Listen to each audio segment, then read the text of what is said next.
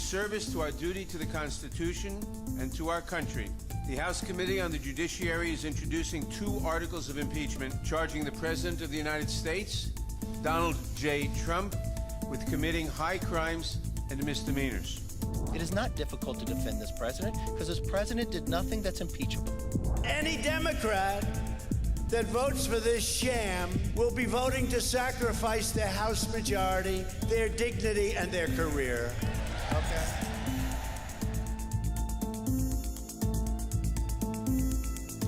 The Rules Committee takes up the articles of impeachment today against President Donald Trump. This is the final step before a full House vote on whether the president abused his power and obstructed Congress. We'll bring you today's meeting of the Rules Committee, which is scheduled to get underway in about a half hour's time. Welcome to live coverage from the Washington Post. I'm Libby Casey. Joining me in our studio this morning, Aaron Blake, senior reporter for The Fix. Thanks for being here, Aaron. Donna Casada, who oversees our congressional coverage. Donna, it's great to have you here. And James Hohmann, author of The Daily 202. James, great to see you. I still don't know when you sleep, but we're thrilled to have you here. Donna, I want to start with you because you have been watching this whole process unfold. And I'd love to get a sense from you of how significant this Rules Committee step is, both in terms of just getting some nuts and bolts done, as well as like in the arc of history here. It's a committee that rarely gets a lot of attention, but it is a very powerful committee in that they set the format and the parameters for the House debate, and that's what they will be fighting over throughout the day today. The Republicans will offer several amendments that likely will be voted down on a party line vote to set up the debate tomorrow, and the end result was that will probably be that it will be something called a closed rule tomorrow, so that there won't be any amendments allowed on the House floor, and that they will set the number of hours for the debate equally divided between Democrats and Republicans, and they will start probably about 9 a.m. tomorrow morning, work throughout the day, probably vote early evening, but that's still in doubt, fluid situation. And they will vote on the 2 articles of impeachment, and they'll also vote on a resolution that would give Nancy Pelosi the power to appoint the impeachment managers who will prosecute the case in the Senate. Well, let's go to Capitol Hill, where my colleague Rhonda Colvin is covering today's hearing, and she'll get a chance to be inside that room for a little bit today. Now, Rhonda, as you know, we heard from Donna, this is a committee that a lot of people might not be that familiar with. It often works sort of out of the spotlight, but I'd love for you to walk us through what you're expecting to happen today and how you see this committee as important. That's right, Libby. Donna is correct. It is one of the most powerful committees in the House. It sets the guidelines for debate. It sets what legislation is going to make it to the House floor. This committee has 13 members. There are 9 members from the Democratic majority and 4 members from the Republican minority. And what we're going to see today is the ranking member and the chairman of the committee, the Judiciary Committee, typically come in and present the impeachment articles. However, today I think we're hearing that Representative Raskin is going to sit in for Chairman Nadler. Chairman Nadler had a family emergency. So we're going to see those 2 men, Collins and Raskin, talk to this committee, answer questions from this committee about the legislation. And that's going to be an interesting dynamic as well, because you're going to see lawmakers questioning other lawmakers. And then next up after that is sort of a wild card. You're going to see these members talk on the resolution, and at this point, any lawmaker can come in and request to talk on the resolution. That could make for a fairly long day, and the Rules Committee usually doesn't know how many members may want to talk on a resolution before it happens. So that's something we'll all be learning as it happens. And then thirdly, they are going to define the debate rules for the 2 articles of impeachment. This is going to be very, very interesting to hear them in real time discuss how this debate is going to look when it comes to the House floor tomorrow. Okay, well, this is anticipated to be a long day, as you mentioned, and you've gotten a rotation in the room. I guess it's tight enough quarters that reporters are kind of going in and out, so you'll be in there for a little while this afternoon getting to see it all unfold live. Are there specific moments that you'll be watching for? Yeah, that's right. It is a very, very small room inside the Capitol, and there are only 6 seats for the media. And so we're going to do a rotation of reporters who will be able to sit in there for about an hour and see for themselves what's going on. One of the things that I'm going to be looking at is that third step that I mentioned, that step where they're going to be talking about the debate rules. That actually is going to make history because in the last 2 impeachments, we this process did not go through the Rules Committee. With Clinton, it was done in unanimous consent on the House floor. The debate rules were decided there. And then with Nixon, we never got to this point. So today will make history when we see these members decide how long impeachment will be debated. So I would watch for that portion of this meeting. A couple other things, too. There are 2 members on this committee who have personal experiences with impeachment. You have Representative Alcee Hastings from Florida. He's a Democrat. And in the 80s, he was removed from office by Congress and impeached due to some bribery charges. And he talks about those experiences. He's not shy in talking about that experience of going through impeachment. You also have Representative Donna Shalala, who was the Clinton's health secretary during his impeachment. And I've heard her talk here, too, about her experience of being a member of an administration and watching an impeachment from the White House. So those 2 members may talk about their personal experiences today, and that would be fairly interesting. Great, Rhonda. Well, thank you so much. Appreciate your time. Now, you, our viewers, don't get a seat in the room like Rhonda does, but you'll be able to watch everything unfold here because we'll bring it to you live. The hearing's supposed to get underway in about 25 minutes' time, and this will be a very process-oriented day. This committee is so small, James. And we were looking at this list. We've got the list in front of us. 9 Democrats, just 4 Republicans. That in itself seems dramatic in the sense that it's quite weighted for the Democrats, but also very small. This is the most weighted committee in Congress, and it's because you're setting the rules. And these are also all close allies of the Speaker. These are people that Pelosi wants on this committee. These aren't kind of people who are going to go do their own thing and freelance.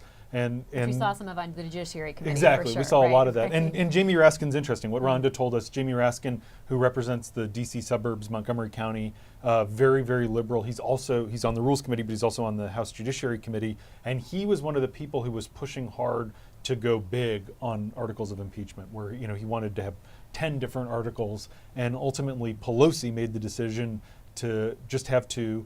And that's what the debate's going to be about. That's what they're trying to confine.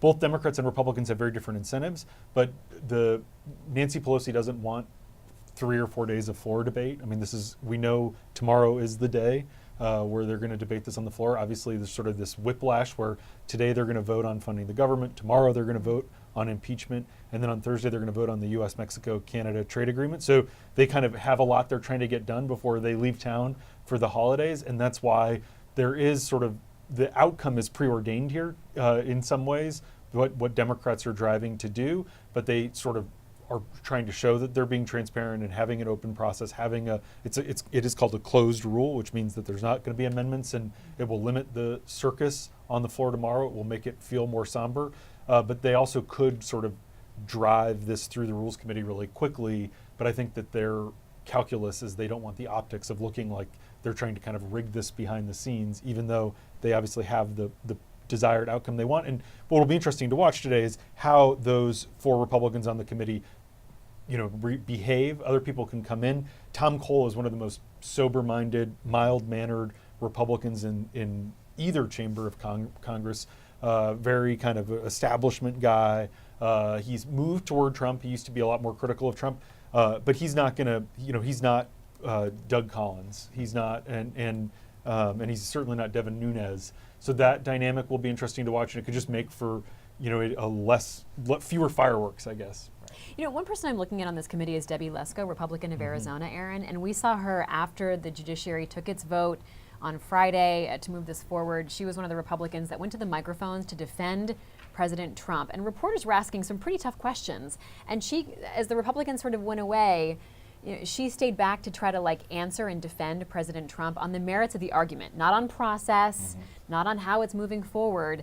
And it seemed like a tough moment for her to be trying to defend him on the phone call, because she seemed to be playing with a different set of facts. Yeah, the most telling moment there was when she was asked whether it was okay for a president to call a foreign leader and say, can you investigate my political opponents?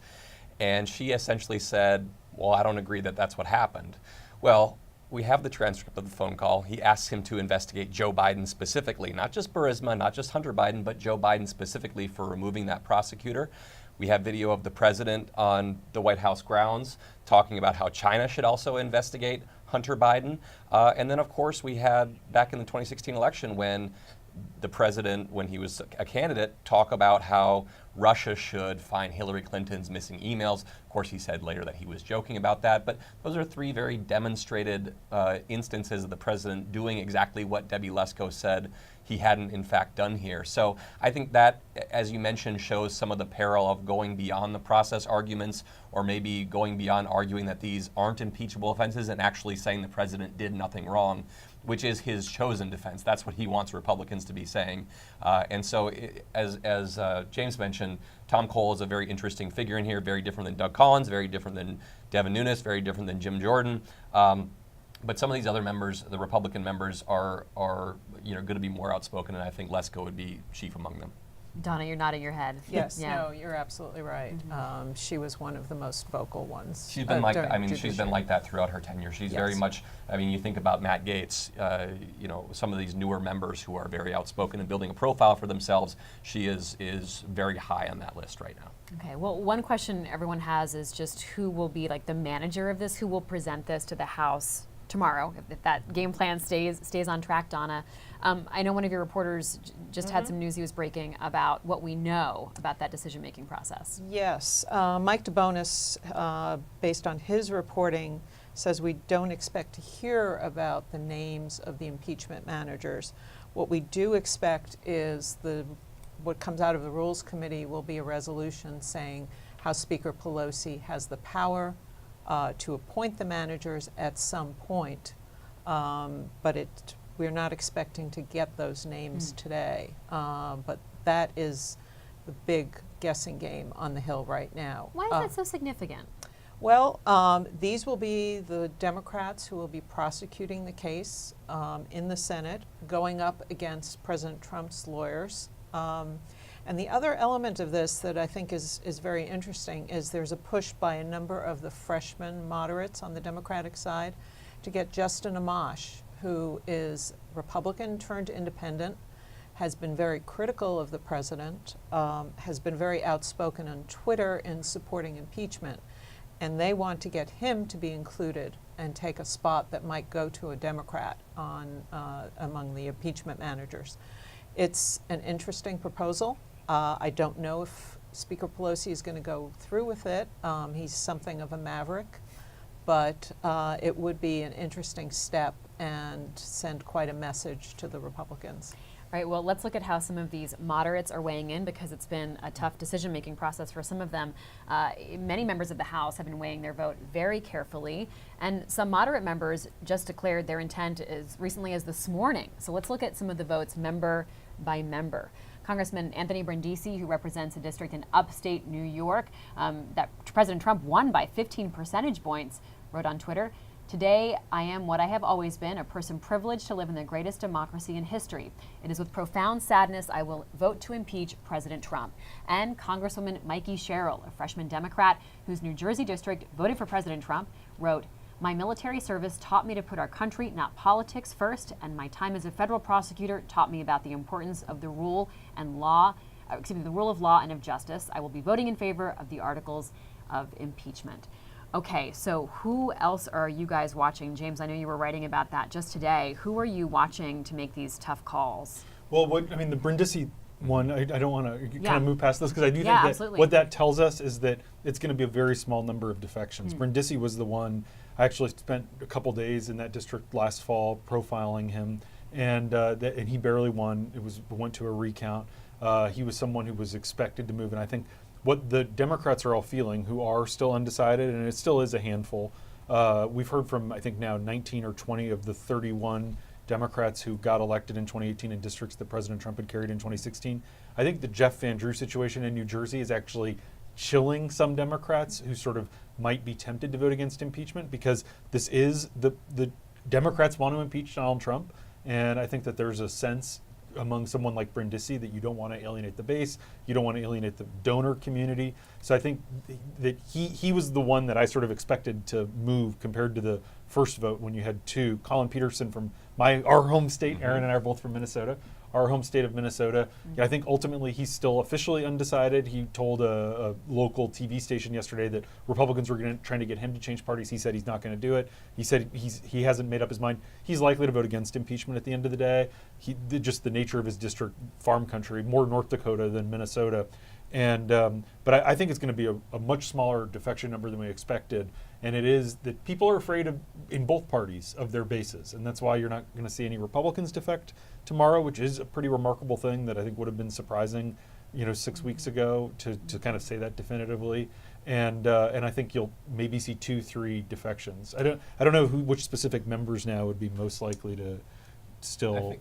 One I'm watching, and by the way, you mentioned Brindisi. Another important one that came out in recent days was Joe Cunningham, congressman from South Carolina, won a kind of a fluky race after Mark Sanford was defeated in a primary by a candidate who didn't turn out to be great for Republicans. A 13-point Trump district, and Joe Cunningham is for impeachment. So that's another significant point. One that I'm watching is Kendra Horn. She represents a district in Oklahoma, which is very rare for a Democrat these days. Colin Peterson's is the most Trump district represented by a Democrat right now, but Kendra Horn's district is very much up there too. And I think she's been pretty quiet about what she's going to do. So I think if you're looking for a couple of defections, those might be the most likely ones that we'll see. James, you said that the story of Representative Jeff Van Drew has had a chilling effect. So what do you mean by that? Well, to be clear, it's a boon for Republicans. So take us through what happened. Yeah, so Jeff Van Drew, congressman from Southern New Jersey, 3 or 4 term state legislator, kind of a moderate. He has a picture of Ronald Reagan in his office. He was close with Chris Christie when he was governor and he was in the state Senate. He got elected. He was sort of the star Democratic recruit. He was a very moderate Democrat in the Southern Jersey district that the president won by double digits in 2016. So he got elected last year. He voted against the initial vote to have an impeachment inquiry along with Colin Peterson, and sort of was ostracized. Someone came forward and said she was going to primary him from his left for voting against impeachment.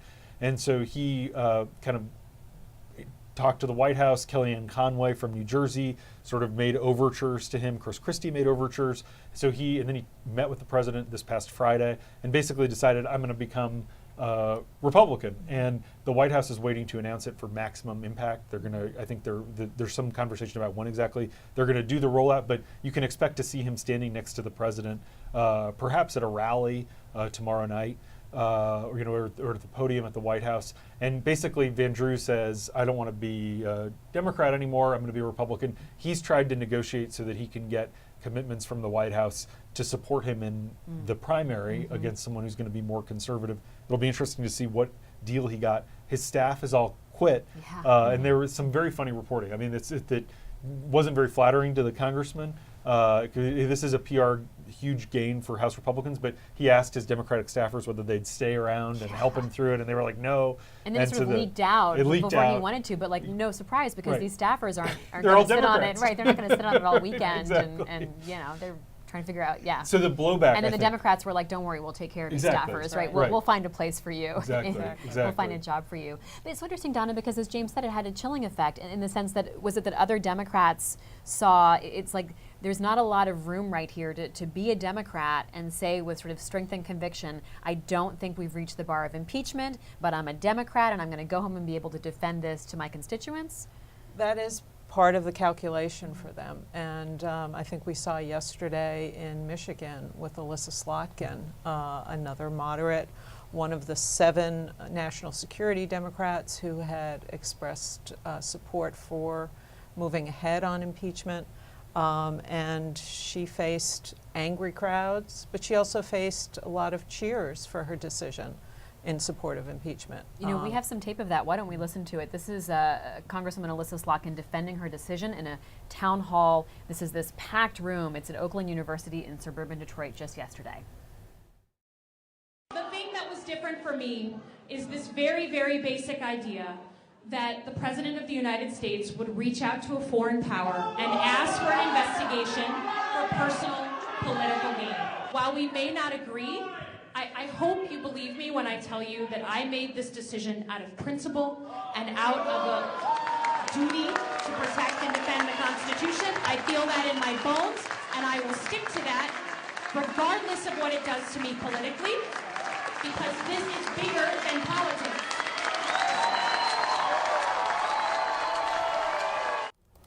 All right, you see that tone right there, Aaron. I mean, if you're going to come out in favor of impeachment in a difficult district like she just did, you might as well own it, which is what she was doing right there. Look, this is something that could very well cost people like Alyssa Slotkin their jobs. I mean, there's no going around it. In that sense, it is a courageous vote. I mean, you could have the alternate argument, which is if she votes against impeachment, is she going to get primaried, which is also a distinct possibility. But, there was a poll today that showed that just 19% of people named impeachment as being significant to their votes in the 2020 election. I think that might undersell a little bit. I think if you are a Trump voter in these districts that went narrowly or even significantly for the president, and you see a Democrat that you might have crossed over to vote for in 2018, and they just voted to impeach the president that you voted for, there's a good chance you might take that personally or think that they're not quite the moderate that they said they were. Okay, so much drama unfolding sort of back in these home districts as members of Congress announce to their constituents how they're planning to vote. Besides this handful of Democrats, and let's point out that there isn't really a question if Democrats are going to have the votes to impeach President Trump. The question is how many defections will there be? Because as you said, James, Republicans are staying strong together. So if Democrats defect, that can be used by the White House, it can be used by Republicans, it may have some political influence on how the Senate trial unfolds come January. But really so much of what we're watching is what's going to happen in January now, Donna. I mean, just this question of how the Senate trial will unfold, what the parameters of that will be. What are you watching? I think that what I'm watching right now is Mitch McConnell responding to Chuck Schumer, and he is making it clear that he is not going to accept some of the proposals that Schumer pushed forth in a letter to the majority leader Sunday night. And that's going to be interesting because you have some pressure from the White House for certain witnesses, for a lengthy trial, and you have some in the Republican caucus on the Senate side who want to wrap things up quickly. And it's going to be interesting in part because our new Washington Post ABC News poll that came out today showed that 71% of those surveyed said that there should be witnesses in the Senate trial. So the question is how they proceed in light of these numbers. The one thing to be aware of in the Senate is that it only takes 3 or 4 members, 4 members in fact, to vote against some sort of procedural vote or anything, request on witnesses to go against the leadership. And so all eyes would be on people like Mitt Romney, Susan Collins, perhaps a Cory Gardner or a Martha McSally, people who are up for re-election this year. And what are you reporting, Aaron, on some of those moderate Republicans who both might truly have a moderate bent, but also, like Susan Collins, will be under scrutiny from both sides of the aisle as to how she weighs in on this Yeah, stuff. so I think it's really telling that last week we had Mitch McConnell, the Senate Majority Leader. We saw his comments that we just talked about this morning. But last week he went on Sean Hannity's show and basically said something to the effect of, "I'm taking my cues from the White House counsel's office," which is a pretty remarkable thing to say. You're going to allow what's essentially the defendant to talk about how this process should work. And so I've been waiting to see what Mitt Romney and Susan Collins were going to say about that. I mean, these are the members who could rock the boat a little bit. They could hold out for what they would view as a fairer trial. At least right now, they're not signaling that they are preparing to do that. Susan Collins was asked about this for the first time yesterday, and she actually took the opportunity not to criticize what McConnell had said, but what Chuck Schumer had sent in his letter requesting Mick Mulvaney to testify, requesting John Bolton to testify. Mitt Romney was also asked about having those two testify and whether he would support that, and he basically punted on the whole thing. He said, "It's not that I don't have any point of view, it's just that I'm not willing to share that point of view." at this point. So, you know, these are moments where these members could really say, look, we need to have a fair trial. We need to not let the White House dictate what this is going to be. And at least for now, they're not saying that. All right, well, as we just mentioned, Majority Leader Mitch McConnell spoke on the floor just moments ago and addressed Senator Schumer's charge that the Senate trial would not be fair without these witnesses called. McConnell said Schumer's public demands were basically not impartial. Let's watch. At first, our colleague's letter appears to request that a potential impeachment trial adopt similar procedures to the Clinton impeachment trial back in 1999. Now, I happen to think that's a good idea. The basic procedural framework of the Clinton impeachment trial served the Senate and the nation well, in my view. But the problem is that while the Democratic leader notionally says he wants a potential 2020 trial to look like 1999, he goes on to demand things that would break with the 1999 model. All right, that was the Majority Leader. And Chuck Schumer is actually speaking right now. The Minority Leader is speaking on the Senate floor. Let's just dip into that and see what Senator Schumer is saying right now. 4 key people who saw exactly what was going on. What is Leader McConnell afraid of? What is President Trump afraid of? The truth? But the American people want the truth. And that's why we have asked for witnesses and documents to get at the whole truth and nothing but. This week, the House of Representatives will vote on articles of impeachment against the President of the United States. If these articles pass the House, the Constitution dictates that the Senate serve as a court of impeachment. Conducting an impeachment trial, Mr. President, is a tremendously weighty and solemn responsibility entrusted to us by its founders. If such a trial is to happen, Democrats strongly believe it must be fair, and the American people must regard it as fair. A fair trial is one that allows senators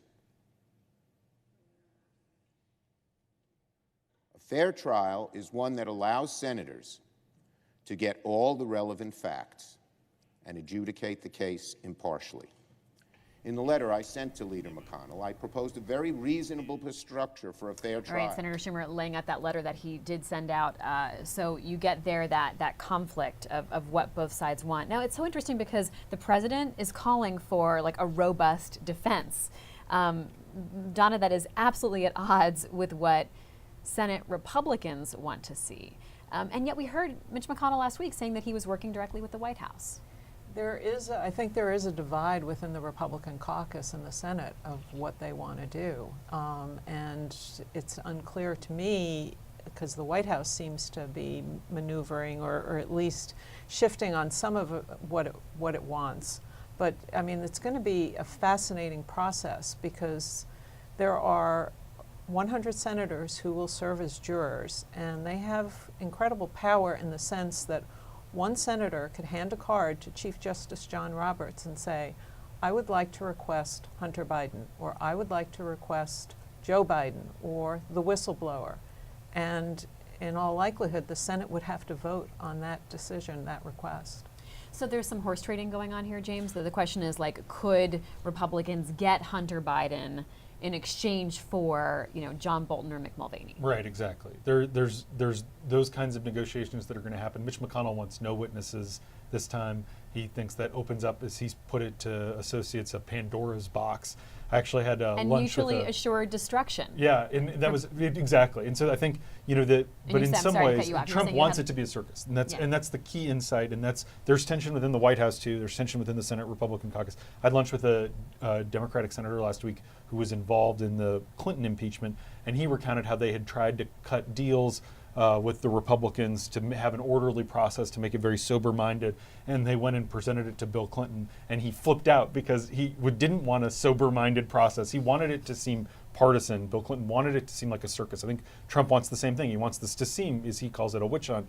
And so the Republicans have that incentive as they're coming in to this, they don't want to they want to make it seem like there is a trial, that the arguments are being heard and presented, but they want it to seem kind of partisan-y and circusy.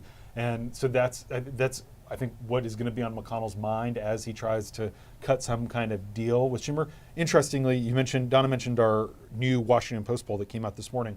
One of the fascinating findings in there is that 2 in 3 Republicans, and these are people who overwhelmingly oppose impeachment, believe that all the Trump administration officials should testify. They don't think they did anything wrong, so they don't think there would be anything wrong with them appearing. So I watch for, I think, Democrats to pick at that scab, which is that a lot of Republicans don't understand why Trump's holding back witnesses. Why doesn't Mick Mulvaney come answer questions if he didn't do anything wrong? So I think you'll see that part of it. And I think what our poll showed is there's a way to present that for Democrats that isn't processy, but sort of is kind of getting the facts. We want to understand the truth. We want let them present exculpatory information. So I think that's where the debate's going to play out over the next couple days. What's the danger for Republicans, Aaron? I mean, it seems pretty obvious to me that this could be, to have someone like Mick Mulvaney who's said things in front of the cameras that have been in direct contradiction to some of the White House's claims and have raised questions about propriety, to have him under oath before the Senate. I mean, the idea of a Hunter Biden for Bolton or Hunter Biden for a Mulvaney trade, I struggle to think that the White House would like that deal. Certainly Hunter Biden is not a public figure. He may get tripped up on the stand. It may feed the idea that there was something untoward going on in Ukraine with his employment at Burisma. But John Bolton has sent a letter saying he knows about evidence, about events that have taken place in this Ukraine situation that other witnesses have not testified to. Rather conspicuously, his lawyers said that that was the case.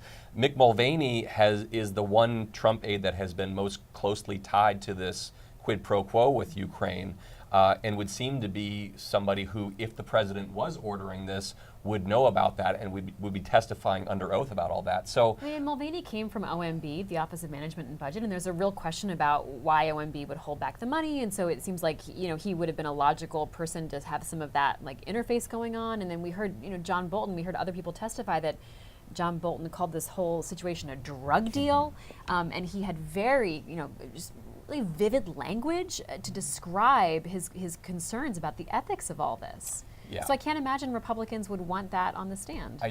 I can't imagine that they would either, unless they truly think that there is nothing wrong here and that they can use that to get something like Hunter Biden or even Joe Biden, testifying about his interactions with Ukraine, trying to get the prosecutor removed. I would not expect those witnesses to be tested. And bottom line, what it comes back to is Donald Trump, if you had a vote today on the Senate floor, will win that vote. And the same incentives. You can see why McConnell would be like, why would I make and that is McConnell's mentality, which he's, right. and McConnell's, with some of the kind of the pro-Trump guys in his conference, he's incredibly frustrated and exasperated. Like, his view is, let's just have the trial and win and exonerate the president, and then, in exonerate in air quotes, and then move on. And what's the point of doing anything that could be damaging, that again, Pandora's box is the term he uses, that all of a sudden could sort of move public opinion. Right now, they basically have fought public opinion to a draw. There hasn't been that much movement. And the point, one of the witnesses they want to hear from is Michael Duffy, who I first got to know when he was the Wisconsin Republican Party executive director, and now he's like the guy at OMB, who's a political appointee who was freezing the aid. He didn't comply with the House subpoena. His testimony, he probably knows information that could tie the president to what happened, but in and of itself, for primetime television, Michael Duffy's not the witness that's going to move public opinion. He's a fact witness. And I think someone like Bolton or Mulvaney really could change, if people were watching and tuned in. And that's what McConnell's thinking, is what upside is there to doing anything that could shake public opinion when they feel like they've already won the, kind of by fighting it to a draw, they feel like they've won. And Mulvaney, of course, has already come out and held that press conference where he said, yeah, there was a quid pro quo, what's the big deal? And then he pulled it back. So do you want to have that guy on the stand? I'm not so sure. Exactly. Well, we're watching for this Rules Committee to get underway, and of course we'll go to that live and uninterrupted once it starts. You're watching live coverage from the Washington Post, and I just want to mention that if you subscribe wherever you're watching, whether it's YouTube or Twitch, or of course at WashingtonPost.com, we'll give you updates and let you know when we're going to be back. We'll have all of the coverage of the House floor debate, which we expect to be tomorrow. And by subscribing, we'll send you alerts and let you know about when things are happening and when to tune in. on the media of your choice. While I have a moment, I want to thank Donna Casada for taking a break from editing for being here. It's great to have you here because you are overseeing all this congressional coverage, and it's got to be a huge moment in your career to watch all of this unfold. Did you ever think you'd be covering an impeachment like this at this moment in time? I did not. Incredible. And of course, James Hohmann is our guest, also Aaron Blake.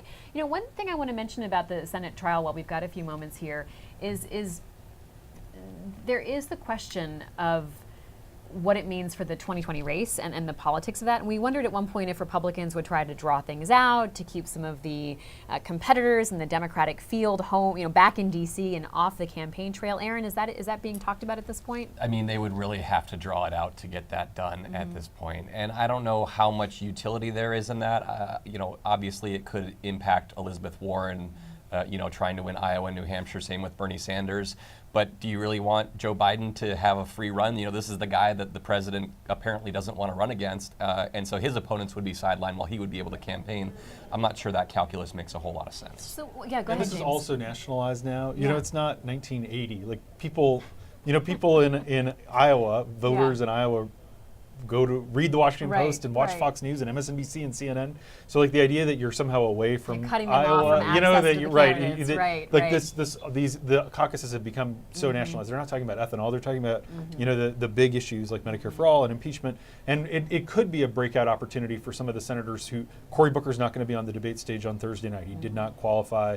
Michael Bennet, same boat. Amy Klobuchar will be on the debate stage. For those three senators, other than Elizabeth Warren and Bernie Sanders, it could be a moment to sort of shine. That, you know, maybe if you have a good viral moment, get some buzz, that could help them. The Sanders and the Warren campaigns sort of have come to terms with a 2-week trial. That's their calculus, which is that they believe this is going to get started shortly after New Year's, and they believe wrap up kind of the week after after that full second week of New Year's, and then that gives them basically 2.5 solid weeks of campaign time in Iowa. So the campaigns have sort of adjusted their schedules, including fundraising, which is less of a factor for Warren and Sanders, accordingly, and so they kind of have now banked that in. It's sort of like worked into their scheduling for from here to the Iowa caucuses are February 1st. They're coming up sooner than we think. Go ahead, Donna, yeah. Political ramifications, don't forget, there are a number of senators who are up for re-election next year, including Mitch McConnell. Great point. Good point. I want to ask about the relationship of Joe Biden with so many of these senators, because Joe Biden served in the Senate for such a long time, and he has strong relationships across the aisle. I mean, I have been to so many memorials, either in person or watched televised, where Joe Biden was giving a eulogy for someone of the opposite party. I mean, he's like the go-to guy to when you want someone to bring gravitas and history and emotion, the emotional heart of how people can work across the aisle. And you know, I remember my good friend Ted Stevens, and and we just saw this a little while ago at one of the high-profile national funerals. You know, I wonder what Republicans in the Senate's appetite would be for dragging Hunter Biden and Joe Biden in front of them, Donna. Well, I'm just thinking, I was in the Senate chamber when Mitch McConnell paid tribute to Biden as he was wrapping up his term as vice president, and it was an extraordinary moment. It seemed very personal. The feeling seemed very genuine. A number of Republican senators got up and praised Joe Biden.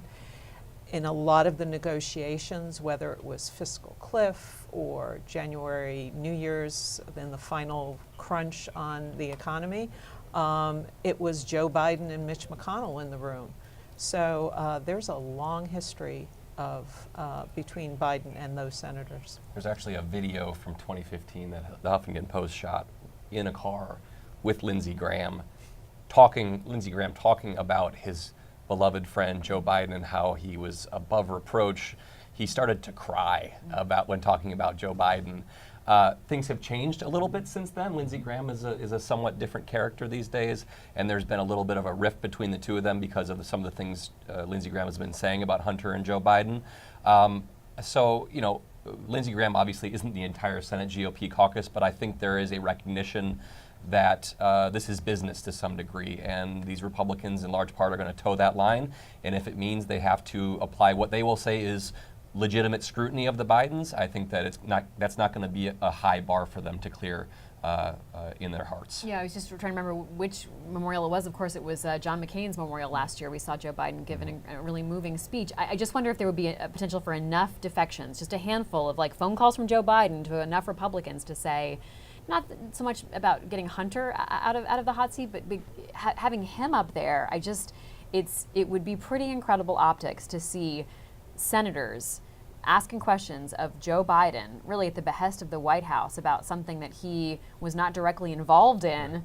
And there's also, I mean, that's part of the challenge is Republicans opening the Pandora box again. Right. Joe Biden would be a pretty sympathetic figure up there. I mean, there is no evidence that Joe Biden himself engaged in wrongdoing that has emerged, and you can question the wisdom of letting Hunter Biden do things and why he didn't say anything, and you could definitely bloody up Biden, but it is. Like the Biden might benefit. It's hard to predict how these kinds of things play out. But if you had Republicans up there badgering him, or if he kind of looked like a fighter or a statesman, it could play out in unpredictable ways. It is a dynamic that plays out a lot when you talk to voters in a place like Iowa, which is Biden is running, saying, "Look, I'm going to be able to work with Mitch McConnell," and then people come back and say, "Well, what about Merrick Garland? Like you weren't able to get McConnell." And what Aaron said is absolutely correct, which is it's politics. They're playing politics. Both sides play politics, and so that I think this process is a reminder of that, of how in a lot of ways what Biden says he could change the way Washington works, make things kind of grease the wheels again. A lot of these fundamental divides are pretty intractable. Donna? Yes, no, James is absolutely right on that. And it is an interesting argument on Biden's part, especially in light of Merrick Garland. And looking at the Senate schedule, Mitch McConnell has teed up a vote on 13 district judges for the end of the week. And that means that President Trump will have at least 150 judges since he took over. Which makes Republicans very happy. I mean, that is a remarkable track record to leave in the wake of what can sometimes look like political chaos.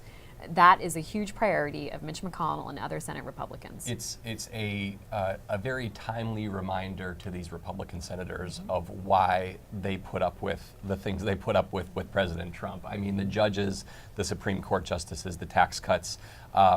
It hasn't always been an easy thing for these Republicans to talk around the things the president tweets about or says publicly.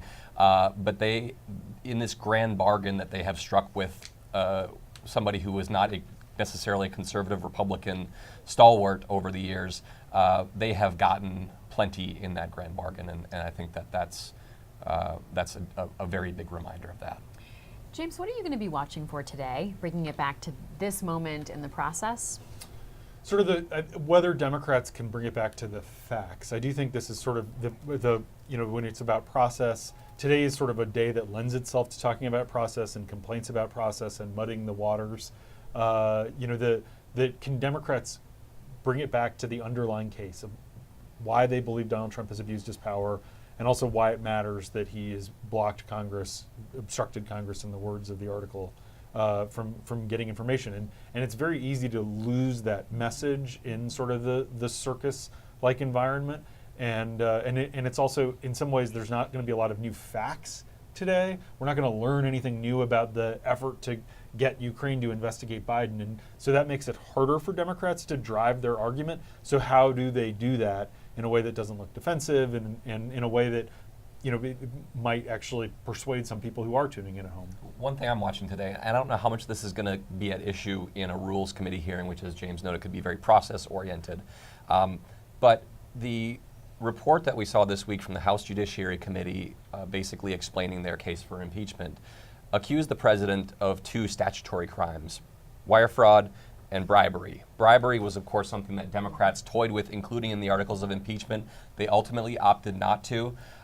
They're walking a very fine line here of accusing the president of bribery, which is an impeachable offense in the Constitution, but not including that in the articles.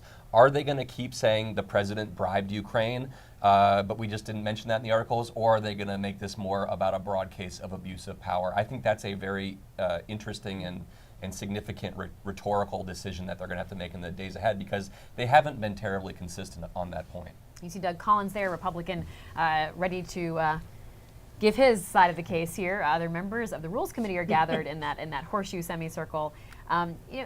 Donna, it seems like there's like repeated opportunities for Democrats to make their case, repeated opportunities for Republicans to push back on it. You see there Tom Cole, the top Republican on this committee. But this is a new opportunity for a different set of members of Congress. So for some of these folks, like a Congress, I'm looking at a whole lot of people actually here who haven't had the chance before a committee. Like they're not on the Intelligence Committee, they're not on the Judiciary Committee. So this is their moment in the sun to like make their case to the American people. Yes, I think it'll be interesting to see how they handle these proceedings, but also to see who is tapped to speak tomorrow.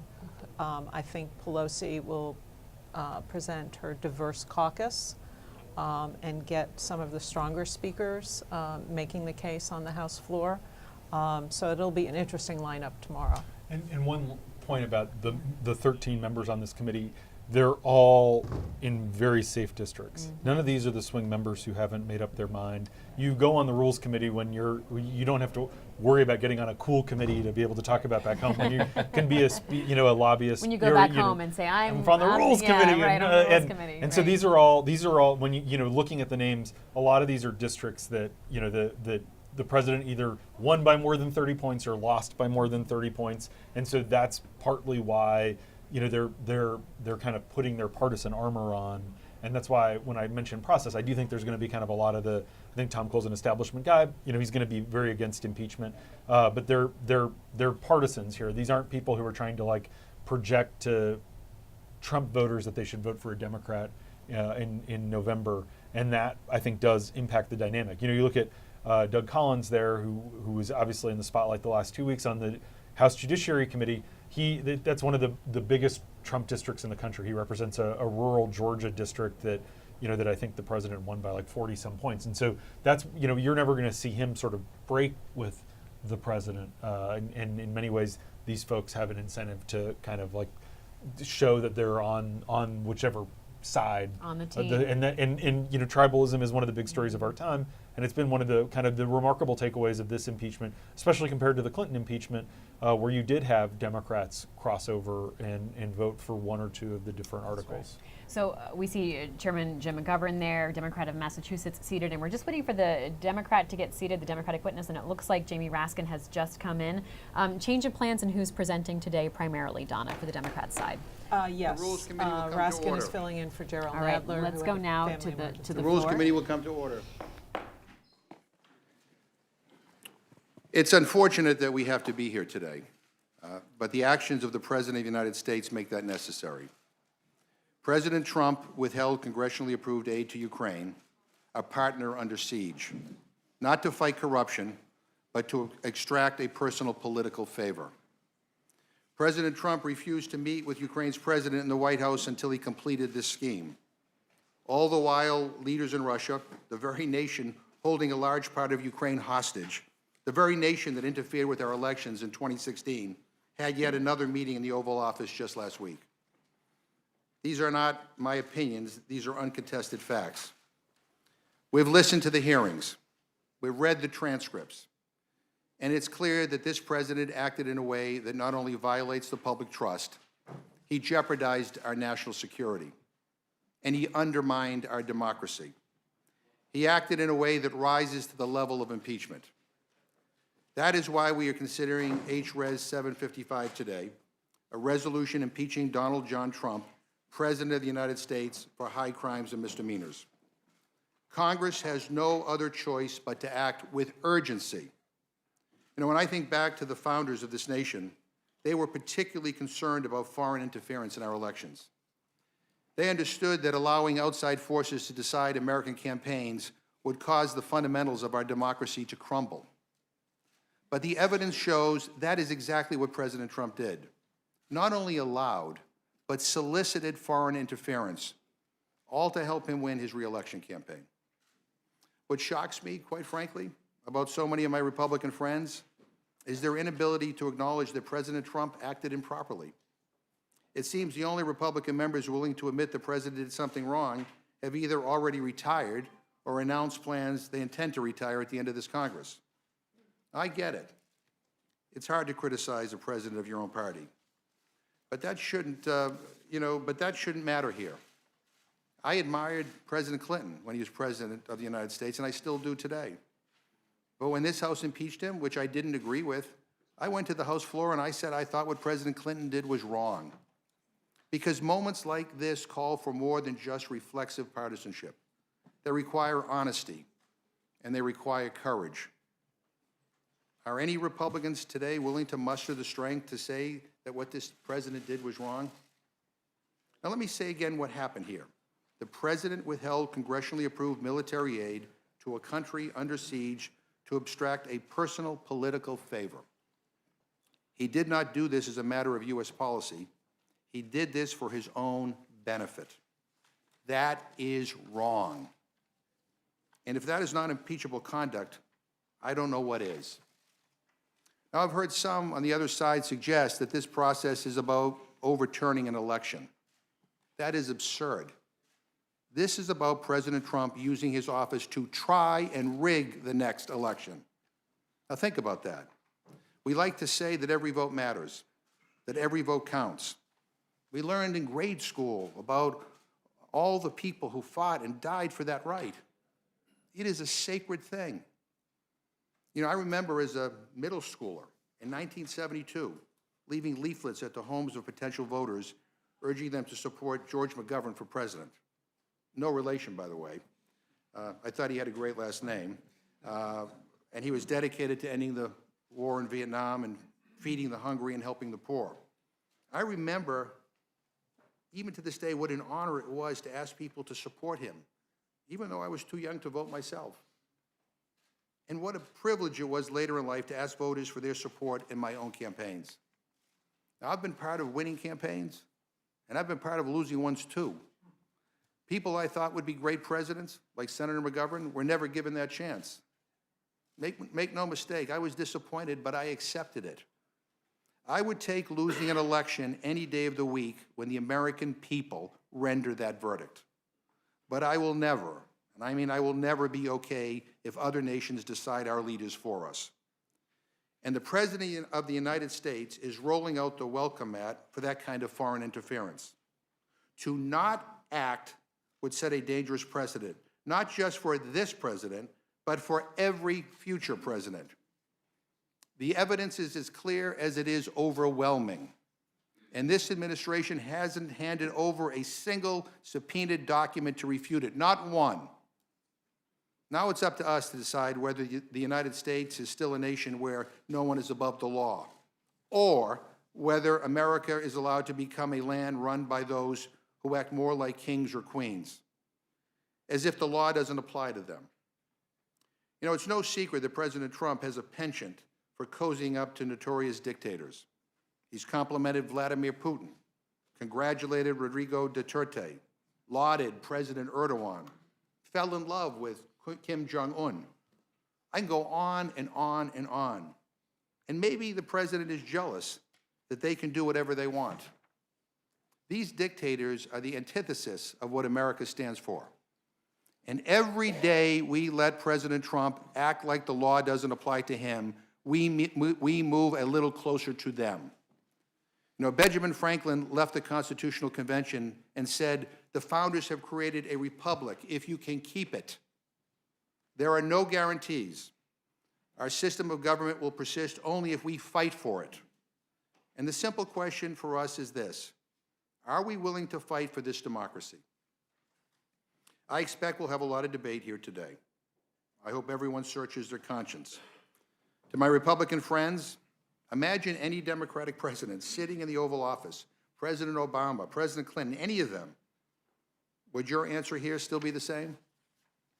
No one should be allowed to use the powers of the presidency to undermine our elections or cheat in a campaign, no matter who it is and no matter what their party.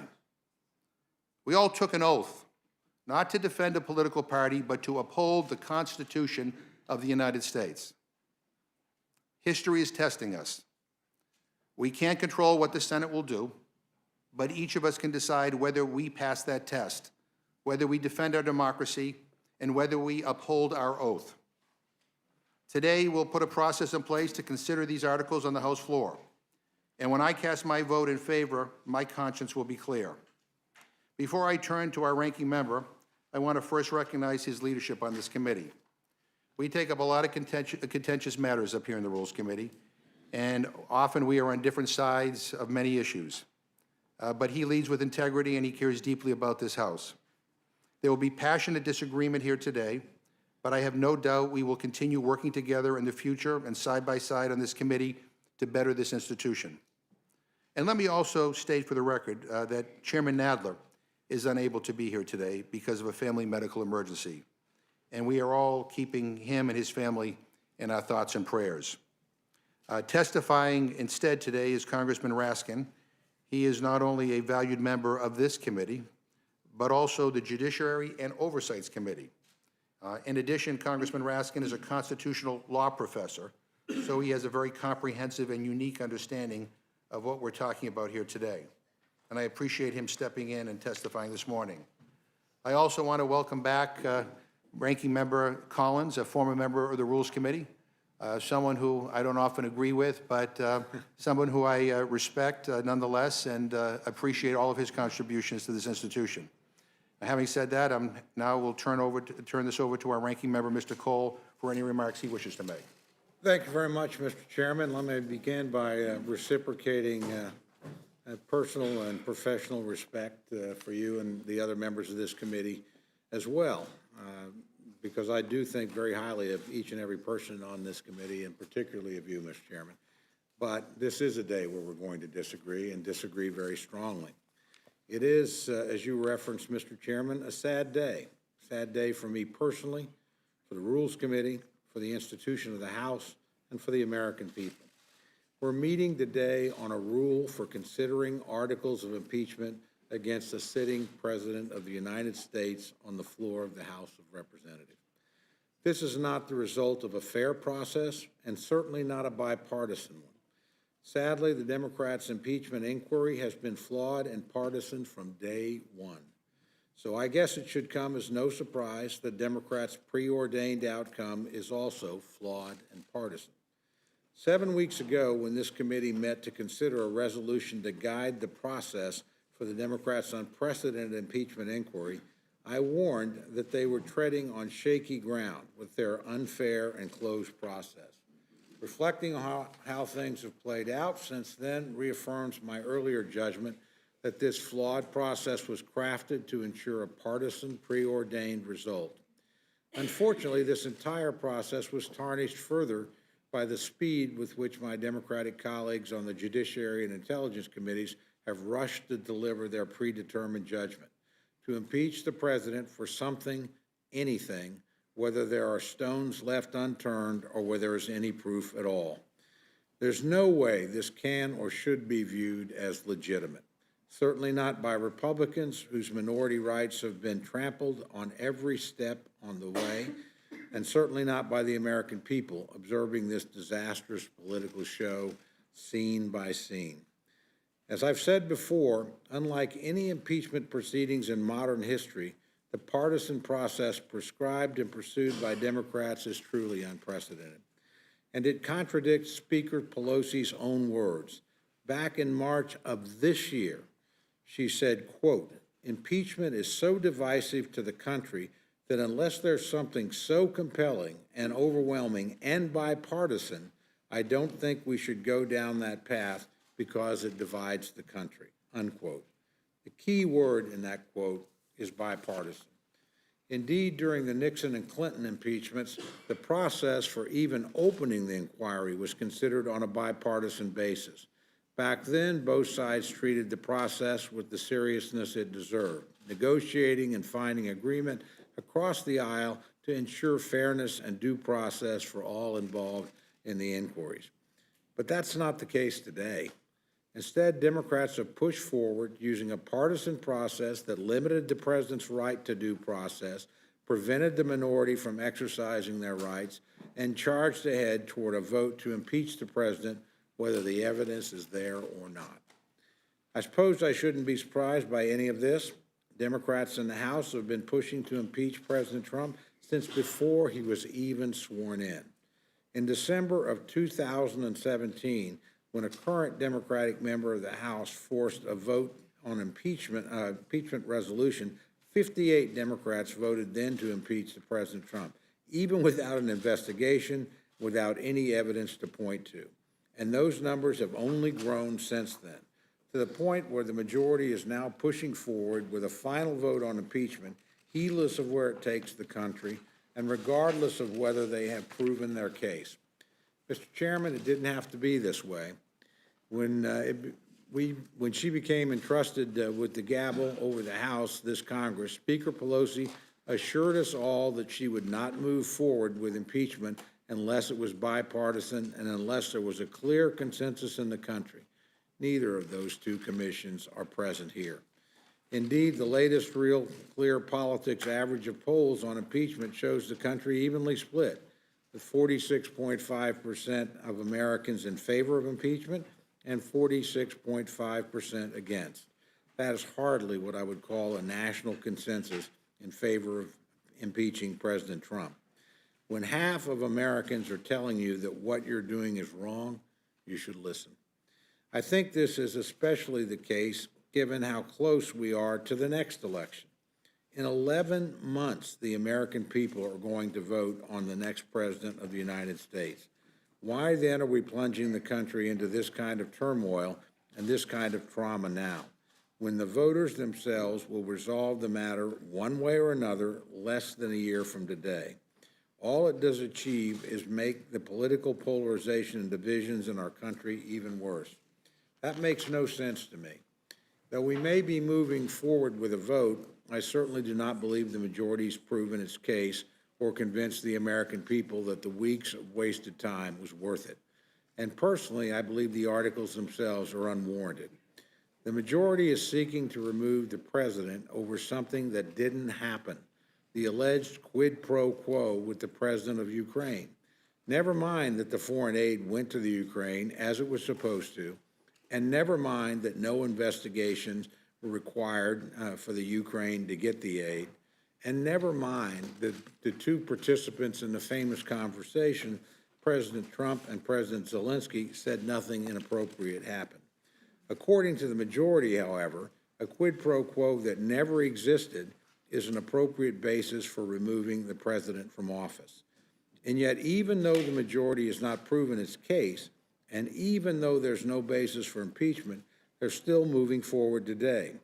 What I cannot discern is a legitimate reason why. Why the majority is moving forward when the process is so partisan, why they are moving forward when the American people are not with them, why they are moving forward when they haven't proven their case, and why they are moving forward when there is no basis for impeachment. Why? Why put the country through all this? It makes even less sense to me when we consider the realities of the United States Senate.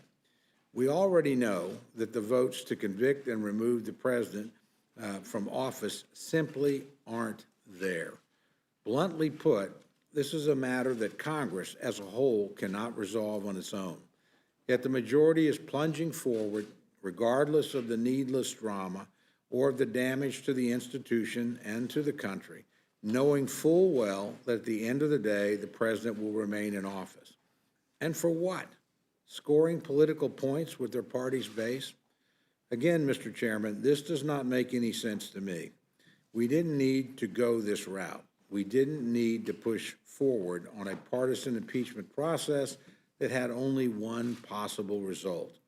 But we are here anyway, regardless of the damage it does to the institution and regardless of how much further it divides the country. As I said at the beginning, Mr. Chairman, this is a sad day for all of us, but it is especially sad for me knowing that this day was inevitable, preordained from the start. No matter what happened, no matter where the investigations led, the Democratic majority in the House of Representatives was pushing since the day they took over to impeach President Trump. The facts don't warrant that, Mr. Chairman, and the process is unworthy of the outcome.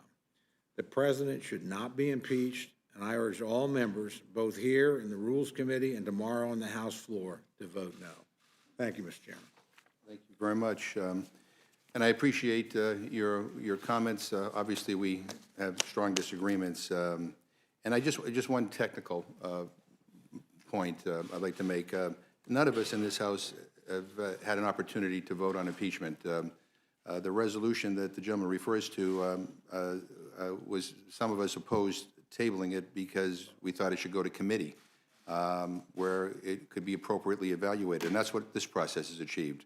The relevant committees have done their work, investigated the claims of wrongdoings by the president, and now the Judiciary Committee has recommended articles of impeachment. So the first time anybody in this House will get an opportunity to vote on impeachment will be tomorrow. Having said that, I want to welcome both of our witnesses. And Mr. Raskin, we will begin with you. Thank you very much, Mr. Chairman. Good morning, Chairman McGovern. Good morning, Ranking Member Cole. Good morning to all of our distinguished colleagues on the House Rules Committee. And good morning to my friend, Mr. Collins.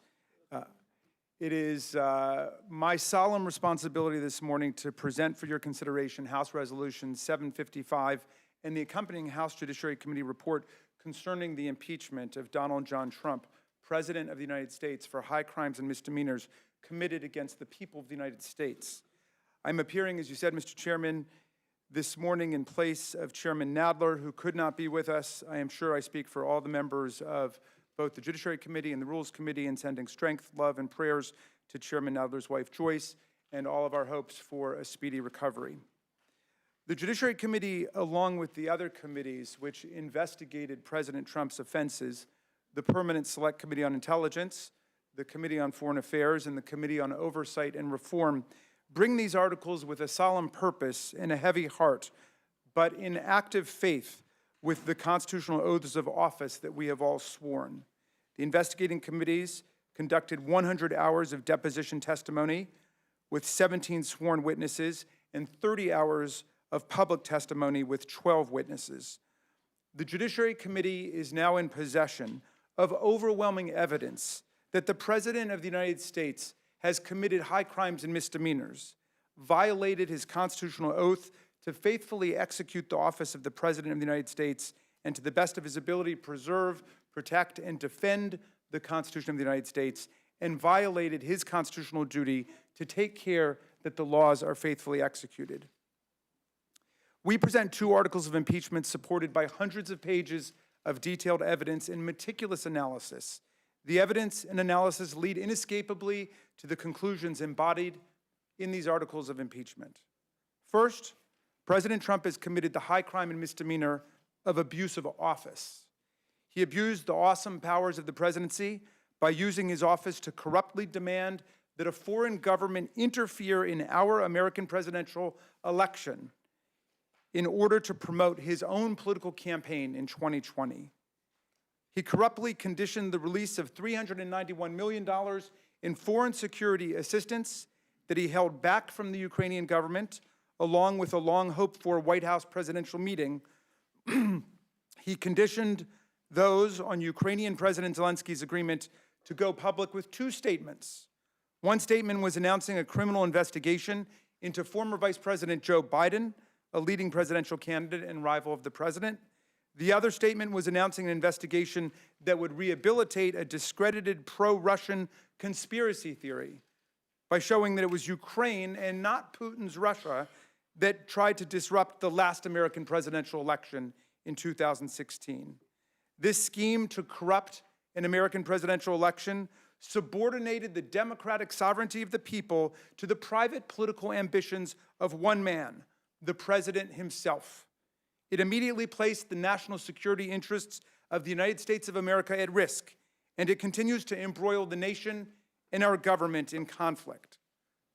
Second, after this corrupt scheme came to light, and numerous public servants with knowledge of key events surfaced to testify in our committee investigations about the president's actions, President Trump directed the wholesale, categorical, and indiscriminate obstruction of this congressional impeachment investigation. He did so by ordering a blockade of administration witnesses, by trying to muzzle and intimidate witnesses who did come forward, and by refusing to produce even a single subpoenaed document.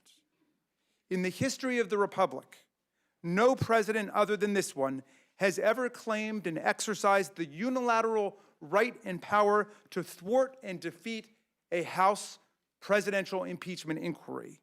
Yet that would have been the final and unavoidable result of the president's outrageous defiance of Congress had 17 brave witnesses not come forward in the face of the president's threats and testified about the Ukraine shakedown and its scandalous effects on our national security, our democracy, and our constitutional system of government. But make no mistake, while this investigation was saved by the courage and old-fashioned patriotism of witnesses like Ambassador William Taylor, Ambassador Maria Yovanovitch, Lieutenant Colonel Alexander Vindman, and Dr. Fiona Hill, the president's aggressive and unprecedented resistance to congressional subpoenas for witnesses and documents is blatantly and dangerously unconstitutional. If accepted and normalized now, it will undermine, perhaps for all time, the congressional impeachment power itself, which is the people's last instrument of constitutional self-defense against a sitting president who behaves like a king and tramples the rule of law. By obstructing an impeachment inquiry with impunity, the president will have the power to actively destroy the people's final check on his own corrupt misconduct and abuse of power. The framers insisted that we have impeachment in the Constitution precisely to protect ourselves from a president becoming a tyrant and a despot. And we cannot and we will not allow the impeachment power itself to be destroyed.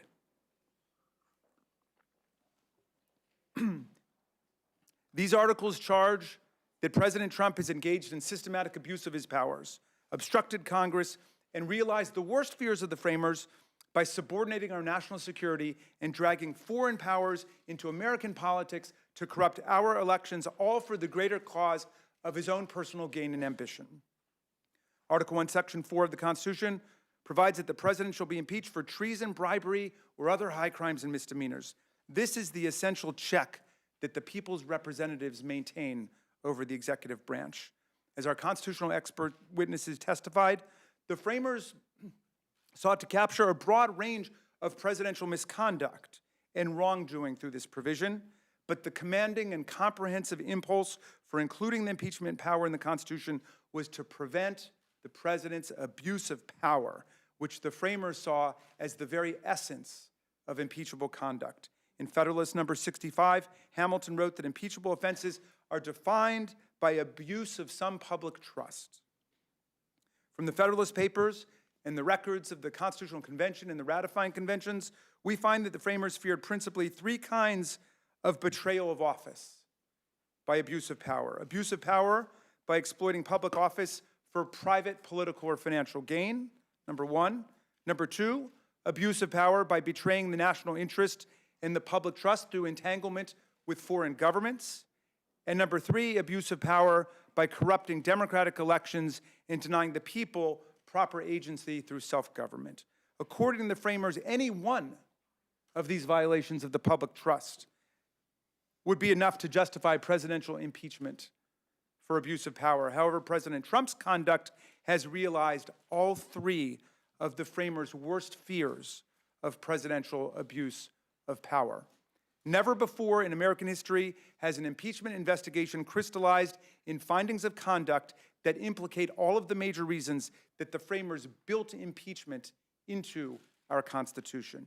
Mr. Chairman, the conduct we set before you today is not some kind of surprising aberration or deviation in the president's behavior for which he is remorseful.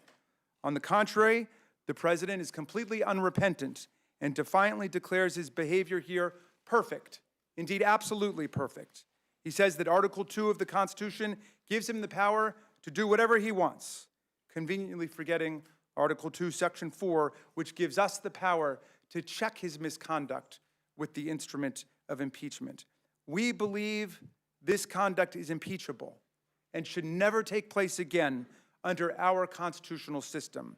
He believes his conduct is perfect, and we know, therefore, that it will take place again and again. Indeed, our report points out that this pattern of showing spectacular disrespect for the rule of law by inviting and welcoming foreign powers into our elections was in plain view in the 2016 presidential election. America remembers when then candidate Donald Trump uttered the imperishably infamous words, "Russia, if you're listening, I hope you're able to find the 30,000 emails that are missing." And just 5 hours later, Russian agents moved to hack his political opponents' computers as part of their continuing effort to upend the 2016 presidential campaign. As identified by the Justice Department, the Trump campaign had more than 100 contacts with Russian operatives over the course of that campaign, and none of them were reported by the Trump campaign to law enforcement or national security agencies. Moreover, during the special counsel investigation into the sweeping and systematic Russian campaign to subvert our election, President Trump engaged in another systematic campaign of obstruction of the investigative process to obscure his own involvement. Mr. Chairman, we present you not just with high crimes and misdemeanors, but a constitutional crime in progress up to this very minute. Mayor Giuliani, the president's private lawyer, fresh from his overseas travel, looking to rehabilitate once again the discredited conspiracy theories at the heart of the president's defense, admitted that he participated directly in the smear campaign to oust Ambassador Yovanovitch from her job. According to the New Yorker magazine, Giuliani said, "I believed that I needed Yovanovitch out of the way. She was going to make the investigations difficult for everybody." And here, of course, Mr. Giuliani refers to the president's sought-after investigations into Joe Biden and the remnants of the discredited conspiracy theory pushed by Russia as propaganda that it was Ukraine and not Russia that interfered in the 2016 American presidential election. Given that an unrepentant president considers his behavior perfect, given that he thinks the Constitution empowers him to do whatever he wants, given that he and his team are still awaiting President Zelensky's statement about investigating Joe Biden, given that he has already invited China to perform an investigation of its own, we can only ask what the 2020 election will be like, or indeed what any future election in America will be like, if we just let this misconduct go and authorize and license presidents to coerce, cajole, pressure, and entice foreign powers to enter our election campaigns on behalf of the president. Who will be invited in next? The president's continuing course of conduct constitutes a clear and present danger to democracy in America. We cannot allow this misconduct to pass. It would be a sellout of our Constitution, our foreign policy, our national security, and our democracy. Thank you, Mr. Chairman. I yield back. Thank you very much. Mr. Collins, welcome back to the Rules Committee. Thank you, Mr. Chairman. It's good to see you. And Mr. Cole as well, members who I've spent many hours in this room with. You know, the chairman made a statement about my friend here, Mr. Raskin, and he is a fine attorney, and it's been amazing to me throughout this year how the Judiciary Committee has sidelined fine attorneys like himself into not asking questions and to not being a part of the process. It's been really interesting to watch because he's actually a good one. And as you said, he's a good constitutional attorney. I'm not a constitutional attorney. I'm a pastor and an attorney from North Georgia. But I believe that you take another look at this and you can apply constitutional lenses. We all sat through those classes, but it's a common sense lens. It's a common sense lens. Mr. Cole made a comment when in his opening statements. He says, you said, Mr. Cole, it said it doesn't make sense. Yeah, it does. It makes perfect sense. Look at the pattern. You know, the only thing that is a clear and present danger right now in this room is the pattern of attack and abuse of rules and decisions to get at this president that started over 3 years ago, really the night he was elected. And I said the other day in the committee hearing, I talked about, you know, having the means and the motive and the opportunity. The opportunity for this day occurred last November when we lost the majority. It occurred. Because they'd already talked about it for years in prior, and so now we just bring it forward, and we've tried a lot of different things to get there. And we'll talk about that, I'm sure, as the time goes on today. And look, we can have plenty of time to talk about the articles and the very vague articles that we did. It's pretty interesting if you read the report from the majority. There's a lot of discussion about crimes, but they couldn't find it in themselves to charge one. Again, common sense. Articles And when you think about impeachment, you're thinking about impeaching a president in particular for crimes. You're thinking about it, you're sitting it down. It was, and this majority has tried so hard to be like Clinton and Nixon and failed so miserably. But every time we try once again, except the one thing, when it came down to the very end, the one thing they couldn't do is actually find a crime. They talk about it a bunch. If you read the majority's report, it is well written. It is some of the best work you'll see, frankly, in some ways, of fictional accounts of what this actually is, but it actually talks about it. That the problem here is a majority bent on finding something for this president. So, Mr. Cole, it's not a surprise. In fact, it's a sad day, for not only for the Rules Committee, but for the Judiciary Committee.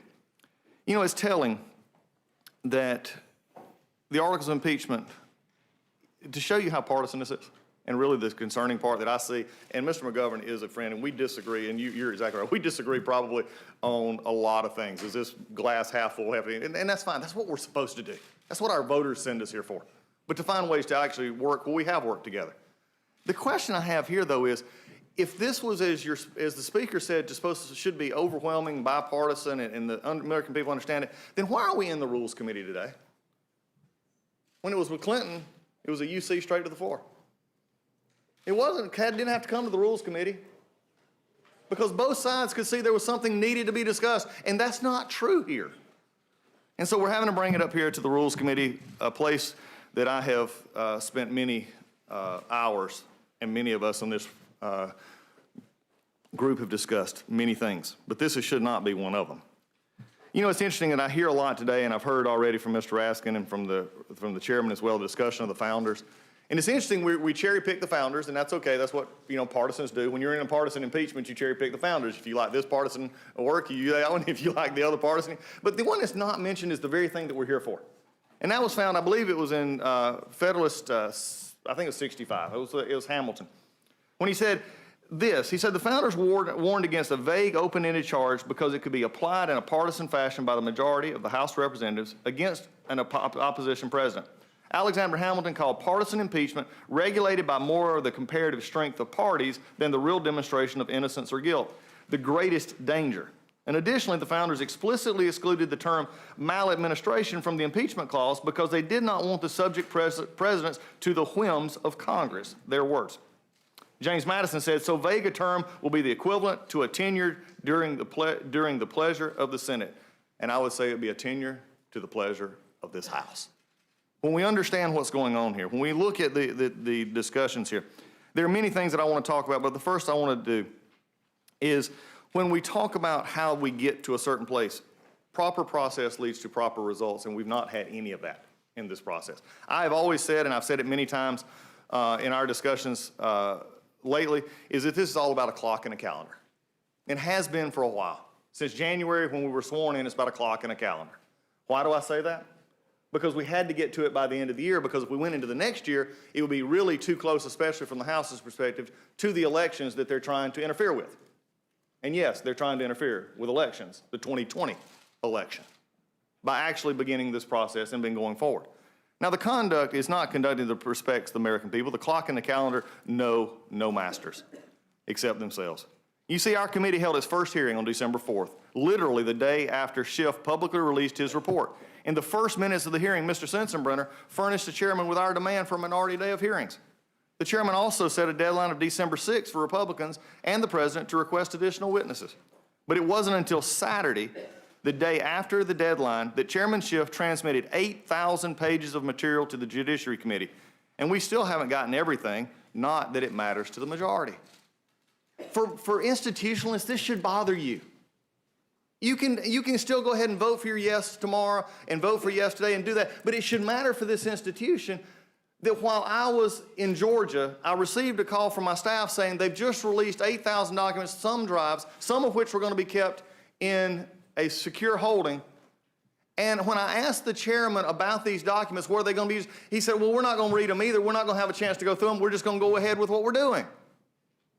That was from my chairman, who I respect greatly. We've done a lot of things together, but it has been very difficult when in a hearing of this magnitude, how can anyone, Republican or Democrat, actually go back and look at their constituents in the face and say, we looked at all the evidence. I looked at everything and I came to this conclusion. No, we cherry picked the evidence and we only used what we wanted to do because that material, which by the way has still not all been released, there's the Inspector General IG report that is still transferred, has not been released. Now, whether it's good or bad is irrelevant. But when you're talking about impeaching a president, shouldn't the underlying evidence sent to Judiciary Committee actually matter? Again, it doesn't take constitutional experts coming in and telling us about it. It takes common sense to know that you don't impeach somebody without at least making all the evidence proper. But you know, that's what happens when you're to the tyranny of a clock and a calendar. When you're the tyranny of a clock and a calendar, nothing else matters. It's like what's going to happen here in the holidays is you're getting close to that day and you're supposed to give that gift. Nothing else matters. You just got to go get it. And it's the last minute. If you don't have anything, Mr. Hayes, I bet you've done this. You go out and you just buy the first thing you get. And this is what was happening. The clock was running out, so they found a phone call they didn't like. They didn't like this administration. They didn't like what the president did. They tried to make up claims of that there was pressure and all these other things that they've so outlined in the report. But at the end of the day, it's simply last-minute Christmas shopping. They ran and found something. They said, we can do it, but no crimes. None in the articles. Abuse of power in which any member can make up anything they want to and call it an abuse of power. But in the report, they document bribery and extortion and all these other things, which they can't put into the articles.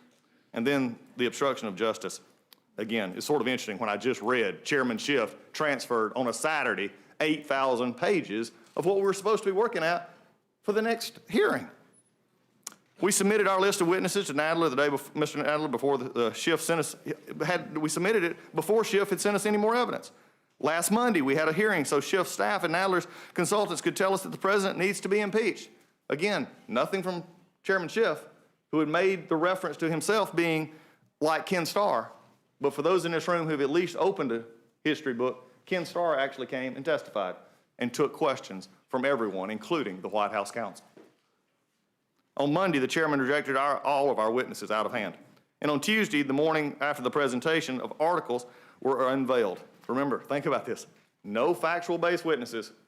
We had a bunch of law professors, one for us. By the way, I did ask for another one. Didn't get it. No reasoning. We just went back, and we were in impeachment hearings, and we went back to the normal 3-1 ratio. I asked for one more and basically didn't get it. It was an interesting conversation between the chairman and I. Didn't get it.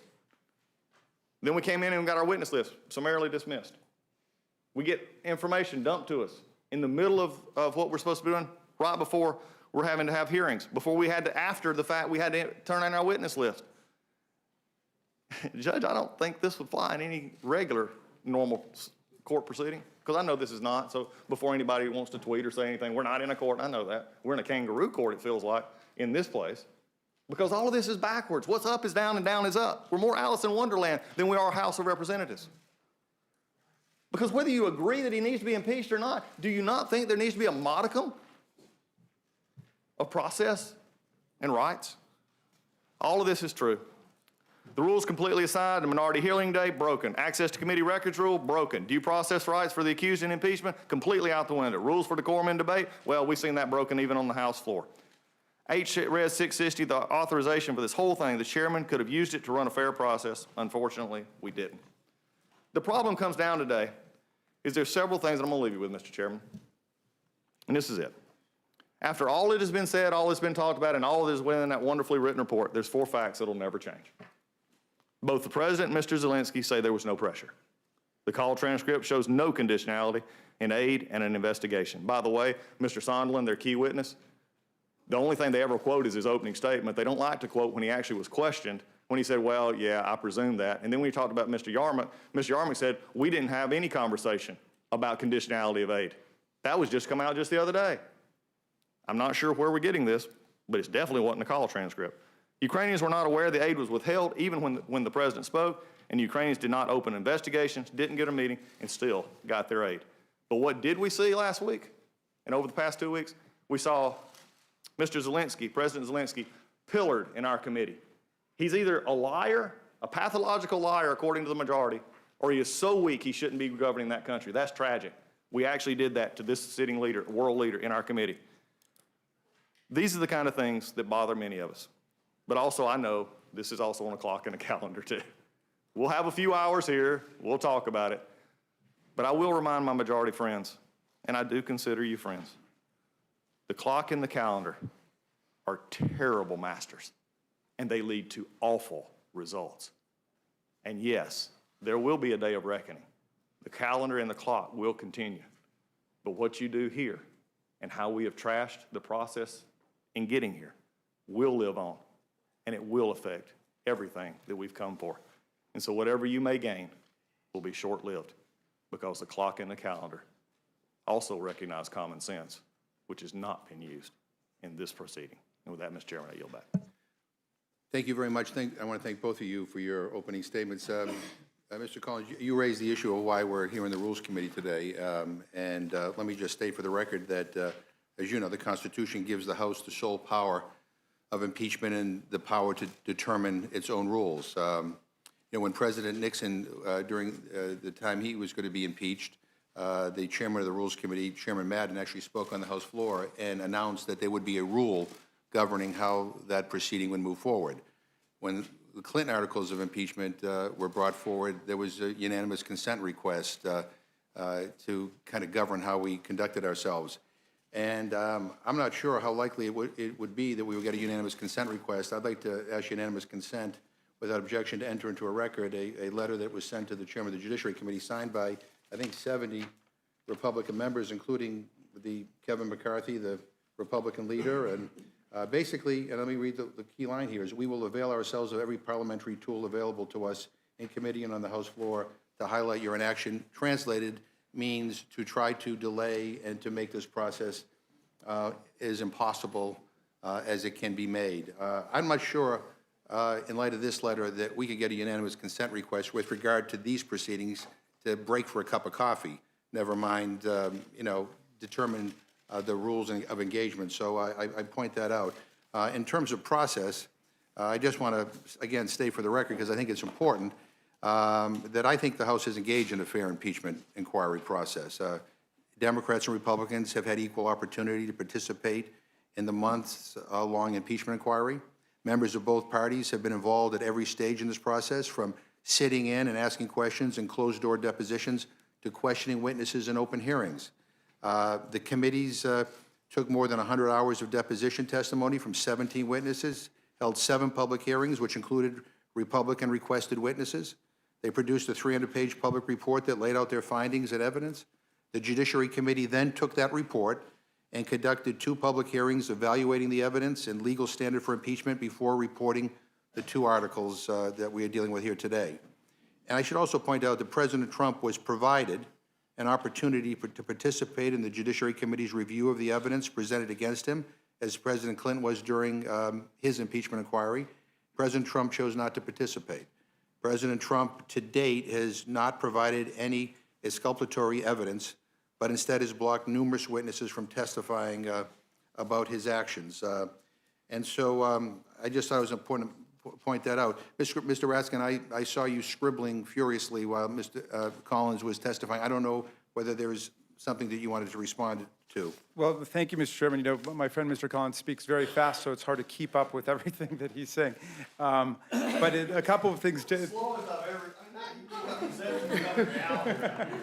That's all right. I'm from Massachusetts, and people say the same thing about my accent. So. I mean, I'll take most anything, but today you guys need to give me credit. That was as slow as you've ever heard. I give you credit that you were making an effort at the beginning, and so was I. So they accuse me of the same. He raises some really important points, and I'd love the chance to briefly address them. One thing that we've been hearing is that we didn't charge crimes. And in some sense, that just duplicates a basic confusion that people have about what the process is. We are not criminal prosecutors prosecuting a criminal defendant in court to send to jail. That's not what we're doing. We're members of Congress who are working to protect the country against a president who's committing high crimes and misdemeanors, that is, constitutional offenses against the people of the country. Now, lots of the conduct that we plead in our specific articles alleging abuse of power and obstruction of Congress themselves could become part of criminal indictments later on. But it's been a curious thing for me to hear our colleagues across the aisle repeatedly make this point and kind of spread this confusion that there are not crimes in there, when they were the very first ones to be saying and continue to say the Department of Justice cannot prosecute the president. The president may not be indicted. The president may not be prosecuted while he's in office.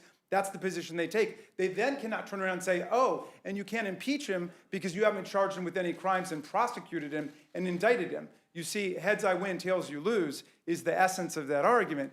And of course, if you go back to the Richard Nixon case, we didn't have to see that Richard Nixon had been convicted of burglary in the District of Columbia by ordering the break-in to the Watergate Hotel before he was charged with abuse of power as a high crime and misdemeanor. That's exactly what we're charging President Trump with here. We don't have to first go out and prove that he committed bribery or committed honest services fraud or committed extortion, all things that he really could be prosecuted for later. We simply have to allege the course of constitutional criminal conduct he was engaged in. And so I think that we can set that one aside.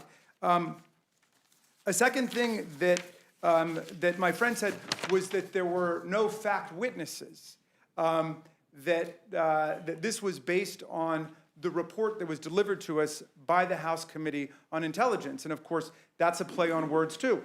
There were 17 fact witnesses who appeared before the House Committee on Intelligence, the House Oversight Committee, and the House Foreign Affairs Committee.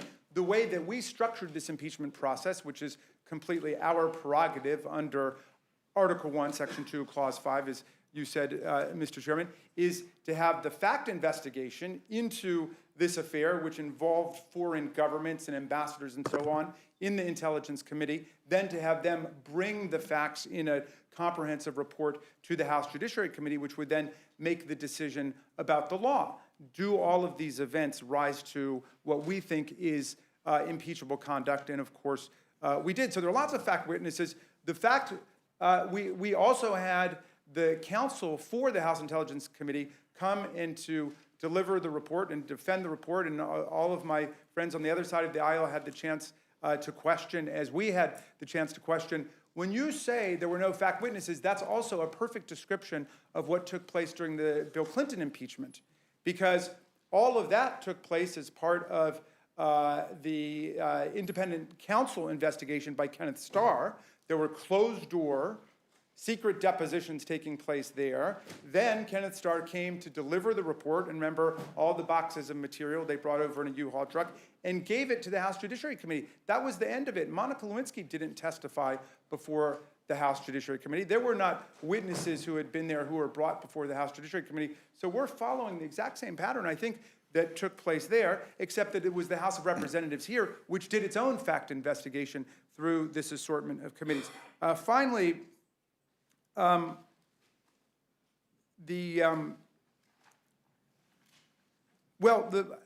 me just say a word about the fairness of the process. And, we all know what they teach you in law school, which is if the facts are against you, you pound the law.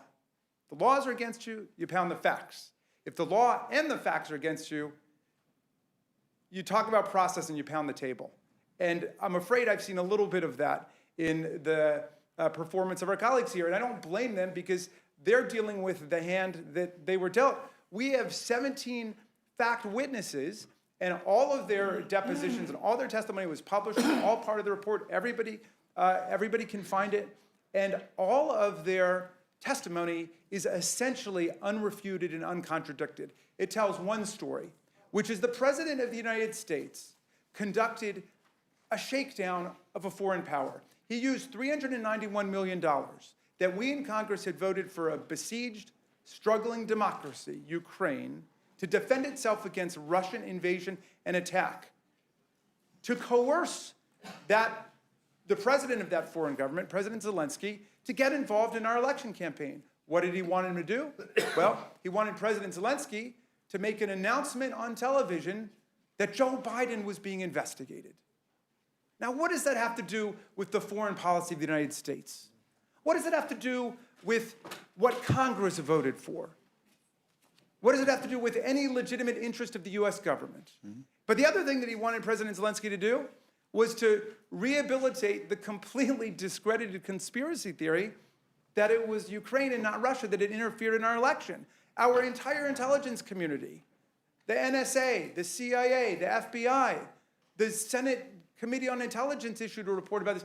All of them say the same thing, which is that it was Russia that conducted what the Department of Justice called a sweeping and systematic campaign against our election in 2016. You remember, Mr. Chairman, they injected propaganda into our polity through social media, Facebook and Twitter and so on. They directly conducted cyber invasion and attack and espionage against the Democratic National Committee, the DCCC, Hillary Clinton's headquarters, and they directly tried to get into our state boards of elections. Not 2 or 3, all 50 of them they tried to get into. That's what Russia did.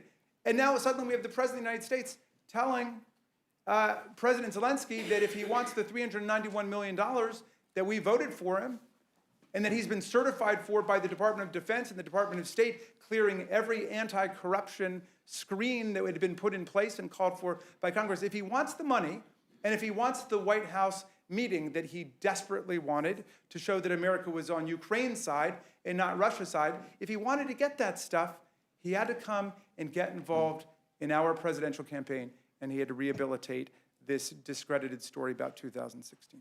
Yield back.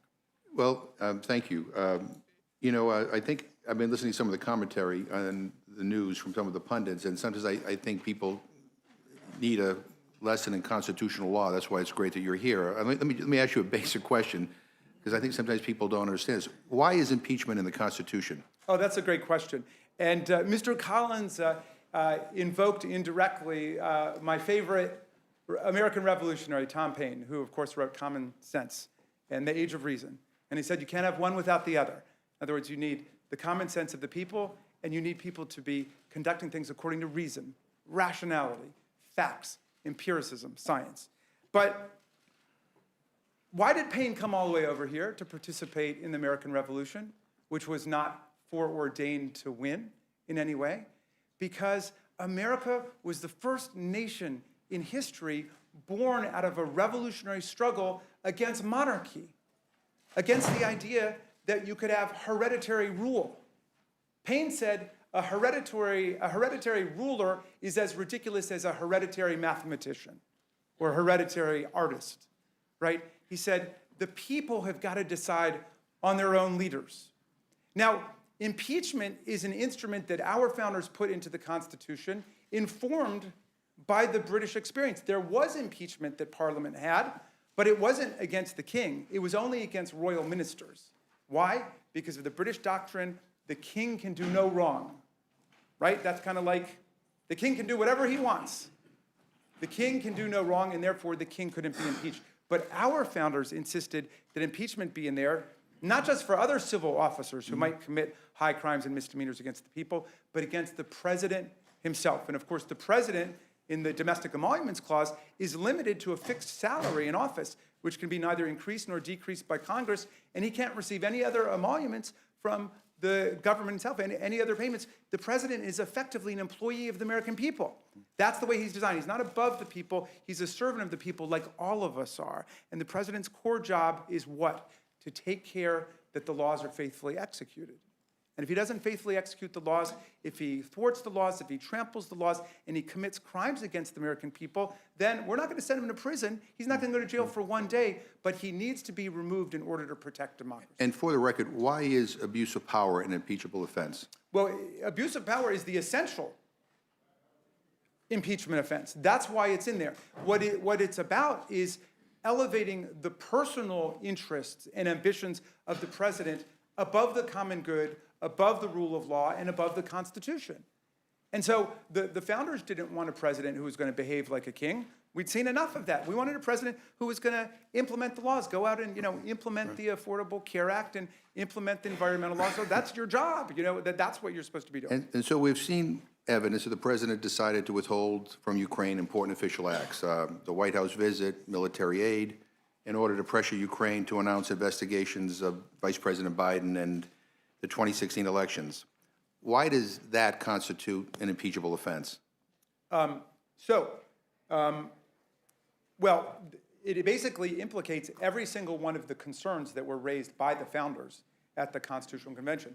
One, it places the personal political agenda and ambitions of the president over enforcing the laws and enforcing the rule of law. Two, it drags foreign powers into our election. That was something that the framers were terrified about. There was a great exchange between Adams and Jefferson about just this issue, that there would be constant foreign intrigue and influence, attempts to come and influence, because we would be an open democracy, and so people would try to exploit our openness by getting involved in our elections with their foreign government concerns, which is why the president had to have complete undivided loyalty to the American people and to the American Constitution, and not get involved with foreign governments, not drag foreign governments into our affairs. So basically, you have everything that the framers were concerned about tied up into one bundle here, which is involving foreign governments in our elections, placing the president's interests over everything else, and then essentially threatening the rule of the people in democracy. And where do you draw the line between a legitimate use of presidential power and an abuse of power? I mean, and why is it significant that President Trump acted for his personal political advantage and not for the furtherance of any valid national policy objective? Well, that's a great question, because our colleagues have shrewdly zeroed in on the fact that some of the witnesses, including Ambassador Sondland, said, well, of course there was a quid pro quo. The president was not going to release the aid. He was not going to have the meeting until he got what he wanted in terms of political interference. And then even the president's White House chief of staff said, yes, of course there was a quid pro quo. I'm not quoting directly, so I don't have the exact words, but he was saying, yes, this is the way we proceed. Get used to it, okay? And our colleagues have said, well, there's always quid pro quos tied up in foreign policy.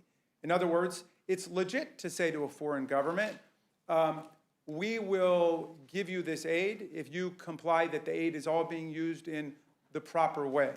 We will give you this assistance if you attend these conferences and meetings with us to make sure that the assistance is being used properly, and so on. There's nothing wrong with that. But look at what happened here. This was an arrangement where the president conditioned all of this foreign assistance that we had sent, $200 million to the Department of Defense, $191 million to the Department of State to help Ukraine defend itself against Russia. And the president said, but what he was holding out for was the interference of the Ukrainian president in our election to harm his political opponent. And I think everyone can recognize that is not the normal kind of push and pull and arrangements that nations make for each other. Why? Because the president privileged his own political interests, and that's why it was all done secretly. Luckily, there were witnesses who were willing to come forward and to explain what happened. And Mr. Collins, I'll ask you and Mr. Raskin the same question. I mean, was the president's call with President Zelensky perfect, as the president has said, and was it appropriate for him to ask another country to investigate an American citizen? There was nothing, I've said this before, there's nothing wrong with the call. And then when you look at it, and again, frankly, the problem we're having right now is exactly the last 15 minutes of this. Great oratory on a lot of things that mean nothing to this actual impeachment. I mean, we get down to the bottom line here, and I'll just leave it at that. Let him answer that question. I'll get back to it later, because everything that's been thrown out here is exactly what the problem we've had in the discussion. And this idea of throwing law and facts, we've disproven the facts. We've talked about the law wasn't broken. They didn't put it in the Constitution. So I can yell on both of them. I can talk about both of them. The problem we have here is this is the very problem we have. And I'll just address one thing before I let it back, or if you want me to switch right now, I will. No, I mean, that's okay. fine. Mr. I'll give it to him. I mean, yeah, that's fine. I mean, I'm looking at, the president and the transcripts. I would like you to do us a favor, though. I mean, do you think it was a perfect call? Well, Lieutenant Colonel Vindman actually said it was perfectly okay for the president to ask for a political call, and I can actually, that was in his testimony. And do you think it's appropriate? So he said, Lieutenant Colonel Vindman said, would it ever be U.S. policy in your experience to ask a foreign leader to open a political investigation? He replied, certainly, the president is well within his right to do that. I mean, do you think it's right for the president to ask a foreign government to investigate a U.S. citizen like that? No, I think it's absolutely wrong. And, one of the interesting things about the hearings, of course, was that every single member of Congress who has at least endorsed the impeachment inquiry has said that it's completely wrong for the U.S. president to use any of the means at his disposal to drag foreign governments into our election. And we were unable to get our colleagues on the Judiciary Committee to weigh in on that, saying, let's assume that you think, let's stipulate you think that the president did nothing wrong here. Do you think it's wrong for the president of the United States to get foreign powers involved in an election? And we couldn't get an answer. I reissued the invitation to Mr. Collins because I believe that in his heart he thinks that's wrong. And I certainly would not want that to become the pattern for all future presidencies. I think the interesting thing here is, Mr. Chairman, if I could, I don't want this to become the pattern for future impeachments. I think this is the problem I have. And the understanding here is, I guess it's okay, though, to get involved in a 2016 election when you pay a third party to go pay for a dossier. I mean, these are the kind of things that we can talk about, but the interesting issue that is just discussed here is exactly where we are right now in a question and a comment, because what Mr. Raskin just brought up is an interesting point. So is it okay if you're running for president that you can't be investigated, even if you did something overseas? So if you were running for president and you did something overseas, it would be off limits, according to Mr. Raskin's argument, for the United States government to investigate that. That's the argument he just set up. And I think you need to be very careful with that argument. I appreciate, I guess, again, I mentioned this in my opening statement, the frustrating thing is that it's hard, I mean, it would seem so obvious to so many of us about inappropriate behavior, we can't even get, I mean, I look at, our former colleague Charlie Dent says he's spoken with Republicans who are absolutely disgusted and exhausted by the president's behavior. Another former Republican colleague of ours, David Jolly, said we've witnessed, quote, an impeachable moment. Former Republican Congressman Reed Ribble of Wisconsin said clearly there was some type of quid pro quo. When asked if he believes the testimony presented warrants impeachment, he said, I do. Former South Carolina Republican Bob Inglis, who served on the Judiciary Committee during the Clinton impeachment, said last month in a tweet, without a doubt, if Barack Obama had done the things revealed in the testimony in the current inquiry, we Republicans would have impeached him. Joe Scarborough, a former Republican congressman from Florida, said every Republican knows that Donald Trump was asking for dirt on Joe Biden in exchange for releasing military funds. I mean, I get, well, let's go on to, I don't know, do you want to respond, Mr. Raskin? Sure, I'd be delighted to. But one thing, I've just passed a note saying I may have gotten the numbers wrong. The Department of Defense had a $250 million appropriation for the purposes of aiding Ukraine, and the state had 141 million. I may have misspoken and said 200 million. But you know, as to that point, I feel for my friends because I think they're put into a situation, put into a box, so to speak, which was what President Trump was quoted as saying about what he wanted to do with President Zelensky. He wanted him in a box about these statements. But I think they're put into something of a corner here because the president has declared his conduct perfect, absolutely perfect, and he can do whatever he wants. And so they are unable to say, to make the case that I would make, is if I were trying to defend the president, I would say, okay, that was totally wrong and off limits, but it's not impeachable for X, Y, and Z reasons. But they're not allowing anybody that space to say it. They must go with the president's assertion that this was categorically correct. There was nothing wrong with it. It was perfectly right. And, you know, he quoted legal scholars. He didn't name them, but he invoked legal scholars who told him that the call was perfect as well. And I kind of want to move my questioning along here a little bit. So let me ask you on the issue of obstruction of Congress. Why is obstruction of Congress an impeachable offense?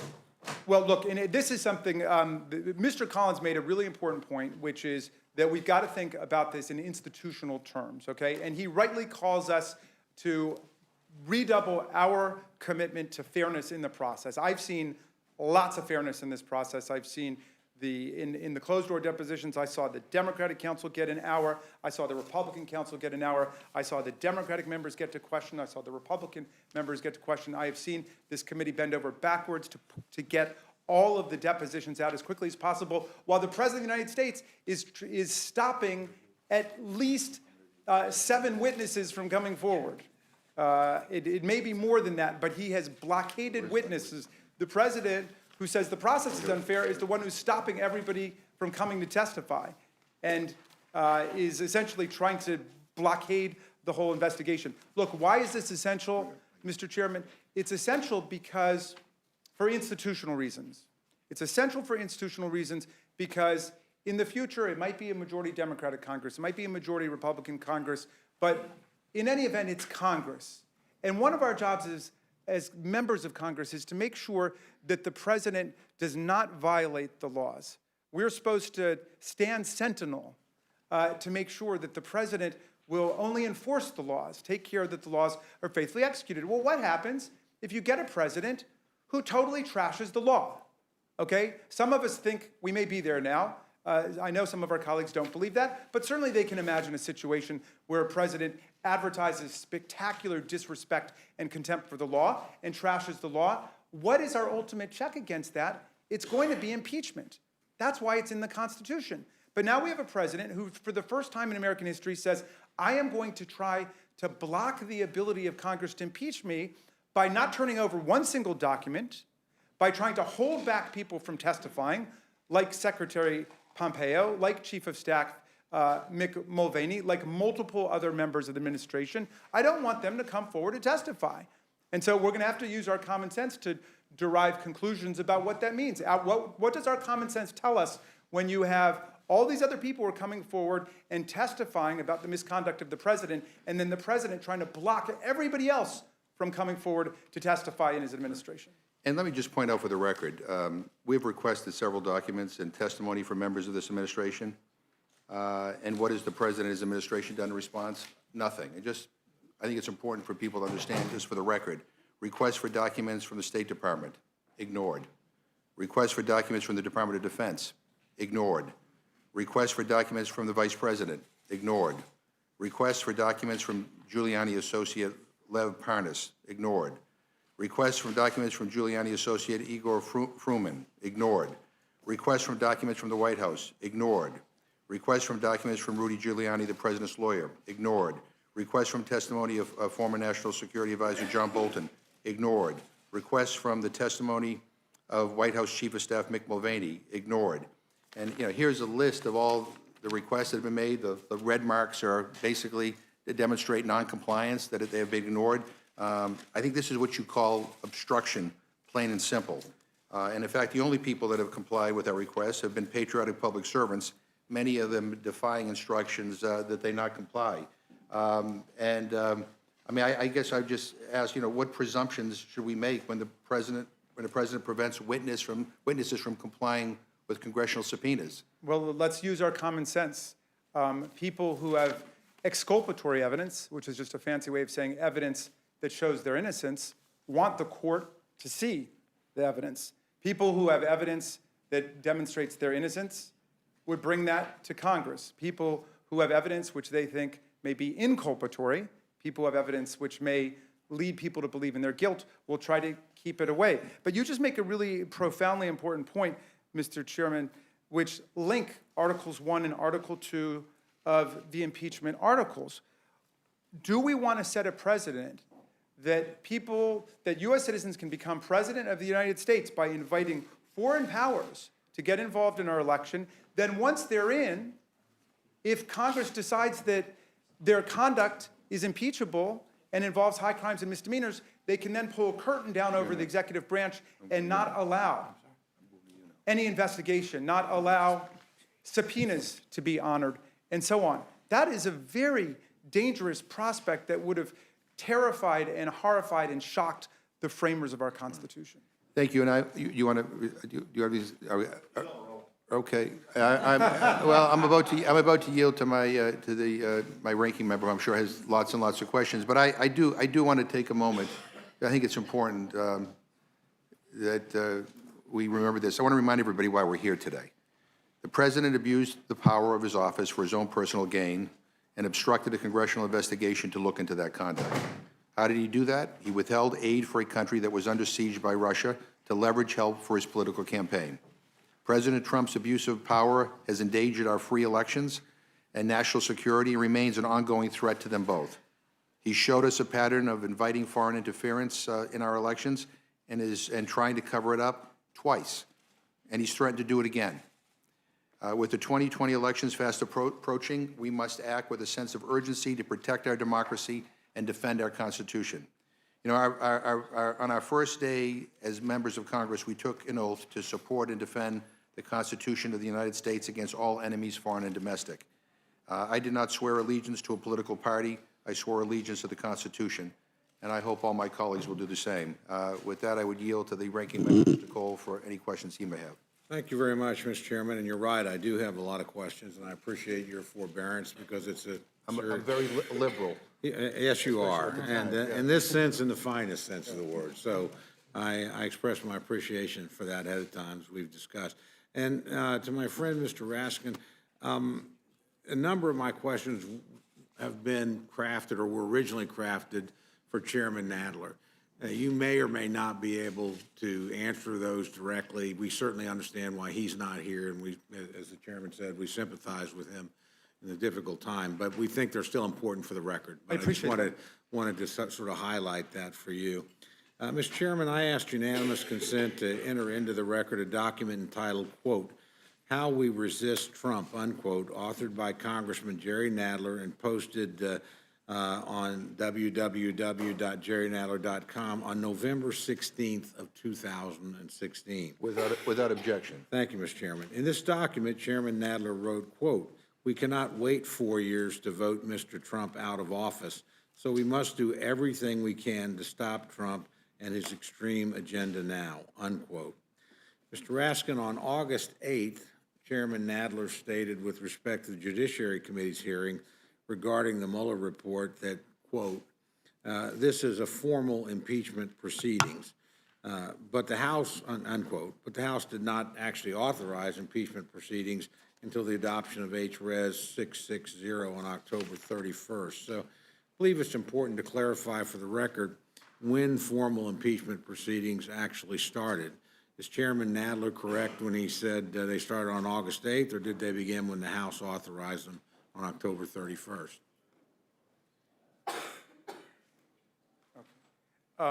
Forgive me, Ms. Cole, I was not actually prepared to answer that question, but I think that the Judiciary Committee has taken formal positions which we can track about this question. I would just direct you to, again, Article 1, Section 2, Clause 5. The House of Representatives has the sole power of impeachment and can design and structure impeachment as it sees fit. Well, it's... Mr. Cole, could I just say, not outside of House rules they can't. Not without passing a resolution that then gives them power and authority that goes outside of House rules. That's the problem we had with this early on, is they were going outside of House rules. And again, when councils are not, been here forever, they're trying to make this happen. This is what happened this year. They went outside of House rules. So that's the problem I've had with this, and we can discuss that more in depth. Well, I think the spirit behind this suggests that this has been going on for quite some time, longer than the formal proceedings. Mr. Graston, on December 10th, 1998, during the Clinton impeachment proceedings, Chairman Nadler stated in the House Judiciary Committee that, quote, "There must never be a narrowly voted impeachment or an impeachment supported by one of our major political parties and opposed by another.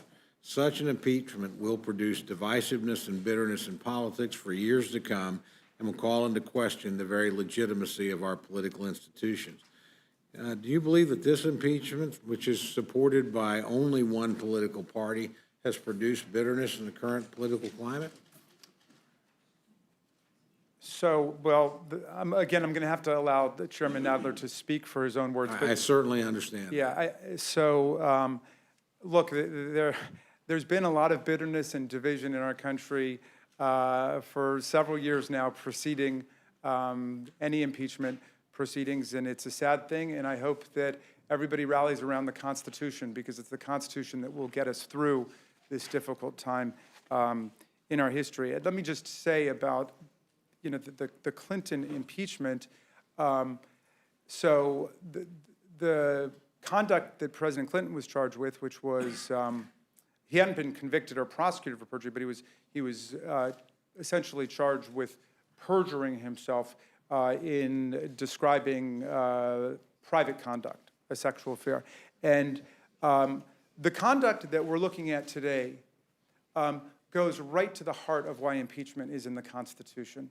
Impeachment is in the Constitution because of public offenses by political leaders against democracy itself. So I think you cannot compare what President Clinton was impeached for by the House of Representatives, and I hold no brief for his conduct in any way, but I don't think you can compare that to the massive, overwhelming, and unrefuted evidence we have that the President of the United States today has tried to drag a foreign power into our elections to his own political advantage.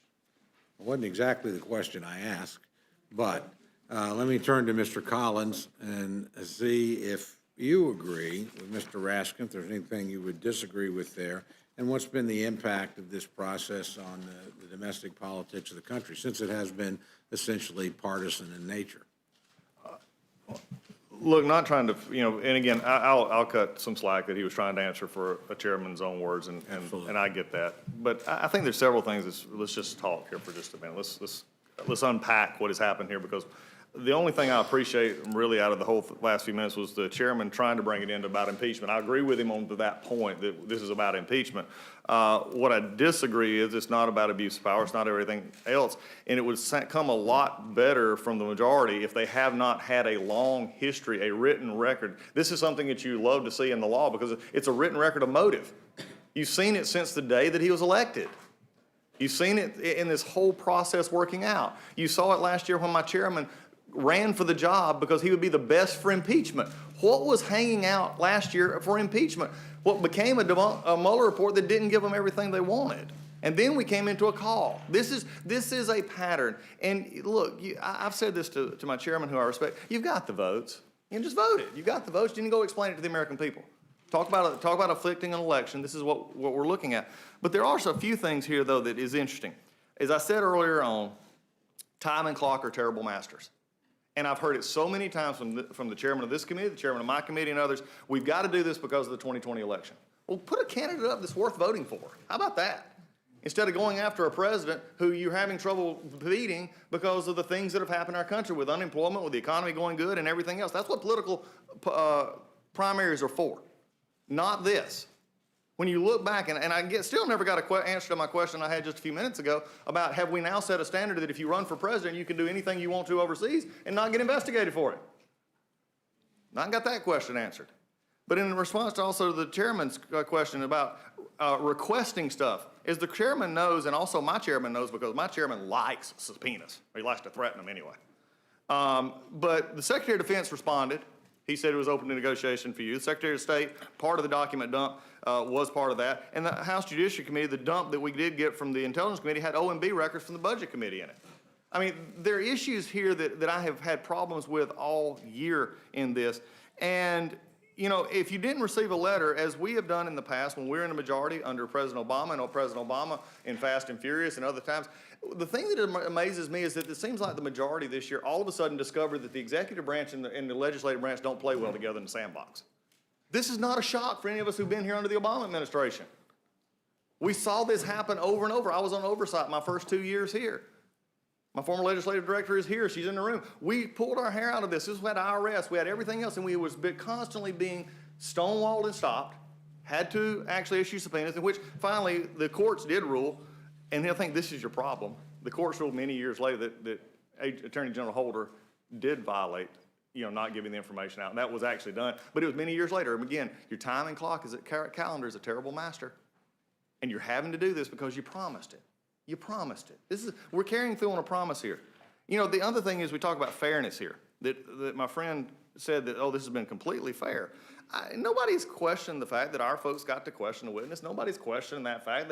But what about the fact of the majority preventing witnesses under rules from using agency counsel, even under the auspices of an impeachment investigation? How about cutting off Republican questions and refusing to allow the third branch to even rule on claims of privilege when one was actually done? You actually withdrew from the lawsuit.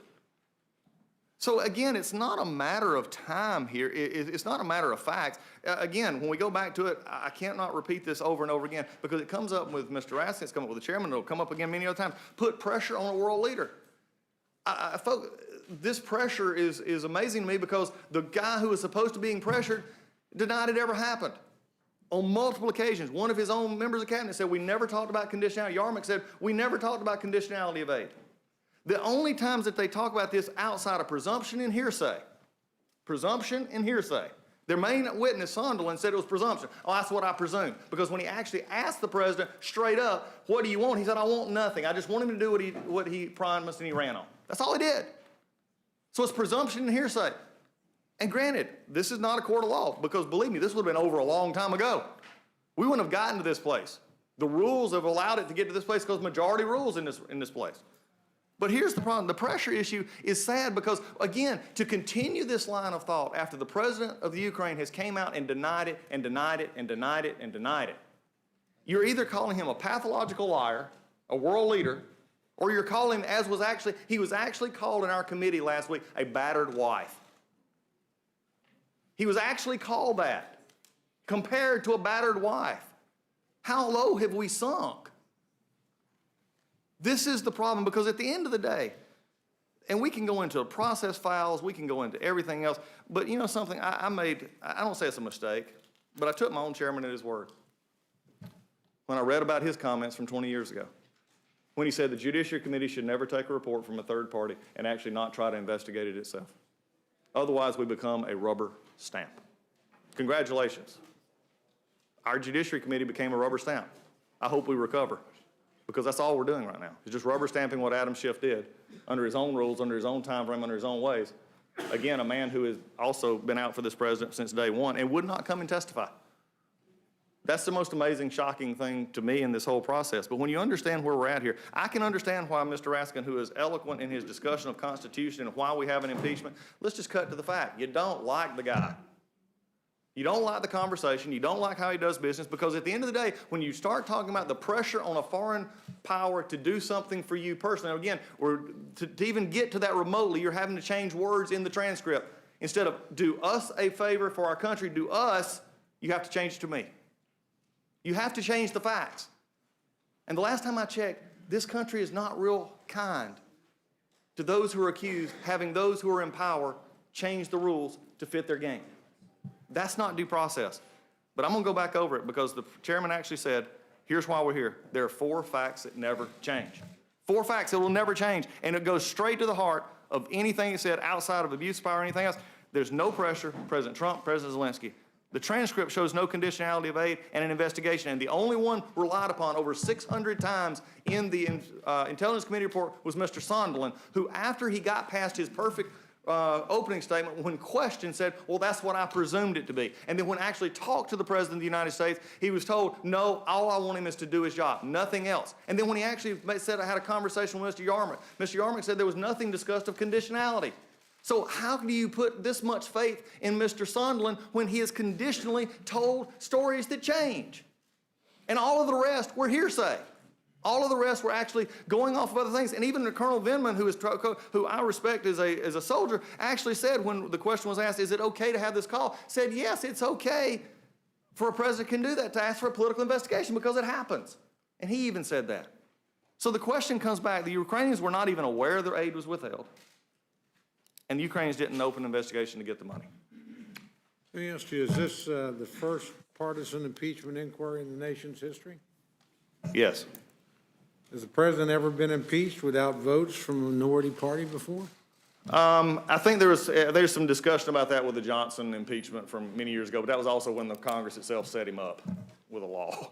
So I think you have to say that was an impeachment. This is in a modern day era, this is a partisan impeachment. In March of this year, Speaker Pelosi said impeachment must be, quote, compelling and overwhelmingly bipartisan. Only Democrats voted to authorize the impeachment inquiry.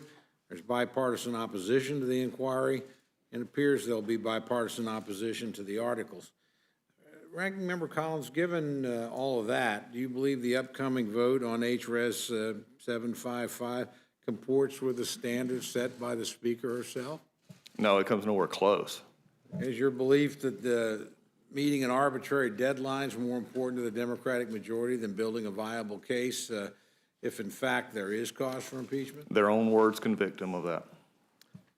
The premise of these articles of impeachment rests on a pause placed on Ukrainian security assistance. A pause, by the way, of less than 2 months, 55 days, I believe. Democrats have spun creative narratives as to the meaning and the motive of this pause, but offered no factual evidence. Did Ukraine ever initiate investigations into the Bidens? No. Was the aid ultimately released? Yes. Do you believe the taxpayer dollars of the American people were well served by the pause? They were. In fact, the president himself, not policymakers, not administrative officials in different offices, are not the ones who have final authority to decide if that is going to be. That's the president's call. It's the president's decision. and he made the call. Is it unusual for aid to be paused on by a chief executive? No. Did the Democratic majority subpoena all core witnesses with firsthand evidence on any potential quid pro quo with the Ukrainian controversy? No. Has anyone in the Trump administration been charged with or convicted of a crime under the current allegations related to the Ukraine? No. Let me continue. It's my understanding that the minority properly exercised its right under Clause 2J1 of Rule 11 to demand a minority hearing. Is that the case? That is correct. What day did you ask for that hearing? We asked for it on the first day of when we convened in the Judiciary Committee. I believe that was Mr. December 4th. I don't remember the dates in front of me. It's I December have it 4th. right in front of Good. me, so I'll be happy to provide that. Has that hearing been scheduled? No, it was summarily dismissed with a long letter which was told that, in essence, that it was dilatory. I've never seen a minority hearing called dilatory. On the very first day, the request could have been made. Mr. Raskin, are you familiar with the following statement? The minority is entitled to one additional day of related hearings at which to call their own witnesses if a majority of the minority members make their demand before the committee's hearing is gavel closed. I think Mr. Collins invoked that at our hearing. So you are familiar with that? Yeah, I'm just familiar from that. I wasn't aware of it before that. A statement's posted on the Rules Majority website in a document entitled, quote, House Rules Which Govern the Committee Hearing Process, unquote. Based on review of the hearing video, the minority properly presented their request to Chairman Nadler before the original hearing concluded. Are you familiar with the memo written by former, Mr. Raskin, I'm sorry, I should make that clear, by former Rules Committee Chairman David Dreyer regarding the application of the House rule governing minority hearing days? No. Okay. Chairman McGovern, I asked unanimous consent that this memo be made part of the record and will note that the memo states in part that a point of order may lie against the reported measure in which the minority's demand for a hearing was improperly rejected. Without objection, and I'll ask unanimous consent if I can, to also insert in the record our response to your letter, and we can talk about that after your question. It's certainly appropriate. Thank you, Mr. Chairman. During the markup of HRS 755, Chairman Nadler overruled the ranking member's point of order against consideration of the resolution and interpreting that the rule requires that the minority hearing day occur prior to the consideration of the relevant measure or matter would permit the minority to improperly delay proceedings. Were you trying to improperly delay proceedings, Mr. Collins? No, I was actually, at one point in these hearings, actually have a proper following of rules. So, again, you made this request the very first day of hearings, is that correct? We did. Okay, the hearing at which the demand was properly made was entitled, in part, quote, the impeachment inquiry of Donald J. Trump, unquote. My colleagues on the other side of the aisle have offered a number of reasons why Chairman Nadler's refusal to schedule the minority hearings appropriate. I'd like to take a moment to respond to those. My colleagues claim that the legislative history of the rule suggests that it was designed as a backstop to ensure the minority gets at least one witness at a hearing. I do not find this reasoning to be compelling. If that indeed was the purpose of the rule, the plain reading of the text and reason itself would say otherwise. While traditionally it's been used as a negotiating point between the majority and minority regarding the number of witnesses, the mere fact that the minority has a witness at a hearing does not mean that there's an implicit waiver of the right to demand a minority day hearing. There are times in which the minority waives the right to a majority day hearing. For example, our discussions regarding Medicare for All hearing, we waived that right to a minority day hearing in order to secure 2 more witnesses. Mr. Collins, at any time, did you waive your rights under Clause 2J1 of Rule 11? No, I did not. And I believe that's why we're here today, actually. Yeah.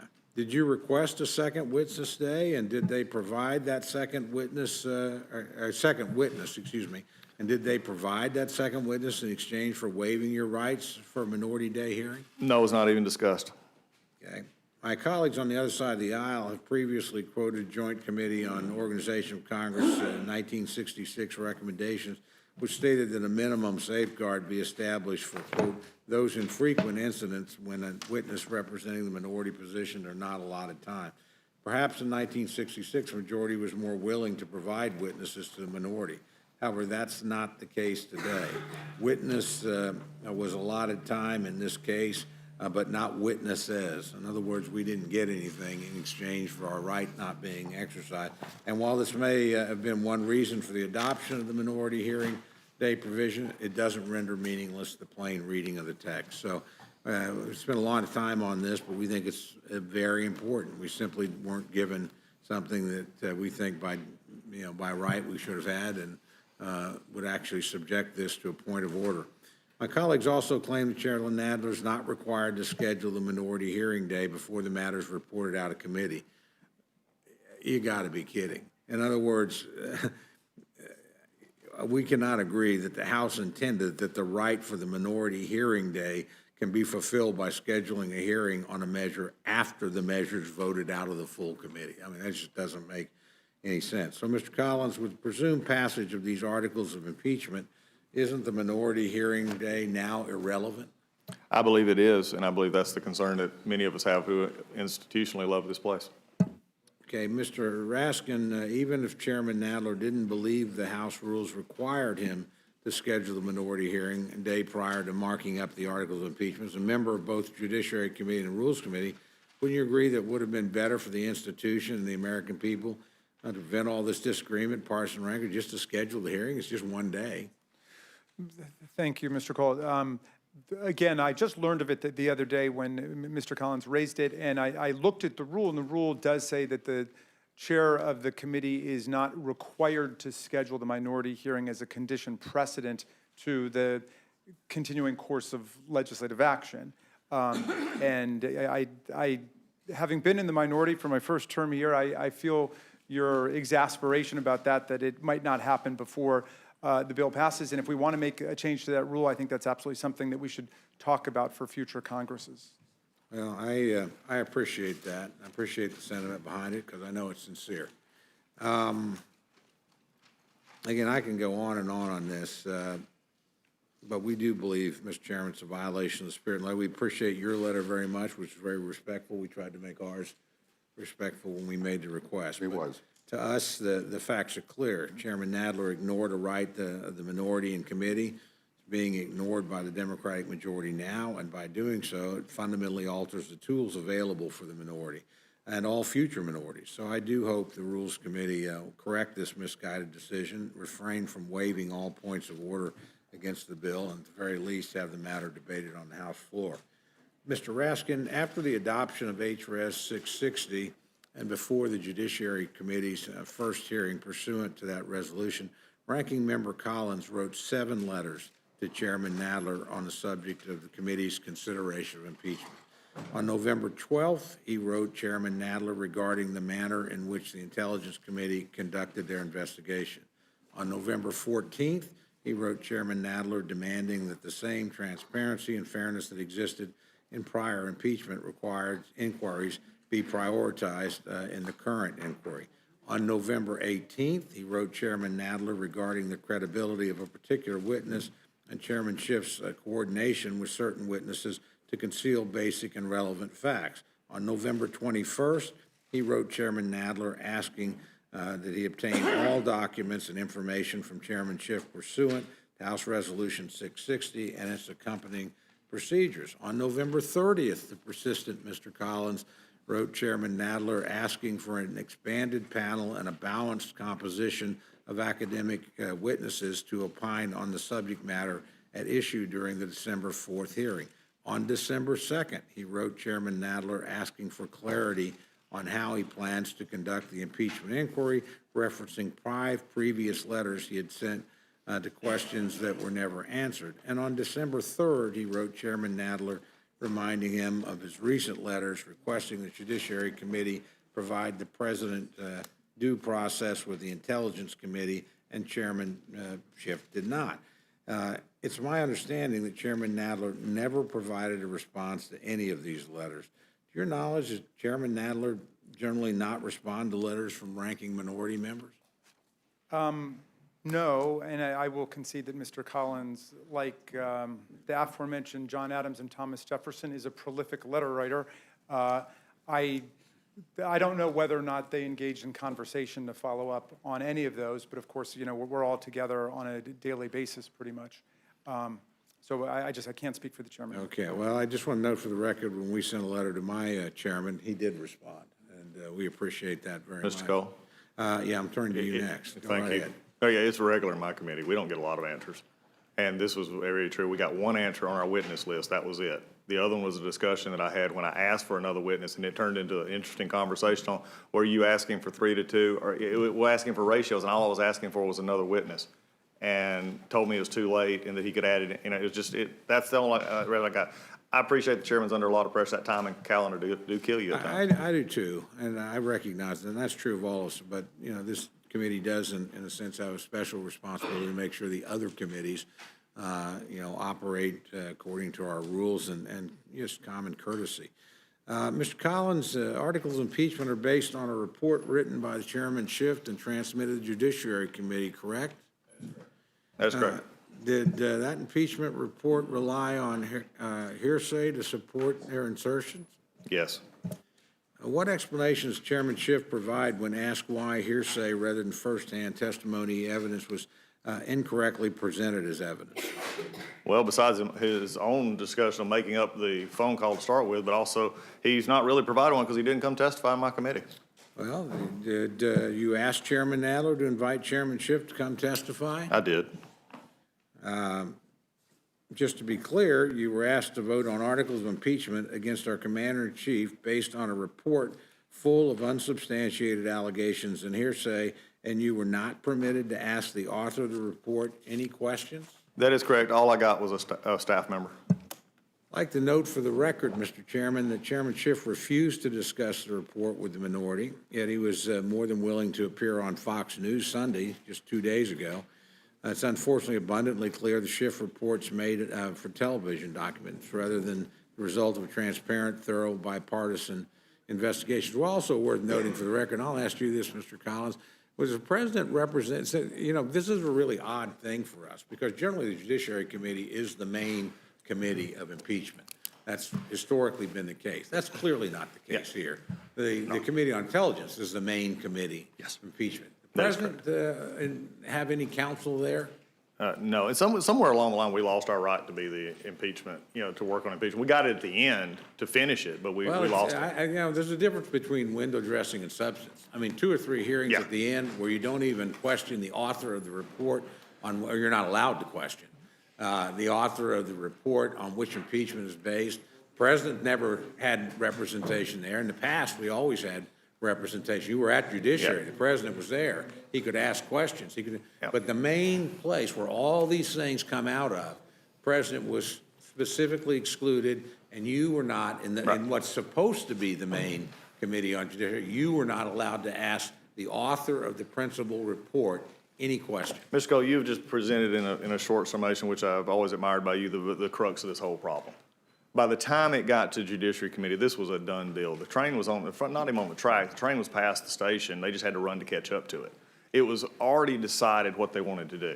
And so here it is, and I've heard this argument, and you can dress this up when to dress it anyway, but I think when we go to the institutional integrity problem that we have here, when you do whatever you think of HRS 660, the only place it truly provided the opportunity for fairness for the president and the administration was in the Judiciary Committee. Because at that point in time, they would have been able to ask for witnesses, by the way, which they were turned down. They were, all these things that they were, but they were never opportunity. There's no way, and I don't care how much the majority pretties this up, there's no way you can calling 4 law school professors, 2 staff members, and that's the only hearings you have to provide any opportunity for the president to question and get anything out of them. But I have heard from my majority colleagues, which as a former defense attorney, I think is pretty funny. Well, if he's innocent, just tell him to come prove it. When is that ever part of what we should be doing here? Really? I don't think any of my civil libertarians in the Democratic aisle, they ought to be just laying awake at night saying, how can I be associated with this? Because no matter what you think, there's a way to do this fairly, and they can still get their results. Because, by the way, they still outnumber us, and they've been trying to do this for 3 years.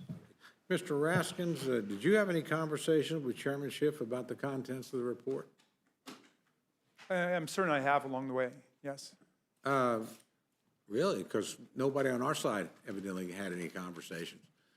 To your knowledge, did Chairman Nadler have any conversations with Chairman Schiff about the contents of the report? Oh, I'm sorry. When you say the contents of the report, you mean the substance of what's in the report? Yeah. Well, I think this is None what of our people have had that opportunity. Well, I think as a committee, we've been talking about the substance of it for a long time now. But no, I had not, I mean.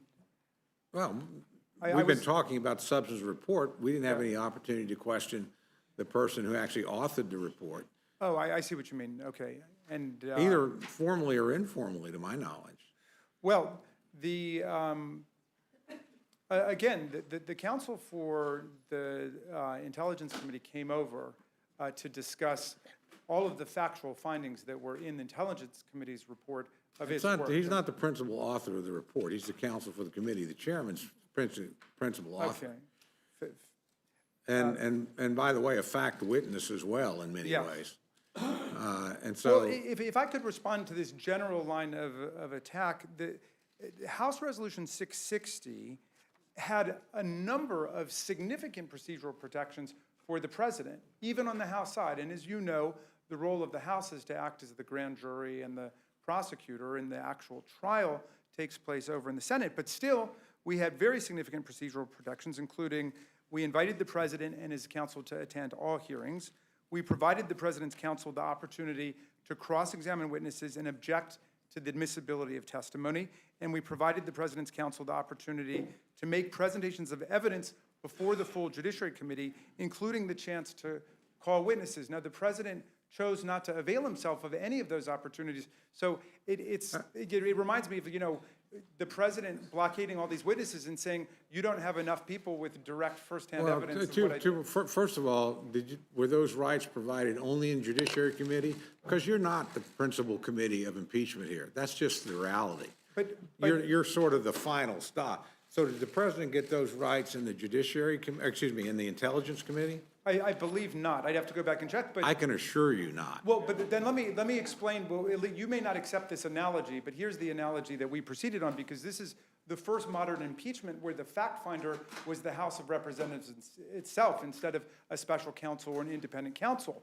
When the special counsel and independent counsel did their work in the Nixon and Clinton impeachments, all of that was closed-door depositions, because you don't want the witnesses to be coordinating their testimony and so on. That's how prosecutorial investigations take place. The House Committee on Intelligence was our fact-finding committee. That's why they performed closed-door depositions, because they wanted to avoid witnesses coaching each other and coordinating their testimony. Let me give Mr. Collins an opportunity. We're driving down an interesting hole here, because I also am ranking member of the same committee that said early on when we were, quote, doing impeachment, that if the president saw something he didn't want, he could write us a letter just like everybody else in the world. This was actually said, that he could write us a letter. That would be how he would be taken care of. But let me hit a couple of these things. The White House still has not received all the documents it's supposed to have. I mean, we're here doing impeachment right now, and they still haven't received all the documents. I still have not received all the documents from the Intelligence Committee. That's in direct violation of H.660. I don't know how we get around that. But we can pretend, we can paint pretty faces and say it doesn't happen. It does. But also, here's another thing. The staff member that they sent, Mr. Goldman, would not testify or answer questions on the methodology on how they actually did their investigation. And even in an egregious violation, in their own report where they named members of Congress in their phone records, he would not actually say who ordered that. Was it Chairman Schiff or him? Now, I've always defaulted, as I think you would, Mr. Cole, to the member with the pen, which would be Mr. Schiff. But Mr. Goldman actually sat there and said we would not discuss the methodology of their investigation. This has got to be just the most amazing thought when you come to an impeachment, when you're trying to give due process to the President of the United States, and these are all ignored. And we can pretty it up any way we want to, but it's just not buying. This is not right. And look, you will impeach him. You have the votes. But at the end of the day, is it worth the integrity of the House? I don't think so. Well, during the staff presentation of the evidence, Ranking Member Collins asked how the investigation, you just made this point, was conducted, resulted in the Schiff report, never got an answer. Mr. Raskin, the House Intelligence Committee Democrats released phone records, including 4 phone calls by Intelligence Committee Ranking Member Nunes. How did the committee Democrats get those phone records? I'm going to have to ask staff counsel to pass me a note on that. I will say. But the House counsel didn't answer that. Is that correct, Mr. Collins? No, he wouldn't answer the question. So telling us to go ask somebody who didn't answer the question. I understand that we forcefully represented that no member of the House of Representatives and no member of the press was targeted with any investigative resources. Oh, that's, Mr. Cole. Go ahead. Really? I mean, I respect Mr. Raskin, but I'm not even sure he got that statement out without stumbling over everything. You cannot say that you take, I mean, this is, we talk about metadata, talking about numbers. At some point, somebody with the ranking member's phone number had to go down through there and look for the ranking member's phone number. They had to go down and look for Mr. Solomon's phone number. This is what they don't want to deal with. This is how bad it is screwed up. And I know they want to gloss over process. I know they want to gloss over how they did their investigation because the time and the calendar are terrible masters. I've repeated it over and over, but this is what we're talking about, and they wouldn't even talk about it. So to say that there's, that nobody was doing this intentionally is just not being factually accurate. It doesn't happen on its own. I'd ask both of you this question. Who specifically matched the phone numbers of the ranking member Nunes, and what method did they use? But I have no idea. I just want, if I could say, Mr. Cole, in Certainly, response to the whole line of questions, the President of the United States was given the opportunity to call any witnesses he wanted. Any of the 17 witnesses who appeared before the House Intelligence Committee and Oversight and Foreign Affairs could have been called by the President. He would have had the opportunity to cross-examine any of them. But of course, he didn't want to because all of them essentially told different pieces of the exact same story, which is the President executed this shakedown of President Zelensky to come and get involved in our campaign at the expense of former Vice President Biden. Lena, that just doesn't hold water when you look at our, again, I can't say this enough. It goes back to our calendar and our clock. How is it possible when I talked to the chairman himself, sent him letters asking, when we were going to get witnesses, when he didn't even build the witness day in for ourselves? He didn't even build in the calendar a time to accept one of our witnesses, much less the White House witnesses. So don't tell me that you could have accepted, he'd have sent witnesses and we'd have accepted it. It was never on the calendar. Let me ask you this, because these numbers didn't particularly need, who specifically ordered the inclusion of these phone records in the Schiff report? Mr. Ranking Member, I'm afraid I can't answer these questions. I just don't know. Let's see.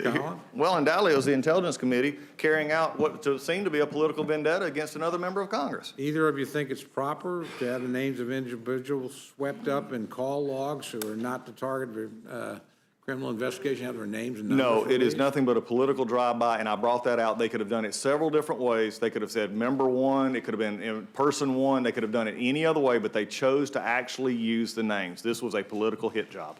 Give you an opportunity to respond, Mr. Raskin. Do you think it was appropriate for those numbers and names to have been released? Again, they were not the targets of the investigations, they were just swept up? Yeah, I was not involved in that part of it, and so forgive me again speaking as a member of the again, I committee rather than- understand. Will the gentleman yield for a minute? We did have testimony on this. No, I'm not going to yield my time. Okay, I mean, there was You'll testimony. have your time shortly. Yeah. Mr. Cole, the testimony was, I'm not going to tell you. Okay. How many times, Mr. Collins, the Schiff report or hearsay statements used as evidence? Hundreds. Well, actually, only 54. It may seem. When you take off one person talking off another person, it goes up. How many times in the Schiff report or news reports the only evidence supporting factual assertions? I'm sorry, repeat the question. I had something How there. many times in the Schiff report or news reports the only evidence supporting factual assertions? It would have been, the main factual assertion was Mr. Sondland, one. About 16 different times. Mr. Raskin, it's my understanding Chairman Schiff did not transmit the evidence collected during his committee's investigation to the Judiciary Committee until Friday, December 6th. Does that comport with your memory? That is correct. Okay. So Judiciary Committee majority, did it have access to any evidence beyond the actual report from the Intelligence Committee until the weekend before the Judiciary Committee actually considered articles of impeachment? Well, I don't remember exactly when all of the deposition statements were released publicly. I think some of them had been released publicly before that time. But we could go back and check the exact chronology. Sure. Yeah. And there are certain members of the Judiciary Committee who are also members of other Certainly investigative understand. committees. Certainly, you're, It's my understanding that Chairman Schiff did not transmit all the material collected by the Intelligence Committee to the Judiciary Committee. Is that the case? It is still true to this day.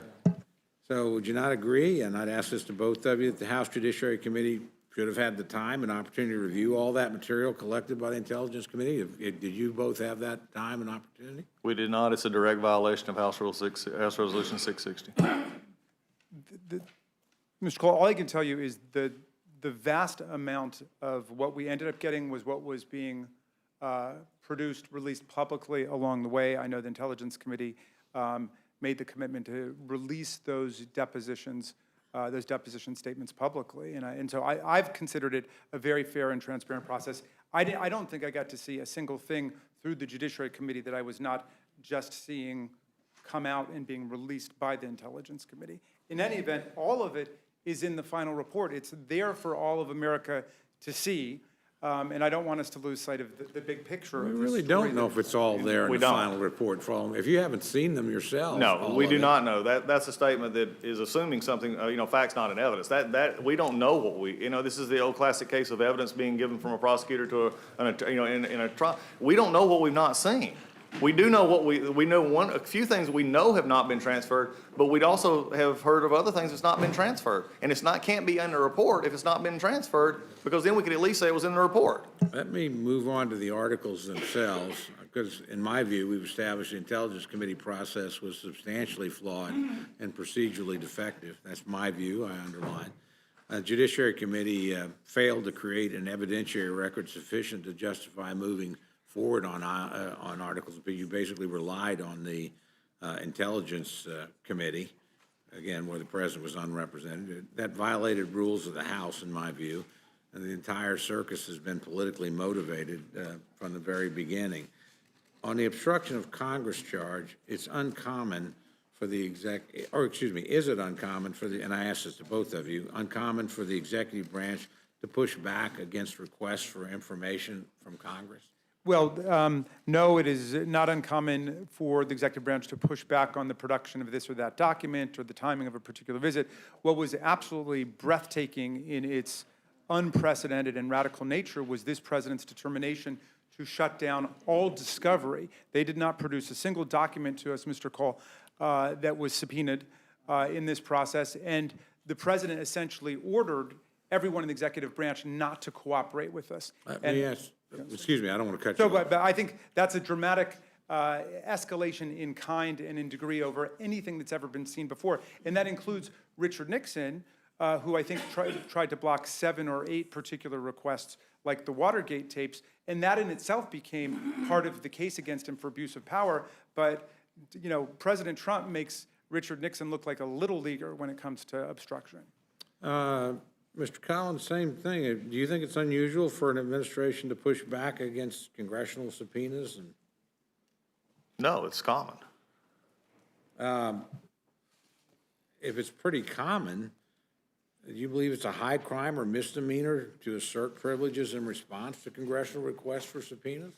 Not, it is. And again, I want to go back and just give a little bit of history, since we've had history lessons here from Ms. Rather. And even in our own committee this year, what's been really interesting is it's been a total, just walk toward impeachment the whole time. But what was interesting in our committee is we would send subpoenas, or we would, again, we sent out letters and stuff, and we never followed up on.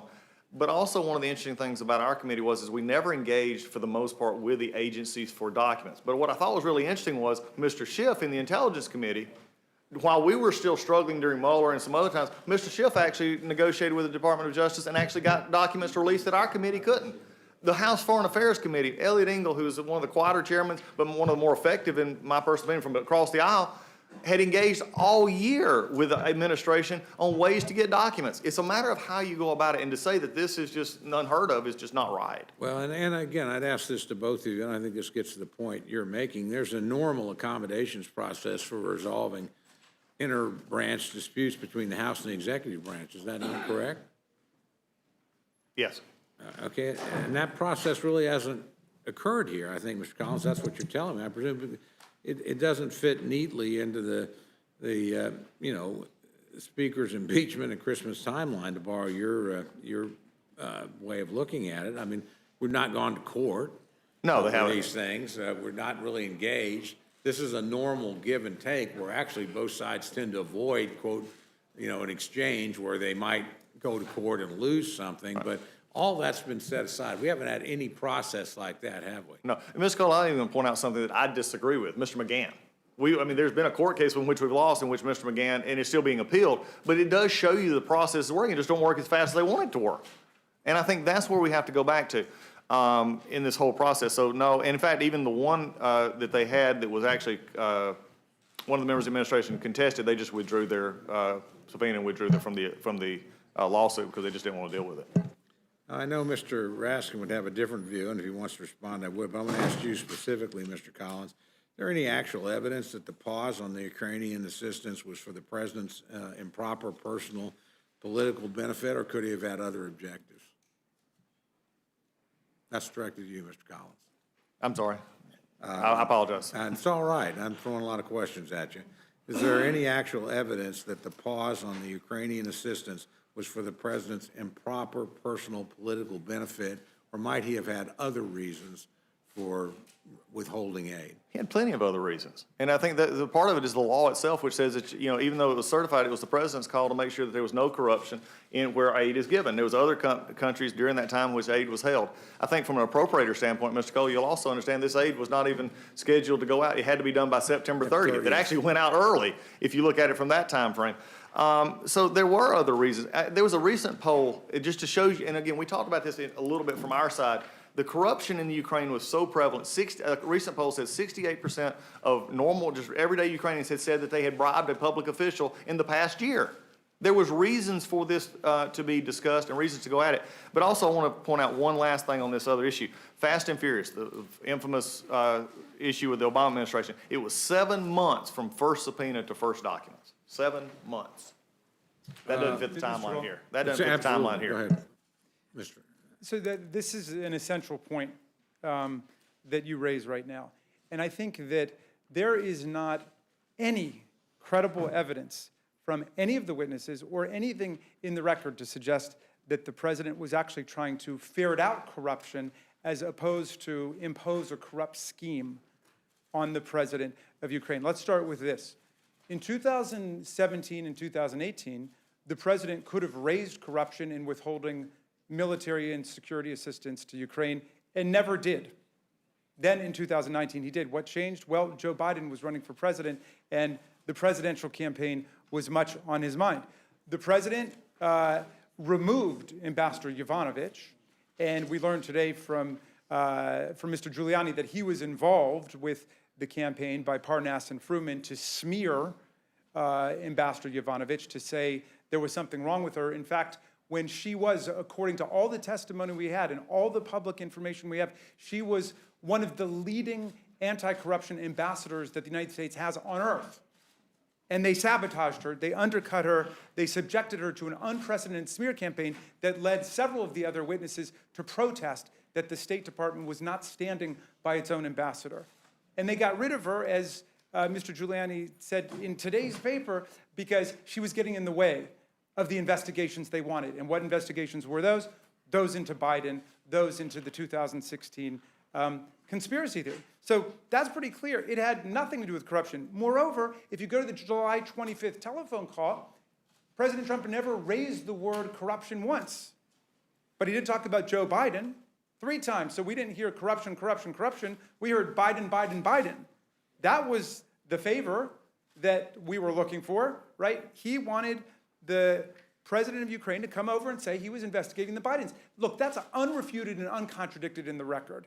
I don't think we should be trying to pull the wool over America's eyes about this. Let's not play make-believe. If we want to say it's okay for the president to do this stuff, then let's just go ahead and say it. But let's not claim that he was involved in some kind of anti-corruption crusade at the time. I think America knows that we can't take that seriously. This president cut anti-corruption funding to Ukraine by 50%. The chairman of his campaign, Paul Manafort, was on the take. He was on the dole for millions of dollars to a former corrupt president in Ukraine. President Zelensky, who was getting shaken down, was the reformer. He was the product of the Revolution of Dignity in 2014, which tried to bring some democracy and tried to bring some fairness and anti-corruption efforts to Ukraine. Giuliani and his gang that can't shoot straight, they went over there because they wanted to take advantage of the situation and go back to the corrupt forces in Ukraine. So this president had one thing in mind, his own reelection and how President Zelensky could help him. And you can see that if you look at the phone conversation that Ambassador Sondland had with the president the day after July 25th. On July 26th, he had this phone conversation that was partially overheard by David Holmes in the State Department, and he hears him tell the president that Zelensky will do whatever you want, he's going to do the investigations, he loves your ass, and so on. And then he gets off the phone, and then he tells him what? That what the president is interested in is the big stuff relating to the president's own political ambitions, like the Bidens. He's not interested in the war with Russia, and I would say, obviously, he's not interested in corruption. He was interested in the Bidens, and that was it. Now, either we think that's an appropriate and proper thing for the President of the United States to be doing, or we think it's wrong. And some of us believe it rises to the level of I want to give Mr. Collins a chance to respond. Before I do, President Zelensky, any Ukrainian official ever tell you they felt shaken down? Well, there's lots of evidence in the record. That's not what I asked. I said, have you got any statement? No, I've never spoken to him. Okay, and is there any statement on the record? I don't think so. No, there's statements on the record. The record ours, we wasn't pressured. We wasn't part of anything. I wouldn't be a part of that. Those are the statements from Mr. Zelensky. What, you know, well, don't let, at this point. Collins a chance to respond. Yeah, I'll certainly come back. There are contemporaneous emails where, and somebody will pass me the exact language, but essentially where Mr. Yermak, who is the top right-hand man to the president of Ukraine, says that the president does not want to be treated as a political pawn in domestic American politics. For several weeks, they were doing everything in their power to try to get out from underneath the straitjacket of this scheme that was coming, that was bearing down on them from every different direction. Mr. Collins? Wow, that's a story right there. This is amazing. Maybe this is good we're doing this because we're having to expand the story to fit our narrative here. And because, if you don't, let's don't play make-believe. There's nothing, if they had something in the phone call, it would have been in the articles of impeachment. They don't. Because at the end of the day, there's no direct evidence of what they're trying to spin here, and that was that there was a pressuring or a quid pro quo, or however you want to put it, to Mr. Zelensky. The problem here is that Mark Sandy testified under oath that there was a wholesale investigation going into foreign aid this year. So you can go back and quote 2017, 2018, all you want, but this year, because of the problems, he testified that there's a wholesale investigation on the foreign aid everywhere. Trump, but if you know, the President Trump actually raised this with Mr. Poroshenko in 2017, and that was testified to by Mr. Volker and the former ambassador. So when you look at this, there's no direct evidence of what was said here, and to try and then come back and put this into a different perspective. And again, going back to Mr. Yarmuk, who Mr. Yarmuk said there was no connection ever discussed between the aid and a investigation. And also, if they were trying to get out from under it so hard, I guess if we're looking at that, because they never did anything to get the aid. They never did anything to get the aid. If they were that scared, something was wrong. Okay. I'll try to bring this to conclusion, because I know there'll be a difference of opinion here, so you certainly both can respond. Contrary to my claims, or to my friend's claims across the aisle, Mr. Collins, you think the Democratic majority effectively denied the administration a meaningful opportunity to participate in this proceeding? They didn't effectively, they did. Okay, on October 30th, the Rules Committee held our original jurisdiction markup on HRES 660. There were many serious concerns from our side of the dais about the damage this unprecedented process to have the institution. Republican members of the committee were repeatedly assured that, quote, the president has been afforded all kinds of rights before the Judiciary Committee. We've heard that assertion again today, and that this would be an open and transparent process. Despite the fact that we received the text of the resolution a mere 24 hours earlier, did not have a single amendment made in order. Mr. Collins, was the administration provided the opportunity to participate in the Intelligence Committee proceedings? Because in my mind, they've basically supplanted the judiciary as the principal committee of impeachment. They were, and they definitely weren't in judiciary, and it was put into the record that they should have been. But the problem is the actual way it played out in the scheduling in Judiciary Committee made it nowhere possible that they could even, if all of a sudden they wanted to, there was no time in the calendar for it. Yeah, so I'll just end with this. I mean, I certainly, well, I'll let my friend respond if you wanted to. Thank you. You're very kind, Mr. Cole.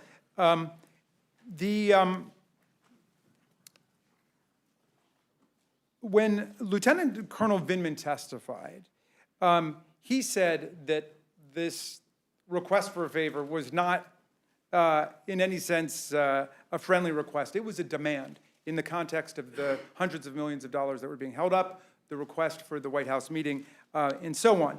For weeks, the Ukrainians pushed back on the demand of the president and his agents and advised U.S. officials they did not want to be, quote, an instrument in Washington domestic re-election politics. You recall the testimony of Dr. Fiona Hill, who said that this was a domestic political errand that the president's team was on in order to extract this commitment from President Zelensky to come and give this interview. And in fact, they had publicly announced, or they were going to publicly announce the investigations in an interview that President Zelensky had scheduled on CNN.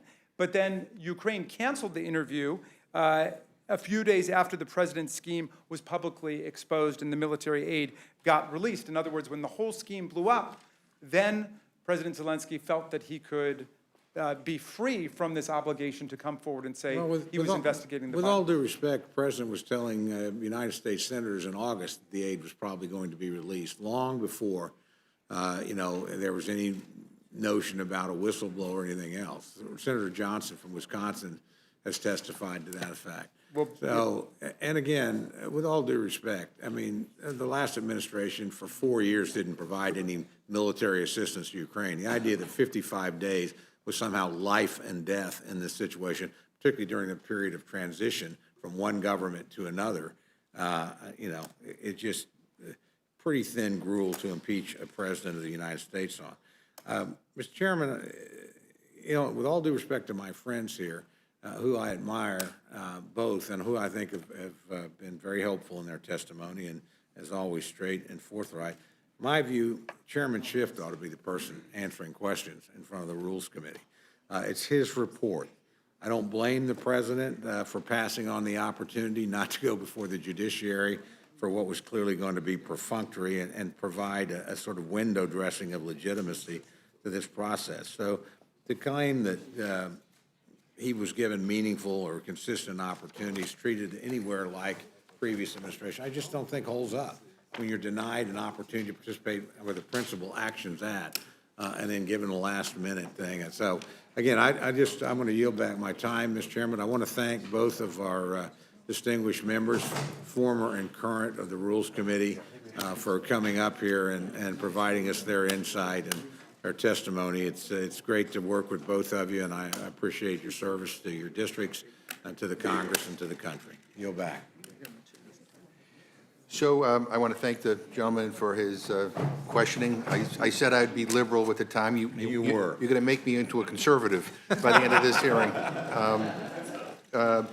But let me just do a couple of things here. One is I want to ask unanimous consent to, without objection, to insert into the record an October 23rd New York Times article entitled "Ukraine Knew of Aid Freeze by Early August Undermining Trump Defense." I also want to make a couple of comments about the Minority Day witness issue. I did send a letter to my colleagues on the Rules Committee. We made it part of the record. Mr. Nadler has confirmed that he would work with the minority to schedule their hearing day on constitutional grounds of impeachment, notwithstanding the fact that he already allowed a minority witness. And we did a lot of history. We looked at the history of this whole rule, and basically it was designed to ensure that the minority was not shut out of witnesses, that they were not completely shut out of hearings, as had occurred in the past. And the minority did get a witness. I tried not to watch the judiciary proceedings as much as I could, but I did see him. He was there. But I would just say that that this notion that somehow that the minority has this superpower ability to be able to not only name the witnesses but set the day and to be able to slow down progress on any bill. If that were the case, having been in the minority for 8 years, we would have used it to stop most of the agenda that my Republican friends have put forward. So I put that, I would, again, just, I will make that letter available to anybody who's interested. Mr. McGovern. Yeah. Mr. Chairman, I do have a question. You made a statement, and I'm not sure if you was, how you were wording it, if it was a paraphrase or not. I was never promised by Mr. Nadler that he would work with us on a minority hearing day from now to infinity. I mean, he just basically said, no, we're not having it. Well, he did not. My understanding is that he said that in committee. Maybe I'm wrong, but we can find that out during the break. We've had a little issue of consultation lately. Yeah, so. we will look that up, and by the time we get back, we will get you that answer. But let me again remind everybody here why we're here today. I mean, because it's easy to kind of get caught up into the weeds and to talk about process. And let me. I just was handed it. Now they're in the statement, so I'm willing to work with the minority to schedule the hearing. I'll pass that on to the gentleman if you. We have consultation issues in our committee, and sending that and not talking about it and taking all of our witnesses out is not true. Yeah. And to put it into letter is fine, but it's still not true. Right. Well, it's what he said. Right. So I will ask that to be part of the record as well. Look, let me just remind everybody why we're here. As I said over and over again, the president abused his power of office for his own personal gain and obstructed a congressional investigation to look into that conduct. And we all know how he did it. He tried to shake down the government of Ukraine to basically get dirt on his political opponent to help him in the upcoming 2020 election. And he engaged in a systemic pattern of denying any documents of any cooperation with Congress. That is obstruction of Congress. And Mr. Collins, you kept on saying something that I actually agree with. You talk about how the clock and the calendar is important. You know, from my vantage point, and from the way I look at what has happened here, it is important because I believe, as Mr. Raskin stated at the beginning of his testimony, that there is a crime in progress. I mean, we have an election coming up in less than a year, and the president is openly trying to encourage foreign interference in that election. I mean, that is a big deal. That should shock everybody, not only in this committee, in this chamber, all throughout this country. It is just wrong. It is so wrong. And so we will continue this hearing. We just had votes, and we will recess and come back at the beginning of the last vote, where we will then turn to Mr. Hastings. The Rules Committee stands in recess.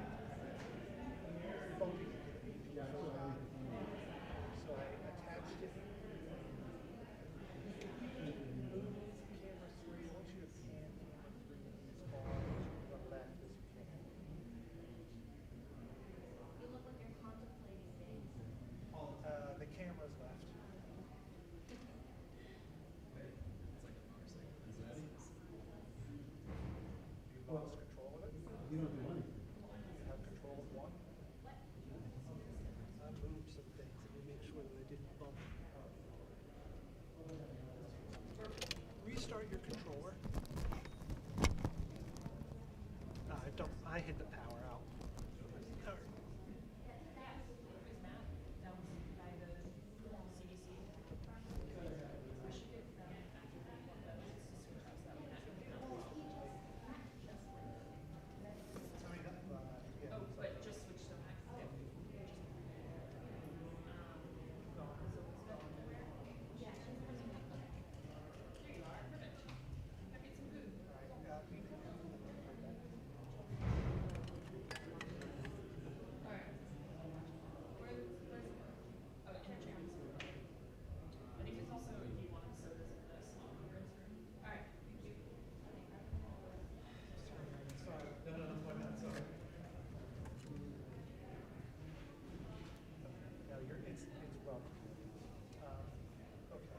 That's good. But the other side, the minority side, do you want to use that? See, I feel like you probably don't need it. I'm not that old. If you have those two microphones,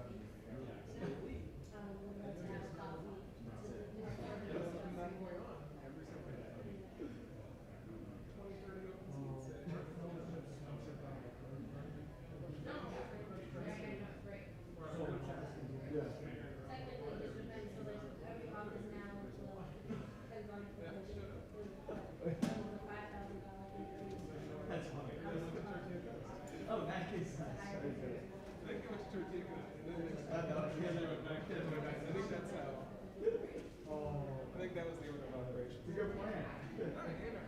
I want that invite now.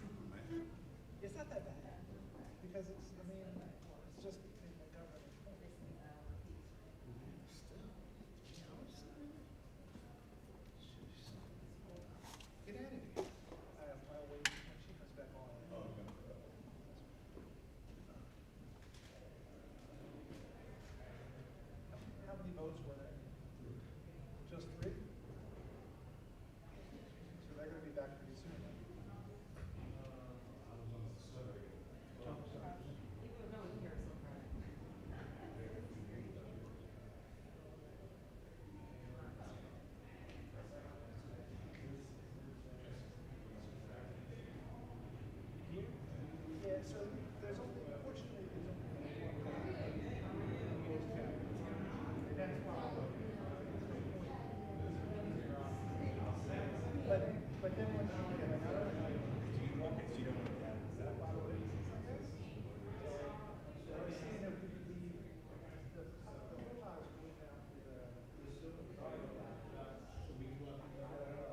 they have a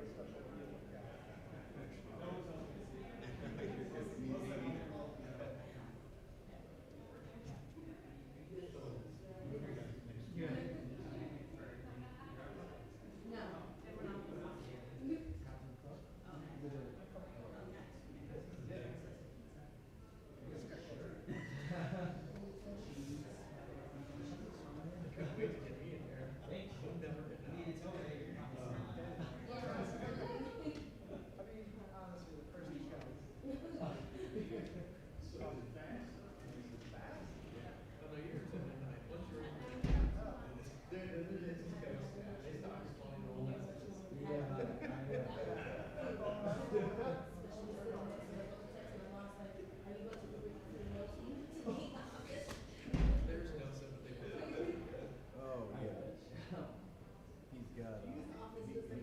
Not even curly, and he's got a maroon tie. Okay.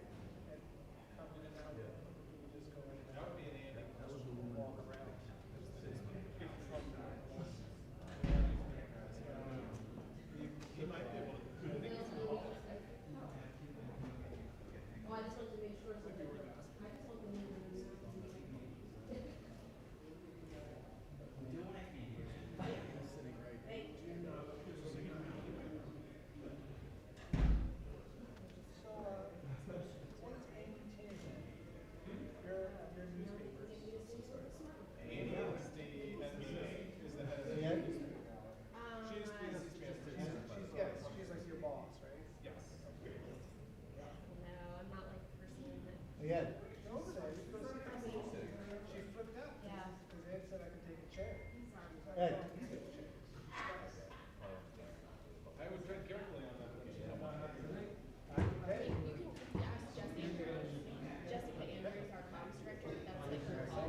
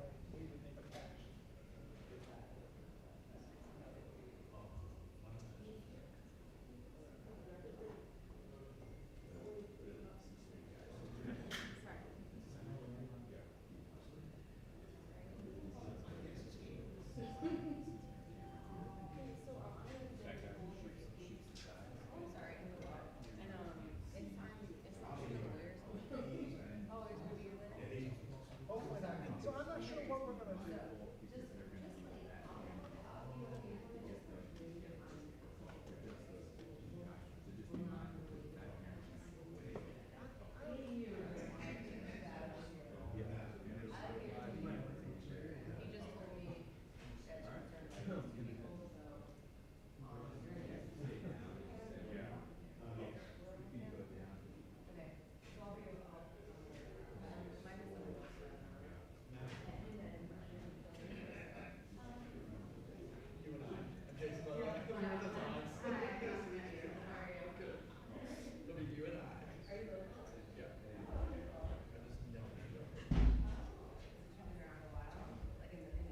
I've been here, my wife's been here 3 years.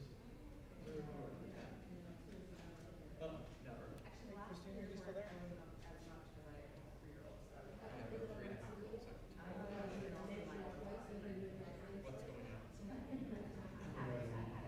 What's going on?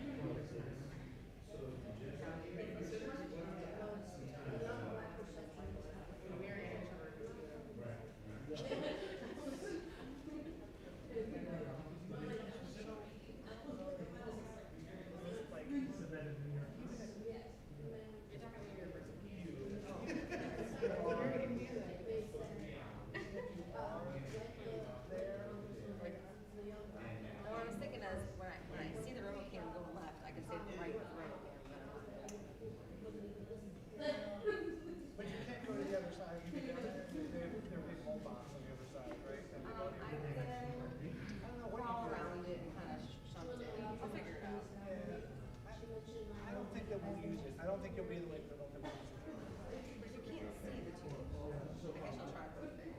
We'll try it with this, we also have this, which eventually we'll get working again, so. Is this the what you're, wait, so Keisha, you're seeing? We got camera down. So it's. I know your majority camera is this one. You see Shalana over there, you see this side, so your shot is almost, it's closing out to this, right? Your shot is right here, so those two guys, they're blocked on this camera. So you should really pick them up on that camera. But this is different, because we have a lot more people than us. Yeah, it's really Kim, is that you? Kim, can you get off the high wide so I can make announcements on it? Yeah.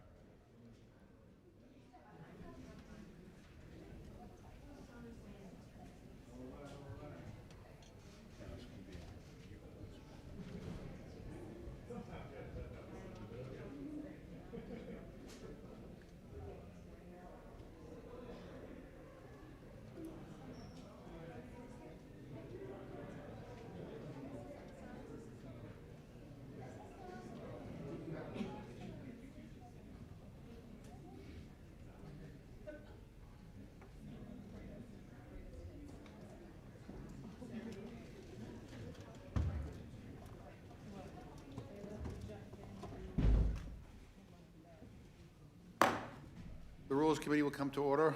Let me welcome back our two witnesses, and at this time I am happy to yield to my distinguished colleague from Florida, L.P. Hastings. Thank you so very much, Mr. Chairman. Mr. Chairman, with your permission, I would like very much to yield to our colleague, Ms. Scanlon, for some questions that she may have of our witness. Without objection.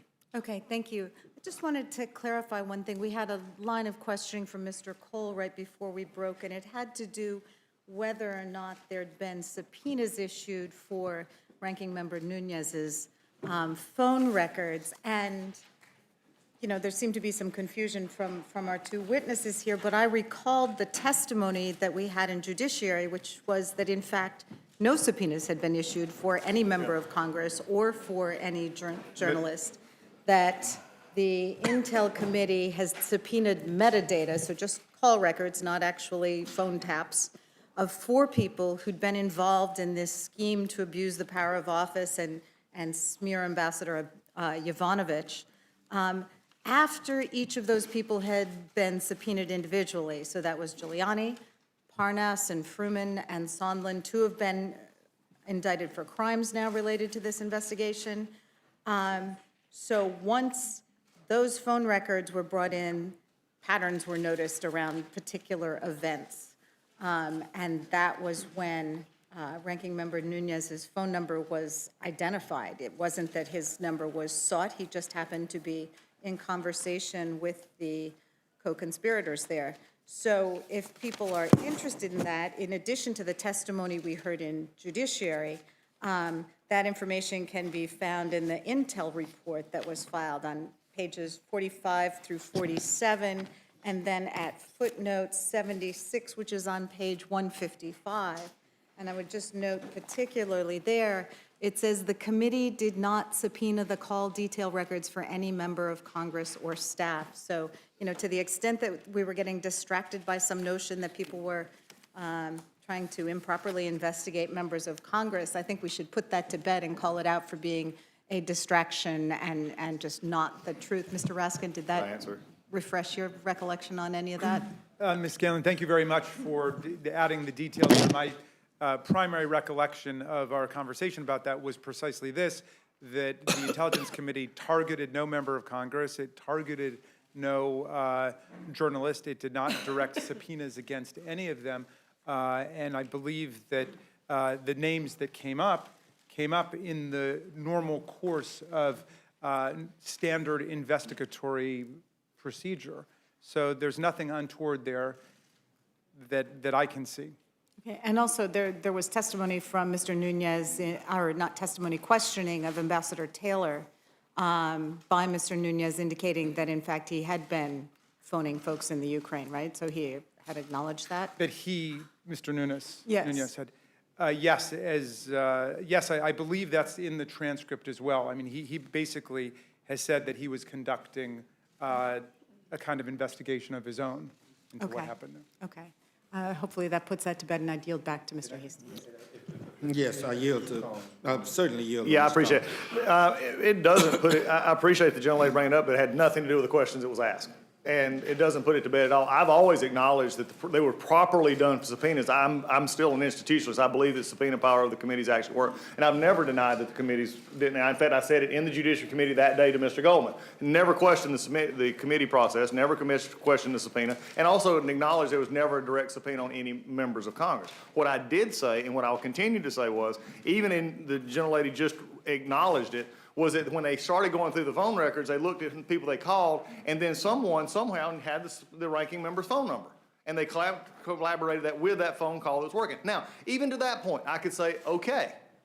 But my problem is the way it was actually put in is what I would consider a political hit job in the report itself, when it could have been done many different ways, because it was not applicable notice to this article of impeachment. It was not anything that was furthering a narrative, except to, frankly, look at getting back at the ranking member and others. They could have put that in as we've seen in other reports, Congress member 1, Congress member 2. So nothing that was supposed that was said that, and I appreciate the gentlelady bringing this up, but I never questioned the subpoenas, never questioned that. My question was who was said to actually start putting these together and then put them in the report.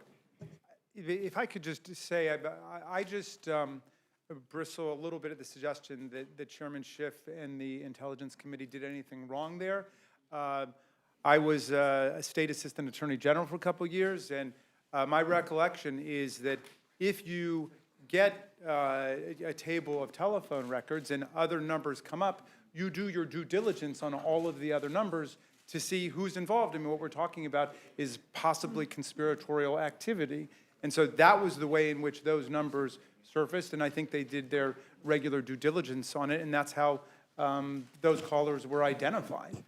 Could I ask my friend to yield for just a moment? I have the time, and I'll yield to Mr. Woodall. Thank you so much, Mr. Hastings. I appreciate that. I did not know that I understood what you just said. I thought you said your experience in the state prosecutor's office led you to release the kinds of names of co-conspirators as those things were discovered. Certainly, you're not suggesting that Mr. Nunes was a co-conspirator in any way, shape, or No, form. not Okay. at all. No, not at all. Thank you. I thank my friend for All right. clarity. You finished, Ms. Scallon? All right, thank you. Mr. Chairman, when we took our recess to vote, you had just made what I consider to be a very profound statement that's short. And it is that the president's actions, in your words, were so wrong. And it's hard for me to believe that all of us here and in the previous committee, and as this matter proceeds, do not all understand that. But the die is pretty much cast. In this institution, we are fond of saying, after everybody is exhausted and talking about whatever the issue is, that everybody has said everything that needs to be said, but I haven't said it yet. And that's what's going to happen with every one of the members that come after me. But what is disturbing to me is that we're like we're in alternative universes. Not just here in the Rules Committee, but in the Judiciary Committee, in the Intelligence Committee, where I served for 8 years, and really in America. And it's regrettable that my friends, the Republicans, are not addressing or defending the president's actions. What you're doing is talking about the process. I might add footnote right there. You haven't seen nothing yet if you listen to Lindsey Graham and the majority leader, McConnell, about how if and when this matter gets to them, how they're going to act. How dare somebody say that they aren't going to pretend that they are fair, and the other one is going to collaborate with the White House. So I would assume that the managers that are Democrats, when they get over there, are going to be talking about process, because if you're talking about unfairness, just the mere fact that both of those people who should recuse themselves, in my judgment, made those kinds of statements indicates where they are. But to turn back to you, Mr. Chairman, about something being wrong with what the president did. When I was a boy, and that's 83 years ago, my dad, who never went to school a day in his life, when I had crucial issues over the course of time, both as a child, little boy, and he lived long enough to see me become a lawyer, and the difficulties along the way in college and what have you. He would always say to me that right don't wrong nobody. And the fact of the matter is that what we are doing here is right. Let me just excise one thing. so-called corruption, and Mr. Chairman, with your permission, just to make sure that this record is complete, not that this transcript has not been released, but I ask unanimous consent that the unclassified version of the telephone conversation of the President with President Zelensky of Ukraine be made a part of the record. Without objection. I'm going to come back to that. We find ourselves here today discussing 2 articles of impeachment against President Donald John Trump because of his disregard of and disrespect for the United States Constitution. President Trump withheld American taxpayer money that was appropriated by their duly elected members of Congress, all of us, to help our ally fight a hot war. It would be one thing if we, as we do help around the world, if this was not an enemy of the United States, a corrupt enemy of the United States, Russia. I don't have to ask anybody about it. I've been there. I saw the changes that took place. I monitored elections there. So I know that corruption is rife in that country. And yet we witnessed last week Sergei Lavrov, who I know, coming here in the Oval Office with the president smiling. And you all aren't prepared to defend that kind of action with reference to corruption. I find it strange that you're in that position. But Trump withheld this taxpayer money to help our ally fight a hot war against Russia. So he, President Trump, could obtain a personal political benefit.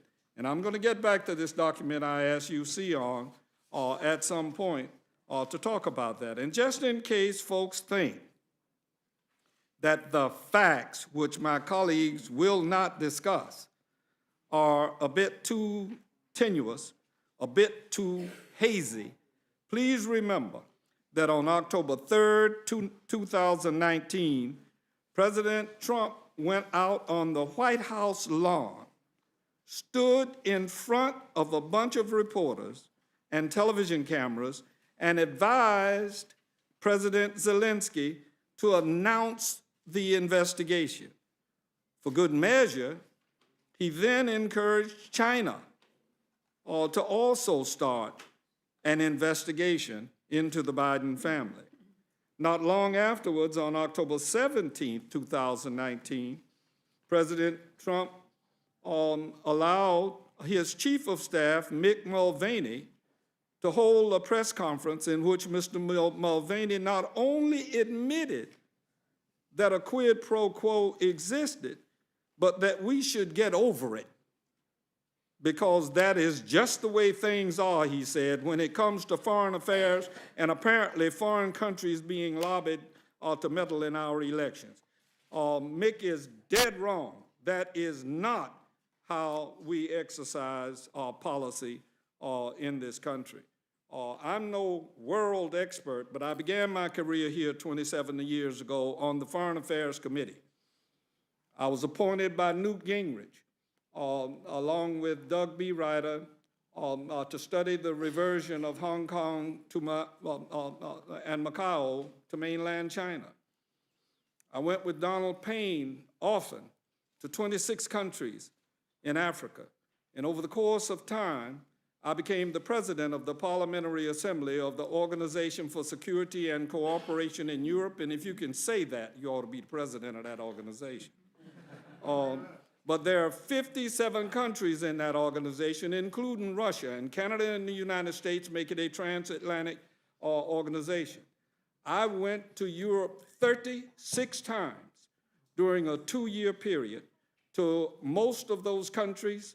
I made it to 47 of those 57 countries, and I swore in Montenegro as the 57th country in the Organization for Security and Cooperation in Europe.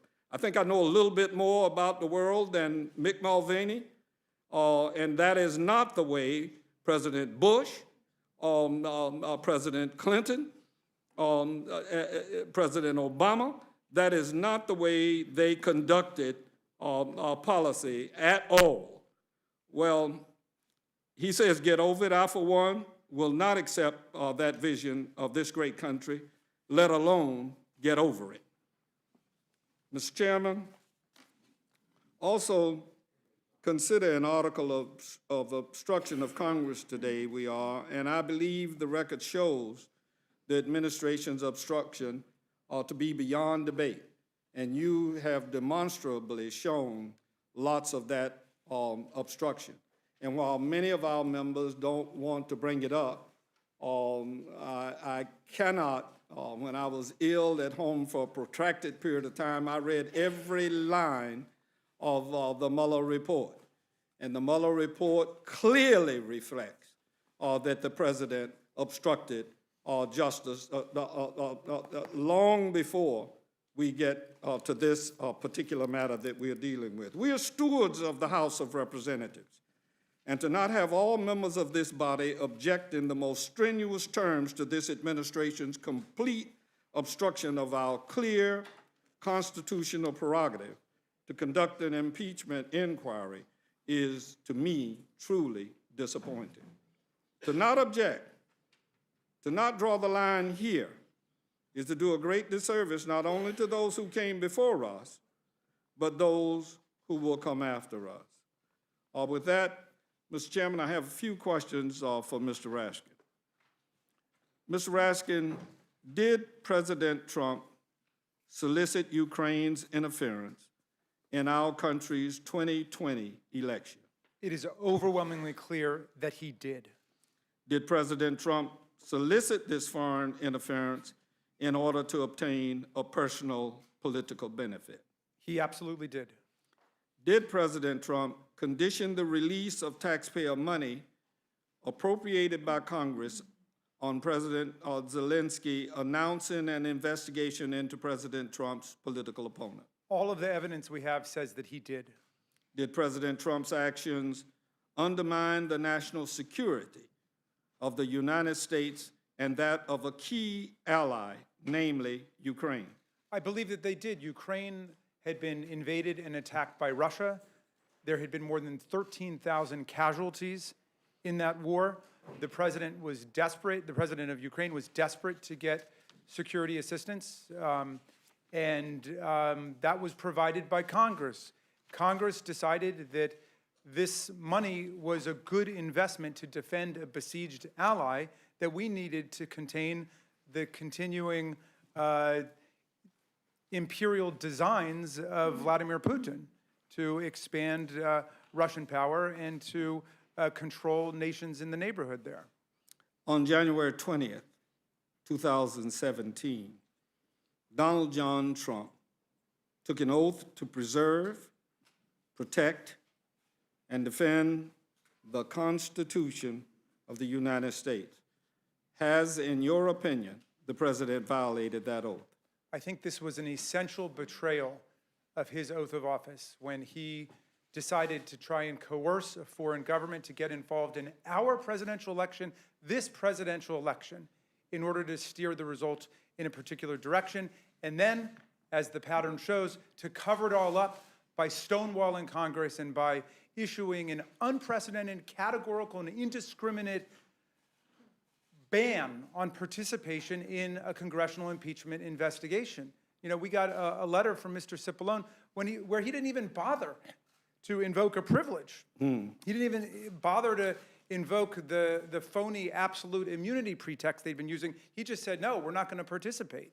They really think that unlike every other American citizen, they are not subject to congressional subpoena. And like you, Mr. Hastings, I would wish that even if our colleagues across the aisle differ with us on Article 1, they have some difference which has yet to be expressed, certainly under oath by anyone. But if they believe there's a different story or the president has an alibi, okay, fine. But in terms of Article 2, the president cannot have the power to destroy our oversight investigative power if we're going to be able to impeach a corrupt president. And that's the next question I wanted to ask you. Does the United States Constitution place the power of impeachment solely in the Congress?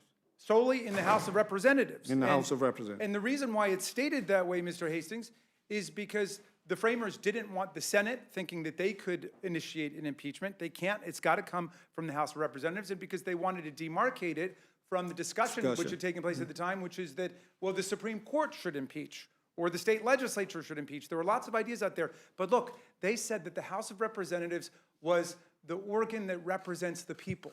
We are the people's body.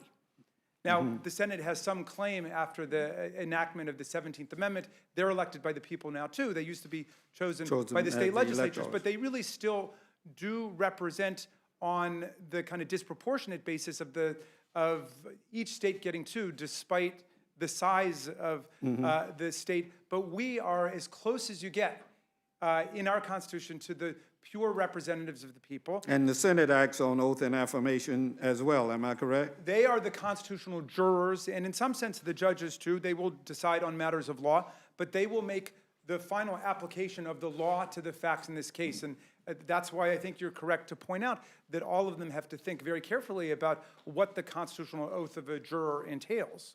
And certainly some of them have been saying things that seem to be apart from what we would expect of jurors in any other context. It is my understanding that, and the chairman, McGovern, has pointed out some of this, but I want to highlight the number.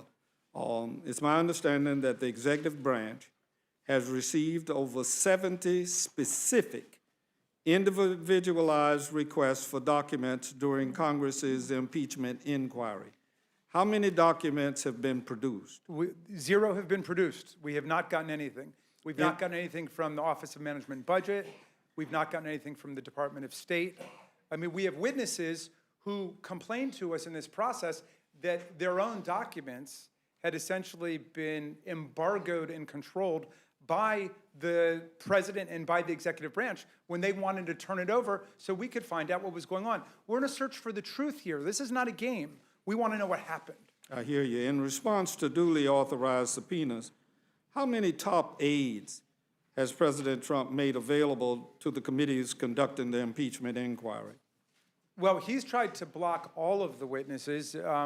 We ended up having 17 witnesses, but there's still a number of key fact witnesses who have not come forward because the president has succeeded in blocking and restraining their testimony, like the Secretary of Energy, like the Director of the Office of Management and Budget, and so on. My recollection during the judiciary proceedings is that you put this question in a different form that I'm about to put to my colleagues now. And that's all of us in this room. I asked the question, how many of my friends here on this dais think it is okay for an American president to solicit foreign interference in our elections? Raise your hands if you think that that's okay. Anybody? I see none. And in that light, clearly, we have these differences. Mr. Collins? Would you consider Ukraine a strategic partner to the United States? Yes. Do you want us to believe that withholding the aid for the reasons our investigation identifies did not harm United States national security? Which ones are you talking about? I will on that facts pattern, Mr. Hastings. I'm talking the ones that the majority stipulate to, or the ones the minorities stipulate to?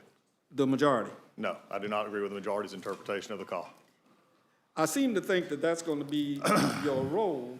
You don't think that asking a president of a foreign country that is in a hot war, that we withhold aid from him, you don't think that affects our national security if you think Ukraine is our ally, as I believe you do and I do? Yeah, Mr. Case, I just don't accept the premise of your facts. All right. What value for Ukraine do you see in the Oval Office visit that was being sought? You'd have to ask the Ukraine. Do you recognize that such a visit would send a strong message to Russia, sort of like Lavrov's being in the Oval Office last week, and the rest of the world, that the United States supported Ukraine and was ready to defend it against Russian aggression? I think a better statement was when Mr. Trump sent actually offensive weapons to shoot down Russian assets. And that ignores the fact that the aid was withheld and a hot war was ongoing? Again, we're going, in all due respect, we're going in circles here. I do not believe there's anything wrong with the aid being held for the reasons it was said, and I've stated this before. And actually, Mr. Trump did more for the Ukrainians in a hot war than was previously done. So I think we're— You know, I've heard that before, and I'm not going to elaborate, but I can assure you, if they point, as you do, and many do, to President Obama not providing lethal weapons, what the minority fails to note is during the early stages of the Trump administration, the aforementioned lethal weapons were provided to Ukraine. And it wasn't until 2019, during the lead up to the 2020 presidential election and after former Vice President Biden announced his candidacy, did President Trump exert his official duties and place a hold on lethal aid. Let me turn to corruption. Ostensibly, this July 25th transcript reflects, according to my friends on the other side, both in judiciary and to the extent that the report from intelligence reflects it, that in this particular matter, that corruption was what was being sought to be determined. Let me urge President Trump to look around the world if he wants to talk about corruption, and have him answer for me why he cozies up to Russia and all roads lead to Russia when we all know how corrupt they are and what they have done not only in the previous election, but what they are doing even as we are in the run-up to this election. And yes, my county, my state, had 2 counties that hackers from Russia were successful. And he has the audacity to go out and say now they don't talk about Russia in the elections, they're talking about Ukraine. Why is it that the president, as the chairman has pointed out, cozies up to a dictator like Duterte in the Philippines? Why is he not looking right here in this hemisphere where we have not paid as much attention as we should? And I believe my colleague is going to address it, but I do need to raise Venezuela, and I haven't heard very much lately from him with reference to Venezuela. I haven't heard very much from him about El Salvador. Haven't heard, other than China dealing with trade. Anybody in here that doesn't believe China is corrupt, then you should just visit any one of the places where people are in gulags and being held, and how intellectuals and religious leaders are being tortured in that country. And not to mention, the chairman pointed to it as what the president said, that he fell in love with Kim Jong-un. And Kim Jong-un is preparing missiles, and if successful, may one day be able to reach this country, and there's no reason to believe that he wouldn't. Is the president aware of what's going on in Italy? Is he aware of what's going on in India? How about Iran? I haven't heard him say a mumbling word about what's happening in Iran. Is he aware of what's going on in Lebanon? Is he aware of the corruption that's being identified and how Chile is on the bubble? I just can't believe you people. And let me turn now to this. and ask you all, and I already know the answer.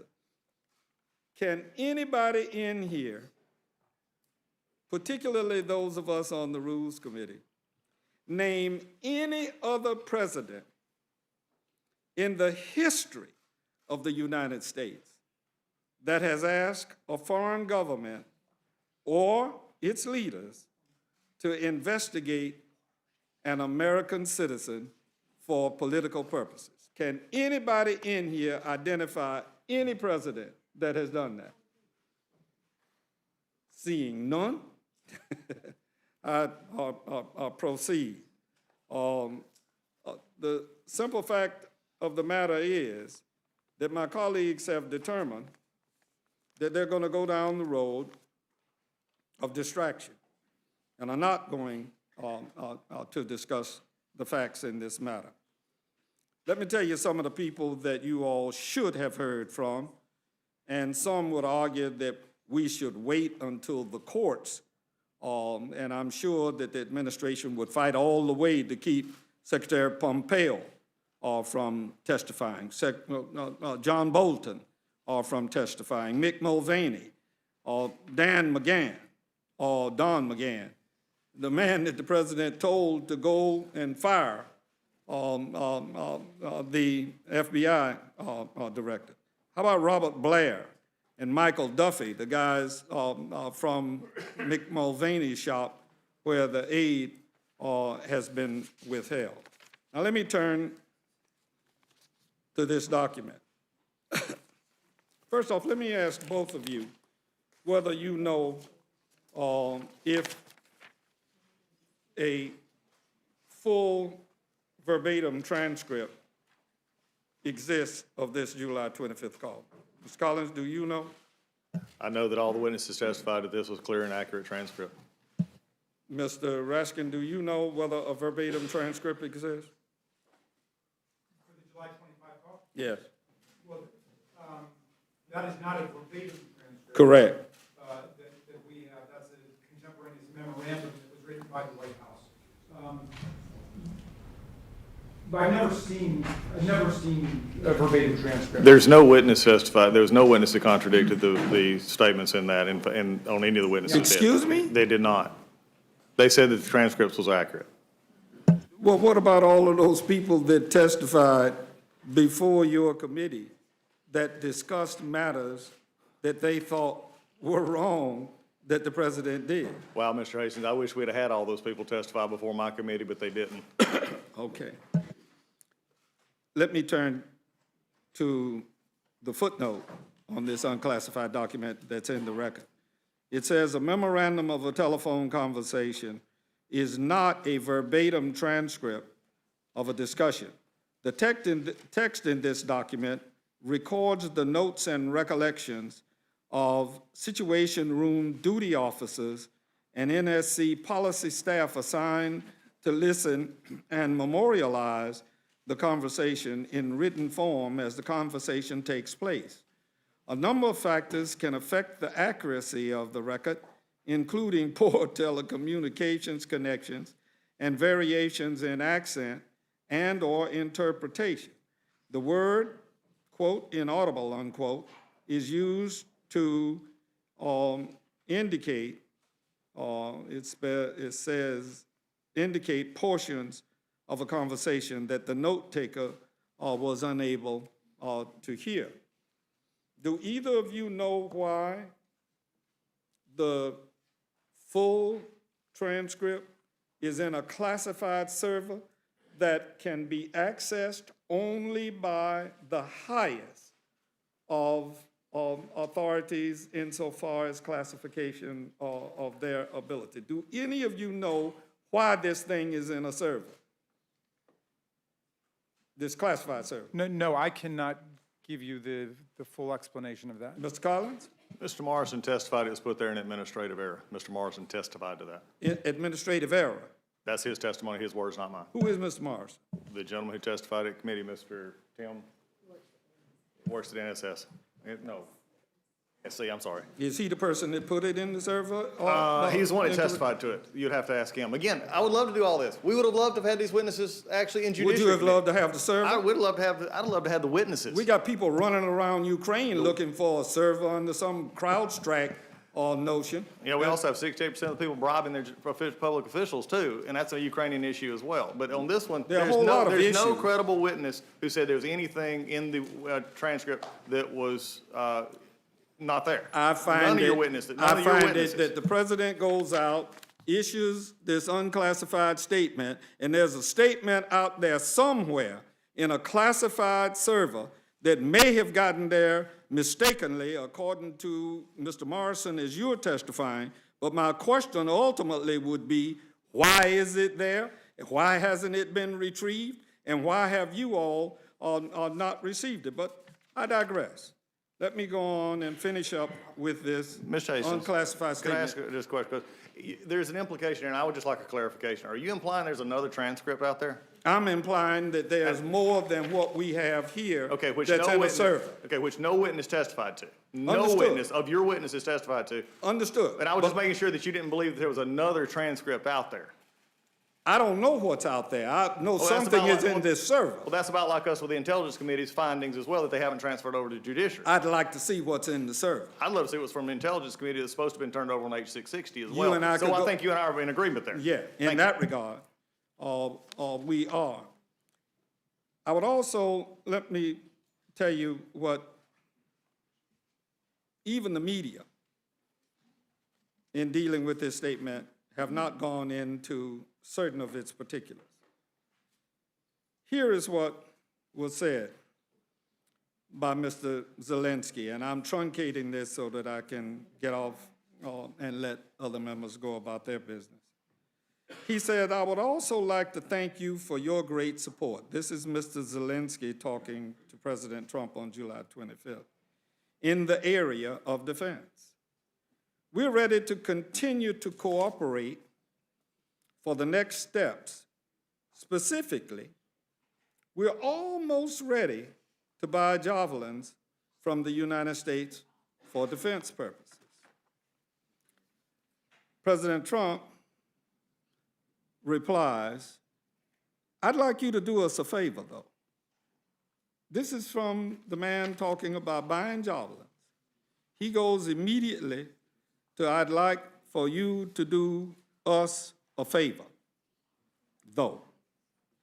And a lot of emphasis has not been placed on that language, and I'm not a linguistic person, but the last time I recall somebody asking me to do a favor, though, it was for something that they wanted, and I can't believe that policy is what he was talking about. He goes on to say, because our country has been through a lot, and Ukraine knows a lot about it. I'd like you to find out what happened with this whole situation with Ukraine. They say, CrowdStrike, I guess you have one of your wealthy people, the server, they say Ukraine has it. There are a lot of things that went on, the whole situation. I think you're surrounding yourself with some of the same people. I'd like to have the Attorney General, meaning our Attorney General. And my question is, why would you like the Attorney General to call you or your people? And I'd like you to get to the bottom of it. As you saw yesterday, that whole nonsense ended with a very poor performance by a man named Robert Mueller, an incompetent performance. But they say a lot of it started with Ukraine. And my question is, who said that? The only people I know that said that are the Russians. Yes, Mr. Mr. Hastings, Raskin. thank you very much for raising this important point.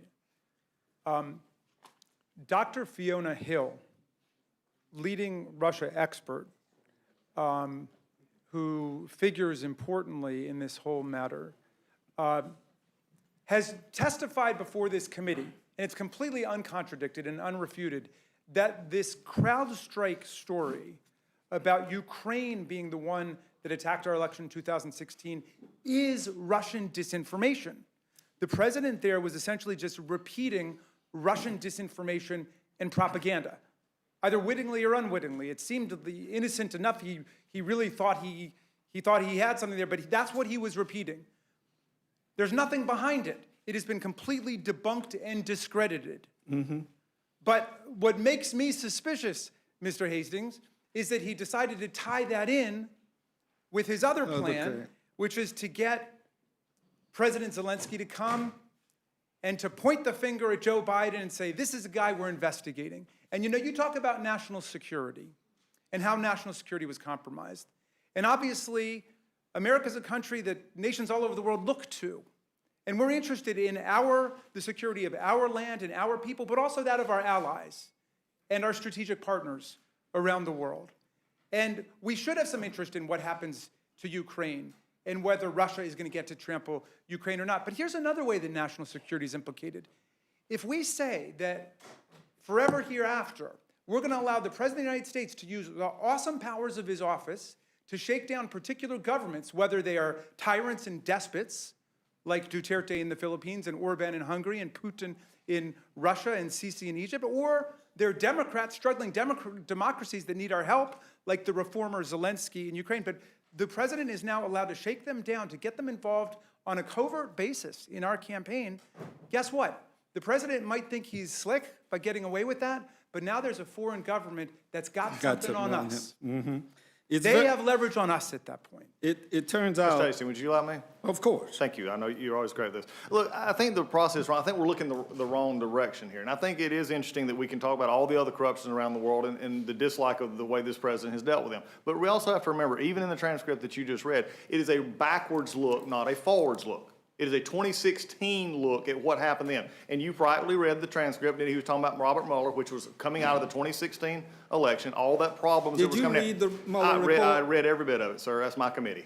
And you disagree with the findings? I agree with his findings. There's no collusion from Russia, and that he disagreed even with every member of the Judiciary Committee. And the report that says that there were 10 obstructions of justice by the president. Do you agree with that? No, they not, because he didn't. Because he did. Because obviously you didn't listen to the Judiciary Committee when several members of the Judiciary Committee outlined in pretty PowerPoints on the screen, here's this, and then he look at him and say, but I disagree with your conclusion.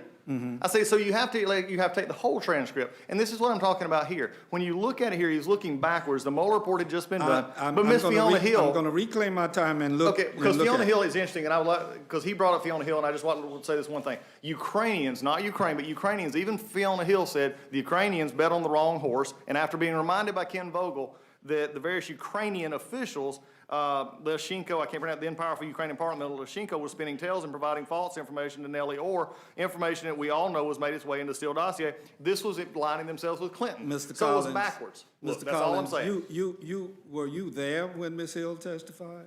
Not for Ms. Hill's testimony, no. All right, but you have I'm happy to read the transcript just like you are. All I can tell you is she dropped a dime on President Trump's actions in Ukraine. But not enough to find it in the articles of impeachment. Well, perhaps alone, standing and that's alone. Where, and abuse of power is, again, we've disagreed on this. And this is where we can honestly just disagree. I disagree that abuse of power is a categorical catch-all for this. I'm going to reclaim my time because you're going to filibuster, and I'm going to reclaim my time from you as well. Both of y'all talk pretty fast.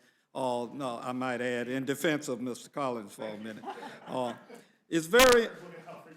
Continuing, what President Trump says is it's very important that you do it, if it's possible.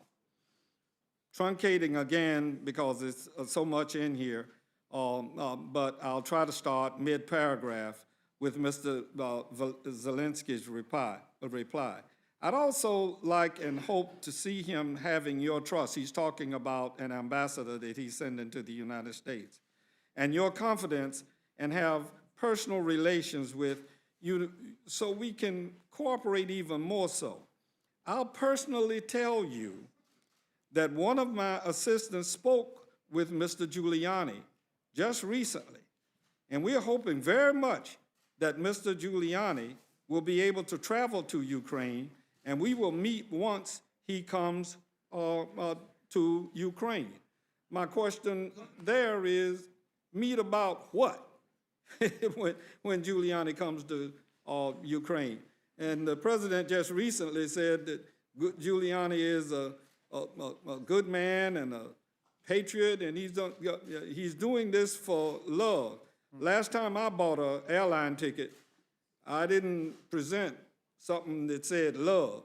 And the question becomes, who's paying Giuliani? I have a theory about it, but I won't go into. He then goes on to say, I just wanted to assure you once again that you have nobody but friends around us. I'll make sure that I surround myself with the best and most experienced people. He goes on at some point, so we can continue our strategic partnership. I also plan to surround myself with great people in addition to that investigation. I guarantee as the president of Ukraine that all the investigations will be done openly and candidly. That I can assure you. Then Trump says, good, because I heard you had a prosecutor, I think he's talking about Poroshenko, who was very good, and he was shut down, and that's really unfair. A lot of people are talking about that. The way they shut your very good prosecutor down, and you had some very bad people involved. Mr. Giuliani is a highly respected man. He was the mayor of New York City, a great mayor, and I'd like him to call you. I will ask him to call you along with the Attorney General. Rudy very much knows what's happening, and he is a very capable guy. If you could speak to him, that would be great. The former ambassador from the United States, the woman, was bad news, and the people she was dealing with in the Ukraine were bad news. So I just wanted to let you know that. The other thing, there's a lot of talk about Biden's son, that Biden stopped the prosecution, and a lot of people want to find out about that. So whatever you can do with the Attorney General would be great. Biden went around bragging that he stopped the prosecution. So if you can look into it, it sounds horrible to me. Now then, Zelensky says, truncating again, that since we have won the absolute majority in person, my candidate, who will be approved by the parliament and will start as the new prosecutor in September, he or she will look into the situation, specifically to the company. And my guess is he's talking about Burisma in that particular incident, mentioned in this issue. The issue of the investigation of the case is actually the issue of making sure to restore the honesty, so we will take care of that and we'll work on the investigation of the case. On top of that, I'd kindly ask you if you have any additional information that you can provide us. It would be very helpful for the investigation to make sure that we administer justice in our country with regard to the ambassador to the United States from Ukraine. As far as I can recall, her name was Ivanovich. Now that lady didn't deserve President Trump commenting that she was going to go through some things, and I quote him. I'll have Mr. Giuliani give you a call. And I'm also going to have Attorney General Barr call, and we'll get to the bottom of it. I'm sure you'll figure it out. I heard the prosecutor was treated badly. Now, everybody in the European Union, friends of mine, knew that Poroshenko was a crook, and there's nobody in this room that does not know that, and Trump very well knew that, or should have, or had poor staffing during that period of time. I'm going to end here where he says, good. Well, thank you very much, and I appreciate that. I'll tell Rudy and Attorney General Barr to call. And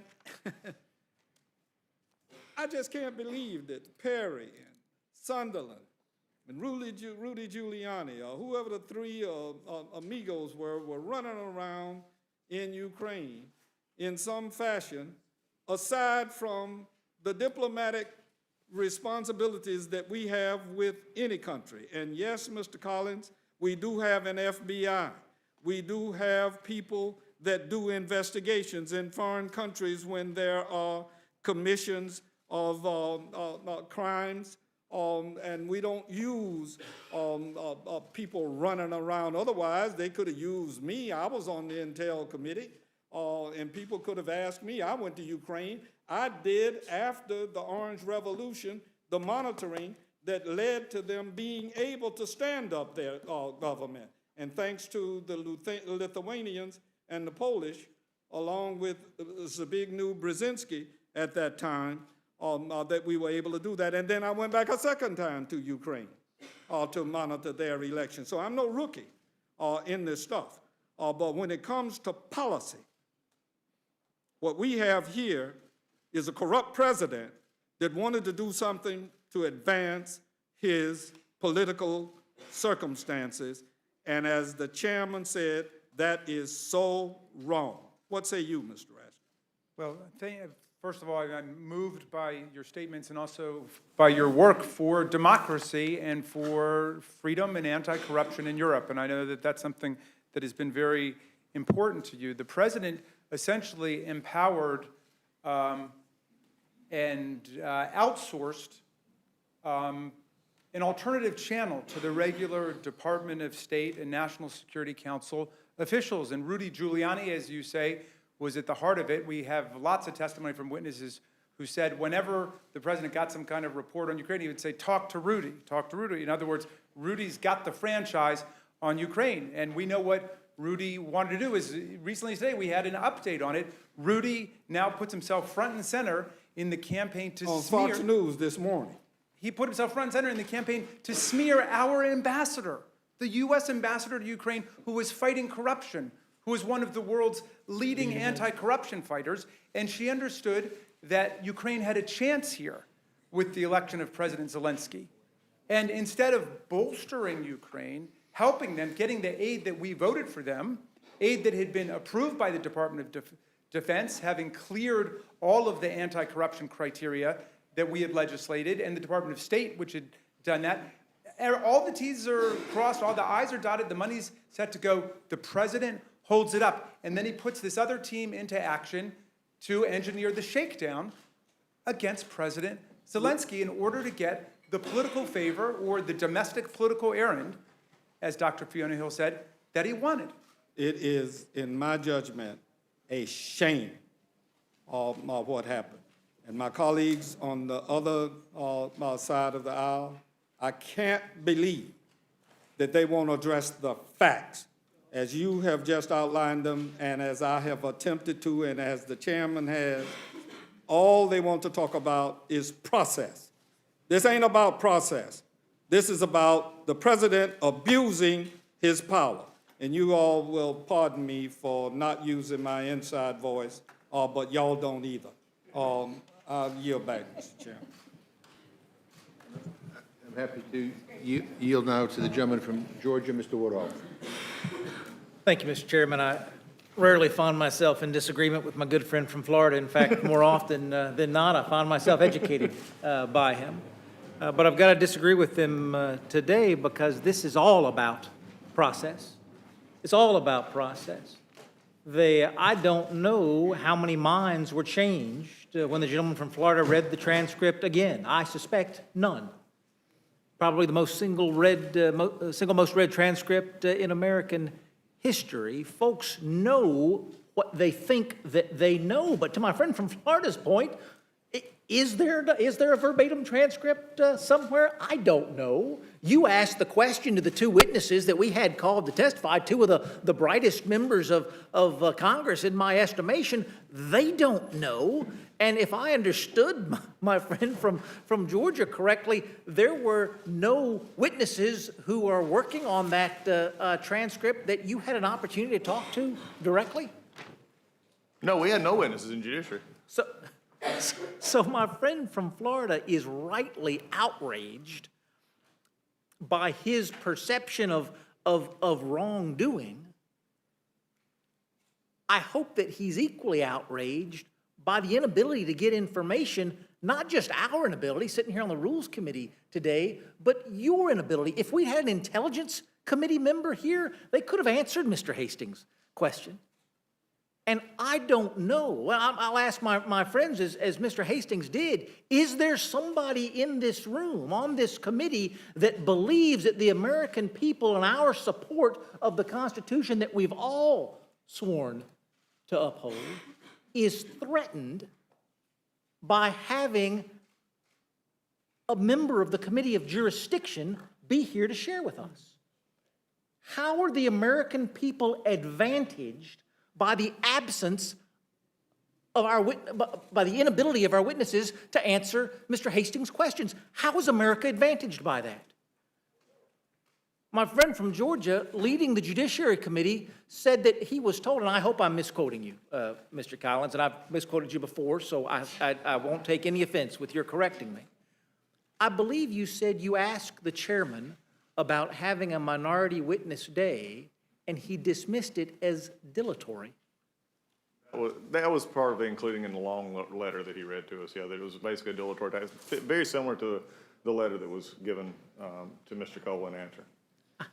I have the letter that was sent to Mr. Cole, and if we needed a finer chairman on the Democratic side of the aisle, then we might have some other choices on our side, but there is no finer chairman on the Democratic side of the aisle than my chairman on the Rules Committee and the staff that he has to support him. But I don't know if you've seen the letter. I'll share with you what it says, Mr. Collins. It says that not to worry. In this case, however, it says, Chairman Nadler has appropriately said that he will work with the minority to schedule their hearing. Will the gentleman yield to me? I'd be happy to. You know, and maybe he wasn't here when I referenced Mr. Neville's response before, but I'm quoting right here, where he says, "I'm willing to work with the minority to schedule such a hearing." All right? I mean, my friend from Massachusetts misconstrues my statement. Okay. I stipulate that what you're saying is absolutely true. Absolutely true. I was only going to ask my friend from Georgia what good it was going to do to hold the minority hearing 2 days or 3 days or 3 weeks after we voted to impeach the President of the United States. What in essence does it matter if you throw the person in jail and then say, oh, the Innocence Project will come around at some point and clear him? That's not what's happened here. You can't just say, oh, we'll get, if Chairman Nadler came to me and said, you know, April 1st next year looks like a great day for your minority day hearing, what good does that do? Right. It does none. And again, it goes to the basic fairness. And I do want to say one thing, if you'll allow me, Mr. Woodall. Two things come up. One, there's no witness, period. No witness, end of statement, that said that there was, number one, another transcript, or number two, that the transcript we have was not accurate. Okay, that's just a fact. The other thing is I have talked about process a lot, will continue to, but I have also acknowledged, and I have very much of a factual defense of what I believe the facts are wrong here. You may disagree with my interpretation of the fact, but I have made a factual defense. I'll go back to it. We talked about the 4 things that we talked about that didn't change, the pressure, but there's also 5 meetings.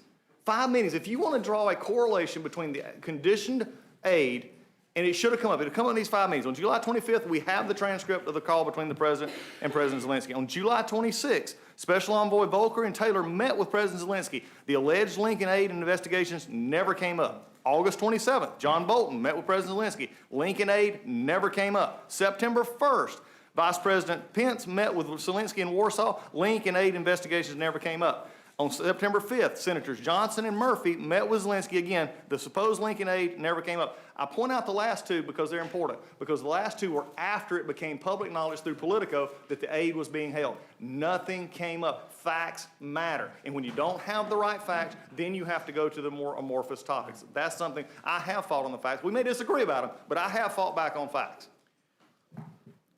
Mr. Raskin appropriately points out that what we're doing is precedent setting. Hopefully it's not unprecedented, but it is certainly precedent setting. And I think he asked us to think of the right question. And his question was, if this were a Democratic president, would your answer still be the same? I care less about the Republican president and Democratic president. I know Mr. Raskin has a love of the law. My question, Mr. Raskin, is how are the American people advantaged by Mr. Collins having no opportunity to put together a list of fact witnesses of his choosing, have them share their story, and then the very able majority on the Judiciary Committee, the Democrats, cross-examine those witnesses? How are the American people advantaged by that absence? So,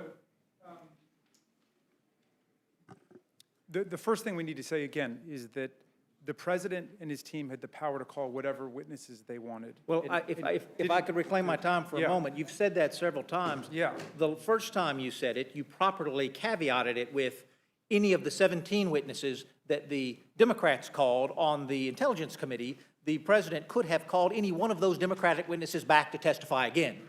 I don't believe you mean the president has the right to call any witness that he wants in front of the Judiciary Committee. For Pete's sake, you wouldn't even give the ranking member the right to call certainly people in doesn't- front of the Judiciary Committee. He certainly did not have the right to call irrelevant witnesses, and so ultimately it would have been up to the chair to decide whether the person was relevant or not. So to be clear, there is the ability, because I'm misunderstanding, the president had the ability to call a witness into the Judiciary Committee other than the 17 witnesses that the Democrats on the Intelligence Committee decided they were going to deposition? He could have submitted names for anybody he wanted. Well, my ranking member submitted names, and the answer was no. No, we're not going to do that. But your definition of the fair and free process that advantages the American people is that the president could submit any name he wants to. The chairman just gets to say no. But my dear Mr. Woodall, you understand that we're in the process of collecting information to establish an indictment, in essence, charges against the president. These are articles of impeachment. The trial process takes place in the Senate. That's where they conduct a trial, where their rules will govern, and anybody presumably will be able to bring in whatever witnesses they want to bring in. Now, we have tried to run a completely open, fair, and transparent process. Well, here. reclaiming my time for a moment, because you have frequently, and you did when we established the rules for the impeachment process in this Yes. committee, you have frequently referred to the grand jury room. The grand jury room is not intended to be a place of fairness. It's intended to be a place of indictment. Mr. Woodall. You have said, be happy to yield to my friend from My Florida. goodness gracious, what did you just say? The grand jury room is not intended to provide fairness to any defendant. It is intended to indict. As my friend from Maryland simply stated, the defense comes next. Understood. But are you saying that prosecutors don't have any other responsibility in the grand jury other than to indict? Of course not. Okay, Of I just course want to make sure. Of course not. Mr. Woodall. The prosecutor has an obligation to the people that the prosecutor serves in the same way that we have that same obligation. And the words, I want to quote him correctly, Mr. Raskin said there's been plenty of fairness in this process. And my question was, how are the American people advantaged by Mr. Collins getting absolutely no witnesses before the committee and the White House getting absolutely no witnesses in front of the committee? And the answer is, Mr. Woodall, this wasn't intended No, to that's be a not the answer. defense Then I of the misspoke. president. If This you was heard me to defense. say that, I clearly didn't make myself clear. The president and Mr. Collins and the Republicans could have called any of the witnesses who appeared, any of the 17 sworn witnesses. Any of It's I'm not sorry. yours or Yeah. mine. These are American citizens. These These are the are- Department of State these personnel. are the- These are these are- National Security Council employees. Reclaiming my time. Let me just, let me just say, we can't speak over one another because the stenographer can barely keep up with us because we all talk so fast. So if we're talking over each other, so just, I caution everybody, the witnesses and members of the committee, just to ask a question, let the answer, and I'm hamstrung, Mr. Chairman, by the fact that Mr. Raskin isn't the decision maker on these issues. And again, to Mr. Collins' point about the clock being the master, Mr. Nadler, Chairman Nadler, has put in months of work on this, not as much time as Chairman Schiff has put in on this, but put in months of work, and we have neither of the two committee chairmen who have done all of the work here before us to answer our questions. And I have no doubt that Mr. Raskin is exasperated because he is an answerer, and he is a fact provider, and he educates this committee on a regular basis on matters of the law. But it offends my sense of fairness that my ranking member can't have a witness of his choosing. I'm not talking about 100 witnesses. I'm talking about a witness of his choosing to come, and that the process gets described over and over again as the White House had plenty of opportunity and everybody had an equal chance to question. Nonsense. nonsense. And to let that record stand perpetuates the myth that this is supposed to have been a fair process. I would argue it could have been a fair process. It simply wasn't, Mr. Collins. Well, I just to be clear here, and I think the operative word that my friend from Maryland said was tried. And I think I'll give a try. It just wasn't a real good one, to be fair in this. For me, and again, you can't have it both ways. You can't call it a grand jury in which only the prosecution calls witnesses. There's no exculpatory. They have to depend on the prosecutor to be, to live up to prosecutor integrity and all that kind of stuff. You can't have it and say we're a grand jury, and then on the other side say we want to make it fair so that people can call witnesses and give their side of their defense. They don't call that side of the defense in a grand jury. They don't do that. So here's the issue. If I've never been in a court or when I was practicing, I never went to the prosecutor to say, who could I call? And the prosecutor says, well, you can call all of my witnesses. Well, at least at some point in that mix, Mr. Raskin, I believe, would at least, and others, even on the Democrat side, I believe at least they would have to acknowledge that having the chairman determine relevancy of my witnesses call, or even the White House, is a problematic exercise, because if they're determining relevancy, then they're discounting any possibility of exculpatory evidence coming from one of my witnesses. They're basically saying they're irrelevant, so we don't want to hear from them, and discounting any possibility, that they would be exculpatory. So let's make that very clear in this. That's why this was, again, we fell from a very unfair process. Now, Mr. Raskin, you said earlier, and I think rightly, you said some folks can't concede that the call was not perfect. Surely folks could concede that things were not perfect, and Mr. Collins did not characterize the call as perfect. My question is, can't you concede what Mr. Collins I haven't heard anybody say that. Who said that? Mr. Collins said he wasn't trying to describe it as perfect. He was trying to describe it as non-criminal. Right? I'm misquoting his statement. But my question to you is, can you not concede that having the chairman who is leading the impeachment inquiry determine relevancy of the, for lack of a better word, defense witnesses is flawed? Yeah. So this was the exact same process that took place in the Clinton impeachment. It was the same process that took place in the Nixon impeachment, which is the minority gets the right to request witnesses, and if they're relevant, they will be accepted. It's hard to know what to do otherwise, especially in an environment where people are bringing in all kinds of extraneous conspiracy theories to try to explain what's going on. Just to quote you back to you, because I want to use the best sources I can on this material. When you cited the House rule that required the minority witnesses be heard, you said, in your recollection, that's not a condition precedent to having the hearing and reporting the bill, and you are, of course, right.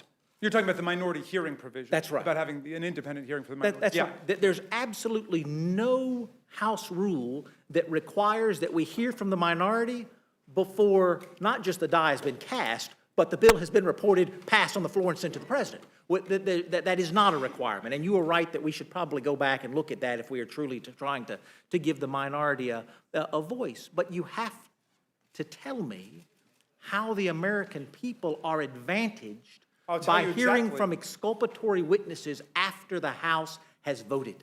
Okay, first of all, if there is a name of an exculpatory witness, please put it forward. We've done nothing other than try to get all of the president's men to come in and testify. It's the president who's been blockading Secretary Pompeo and Secretary Perry and the Director of the Office of Management Budget and numerous other witnesses. It's just, to me, it's the height of irony that you guys are making the argument that somehow we don't want the evidence in. We want all the evidence. That's why we want to hold the president in obstruction of justice, because he's been preventing us from getting all It would not surprise me if you were right. So let me ask the gentleman from Georgia, is that right? You submitted a list of witnesses that you wanted to come to the committee, and the president said that those witnesses would not be allowed to testify? No, the president talked to me about that. No, that's not right. That's not right. The interesting thing is I found out something new today. This is why hearings actually are good, and maybe even recalling witnesses is good. This is the first time I've ever heard, and Mr. Raskin said it twice today, that if I'd have just called one of the 17, I'd have got him.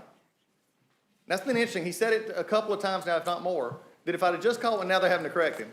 But he said it several times, and I understand this is tough, and he's in a very tough position, and he's doing an admirable job for what he's doing. But it is interesting that that would come out, because I know he is an integral part of that team, that if I'd have just called one of the 17, they would have been accepted.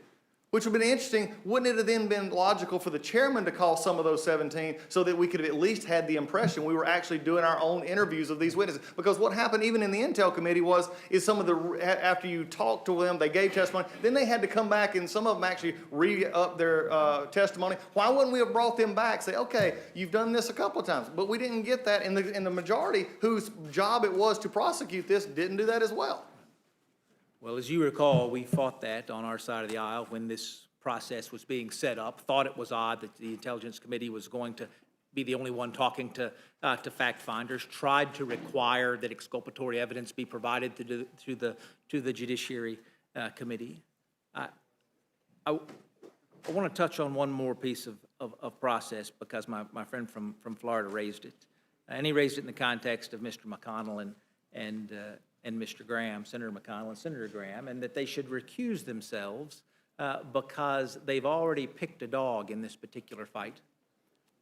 I think we so often say things to one another around here that the American people end up listening to that turned out to be flawed. And again, I think everybody on this committee has great respect for Mr. Raskin. He's not just a valuable member of the Judiciary Committee, he's an even more valuable member of our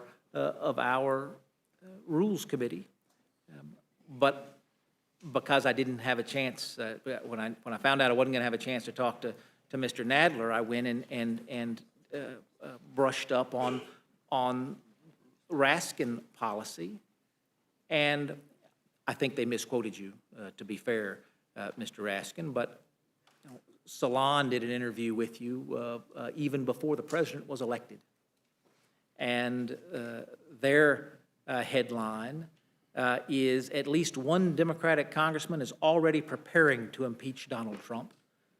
The article is Donald Trump won't be sworn in for another 48 hours, and at least one Democratic congressman has already seen enough. And you go on to talk about the emoluments clause and your I think, legitimate questions as a constitutionalist about those issues. That was 48 hours before the president was sworn in. You're sitting on the grand jury that is impartially considering the evidence.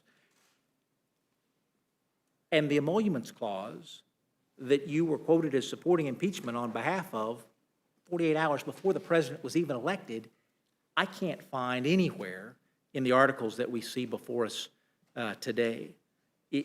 Have you changed your mind from then? Or do you think, as Politico is reporting, that we're going to see part 2 of impeachment come down the road, that this was just impeachment number 1 and there's going to be impeachment number 2 and impeachment number 3? Thank you very much for that question. And I would love nothing more than to have a separate hearing on my personal views about the meaning of the Foreign Emoluments Clause and the Domestic Emoluments Clause. I've written widely about it, including in the Washington Post. I've written several pieces about it. But I'm here to represent the Judiciary Committee because of the absence of Mr. Nadler. And it wouldn't be fair for me to get into that because I would not be representing the views of the entire Judiciary Committee. I think that's perfectly. I think that's perfectly fair. When we voted to table, as Mr. Cole referenced in regard to Mr. McGovern's vote in December of 17, of course you opposed that motion to table as well, and at that time you said it was a vote out of frustration. And that what you wanted was a real inquiry into corruption and criminality in the Trump administration. Now, this was 2 years before this phone call ever happened. And so, again, I'm looking at articles of impeachment here. I've got members of the Judiciary Committee who were certain of corruption and criminality in the Trump administration that exists nowhere here. And well, Mr. Woodall, please. You would concede that there are other episodes of corruption in the business career of Donald Trump and in the political career, no? That are not at all part of this process. And so, I mean, I don't know if, look, there are patterns of conduct and behavior that have been noticed. One of them is extremely relevant to this investigation. That's what took place in 2016. That's when Donald Trump essentially invited in Russia. The whole world heard him say it, invited Russia to come into our election. He welcomed their interference. The special counsel of the Department of Justice found more than 100 contacts between the Trump campaign and Russian nationals there. And then when it began to happen, the president moved to obstruct the investigation. And that's in the Mueller report, which we talked about today, all of those episodes of corruption. So there is a pattern of evidence. And I don't know, look, when Bill Clinton got impeached for what he did, you could certainly find Republicans who'd been calling for his impeachment for several years for other stuff. There were conspiracy theories about him going on for years. That doesn't necessarily discredit what happened in the impeachment of Bill Clinton. You've got to take it on its own terms. That's why we're trying to get back to the facts of what took place here with the Ukraine shakedown. I think you're mistaking my intent. I was not citing comments that you'd made in the past to put you as a never Trumper whose sole purpose was to reverse a legitimate American election. That was not my intent. My intent was to mention you as someone who's a thoughtful legal mind who had other legal concerns going back for years. And when folks say, Rob, what do you mean this process is rushed? We've done it over just under 90 days. Isn't that long enough? Well, no, that's faster than any other process. That's faster than we got a response from the Justice Department when we asked for our Fast and Furious documents. But what it isn't is a complete process, I think by your own testimony here, that there's more that we could have done that we didn't do. And my question then is, because I do think we're all about advantaging the American people and the Republic and the Constitution, are we advantaged? Are the American people advantaged? Because again, Politico is reporting that the investigations are going to continue, that the investigations do not stop with the House vote tomorrow. We will continue to investigate the potential impeachment of the president long after we have already voted to impeach the president, is the story that is out there today. Are we advantaged as an institution to have impeachment number 1 and impeachment number 2 and impeachment number 3 instead of, as we did in the Bill Clinton era, put all of the articles into a single document after a longer and more thorough investigation and have this process sent to the Senate just once? I believe, I'm going to ask my staff just to confirm this, I believe the Clinton investigation moved much more quickly after the Starr report arrived in Congress than we have so far, but we'll check the days on use. But I think they're approximately in the same ballpark. But look, your basic question is an excellent one. You ask an excellent question here. And all I can say is that we have a clear and present danger to our democracy right now because of the electoral corruption. This president invited in a foreign power to come and interfere in our election.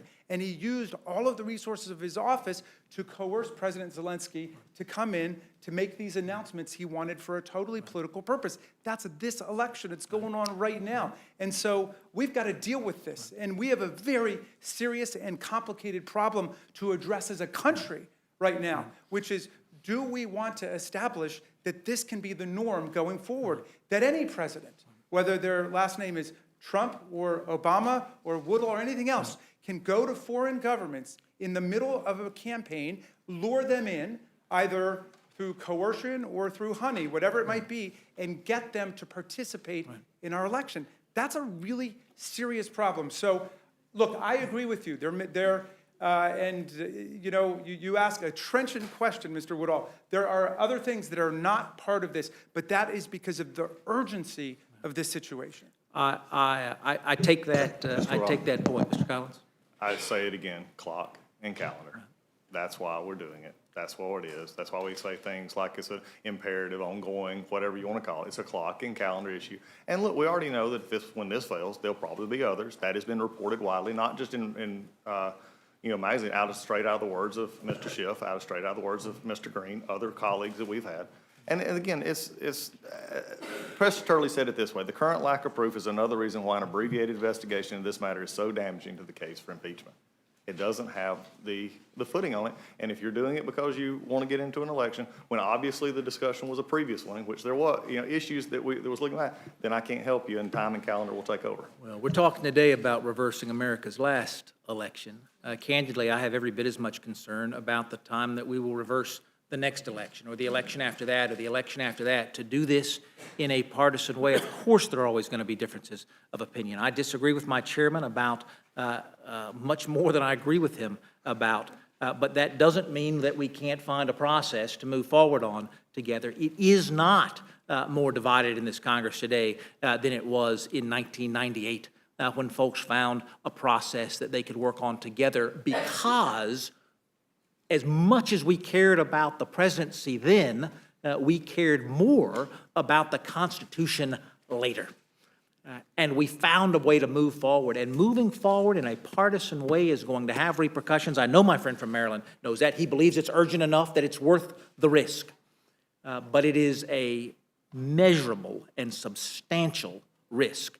And certainly the 13 of us, 14 with Mr. Collins here today, are going to be judged on that front, because despite our own personal interest in the facts, we are not a fact committee. We are a process committee, and I don't believe America is going to judge us harshly because of the way the facts come out.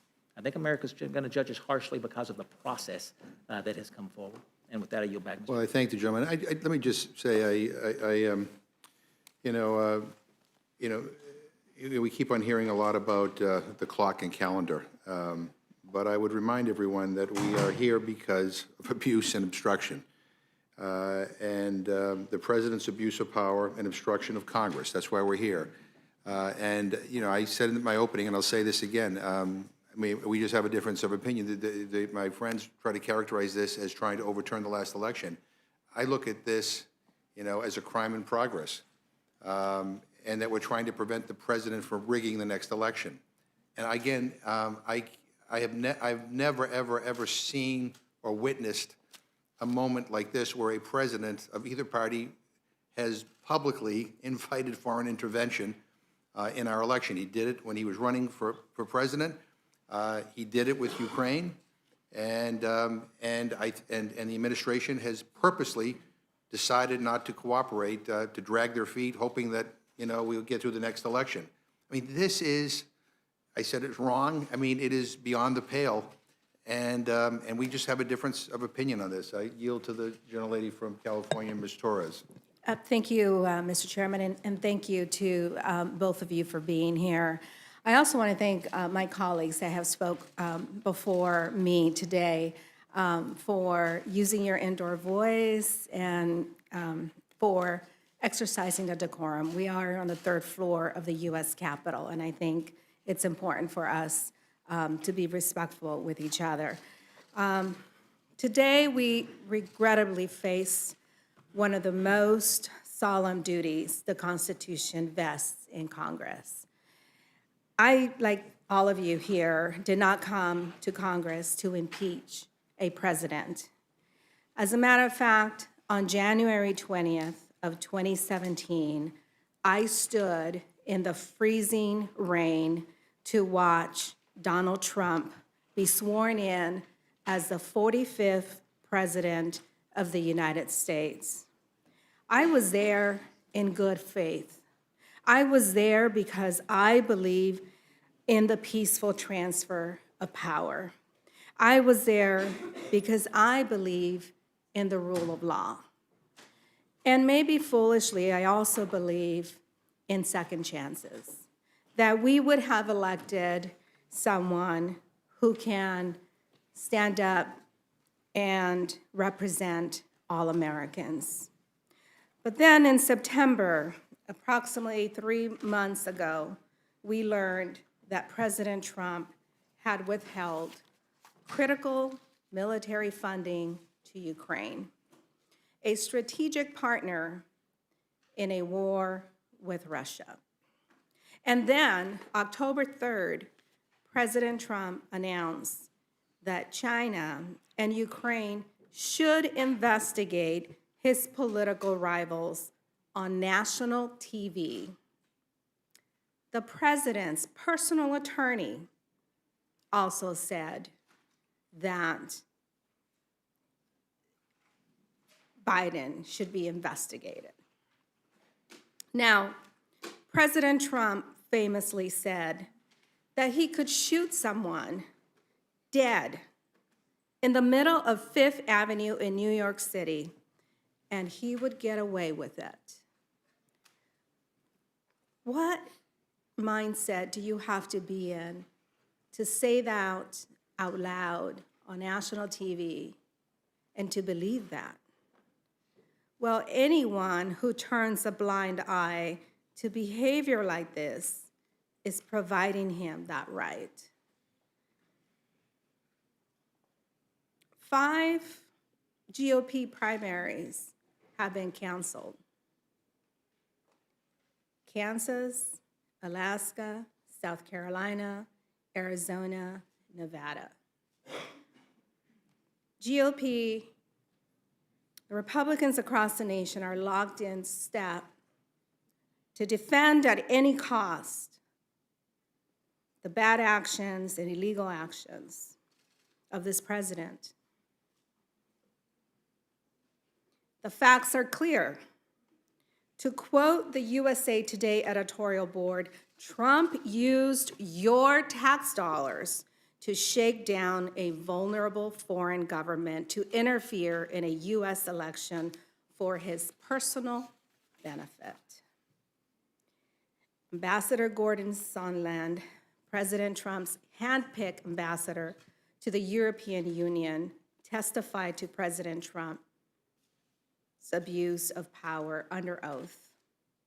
And he said, "I know that members of this committee have frequently framed these complicated issues in a form of a simple question. Was there a quid pro quo? As I testified previously with regard to the requested White House call and White House meeting, the answer is yes." We also have the rough transcript of Trump's July 25th call, released by the president himself. For all the claims that President Trump was withholding military aid over corruption in Ukraine, he never once utters the word corruption in the call. He does ask for a favor, though.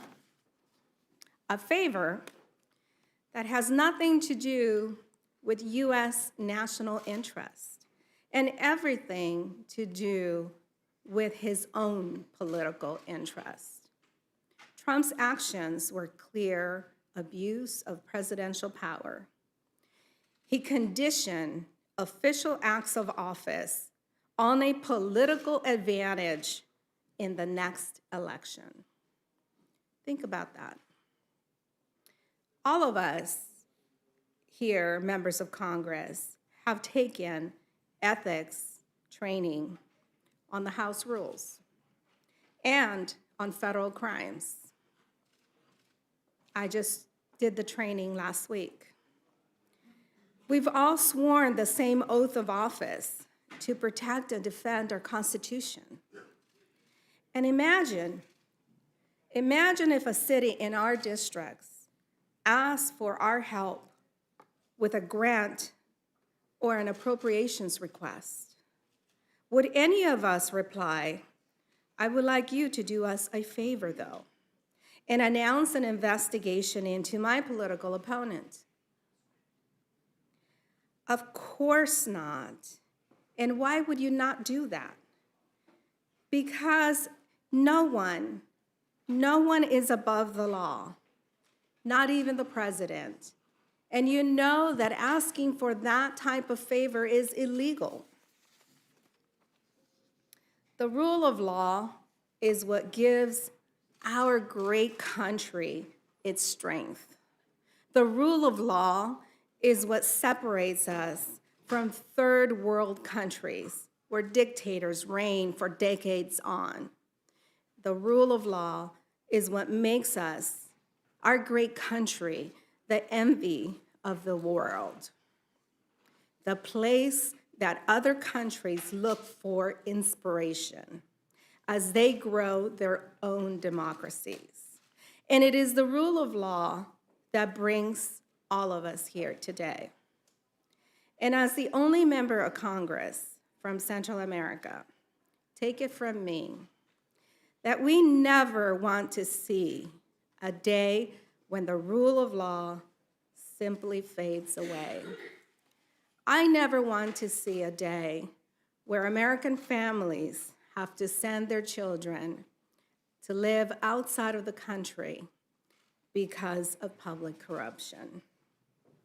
Look at Honduras. Their constitution banned presidential re-elections. Their constitution clearly states that if presidents try to get rid of the re-election ban, that they should be removed from office immediately. And despite all of this, President Juan Orlando Hernandez ran again anyway, and the Supreme Court in Honduras, filled with his supporters, got rid of term limits, and he is now serving his second term in violation of his country's founding principles. Honduras is now a narco state. And we have thousands of Honduran families at our southern border seeking asylum. In Guatemala, the people have been waging an uphill battle against corruption for years. Former President Otto Perez Molina took bribes in exchange for lower taxes. Millions of tax dollars lined the pockets of high-ranking officials instead of meeting the needs of the people in one of the poorest countries in Latin America. Today, President Trump said, after a meeting with President Morales, in Guatemala, they handle things much tougher than the US. Imagine that. CICIG, the anti-corruption organization formed to bring justice to Guatemala, brought hundreds of cases of corruption to light. But once they began investigating President Jimmy Morales for illegal campaign financing, he promptly shut down the commission. Does this sound familiar to anyone? President Morales even forced the former Attorney General, Thelma Aldana, who worked to fight corruption, to seek asylum in the United States because her safety is now at risk. Does this sound familiar to anyone? I bring these examples up to remind my colleagues that the future health of our democracy is not assured. We can slide back to tyranny, one corrupt act at a time. And until our democracy is like the fake village in North Korea that faces the DMZ, a nice-looking facade that masks the tyranny within, that's why the articles of impeachment are so important. Mr. Chairman, the Constitution did not come from a higher power. It is just a document, a piece of paper with words written on it. But we, the people, give the Constitution its power. We, the people, decide to follow and honor our laws. And today, we, the people, must agree that the laws apply to everyone, including the President of the United States. That is the president that we expect of all elected officials. And it is the president that we must reaffirm in these proceedings.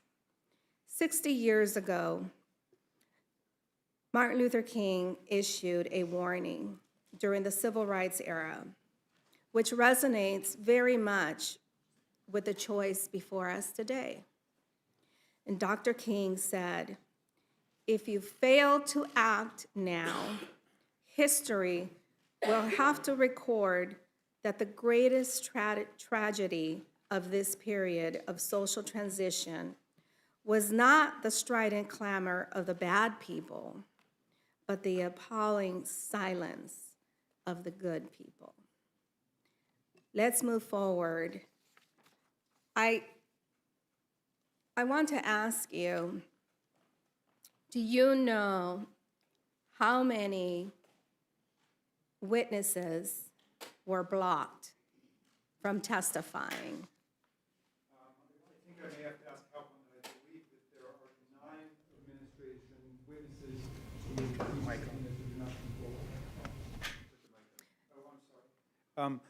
Somebody will correct me if I'm wrong, but I believe that there were 9 administration witnesses who were called who did not come forward. And if I might, Ms. Torres, I'm moved by what you had to say. I was not aware that there were GOP primaries being canceled. It allows us to refocus on the importance of elections and sovereignty of the people. I know some people would say, well, that's just a private affair, let them do their own thing, but forgive the law professor in me, but there's a whole line of cases, Smith versus Allwright, Terry versus Adams, it's called the white primary line of authority, which says that party primaries are actually essential for the voting rights of all citizens, and equal protection does apply there. So But I know Republicans in 5 states are being denied an opportunity to choose a Republican candidate to move forward and represent them. So Five. the general point there is that our system is based on the idea of popular self-government, so you need to have the channels of effective political participation open so people can participate and people can compete. Competition is good in economics, it's good in sports, it's good in politics too. We want to have a play of ideas and a marketplace of ideas so we're able to get the best ideas out there. But the other critical point you made, and thank you for pointing us to the Central American and the Latin American example, because there's been a lot of instability in democracy there where it's under attack by despots and dictators and corrupt forces, and we're seeing this all over the world now. What's taking place in America has got to be seen in a global context. There are dictators, despots, tyrants, kleptocrats, and Putin is one of the ringleaders, and Orban in Hungary, who's championing illiberal democracy, and Sisi in Egypt, and Duterte in the Philippines, and the homicidal crown prince of Saudi Arabia, and on, and they're all besieging democracy. And who is the beacon of hope for the world in terms of democracy? America is. And we've got to show how it's really done. I'm going to ask you one last question. Did witness intimidation occur during your committee hearing? To be clear, there were 9 senior officials who refused congressional subpoenas. On what grounds? There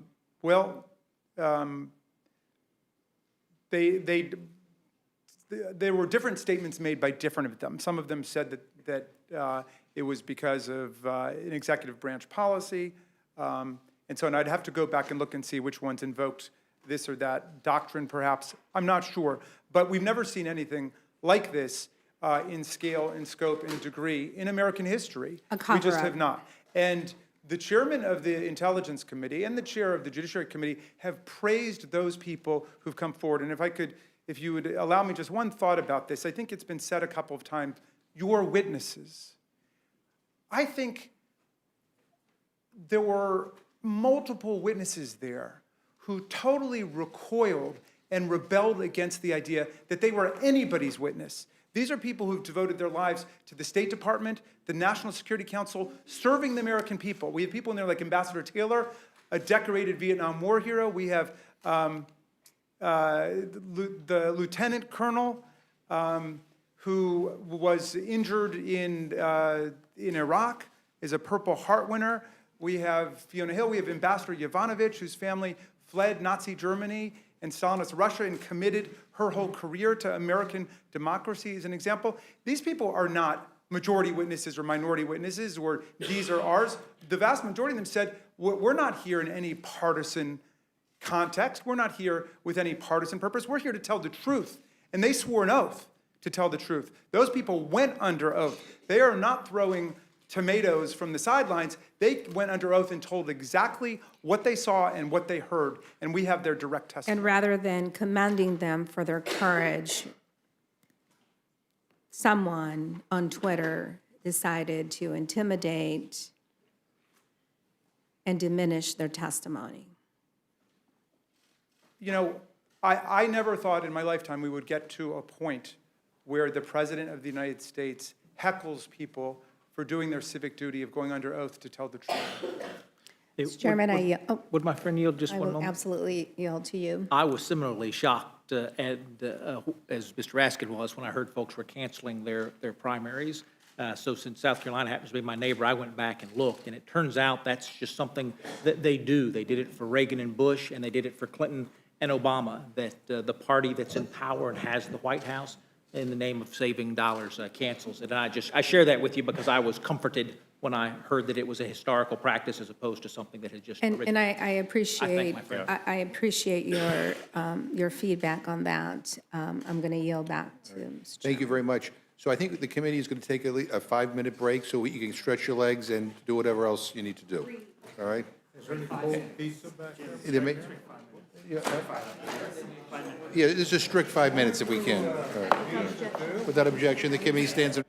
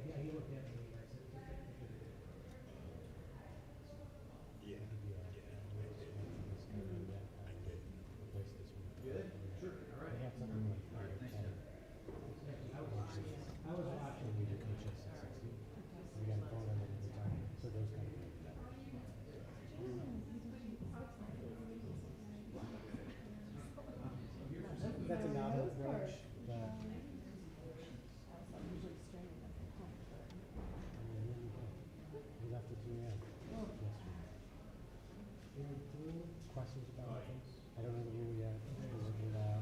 I've seen it in the, I've already, it's not ready yet, so. It's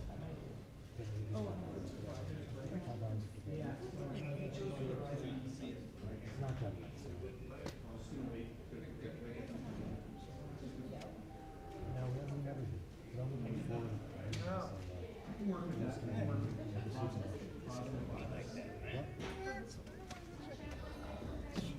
Yeah, I might, I don't know. It's something like that.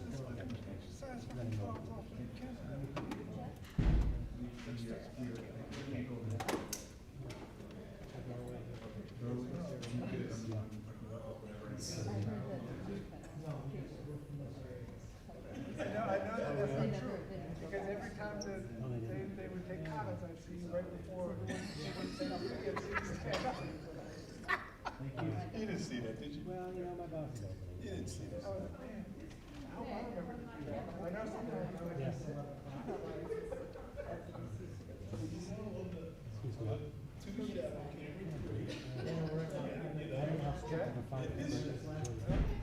I tried to tighten up his shot, so I would a couple of speakers. You did it before. I'm not doing, it's Kip down there, man. You know Kip's not looking out for you. You good? Yeah.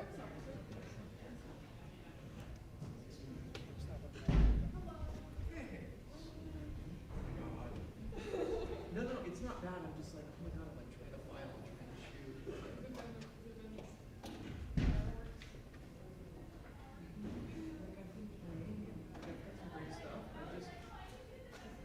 I just had that one time. So like I ended up overshooting every now. That's fine. Alright. That's okay. Everything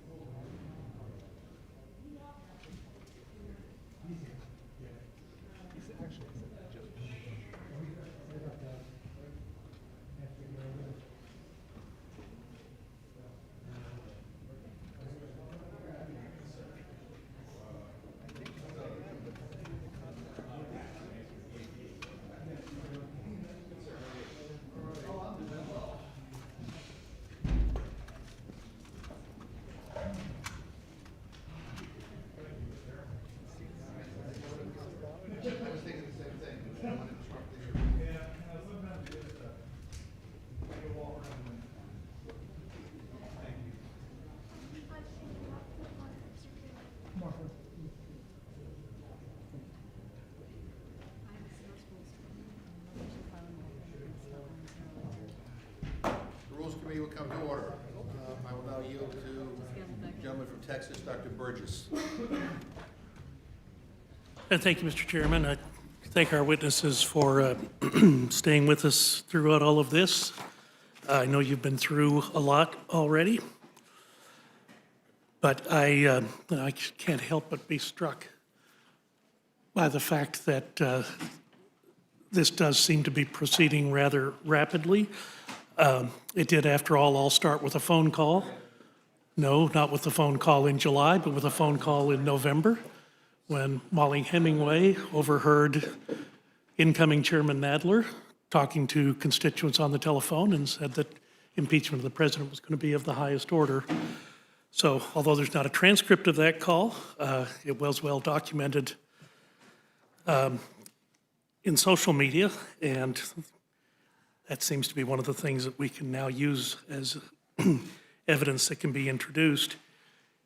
Mr. Collins, correct me if I'm wrong, but it does seem like this is an exercise, and I think this is reflected in your dissenting views that you submitted. This seems like impeachment first, build the case second. It does. And there's an inherent problem with that, of course, in that the old saying goes, when your only tool is a hammer, the whole world looks like a nail. And you've already alluded to the clock and calendar. And I would also submit that this does seem like we are busily trying to find the data that would actually define the crime so we can then prosecute the crime.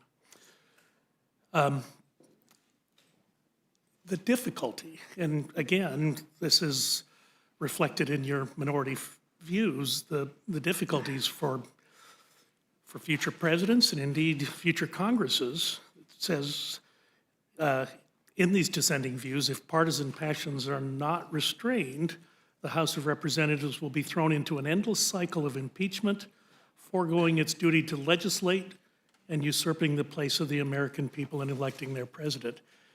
And, you know, we have seen a week, or we are seeing a week this week, unlike any other that we have seen this year, in that today we voted on the appropriations for $1.4 trillion. We are going to vote tomorrow, I think, on articles of impeachment.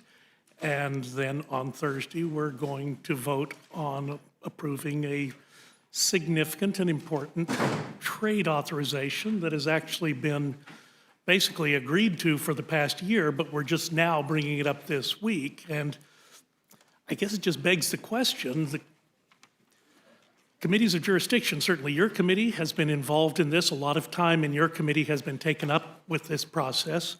No question, the Intelligence Committee has been doing this work. I don't know if they had other work they should have been doing this fall, but they've been doing this work exclusively. And although I'm a member of the Committee on Energy and Commerce, and certainly we have our jurisdictional tussles with the Committee on Ways and Means, it bothers me that the Committee on Ways and Means has had to give up their hearing room for all of these weeks so that Intelligence and then Judiciary could hold the hearings on the articles of impeachment in the Ways and Means hearing room. Does this bother anyone else that all of Congress's attention has been diverted to this at the exclusion of every other process? It bothers me. Believe me, I'll let the Ways and Means folks, no offense to them, I'll let them keep their room. I prefer Judiciary and others. Look, I'm not going to, be one. I think we've had a large number, especially Judiciary Committee this year. We have passed other bills, and I will disagree with those. And there's some we've actually made bipartisanly, but it's not been. It's been a start and stop process. I remember when impeachment was taken away from us, and is the way we've described it. And in September, we went like almost a two and a half week period. We didn't know what to do. I mean, because we literally had been doing so much of investigations and Mueller and everything that there was nothing in the hopper, so to speak, for us to move forward on. And the chairman did a good job, I think, trying to recover from that. And, I disagree with some of the bills that we passed, but at least we had some other hearings. I think over time, without elaborating on this a great deal, I think the biggest issue that we have here is, at the end of the day, I think there's a large decision being made. And that decision is being made on, we need to do this, now, and I disagree vehemently with the majority on this minute. We need to do this now. But I do, after taking a step back, look at because we've had to live with it in Judiciary in particular this year, the institutional discussion and damage, as I would call it, to our rules and our processes and our things. Those are the things that concern me, the most, whether I'm here or not, because the good thing, the logical thing is most all of us here will not be here in, a number of years, whatever that years may be, but there will be others. And, the Intelligence Committee is a committee you used to never hear of.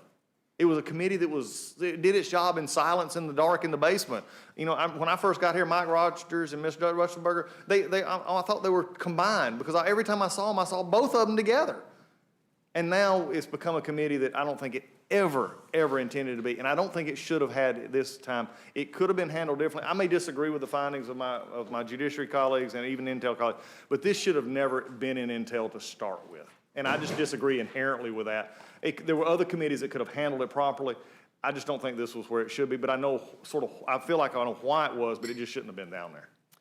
Well, and the optics of having this done absolutely in secret in a secure compartmentalized facility downstairs, not just in secret, but behind locked doors with armed guards up front. Well, and especially when none of it was classified.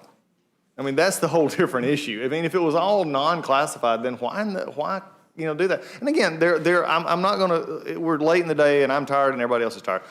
There are reasons that it was happening, but, they did it for a purpose. They got the intended result. But again, it was not classified. And really what bothered me was, you're talking about the rules, and I talked to the Parliament, the House parliamentarians and others. There was no reason we could have not got that information before it was decided to be released. I'm a member of Congress. I could have went to any of those committees, and I did go to 2 of those committees and was turned down to get that information while it was going on. That was just a flagrant violation of House rules. And you can dress it up and make it look better and say, well, it was all in a bigger cause, but that leads us down some pretty bad roads as well. And I will tell you, you've been a member of this committee in the past, so you know the responsibility that rests with this committee. Anything that comes to the floor is going to come through us. We set the rules and the parameters around the debate, so it is an important job that is done up here. It certainly has bothered me that all of this activity was done downstairs and in secret, and we weren't allowed, even as a member of the Rules Committee, I was not allowed to review the transcripts until very late in the process. There's a lot of material that was collected. I knew that as a member of the Rules Committee, eventually I was going to be asked to render some sort of judgment, but it was virtually impossible to keep up then with the volume of information that when it came out, there was a lot that came out. You are also doing now your open hearings in both intelligence and then subsequently judiciary. So there was a lot of material with which to keep up. But let me just ask you, were all of the transcripts that were collected down in the Intelligence Committee secure room, were all of those made available to all members of Congress? No. We still have one, we know of one that is still out that is still lacking. That's the Inspector General of the Intelligence Community's report. And also, May I ask, is that classified information? You'd have to ask Mr. Schiff, but he doesn't seem to want to talk about that on the record. So, I mean, he just keeps it, we don't have it. But it also is a violation of 660. It's a violation, clearly a violation of 660. The White House, we know, has not got all the information sent to them. That's a clear violation of 660. When you say 660? That's House Resolution 660. The House resolution that authorized the impeachment that came out of this inquiry? committee, yes. But I want to also say one thing, and again, not to be, not trying to be controversial here, but you just made a statement that should really, frankly, bother every member, no matter what committee they serve on. They could, and I'm not going to take any committee and name them, but you said, I'm a member of the Rules Committee, I couldn't go. Any member who wears a pin has the power and authority to go look at those. And if we can't trust members to go look at those and do that as their job functions, then I really question why are we doing this? I mean, because you can say, well, leaks. Well, golly, that didn't stop the leaks from coming out of the rooms. We had plenty of leaks. But it didn't matter, because when you stop members from being members, then inherently, no matter how good your, quote, intention is, or how breathless you think that the next election's in peril, the moment you have to take down the liberties and the rights and responsibilities of members to get there, that's a problem. Well, Mr. Chairman, I apologize. I should have brought copies of the letters that I sent to the Speaker and to the Chairman of the Intelligence Committee asking to review those documents on a more contemporaneous basis, because again, I knew we were going to get to this day. I knew this day was coming in the Rules Committee. We were going to be asked to vote on stuff that, again, just the sheer volume of information that we now have to sort through in order to make an informed decision for, yes, our constituents, but for other members of the entire House of Representatives, because they are all going to be hanging on what we decide here tonight. I agree. And I just want to add, because I'm not making this up, and this is for any member of the committee, any member watching right now, this is Clause 2E, 2A of Rule 11. This is a rule of the House. And it was really interesting because they could have waived a lot of this, but they didn't. And this was always available to us, but yet was denied by us on many occasions. And again, it just goes to the, no matter how desperate you are to get to an end result, this is what concerns me this time next year, or the next year. When is this going to be brought back up again? So let me just ask you, Mr. Collins, it seems to me, and in fact the words in your minority views are that the charges are vague and malleable. And I think my fellow Texan, Mr. Ratcliffe, asked the question during, I think it was during a judiciary hearing, it may have been during an intelligence hearing, what was the crime? Were you aware, in talking to the witnesses, asked witnesses at the witness table, what was the crime that you witnessed? And in general, what answer was he given to that question? That they witnessed none, and I think what the majority is doing is taking full advantage of the political nature of impeachment in non-defining to move forward with this. Which, of course, is one of the inherent difficulties going forward. If you allow the charge to proceed that is vague and malleable, it certainly can occur again under different circumstances. A lot has been said today about fact witnesses, and well, let me just ask you this. Was there anyone that you interviewed during the Judiciary Committee proceedings that had direct knowledge of the phone call? I chuckle a little bit because, again, we didn't get to interview anybody. We had 4 law school professors and 2 staff members. That's it. And what was really interesting is we had 2 presentations, one of which, by the way, our witness actually testified. He presented and then had to testify under oath. And then the one who presented for the Judiciary Committee actually then left the presenting table and came and questioned our member under oath and transferred out with the Intelligence Committee staff member. So, you know, no, like I said, I can't lay this out to anybody, but I want to make it very clear, and I've done this all day. I'll fight this on process, and I'll fight this on facts. We win both. And I think that's what's, you know, coming out the most in this. I'm glad you brought up about process, because we do get a lot of criticism that we're talking a lot of process. This is the Rules Committee. That's kind of what we do, is the process. You remember, you were on the Rules Committee. Well,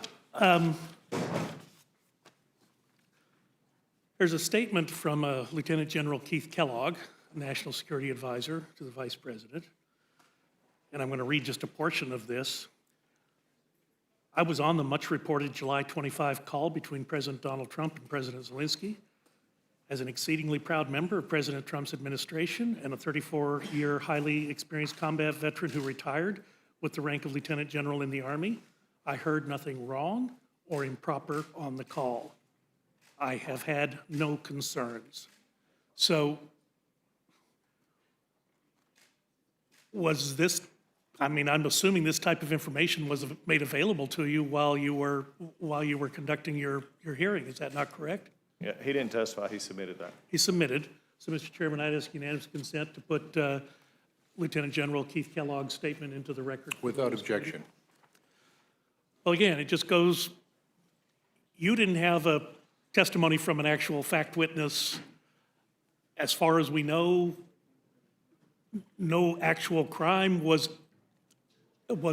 elucidated when Mr. Ratcliffe of Texas asked his questions of the witnesses who were there. So it gets to a point where, what are we doing? Why are we doing this?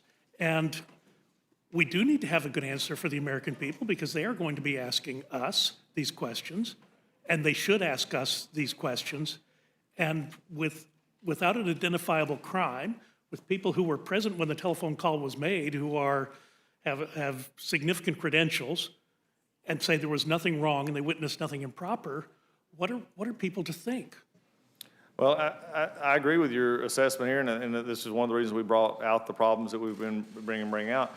But again, I will also have to say, I've done everything I possibly can do in my side, and I know my colleagues have as well. I'm not going to have to answer that question. Everybody who votes yes tomorrow is going to have to answer that question. And I think that is an excellent point. Everyone who votes yes tomorrow will have to answer those questions.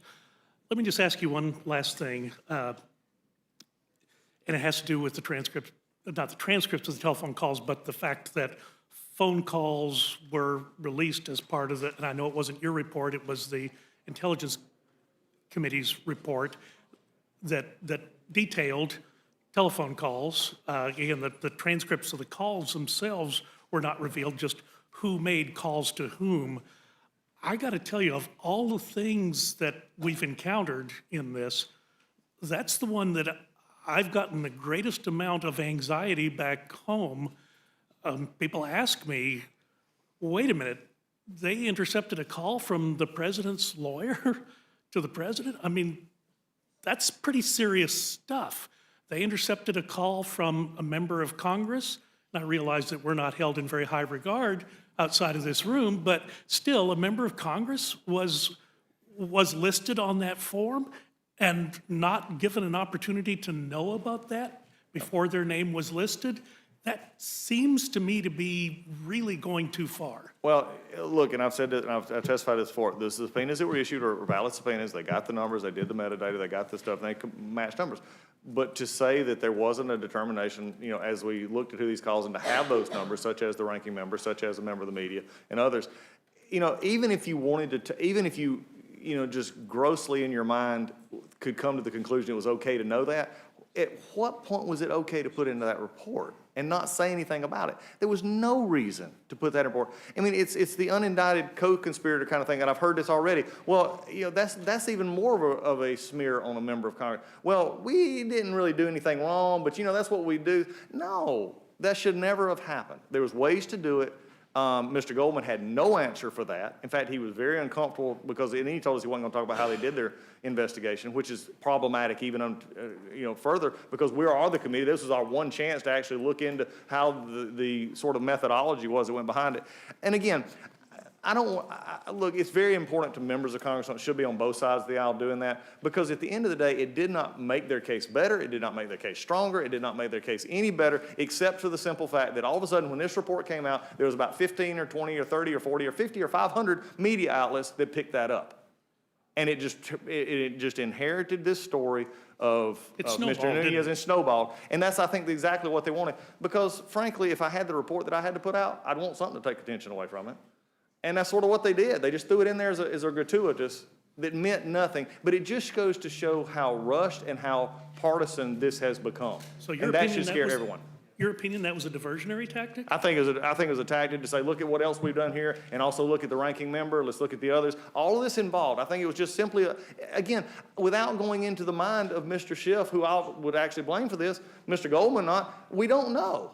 What was your reason for doing that? What was your reason for putting his name in there? Except to make a point, because y'all have been publicly feuding for a long time about how this process is going. Why else would you put it in there? Because there was no evidentiary value for it. Well, as a practical matter, let me just share with you, as a rank and file member of Congress, a humble backbencher that I am, we talk about damage to national security. This was damaging to national security. The release of that information and the way it was released was damaging to national security, because you and I are going to have to make a determination, and I realize it's not quite the same thing, but the reauthorization of 215 of the Patriot Act is going to come in front of us at some point, and how am I supposed to vote for the collection of amorphous metadata to be held in some place until it's queried by one of our intelligence? Yeah, I think, and I appreciate that. I think it's definitely two conversations to have on a different level, and I agree with your concerns, and I've had similar concerns, but I don't think, my concern more with this is how we treat each other. And I think this is where this hits for me, is how we're treating each other. And not the fact that we can disagree vehemently, and you know, we've had great times up here, and I can remember Mr. Hastings, and I appreciate Ms. Torres talking about our inside voices. Mr. Hastings, I've sometimes not used our inside voices in here. And it's just because we get passionate about what we do, but we've done that. But we disagree vehemently. But I would never think about taking a report that did and put his name in it in a derogatory way that had nothing of value to add to my report. I just wouldn't have thought that. And so if that's the level that we've gotten to, no matter what you believe about the facts, no matter what you believe about the president, the phone call, the transcript, the witnesses, or anything else, to do things like that, to have these gratuitous kind of political, I call it hit job, in the middle of a report that didn't have to be there, that does not benefit you at all, is a problem. Just one last observation, and I appreciate your comments. We had as you mentioned, you did have one panel of witnesses. There were 4 witnesses, one of which you selected. I do wish you'd selected someone who had actually voted for the president. That would have made me feel better. However, I thought the witness you did select did a very good job.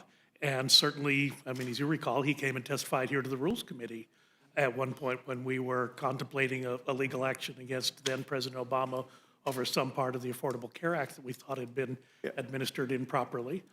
So I always enjoy listening to Mr. Turley testify. His statement that he's concerned about the lowering of impeachment standards to fit a paucity of evidence and an abundance of anger. I mean, I think those are the words that are going to echo down throughout history. That is what this exercise has been all about. Very little facts and a great deal of anger. Anger at the president, anger at the American people for electing him, and it reverberates over and over and over again. And I've said before in this committee, that is not a good look for us. Thank you, Mr. Chairman. I'll yield back. I thank the gentleman, and he had mentioned he had sent several inquiries to our leadership. I think we'll probably be here for a little while longer. If your staff want to collect them, we're more than happy to make them part of the record. And I would also say that those of us who vote yes on impeachment obviously have to answer to our constituents. Those who vote no have to answer to their constituents as well. I fully agree, Mr. And Chairman. these are votes of conscience. And you know, I'm voting. You know, I've not been a supporter of the president when he ran for president. That's no secret. But I assure you that my vote for impeachment is based on my strong belief that what he did rises to the level of an impeachable offense. And I genuinely believe, as I've said over and over and over again, that we see a crime in progress, and I'm worried about the next election. And that's why there is urgency here. And I appreciate the conversation you just had. It's all fine and relevant about getting in the weeds over the investigation, but we also need to talk about the president's behavior and what he did. And I now yield to the gentleman from Colorado, Mr. Perlmutter. Thank you, Mr. Chair. And first, I'd like to introduce into the record 4 things. The oath that the senators have to take of impartiality if they sit as jurors in a trial on impeachment. Without objection. Second, a letter from 700 historians, their statement on the impeachment of President Trump. Without objection. Third is the editorial from USA Today, dated, I think, December 12th, concerning impeachment of President Trump. Without objection. And fourth is a law review article in the Colorado Lawyer by a gentleman named Scott Barker called An Overview of Presidential Impeachment. Without objection. Mr. McGovern. Mr. Chairman, Yes. I have a very unusual request, but as a former member, I'd just like to ask. USA Today, I had the response to that editorial in that same paper. You want to put it in? Could I put that in as well? Without objection. There you go. Thank you very much.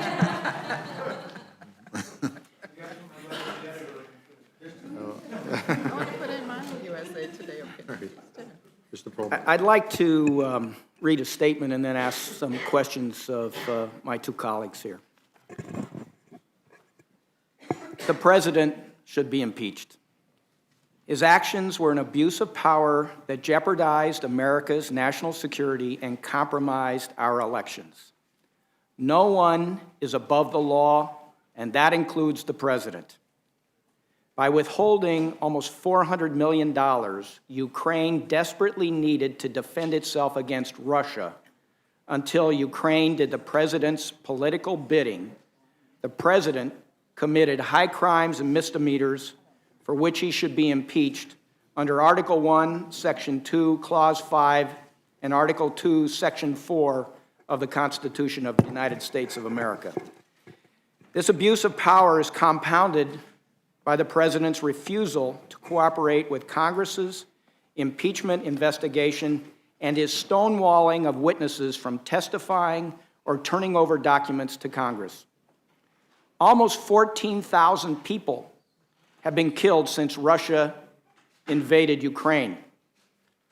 Withholding $400 million that Congress appropriated to help Ukraine defend itself unless Ukraine helped the president dig up dirt on his political rival, Joe Biden, was the last straw for me. People's lives and our national security were placed at risk.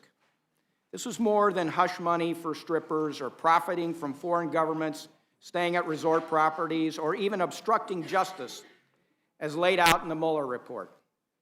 The founders fought and died for freedom and independence from a tyrannical ruler and a foreign government. Impeachment and removal from office was the remedy they included in the Constitution to act as a check on a president who placed himself above the law, abused his power for his own personal benefit, and invited foreign governments to get involved in our domestic affairs, especially our elections. A president who flaunts the separation of powers and checks and balances in our Constitution and who refuses to allow witnesses to appear before Congress would receive our founders' universal condemnation. Treating taxpayer money as his own to extort a, quote, favor from a foreign government to aid him in his reelection goes to the very heart of concerns raised by our nation's founders when they drafted and advocated for impeachment to act as a check on the awesome powers of the chief executive. For instance, Madison said in Federalist 47, quote, the accumulation of all powers, legislative, executive, and judiciary, in the same hands may justly be pronounced the very definition of tyranny. He went on to say during the Constitutional Convention, quote, the executive will have great opportunities of abusing his power. And further, that a president, quote, might betray his trust to foreign powers. George Washington's farewell address warned of foreign influence and corruption, which leads to the, quote, policy and will, close quote, of America being subjected to the policy and will of another. Alexander Hamilton wrote in Federalist 65 that impeachment, quote, proceeds from the misconduct of public men, from the abuse or violation of a public trust. Following in that, the USA Today editorial board stated it perfectly when they wrote in their December 12, 2019 editorial, quote, in his thuggish effort to trade American arms for foreign dirt on former Vice President Joe Biden and his son Hunter, Trump resembles not so much Clinton as he does Richard Nixon, another corrupt president who tried to cheat his way to re-election.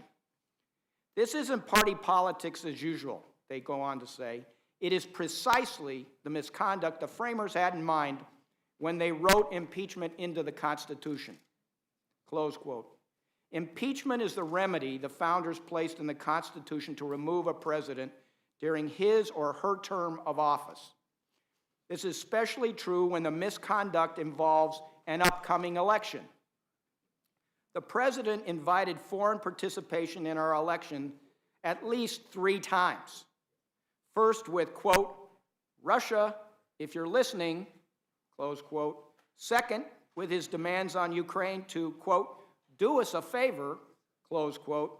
And third, with his request for China to get involved in the 2020 election by starting, quote, an investigation into the Bidens, close quote. Any further delay or simply allowing the election cycle to run its course results in the harm and abuse impeachment was designed to prevent. For the sake of the Constitution, fair elections free of foreign interference, and our national security, President Trump should be impeached.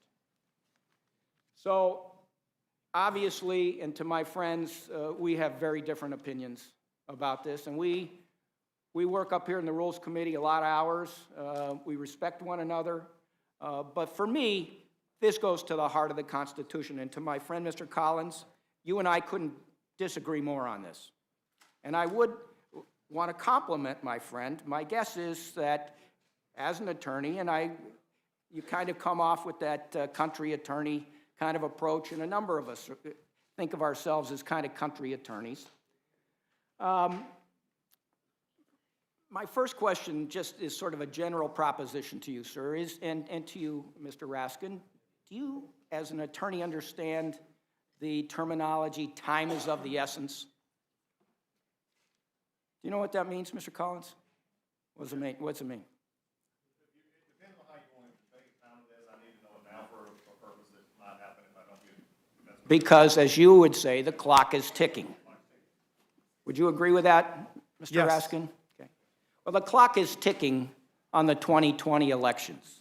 And I think we would all agree that if this impeachment were held in July or August or September, drawn way out, that time is of the essence, that would really affect the 2020 elections.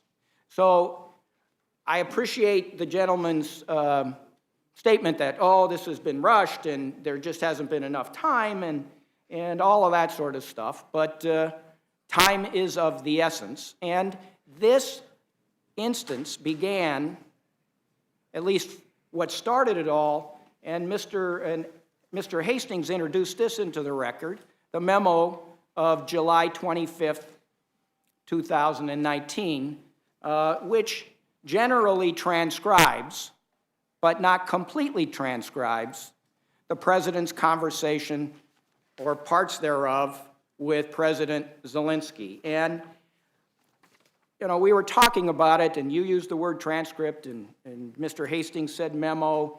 I mean, it's a memorandum of a telephone conversation, and it's not a verbatim transcript. And then it goes down at the bottom. The word inaudible is used to indicate portions of a conversation that the note-taker was unable to hear. So I'd like to have you ask you a question, Mr. Collins, and you too, Mr. Raskin. Just in terms of the completeness of this document, because I think that this document, even with things that are not transcribed, is a pretty damning piece of evidence against the president.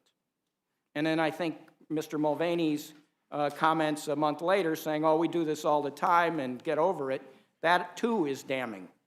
But the president says, I would like you, this is right after Mr. Zelensky says, we are ready to continue to cooperate for the next step. Specifically, we are almost ready to buy more javelins from the United States for defense purposes.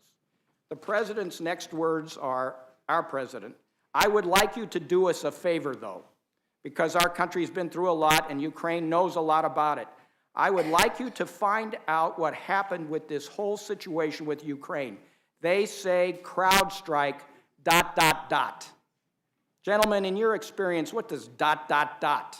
mean? Mr. Raskin, I'll start with you. What do ellipses mean? Yes. Something's left out. Well, yeah, so right, but we can say generally that something to be continued, but we don't know specifically what in every case, but you try to deduce it from the context. And I assume, Mr. Collins, you would agree with that. To a point, is are not heard, but I will say, and if I can elaborate. Was that a yes? Yes. Okay. So then it goes on, I guess you have one of your wealthy people, ... The server, comma, they say Ukraine has it. So again, just in that one paragraph, right after President Zelensky says, we're ready to buy the javelins for our defense, there are missing pieces to this memorandum. And it doesn't say the word inaudible is used to indicate portions of a conversation that the note-taker was unable to hear. Does it? In your readings, gentlemen? No. I guess that's a no. So this document, and Mr. Burgess was going into the classified nature and why was everybody down in the intelligence room downstairs. Just looking at it on its face, it says, and it's crossed out now, and you apparently, it was an inadvertent error, but can you tell me, Mr. Collins, when this memorandum, up at the top there's a cross out, and I think underneath the cross out it says secret // Orcon /no foreign. Do either of you know what those, The what that means? the president declassified the document so it could be But made. what is it? My question was, what is that? That means that it's not normally put out to public. We don't normally transmit the telephone calls between two world leaders, and our president doesn't do that. And in order of transparency, he did it in this case. That means it's a declassification. There's no. No, wait a second. But earlier you said it was an inadvertent error, but now you're saying that, oh, when there are conversations between two foreign leaders, we mark it as secret? No, you're or talking. ORCON, or no foreign? No, we're talking two different things. Okay. So, but You and I initially are talking this, two different things. Mr. Collins, initially this document was treated as classified and secret, top secret, was it not? If you let me explain here, because we're talking two No, different I things. just- Okay, then we don't. Then I won't answer. Okay, Mr. Raskin, you go ahead and answer. So I'm not certain I can completely answer that, Mr. Perlmutter, but can I just try to answer where I think you're going? And here's what I would say about this. There's no mystery here, right?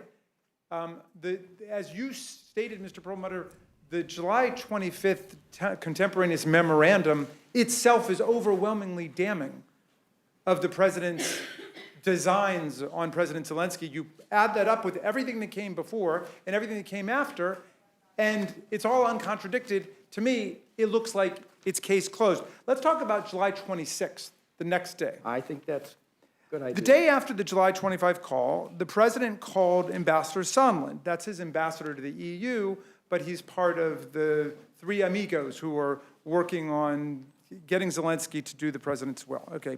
He called Ambassador Sondland to ask whether President Zelensky was going to do the investigation. Ambassador Sondland stated that President Zelensky was going to do it and would do anything you ask him to, and then he famously said, "He loves your ass." According to David Holmes, who overheard the conversation, or part of the conversation, Ambassador Sondland and President Trump spoke only about the investigation in their discussion about Ukraine. There's nothing about the war, nothing about corruption, and so on. And after Sondland hung up the phone, he told Holmes that President Trump, forgive me now, I hope my children are not watching, but he told Holmes that President Trump did not give a shit about Ukraine. Rather, he explained the president cared only about the big stuff. The big stuff was the stuff that benefited him personally, like, quote, the Biden investigation that Mr. Giuliani was pitching. This is not an Agatha Christie mystery. There's no alibi. There's no alternative hypothesis of the facts. The president went after exactly what he wanted. And we know that our president is very capable of stating what he wants and telling people what his will is. So let's talk about that for a couple seconds, and then I know, Mr. Chairman, you'd like to get moving, but I just have a few more questions. So Holmes, Mr. Raskin, was the political counselor at the U.S. Embassy in Kiev, right? Correct.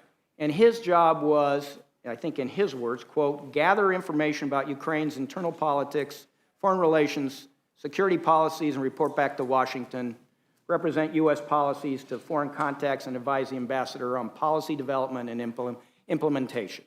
I think that comes from his opening remarks. Yes. So going back to kind of the questions I was asking Mr. Collins and you about the secret nature of this memo, at least initially, which was unclassified 2 months later. 2 months later. Holmes, I think, testified, quote, contrary to standard procedure, the embassy received no readout of the call and he was unaware of what was discussed until the transcript was released on September 25th. Is that your understanding? Say that once more. That he, Holmes, was unaware of what was discussed. Correct. Even though it was ordinary procedure that he would get to know something like that until this thing was released 2 months later. Correct. And taken out of the top secret server. That's right. And my recollection is he was not on the July 25th. Even though it was an supposed inadvertent error to put it in the top secret server. So, you kind of glossed over a couple of the kind of cruder terms that Sondland and was saying in connection with this call between himself and the president. But Holmes, as you said, he could hear, could he not, the phone conversation between Ambassador Sondland and the President Trump. He could hear it. Okay, and I think his testimony was Ambassador Sondland went on to state that President Zelensky loves your ass. I then heard President Trump ask, so he's going to do the investigation? Ambassador Sondland replied that he's going to do it, adding that President Zelensky will do anything you ask him to. And then your remarks about whether the president cared about Ukraine or not, but his final statement was, I noted that there was big stuff going on in Ukraine, like a war with Russia, and Ambassador Sondland replied that he meant big stuff that benefits the president, like the Biden investigation that Giuliani was pushing. So, a couple more things that I think have to be discussed, and that was Mr. Taylor. And you mentioned this. The individuals who testified, and by the way, I'd say to my friend, Mr. Collins, that you said, oh, we didn't get any witnesses. Well, you had Mr. Castor, you had Mr. Turley testified, and then the Intelligence Committee, if I am correct, had at least 3 witnesses that the Republicans called, and I'd agree with Mr. Raskin that these aren't witnesses for or against the defense, although I got to compliment you. I think you've been a heck of a defense counsel so far, because the record's gotten pretty muddy, and, you know, the old saying in law school that I went to, if you don't have a fact, do your best to distract. I have the truth. Huh? I have the truth. Well, so the 3 witnesses that the minority called during the investigation, Ambassador Volker, Undersecretary Hale, and Mr. Morrison. So at least 5 witnesses, plus Mr. Raskin, you said that a number of other witnesses were called, like Mr. Bolton and Secretary Pompeo, Mr. Mulvaney, and, you know, so I want the record to reflect that plenty of witnesses were called, and the president has had the opportunity to call witnesses. He and his staff were invited to participate in the investigation, were they not? Yes, indeed. And they just chose not to. I mean, we were very disappointed that he chose not to participate, just like we were disappointed when he executed his plan to blockade witnesses from coming and refused to turn over any subpoenaed documents. Just a comment that came out of testimony by Mr. Taylor, because those individuals that did testify were either decorated war heroes, individuals who've been public servants working in the intelligence community, the State Department, a whole range of things over the course of decades under both Republicans and Democrats. And Mr. Taylor was one of those. What was his background, if you recall? He was a Vietnam War hero and had spent his life in first the military service and then the civilian service of the country. And I think he was, if I'm remembering correctly, he was scandalized about the treatment of Ambassador Yovanovitch, who was the target of an unprecedented smear campaign by people working directly with the president, including Rudy Giuliani. She was somebody who worked for America and fought for our foreign policy priorities in Ukraine. She described herself as completely nonpartisan. She had a family background of fleeing persecution from totalitarian regimes. And they just decided to set her up and to describe her as a tool of George Soros and somebody who was on the side of the corrupt and so on, until finally the president decided to recall her and bring her back. That is a scandalous chapter in American history that was allowed to happen to one of our ambassadors. And it was all to clear the way for the shakedown of President Zelensky, because as Mr. Giuliani said today, he's quoted in the paper today, she was in the way of the plan to get from President Zelensky what the president wanted. Last thing, in Ambassador Taylor's testimony, he was talking about conversations with Ambassador Sondland. And in that conversation, Ambassador Taylor said, quote, President Trump had told him, Sondland, He wants President Zelensky to state publicly that Ukraine will investigate Burisma and alleged Ukrainian interference in the 2016 U.S. election. In fact, Ambassador Sondland said everything was dependent on such an announcement, including security assistance. He said that President Trump wanted President Zelensky in a box making public statements about ordering such an investigation. So that, earlier you referred to putting That's President absolutely right. Zelensky. And, you know, if I had to pick one quote for people to remember from Ambassador Taylor, it's when he said, as I said on the phone, I think it's crazy to withhold security assistance for help with a political campaign. And that was in a text message that he was engaged in. I believe that was with Sondland and Volker. I think it's crazy to withhold security assistance for help with a political campaign. That was on September 9th, 2019. Last questions I'd like to ask you is concerning Mr. Giuliani, who you just mentioned. And in that Taylor deposition, there is a reference to a New York Times report concerning Mr. Giuliani's role. And it's a report from May 9, 2019, which says, quote, or an article, Mr. Giuliani said he plans to travel to Kiev, the Ukrainian capital, in the coming days to meet with the nation's president-elect to urge him to pursue inquiries that allies of the White House contend could yield new information about two matters of intense interest to Mr. Trump. One is the origin of the special counsel's investigation into Russia's interference in the 2016 election. The other is the involvement of former Vice President Joe Biden Jr.'s son in a gas company owned by a Ukrainian oligarch. So this is in May of 2019. The ambassadors were told they should work with Mr. Giuliani, and their testimony, again, from the Sondland deposition is they were disappointed by the president's direction that we involve Mr. Giuliani. Our view was that men and women of the State Department, not the president's personal lawyer, should take responsibility for all aspects of U.S. foreign policy towards Ukraine. Do you recall that testimony? Yes. Well, Mr. Sondland, and I don't know who came up with the name Three Amigos, apparently referring to Ambassador Sondland, Ambassador Volker, and Ambassador Perry. They had a couple choices. They could work with Mr. Giuliani or not.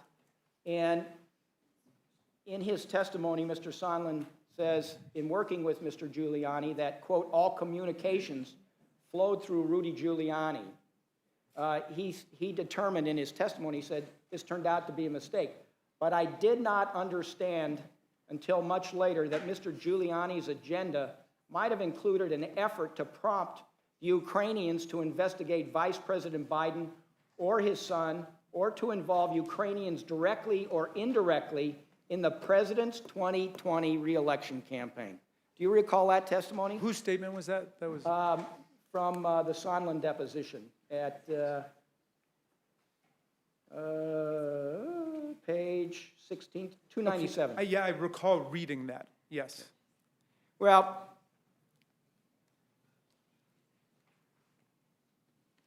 the articles that the Judiciary Committee has brought talk about an abuse of power, talk about betrayal of national security, talk about corruption. Are these the kinds of pieces of evidence that support the articles that your committee drafted that you would like the whole House to vote on tomorrow? Yes, it was a vote of 23 to 17 in committee. The majority felt we were brought to the inescapable conclusion that the President of the United States had abused his power in sweeping and systematic ways for personal purposes by bringing a foreign government into our elections in order to alter our political destiny as a people. And he proceeded to obstruct justice in order to cover that up. That's a pattern that we saw, again, from the 2016 campaign. And The president has demonstrated his unrepentance. He has pronounced his behavior perfect and absolutely perfect, and assures us that Article 2 of the Constitution gives him the power to do whatever he wants to do. So we have a very clear choice as a country right now. Well, and to end with that, in fact, I think the president actually said a couple days before the conversation with Mr. Zelensky that Article 2 of the Constitution allows him to, quote, do whatever I want as president, close quote. And I think that's the problem. That's the core of the issue, that we are in a democratic republic, that we have a framework of laws, of checks and balances that limit a president from doing something like that, or to entangle other governments in our politics and in our domestic affairs. And that is why we brought these articles of impeachment, and that's why I'm going to vote for them tomorrow. I yield back. Mr. Perlmutter. Mr. Perlmutter, before you yield back, because I always like to answer, because I'm going to answer this question one way or the other, and I'd love to answer with you. Sure. Going back to our original. And the two issues we hear that you said not foreign, that's not for foreign sharing. That was what's always listed on these. You're going So back to now you are going to have to speak a little slower for me. Yeah, no problem. The documents. I haven't interrupted you before, but no, please. you did fine. And that was mine. It was mine.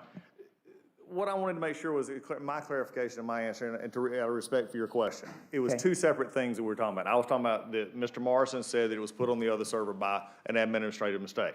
All of these conversations that they have with foreign leaders are marked the way that one is marked, unless the president himself declassifies it. That not for sharing with foreign government, that's that not foreign on there. Then you also have the secret classification, which was struck through because he declassified it. All right, so And that brings, so I appreciate, thank you for clarifying that. So in his testimony, Mr. Holmes also said that it was unusual for him not to get a readout. I think the term was readout of the call. Do you know whether that was unusual or not, or you just have to accept his testimony? That would be his testimony. It's not something that I would could comment on. And, But I just wanted to clarify. I wanted for, to do it with you because I could do it in a minute, but I want to do it with you just to have that kind of background. and I thank you for clarifying your answer. I yield back to the gentleman. Happy to yield to the gentlewoman from Arizona, Ms. Lesko, who not only has the privilege of serving on the Rules Committee and sitting through this hearing today, but also on the Judiciary Committee. So I know. Yeah.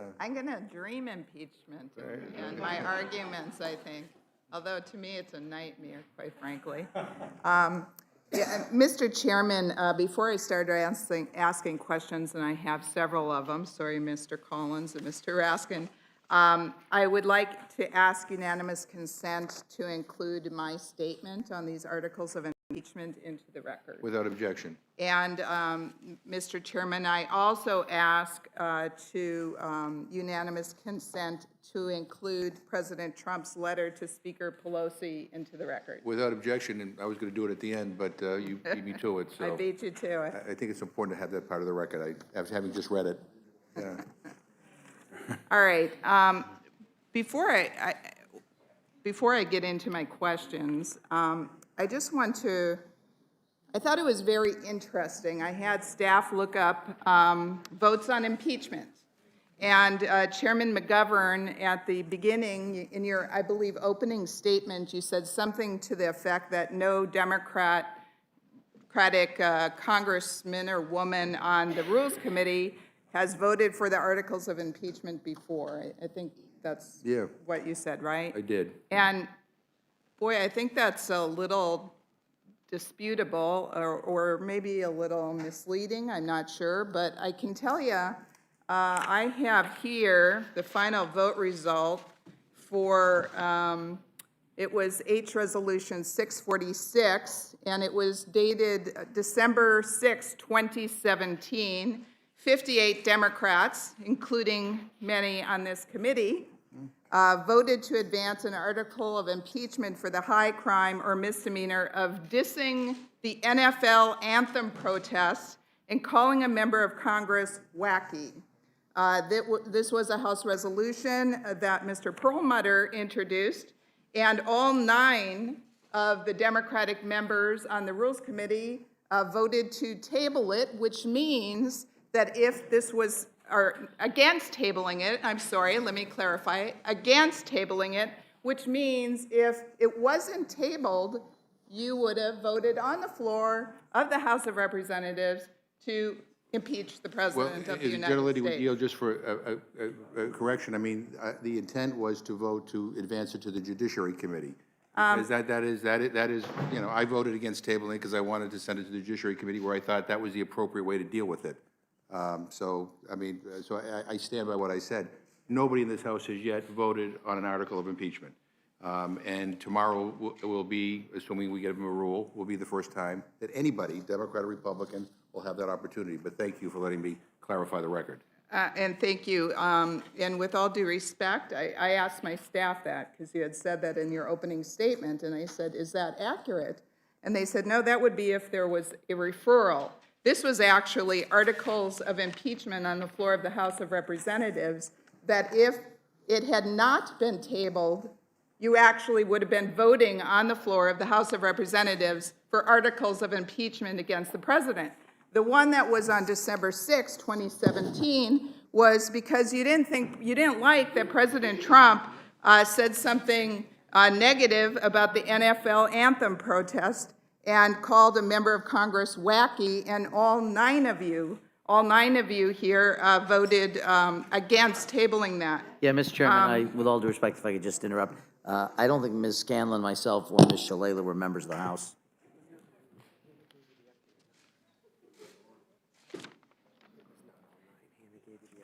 I was on the wrong one. I apologize. Thank you for pointing that out to me. This one was Mr. McGovern, Hastings, Raskin, and DeSaulnier voted against tabling. So there's another one where it's all nine. So I missed Tabling what? What are we talking about? Impeachment or? Yes, it was House Resolution 646. It was, the staff has told me, they were articles of impeachment on the floor of the House of Representatives. And Representative McGovern, Hastings, Raskin, and DeSaulnier voted against tabling, meaning that if it wasn't tabled, you would have been able to vote on the floor for articles of impeachment. Then on January 19th, 2018, House Resolution 705, and I have this one right here, 66 Democrats, including many on this committee, voted to advance impeachment for the high crime or misdemeanor of President Trump's rhetoric. And on that one, Mr. McGovern, Hastings, Raskin, and DeSaulnier all voted against tabling. So meaning that if it wasn't tabled, there would have been a vote. Then on this one, more recent. Well, let me just, if there was a vote, you don't know how we would have voted on it. I mean, I appreciate it, but I mean, and I just would, and again, you can go on. Right. You'd like, I would just simply say that, you know, we could have this conversation. It has nothing to do with the articles of impeachment that are before us right now, but I'm happy to. Thank you, Mr. McGovern. A lot of what has been said today hasn't had anything to do with articles of impeachment. But this, I believe, does, because it proves to me that it was predetermined that you're going to impeach the President of the United States, and you're just searching around for anything to impeach him on. So, impeachment number 3. On July 17th, 2019, House Resolution 498, 95 Democrats, including many chairmen and many members of this committee. In fact, let's see, I have Mr. McGovern, Torres, Raskin, Scanlon, DeSaulnier, all voted against tabling, voted to advance impeachment for the high crime or misdemeanor of insulting the squad. And so, Mr. Collins, my question to you is, do you think the fact that so many of our Democratic colleagues, both 17 out of 24 Judiciary Committee members that are Democratic, and here a number of my Democratic colleagues on the Rules Committee voted to move forward articles of impeachment prior to the July 25th, 2019 phone call that the Democrats are using as their central case for impeaching the president, do you think that that kind of undermines their argument? As I stated earlier today, I do believe it is true, and we've seen this over time. And Mr. Collins, do you also think that moving articles of impeachment against the president because he dissed the NFL anthem protests, against his rhetoric, and against insulting the squad kind of lower the bar for impeachment? I think we've seen a lot of those things that's happened in the last, this Congress and last Congress as well. I think a lot of this does. I think this lowers the bar for impeachment. I think it's just something that we're having to plow through at this point. And, again, they have the votes and they'll move it forward. Thank you. And Mr. Collins, earlier, much earlier, Mr. Raskin had said something. He was comparing how the closed-door hearings that Adam Schiff did were comparable to what Ken Starr did in the Clinton impeachment. But isn't it true that we Republicans on the Judiciary Committee asked to have Mr. Schiff testify like Ken Starr did, and the Democrats refused us? Yes. Thank you. And I also want to I think you already addressed this, Mr. Collins, but another statement Mr. Raskin said earlier was there was no evidence Trump tried to root out corruption prior to Joe Biden becoming candidate or something to that effect. And I just, from what I've heard, that's absolutely false, and I wanted to hear what you said. I was told that Trump actually had a meeting with the former Ukrainian Poroshenko concerned about corruption in Ukraine prior to giving him aid, and also that two of the witnesses, Democrat witnesses, testified that all along Trump was concerned about corruption in Ukraine. Is that accurate? That was the testimony of the witnesses, yes. Thank you. And also, another thing that I want to clear up for the record, Mr. Raskin said previously that this same process that we're doing now was done, it's the same process that was used in the Clinton impeachment. Mr. Collins, do you agree with that? Because I sure don't. No, I do not. And would you care to expand? Yeah, I mean, I think there's a lot of different things here, and again, I think it goes back to the inherent nature of what we're dealing with today, and that is frankly, the only bipartisan nature of this impeachment is no. It's not bipartisan in the sense of seeing it should go forward. It's bipartisan in no, and that'll be the only bipartisan that you'll see tomorrow. Now, again, my friends across the aisle will say that they're standing for truth, and I get that, and that's fine. That's their argument. My argument will be that it's everything that we've talked about so far. And that's also why at a certain point in time we continue to go on here. But I think when you look at the actual things that were going on, the issues of how witnesses are called, how you dealt with an outside counsel, and again, it was also said earlier that the Judiciary Committee handled the STAR faster than this. That's not true. It was longer than this going through when it got to Judiciary. There were there was 2.5 weeks set up before the first impaneling of scholarly witnesses. So we never had that. We didn't have barely 2.5 weeks of the entire thing. So when you look at it from those perspectives, I think there's just, again, I have argued here today, and I feel comfortable in my argument today that I've argued both the process problems and the factual problems. I've not been afraid to back away from either. We can genuinely disagree with that. That's why we're here tonight. If we didn't disagree with this, we wouldn't be here. So I think, moving this forward at a late hour and just discussing the facts that this is, an issue we have. I will say something that it needs clarification. Again, I know from my Democratic friends it will not matter, but it does, I think, need to be at least added to the record. And it's been brought up that Mr. Mulvaney on several times, on his comments on that was the way it's done, get over it. It was also referring to general conditions placed on foreign aid to all countries, and he did clarify his statement later. If we've gotten to the point where we can't clarify statements, and I get that, because if it doesn't fit the narrative, we don't do that, then we do have an issue and a problem, because there's not a one of us on this in here at the witness table or at the dais that has not misspoke at some point in their life, and possibly even today. So we just have to look at it from that perspective and go forward. Look, I think I made all the points that I think frankly we can make. I would love to have seen this done differently. It does concern me that the future is now predicated on this. And like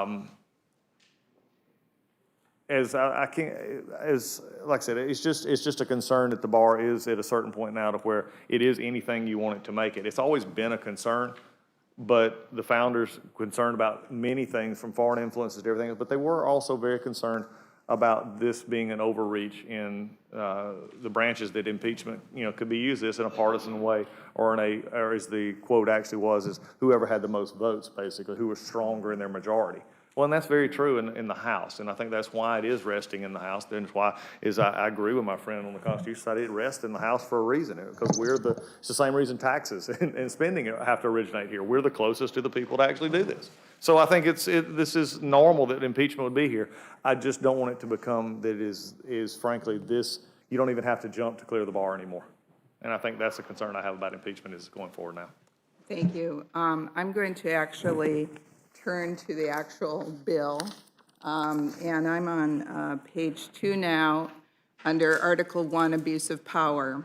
And I read, the Constitution provides that the House of Representatives shall have the sole power of impeachment, and that the President shall be removed from office on impeachment for and conviction of treason, bribery, or high crimes and misdemeanors. So, Mr. Collins, I have a question for you. Were any of the Democrats' fact witnesses able to establish that the President committed treason, bribery, or high crimes or misdemeanors? No, and not in the sense of the way that was laid out. And again, I've made this comment earlier, and I appreciate the gentlelady for bringing this up. They're not depending on a crime. Okay, and that's fact, and they're willing to admit that. I freely give that. They're not depending on a crime. They're depending on a pattern of acts and abuse of power is what they're calling it. The interesting thing is, though, is in the report themselves, they mentioned bribery and extortion and all these other things, but they just couldn't bring it up to actually, to get the elements, if you would, to be, crass criminal about it. That they couldn't get the elements to where they could explain it to the American people and what they were doing. Thank you. At least in my opinion, personally. Thank you, Mr. Collins, and I'm going to be asking you several questions.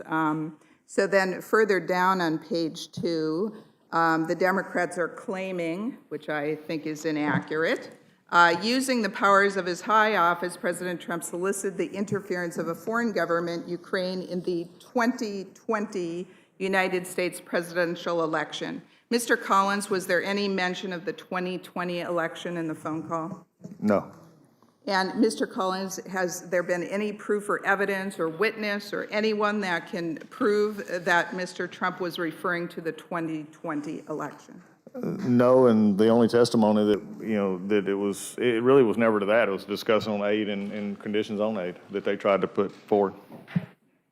And then on the bottom of page 2 into page 3, it says that it alleges, again, I think a lot of this is a wishful thinking fairy tale going on here by my Democratic colleagues. It said it would benefit his reelection, harm the election prospects of a political opponent, and influence the 2020 United States presidential election to his advantage. Again, has there been any proof of that, Mr. Collins? No, and it did raise the question that's never still been answered from earlier today is now by running for president, you're free to do whatever you want to and not be investigated overseas. Thank you. And then the other thing that is repeatedly said in these articles of impeachment is that Trump had corrupt purposes or corrupt intent. Has there been any proof from their witnesses, from anyone, that Trump's intent or purposes were corrupt?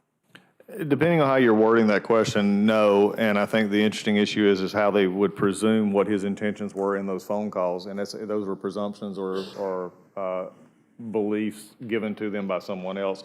But it goes back to the fact Mr. Sondland himself said it was presumed, and then when talked to the president himself, said, I don't want anything. I just want him to do the job that he ran for. Exactly, and I have said before in Judiciary Committee and elsewhere that there's no way that you can prove what was on Trump's mind or that he had corrupt intent, because there are other logical explanations. Even though Mr. Raskin earlier you said there was no other logical explanations, yes, indeed, there is. Because there was proof, or I should say, there is evidence that President Trump was concerned about corruption in Ukraine. He also said in his phone call that he was very concerned that other European countries weren't pitching into Ukraine. He also talked about the video of Joe Biden bragging about how he got a prosecutor fired by saying he's going to withhold $1 billion from Ukraine. So to me, those are all logical explanations of why President Trump would want to talk about that, not some nefarious reason. Well, and I think. And so. Go ahead. I'm sorry. Mr. Collins? I apologize. Did you want to add something? No, I thought you were through. I'm sorry. Okay, thank you. Also, let's see. Oh, this is a good one. This gets under my skin, so I guess that's why you guys keep using it. Is on page 3 at the bottom, my Democratic colleagues in Judiciary Committee and here in the impeachment, they keep on saying that it says a discredited theory, we're talking about Ukraine now, a discredited theory promoted by Russia alleging that Ukraine, rather than Russia, interfered in the 2016 election. Mr. Collins, did Republicans, I don't think President Trump ever said that, ever say that Russia was never involved? Or did we just say that it's possible that both could have influenced the 2016 Well, we've never said, election? I believe Russia's been involved in elections, not only in ours, but others for years. That's never been and it really is one of the disturbing parts, and I know we have some disagreement between my judiciary colleagues. It was one of the main things that come out of the Mueller report that was genuinely we both understood, but we never dealt into that legislatively. We dealt with it in some of our elections, and maybe touched on it. I'll give that much to some of the bills that we passed, but we didn't really dig into it in depth. But I think the issue is Fiona Hill and others, had talked about the Ukrainians, and I'll say that individuals, who did side with Clinton. And Fiona Hill's, her own statement was the Ukraine, in her words, were Ukraine bet on the wrong horse. But again, this goes to a whole, a discussion that we've had on this. And at this point, it's become very clear. We've talked about this over and over and over.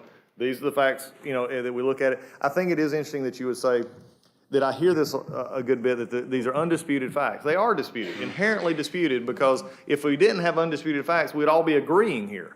And that's not true. We don't agree on the basis for the fact. We don't believe on the basis of the motivation of the call. We don't believe that is, and that's an inherent difference in the two sides. That's why we're here. Will the gentlelady yield for unanimous consent request? Yes. I ask unanimous consent to insert into the record at this time a November 8th Politico article entitled, quote, "Ukraine didn't interfere in the 2016 campaign, Trump officials testified." Yep, and I appreciate the gentleman putting that in the record, but again, for my 14th time I think today, I've not said Ukraine, I've said Ukrainians, individual Ukrainians. So there's a difference. There's the United States, and they're Americans who may do something, but it's not the American government. And I think this is the point that I've tried to make, during the rest of this, during the hearing today. Yeah, and in fact, there was, I think it was op-eds, guest columns written by Ukrainian officials that were against President Trump, if my memory serves me correctly. Not to belabor this too much, but I think it's important to get this all on the record. On page 4 of the Articles of Impeachment, it claims that he conditioned 2 official acts on public announcements that he had requested. Again, Mr. Collins, is there any proof of that? No, it's not. But we went through this over and over. And again, one of the questions that came up is they're going to box him in. Box him in so that he had a public stance on corruption. He just got elected, and like all of us, we have members, you want to make sure that he's making the stance, not only what he ran on, but also he's going to actually do it, because if you actually do it, say it, you can do it. This is, again, a concern about the corruption issue that we brought up before. And I would just, so I'm not repeating myself, there was over and over again in here, it says openly and corruptly urging and soliciting Ukraine to undertake investigations for his personal political benefit. As you noted, Chairman McGovern, I serve on the Judiciary Committee. I went over transcripts. I, listened to as much live testimony as I could. I was rejected from actually going into the Mr. Skiff's room so that I could cross-examine witnesses, which was very disheartening and I think very unfair. But again, there's no proof. There's no proof of this. It's like wishful thinking or something. It's like what you want. And as Mr. Collins said in these the Nadler report, I mean, it throws out all kinds of stuff. It talks about bribery, which isn't even in the articles of impeachment here. So obviously, it didn't have much proof on that. And you just keep throwing out these things. All right, let's move to Article 2, obstruction of Congress. Mr. Collins, can you kind of explain what the normal procedure, what has been done in the past when the legislative branch wants something from the executive branch? My understanding is they first pursue accommodations, like they talk with each other to see what they can come up with, and then if they run into a roadblock, then one of them goes to court and they get a ruling. Is that your understanding? And did the House Democrats pursue any accommodations? And if there was a roadblock, did they take the time to go to court, or did they just move forward with articles of impeachment instead?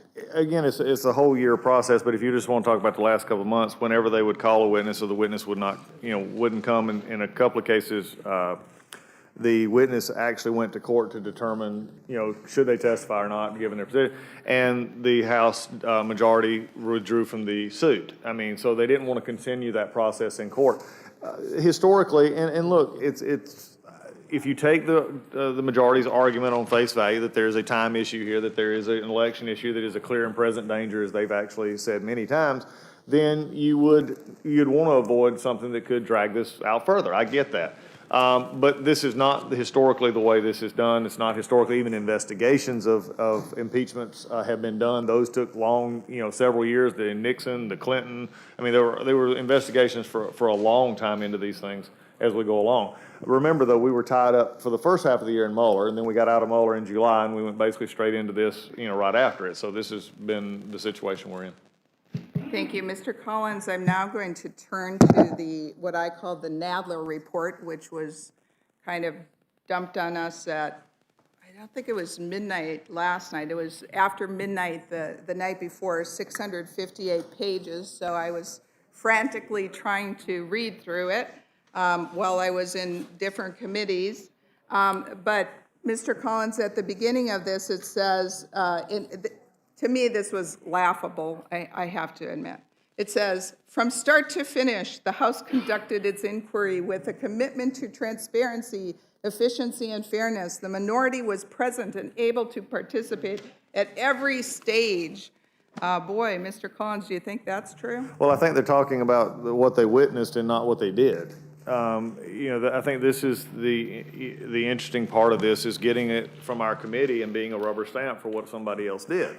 Grant, I'm not going to, and I've not denied that there was not witnesses that testified in the Intelligence Committee, and also that, and I never have not been one of the members who said that we didn't have our time. We had, our members actually discussed, our councils discussed that those were actually testimonial times. I did think it was really interesting that, and this I think shows the sort of the craziness of this. I think it was, and I think it was Mr. Perlmutter, but I'm not sure. Actually brought up Mr. Castor. Mr. Castor's a staff member, being our witness. And the only reason Mr. Castor was a witness is because Mr. Schiff wouldn't testify, because Mr. Nunez should have been sitting in that seat. And actually he was at the beginning of the hearing. He was behind Mr. Castor. So, I mean, I don't agree with it in any shape or form. But the discussion that you just read is viewing another committee, not our own. Because once it got to us, as I was found out today, and I'm hoping it was a misspeak, and I assume from my friend it probably was, that only 17 members that were called was the ones we could have actually called. I'm going to assume that was a misspeak. But also, it's really interesting when you're dealing in such magnitude as an impeachment that you actually allow the chairman of the committee, and then by virtue of a majority vote, determine their relevance. when no idea, and not even a question was determined, could this provide exculpatory opinion, could it provide anything that would go further in this process? Just simply say those witnesses are not relevant. And really I never had to get a letter from Chairman Nadler about that, because I could see the timing of, I'm also been around this game long enough, you have to notice hearings.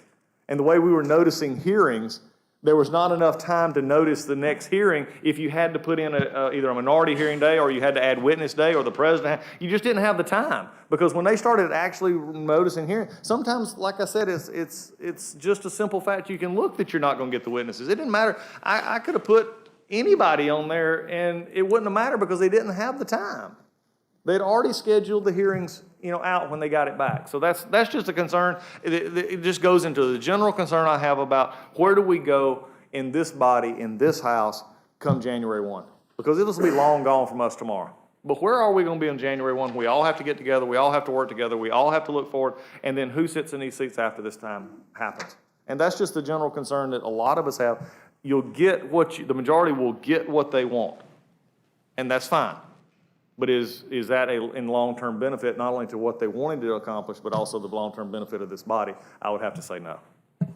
And thank you, Mr. Chairman. I'm going to close with something that I've said before in Judiciary Committee. And at the risk of repeating it, it's, I guess, an oldie but a goodie, in my opinion. And so it's actually Chairman Nadler's own words. And I want to repeat. So during an interview on MSNBC's Morning Joe on November 26, 2018, so not that long ago, Chairman Nadler outlined a three-pronged test that said would allow for a legitimate impeachment proceeding. Now, and I quote, "There are really three questions, I think. First, has the president committed impeachable offenses? I believe the answer is no, and there has been no proof. Second, do these offenses rise to the gravity that's worth putting the country through the drama of impeachment? Again, I would say no, because there has been no evidence of any crime committed, or that no evidence put forward. They were not able to establish treason, bribery, or any high crimes or misdemeanors. And three, because you don't want to tear the country apart. You don't want half of the country to say to the other half for the next 30 years, we won the election, you stole it from us. You have to be able to think at the beginning of the impeachment process that the evidence is so clear, of offenses so grave, that once you've laid out all the evidence, a good fraction of the opposition, voters, will reluctantly admit to themselves they had to do it. Otherwise, you have a partisan impeachment, which will tear the country apart. If you meet those three tests, then I think you do the impeachment. Well, in all three counts, I don't think Mr. Nadler has met his test, and especially in the last one, even if you can test the other ones, this has been a partisan impeachment. Not one Republican voted to move forward with House Resolution 660 to move forward with the inquiry. Not one Republican in Judiciary Committee voted for the articles of impeachment. I suspect not one Republican will vote to move this forward in rules tonight, and I suspect that not one Republican will vote for these articles of impeachment on the floor of the United States House of Representatives. And Mr. Chairman and members, this is tearing the country apart. And with that, I yield back. Thank you very much. I'm kind of a stickler for details and accuracy in terms of some of the things that have been said here, because these hearings are going to be enshrined in, in our files, and they'll be there forever. But I want to go back to something the gentlewoman said about the votes on impeachment. I repeat, nobody, Democrat or Republican, has had an opportunity to vote on articles of impeachment. And contrary to what has been said, voting to not table doesn't mean you get an automatic vote on the impeachment. I'll give you an example. On November 6, 2007, the House rejected a motion to table a Kucinich resolution to to impeach Vice President Cheney, and then move to adopt a motion to refer the resolution to the Judiciary Committee. And that's what most of us had in mind. So I can't say everybody, but I can say that it is just inaccurate to say that people would have automatically voted for impeachment, or that voting not to table would mean a vote, an automatic vote on impeachment. I just think it's important for the record to be clear. And having said that, it has nothing, absolutely nothing to do with what we're talking about here today. And I appreciate the fact that the gentlewoman is not fazed by the overwhelming evidence and the president's behavior, but some of us genuinely are, and many of our constituents are. And I think that is what compels us to be here today. And with that, I want to yield to the... Ms. Torres. Yes, so in reference to the squad, I'm not sure why members and the president continue to pick on them the way they do. Not that I need to defend any of them, because I think they do a great job defending themselves. But I believe that the tweet that caused that resolution from the President of the United States actually states, go back to the countries where you came from, referring to American citizen members of Congress. If that's not despicable racism that will continue to be tolerated by some members of our caucus, I don't know what it is. And I yield back. And I appreciate that. I think the concern many of us have is the bar has been so lowered that we're justifying and defending the indefensible. Ms. Scanlon. Thank you. Mr. Raskin, I saw you sitting up in your seat over a couple questions, so I just wanted to ask if you'd care to comment on the question about whether the conduct alleged in the articles is not just a constitutional crime, but also a statutory crime that could be criminally prosecuted. Well, yes, of course. And, you know, there are a whole series of crimes in the middle of the Venn diagram, which are both high crimes and misdemeanors and also possibly statutory crimes. But it has never been the understanding of any Congress, whether it was the Congress, the House of Representatives that impeached Bill Clinton, or the House of Representatives that brought articles against Richard Nixon, or back to Andrew Johnson, that you need first to prove a statutory offense before the House gets to move articles of impeachment. And you can understand how nonsensical that is, because it's impossible to square with the other argument we've heard so long from our colleagues, which is that the Department of Justice may not, under any circumstances, prosecute, try, or convict a president while he's in office, whatever the merits of that proposition, and I do think they deserve greater scrutiny, whatever the merits of them, how can you say the president cannot be prosecuted under any circumstances because he can be impeached? It's only Congress can impeach him, and then when there's an impeachment investigation, then it is being said, you must first prove that he's committed a crime. I mean, it just doesn't make any sense. It's a game of three-card Monte. All of it essentially supports the president's own claim that he is basically above the law. I mean, he says that under the Constitution, he can do whatever he wants. And so I think that all of us should beware for all time of making arguments that put the president in a different kind of box, a box that is above the Constitution and above the people. That's going to be really dangerous for us. Okay. I also wondered if you could address the fact, it has struck me that with respect to this call to the president of the Ukraine that occurred on July 25th, that we didn't hear any rationale, no witness has testified that there was any legitimate national security or any rationale for that call until after the whistleblower blew the whistle on that call. So there were no contemporaneous conversations. Could you address that point? Well, Ms. Scanlon, you're absolutely right. All of these are after-the-fact concoctions and rationalizations that don't square with any of the evidence that we have on the record. And when I say evidence, I'm talking about the evidence that has actually been submitted to Congress through people's sworn testimony. I'm not talking about the kind of stuff that people just put on social media or a tweet. I'm talking about real evidence. So what do we know? Well, if the president was concerned about continuing corruption in Ukraine, why did he cut anti-corruption funding to Ukraine in half? If he was concerned about fighting corruption in Ukraine, why did he recall the U.S. ambassador to Ukraine, who was the lead champion of the anti-corruption effort there? And why did he recall her under circumstances where she was under attack by people who were working with the retrograde corrupt forces in Ukraine as part of this smear campaign? That's a really serious problem when you think about it. In any event, Congress passed the aid to go to the reformer president, the anti-corruption president, President Zelensky. We attached stringent anti-corruption criteria, which were satisfied according to President Trump's own Department of Defense, according to President Trump's own Department of State. The money was on his way, and then he held it up because everyone knows why he held it up. He held it up because he wanted these statements, these announcements from President Zelensky that had to do with Joe Biden and trying to overthrow our intelligence community's understanding that it was Russia that had interfered in our presidential campaign in 2016, instead replacing Ukraine. Well, that again is nonsensical.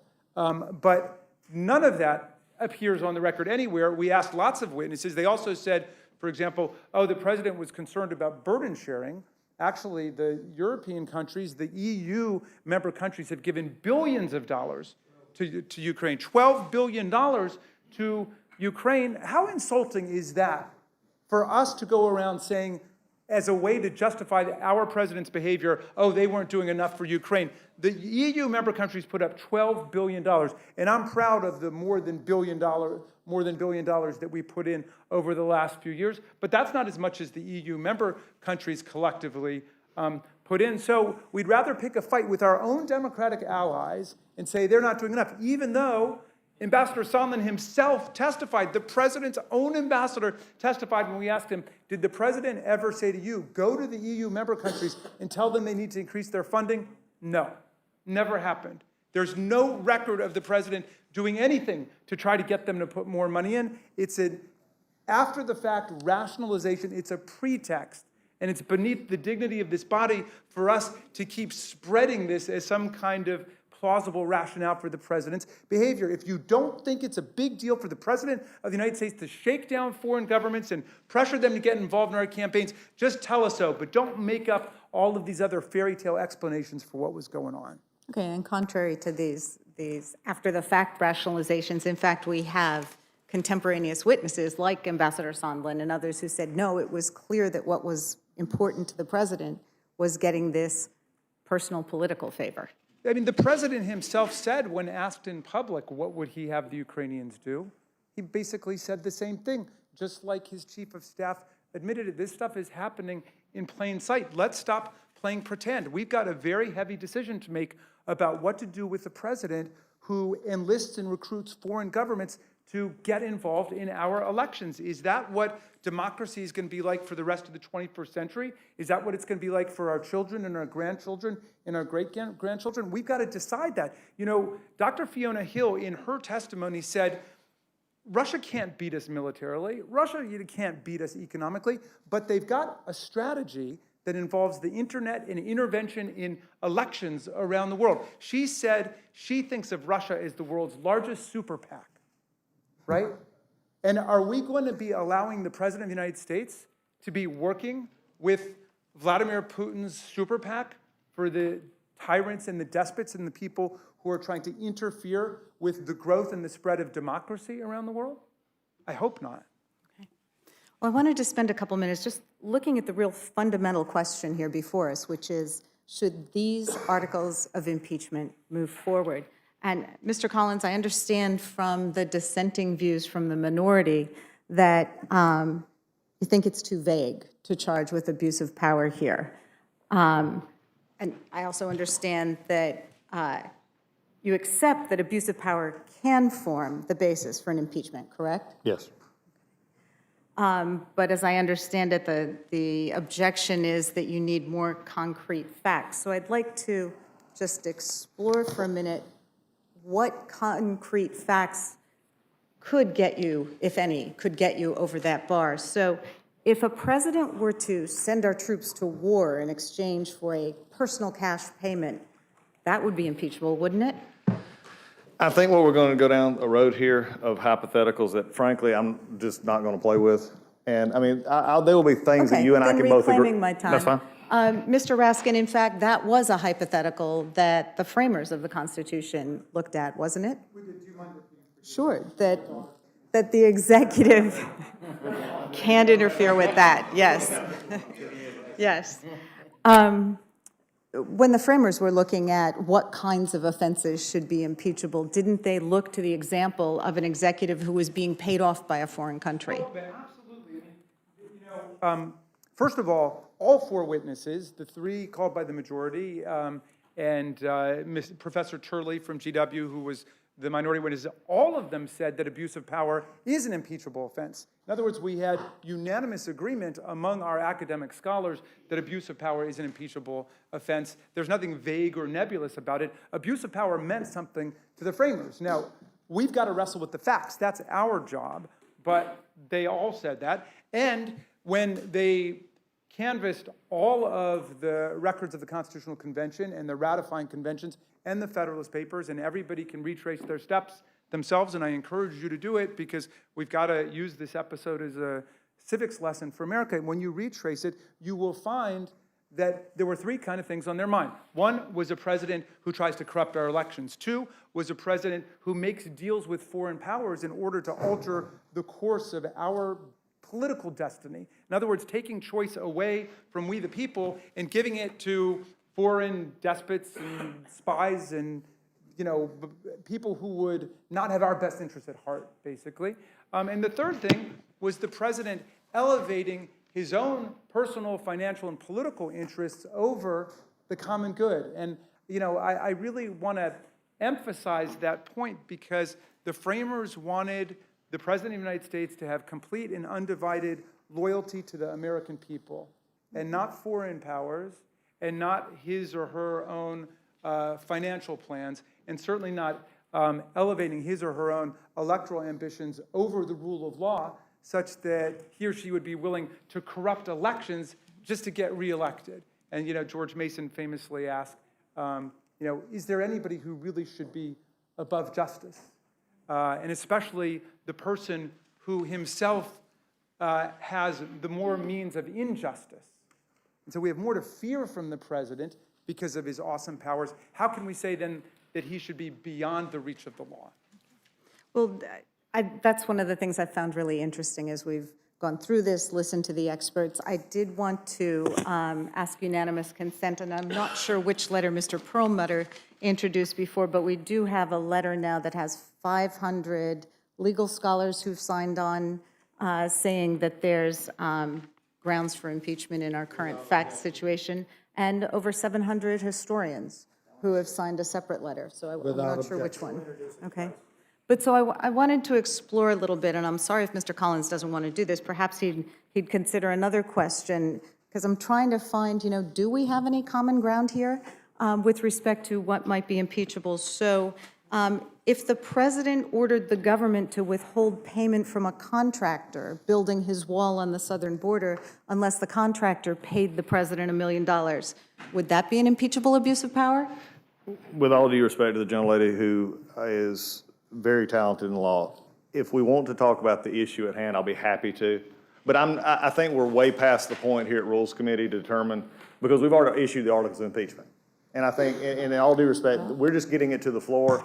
And I'll discuss as I have the facts of this case, which I just disagree with, and we both disagree, and I respect that greatly. I'm not going to just chase what is impeachable offense. I wish the majority had done that a long time ago.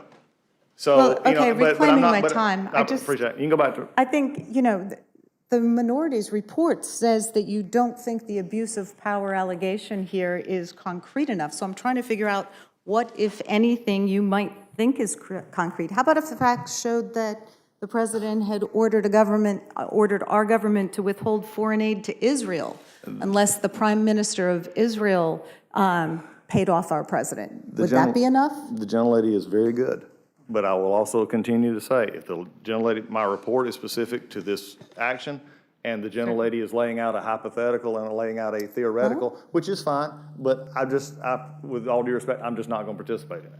All right, then, would the gentleman agree that if the president abused his office by, if we could agree that the president had sought this favor for personal political reasons rather than one of these after-the-fact explanations that he's offered, would that be impeachable if we agreed upon the intent? Look, and again, this is sort of a last round around this. If you allege crimes, if you allege actual things in abuse of power, instead of saying amorphous abuse of power, which is what we list in our report, instead of going to that, none of those specific charges were listed in your abuse of power, but yet you propagated your report with all of these other things. There are ways that you can build it, and the gentlelady knows my answer is can there be an abuse of power? Yes. And I've never not denied that. But what I'm not going to do, not because I do not find it convincing or relative to this hearing of getting a rule to put this on the floor tomorrow, is what our report actually says. Is there abuse of power evident? Yes, you can go back to the Nixon impeachment. There were abuse of power. Those are things that you can look at. In this highlight here, and Mr. Raskin, I'm sure, can discuss this at length in his discussion, I will go back to what I find here is not an abuse of power. I've said this clearly on many occasions, and to engage in hypotheticals to make this abuse of power look better, I'm just not going to do, and I appreciate the gentlelady. Mr. Raskin, you had something? Yes. President Nixon was charged in the abuse of power article with conducting a break-in of his political opponent's campaign headquarters. President Trump is essentially being charged with conducting a break-in of American democracy in order to harm his political opponent. The two crimes are quite analogous. Now, one has the additional factor, as you just pointed out, Ms. Scanlon, of dragging a foreign government into the equation, which was something extra that the framers feared greatly. But both of these are abuses of power. The House of Representatives didn't say, you've got to demonstrate that he's been convicted of burglary in the District of Columbia or conspiracy to commit burglary before you take it up as abuse of power, right? And so it is true that our abuse of power claim has some overlapping elements with bribery, as we've discussed thoroughly in the report, with honest services fraud against the people, perhaps extortion, and perhaps many other crimes. And all of those things can be prosecuted under the Constitution later, but that doesn't absolve us of our constitutional responsibility to prevent high crimes and misdemeanors against the American people in the meantime. I guess one last try, Mr. Collins. Let me just... I have something I was going to say. So I'm just curious. I mean, we have the precedent of President Nixon, who was accused of abuse of power because he ordered the FBI to investigate his political opponents to get dirt on them. Do you think that was impeachable? Again, I'll comment on the phone call of this year, and also I'll talk what Mr. Turley said. And when he said facts must be clear, convincing, and comprehensive. This record is contested. And so the majority has not accepted exculpatory evidence here. So I think when you look at it from our perspective, that's what we laid out in our report. And it goes back to the fact that I inherently will sit here with the facts in dispute, do not believe it's the abuse of power based on this phone call. And Mr. Collins, I'm just trying to find out what, if anything, you would consider impeachable, because we haven't seen that yet. I mean, you won't even concede what was precedent from the Nixon situation, and here we have a situation.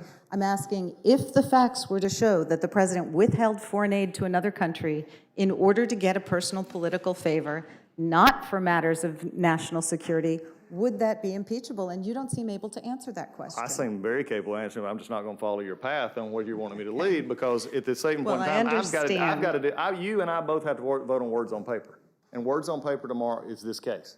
It's not the hypothetical event, because I don't believe you've made this case, and that's why I'm pushing back on it, and we'll continue very politely to push back on this. I'm just not going to go down this road because you've not made your case. Now, you can convince yourself and others that you can. With all due respect, Mr. Collins, that's my minority the report, House and is not the finder of fact. The trial is for the Senate. Right here, we're talking about whether there's enough evidence to make out the case. And I disagree. I believe that there is. And I disagree there's not. Fine.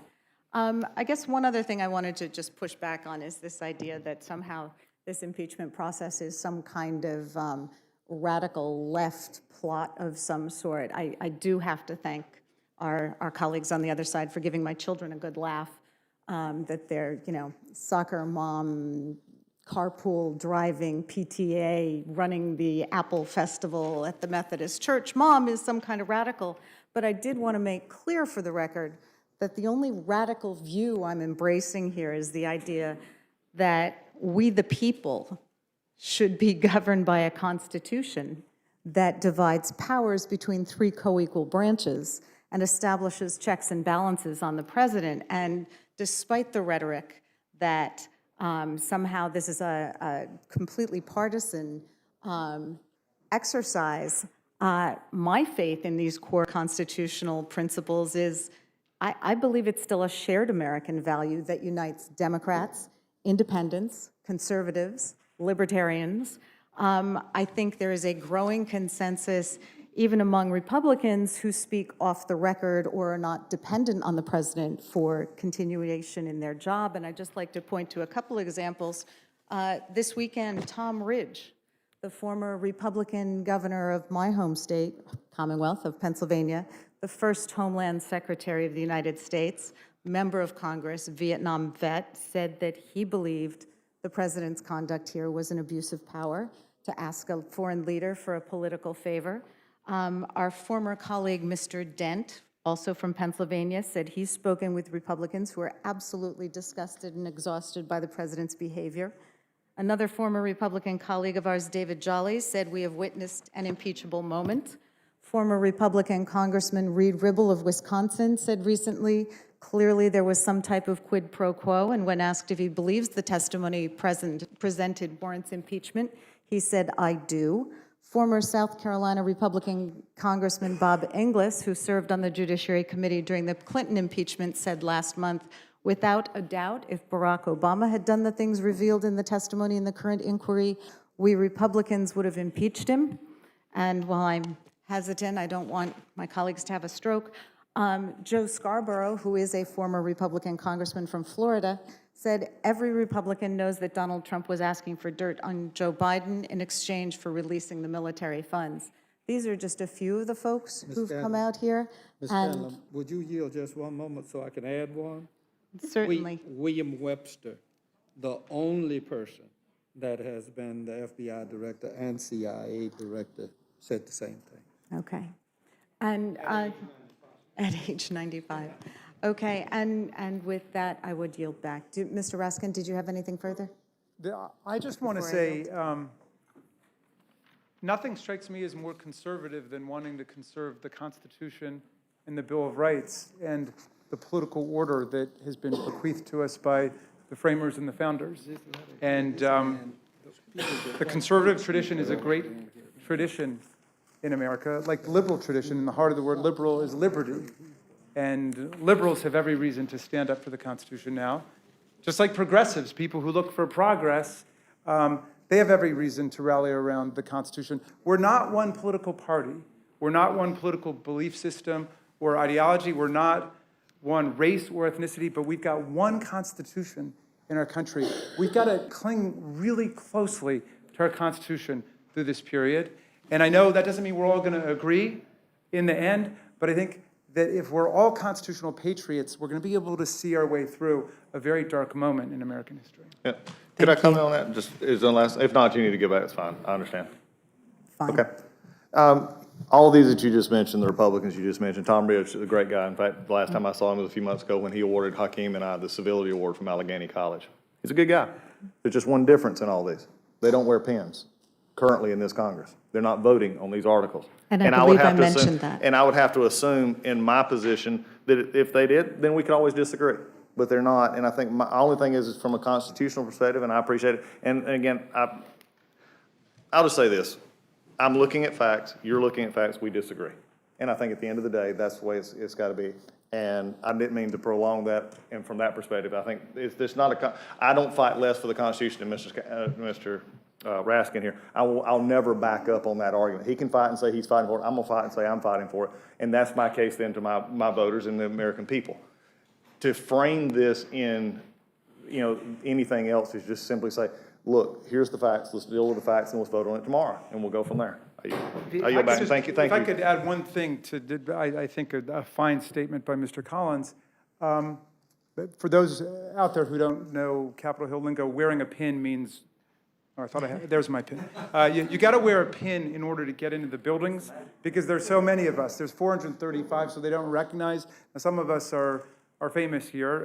Mr. Collins is famous, so they'll let him in. But, the rest of us, we got to wear our pins in order to get in. But I do want to push back against the idea that this conversation is only for people wearing pins. And I think America's got to think about this in a really profound way. The framers of the Constitution were trying to decide whether impeachment should be located in the Supreme Court and treated as a matter of law and legal induction, or whether it should be with Congress and the people's representatives. And they thought it was so important and so fundamental that it had to be with the people. Now, they know we're politicians. They know we've got other stuff going on. We're fighting, in our caucus to lower prescription drug prices, and we're fighting for the Equality Act, and we want to pass the universal criminal mental background check. My colleagues have an agenda. We've got an agenda. We've got to deal with all that and also think about impeachment. And what else do representatives have to do? We've got to interact with our constituents.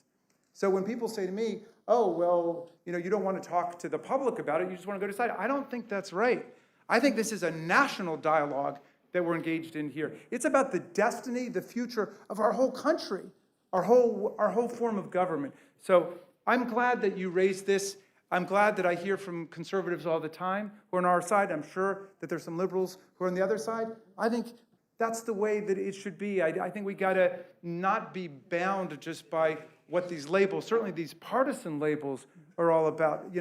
Our greatest political leaders have understood that we're in partisan competition in the election. Like Thomas Jefferson, he was a real brawler when it came to elections. He was savvy, he was smart. But when he got elected in 1800 and he gave that inaugural speech, he said, we are all Republicans, we are all Federalists. And George Washington reminded people always that the word party comes from the French word parti, a part. Our party is just part of the whole. When we get into office, we have to try to look out for the whole, not just for our part. Barack Obama said, this is not the red states of America or the blue states of America. This is the United States of America. So when we get elected, we have to try to think about the good of everyone. And I know that everybody in this room comes in that spirit and is trying to speak to the whole country and not just to a narrow base. Thank you, Mr. Raskin. I can never match you on the historical references, but I do want to close by noting Franklin's response to a constituent when he and his fellow framers came out of Independence Hall in Philadelphia, and they were asked what kind of a government they'd produce, and he said, a republic if you can keep it. So I think your emphasis on people needing to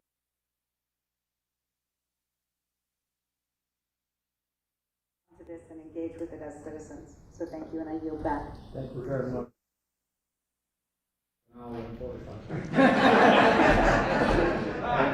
And I will use it wisely.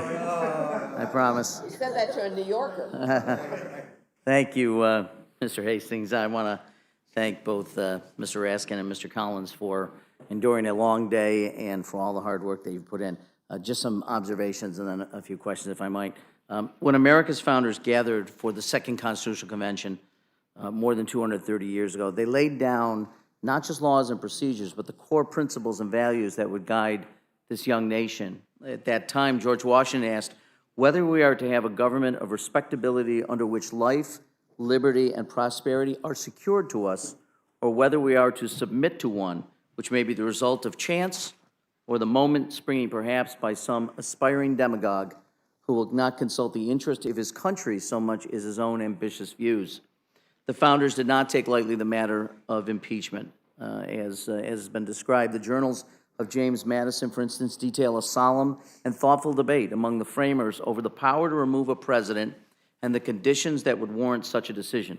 It was to be reserved only for treason, bribery, and although those were narrow, they added high crimes and misdemeanors, meaning not just serious crimes against an individual, but it borrows from 14th century English law, those crimes instead committed against the state itself, or in this case, the very nation the president is sworn to protect.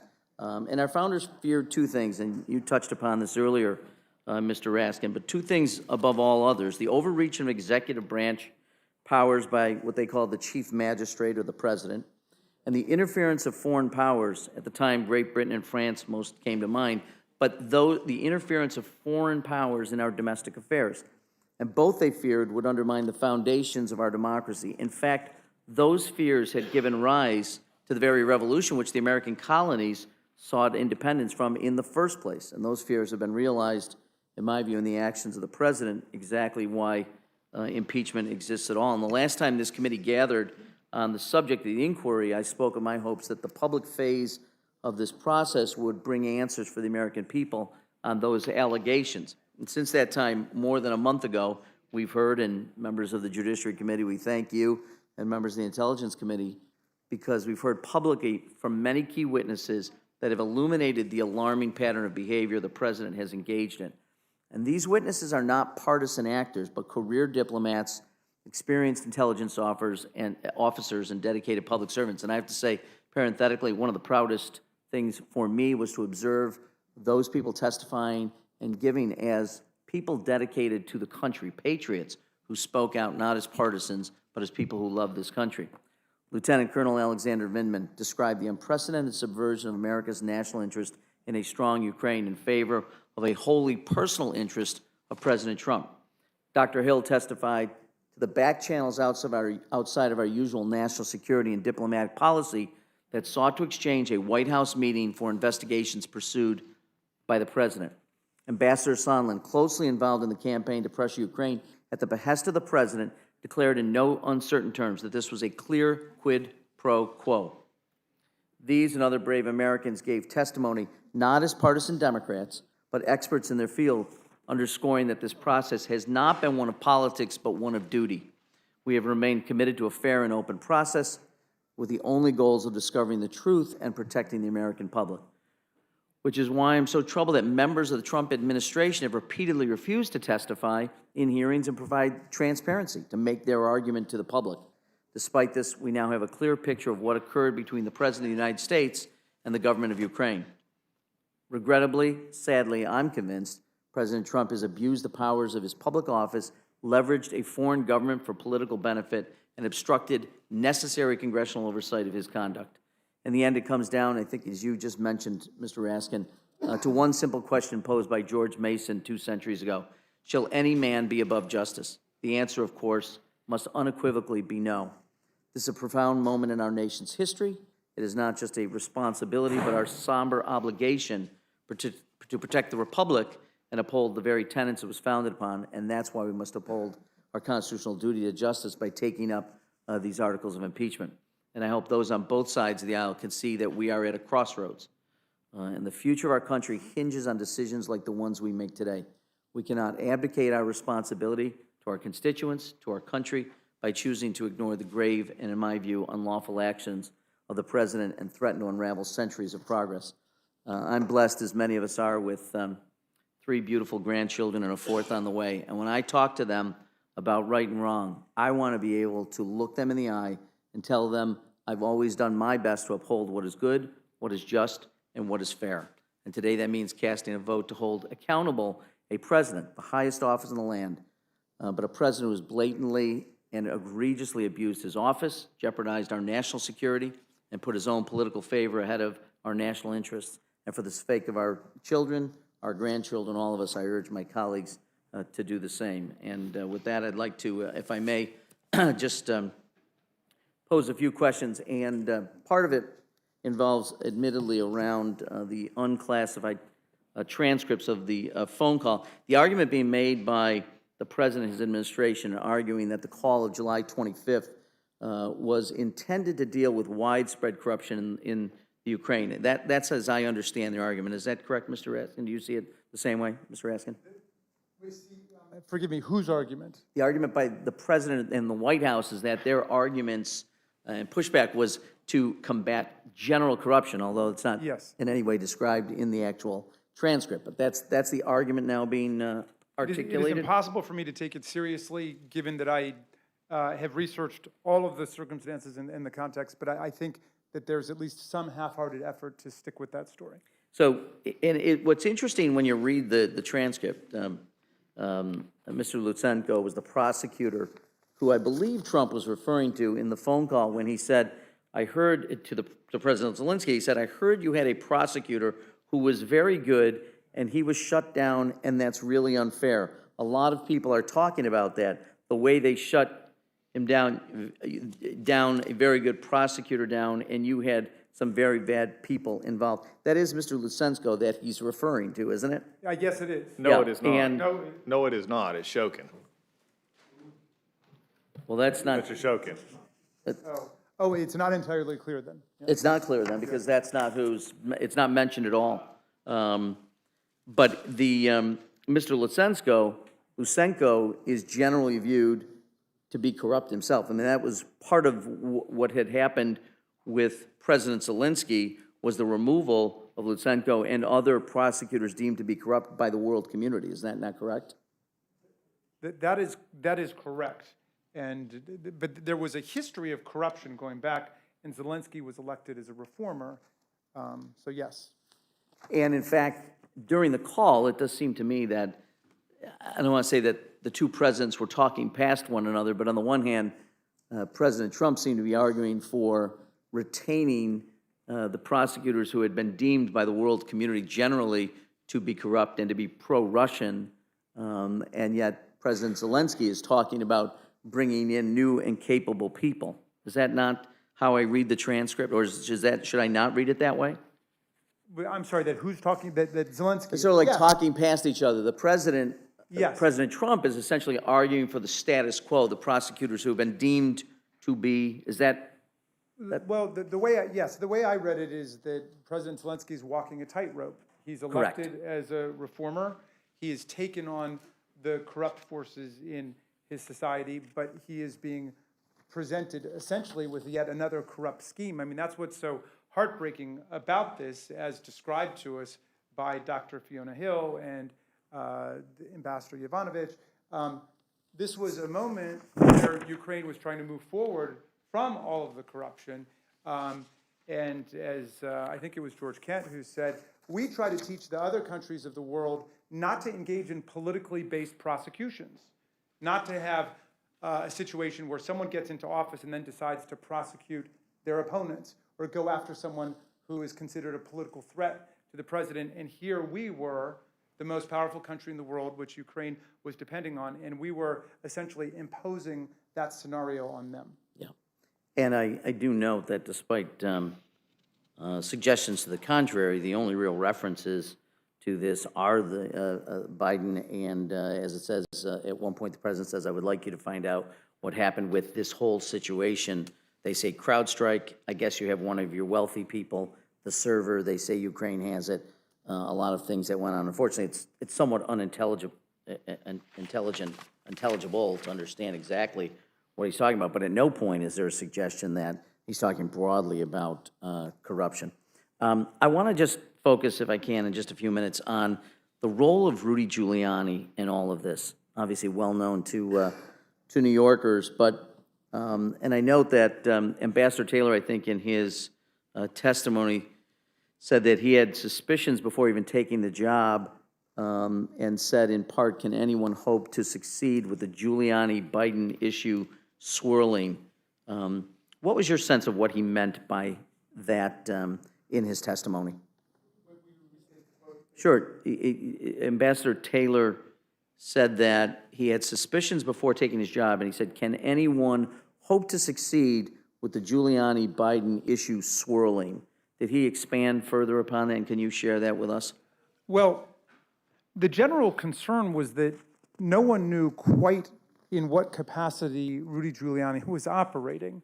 I think that is a dilemma and a confusion that persists to this very day. Sometimes he's acting as a businessman for himself. Sometimes he's acting as the president's personal lawyer. Sometimes he's acting as lawyers for other people. Sometimes he's acting on errands from foreign governments, or he's doing work with foreign governments.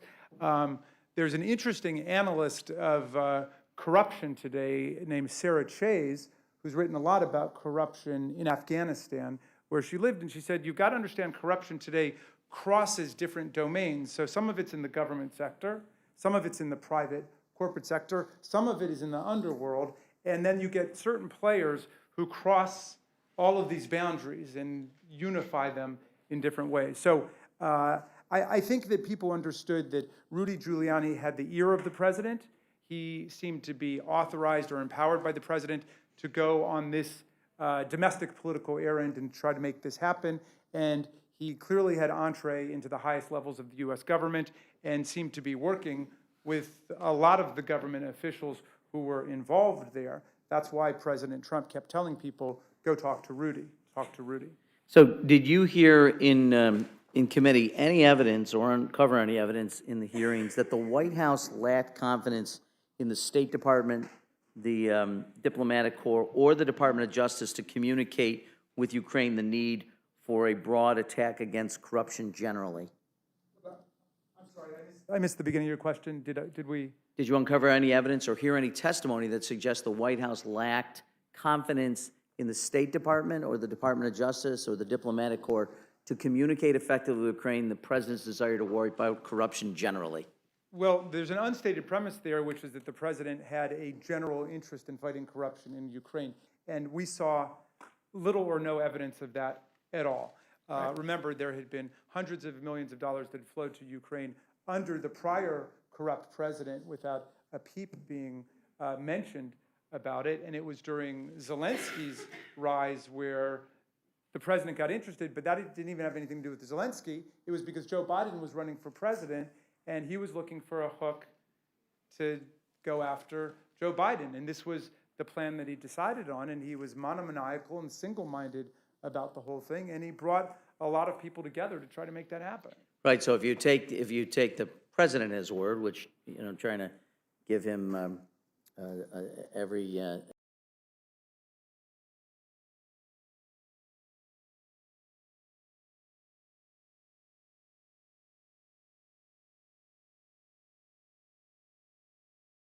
Giuliani, of all people, to conduct this investigation. It's a great point. Attorney General Barr himself released a statement saying that President Trump had never contacted him with any evidence about the Bidens that he wanted to be investigated, and never asked him to use the formal diplomatic channels to connect with the law enforcement authorities in Ukraine. There are real crimes that are being committed by Americans around the world, or Americans are involved in conspiracies with different people. We actually have a way of working on this problem between governments. The president, who would have better access to the Department of Justice than anybody else in the country, never contacted the Department of Justice about getting in touch with Ukraine about any corruption that he knew about. He didn't turn over any evidence. He didn't suggest any clues. None of it. He just went directly to the president of Ukraine and told him what he wanted him to do. He wanted him to make that announcement about Joe Biden.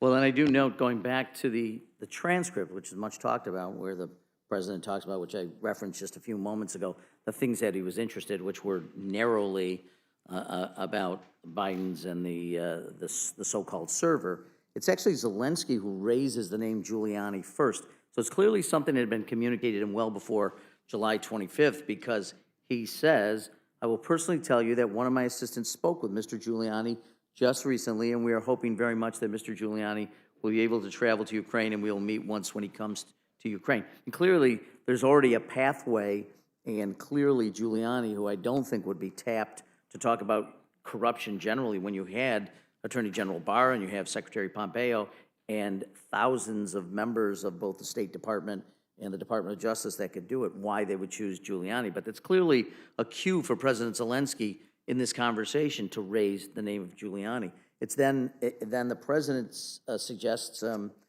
that a lot of people are talking about that, the way they shut your very good prosecutor down and you had some very bad people involved. Mr. Giuliani is a highly respected man. He was the mayor of New York. I would like him to call you.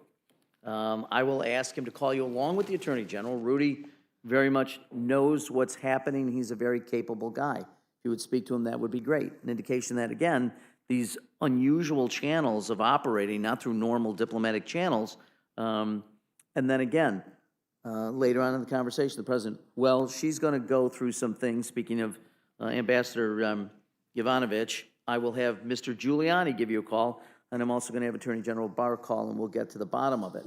And again, the president, good. Well, thank you very much. I appreciate that. I will tell Rudy and Attorney General Barr to call you.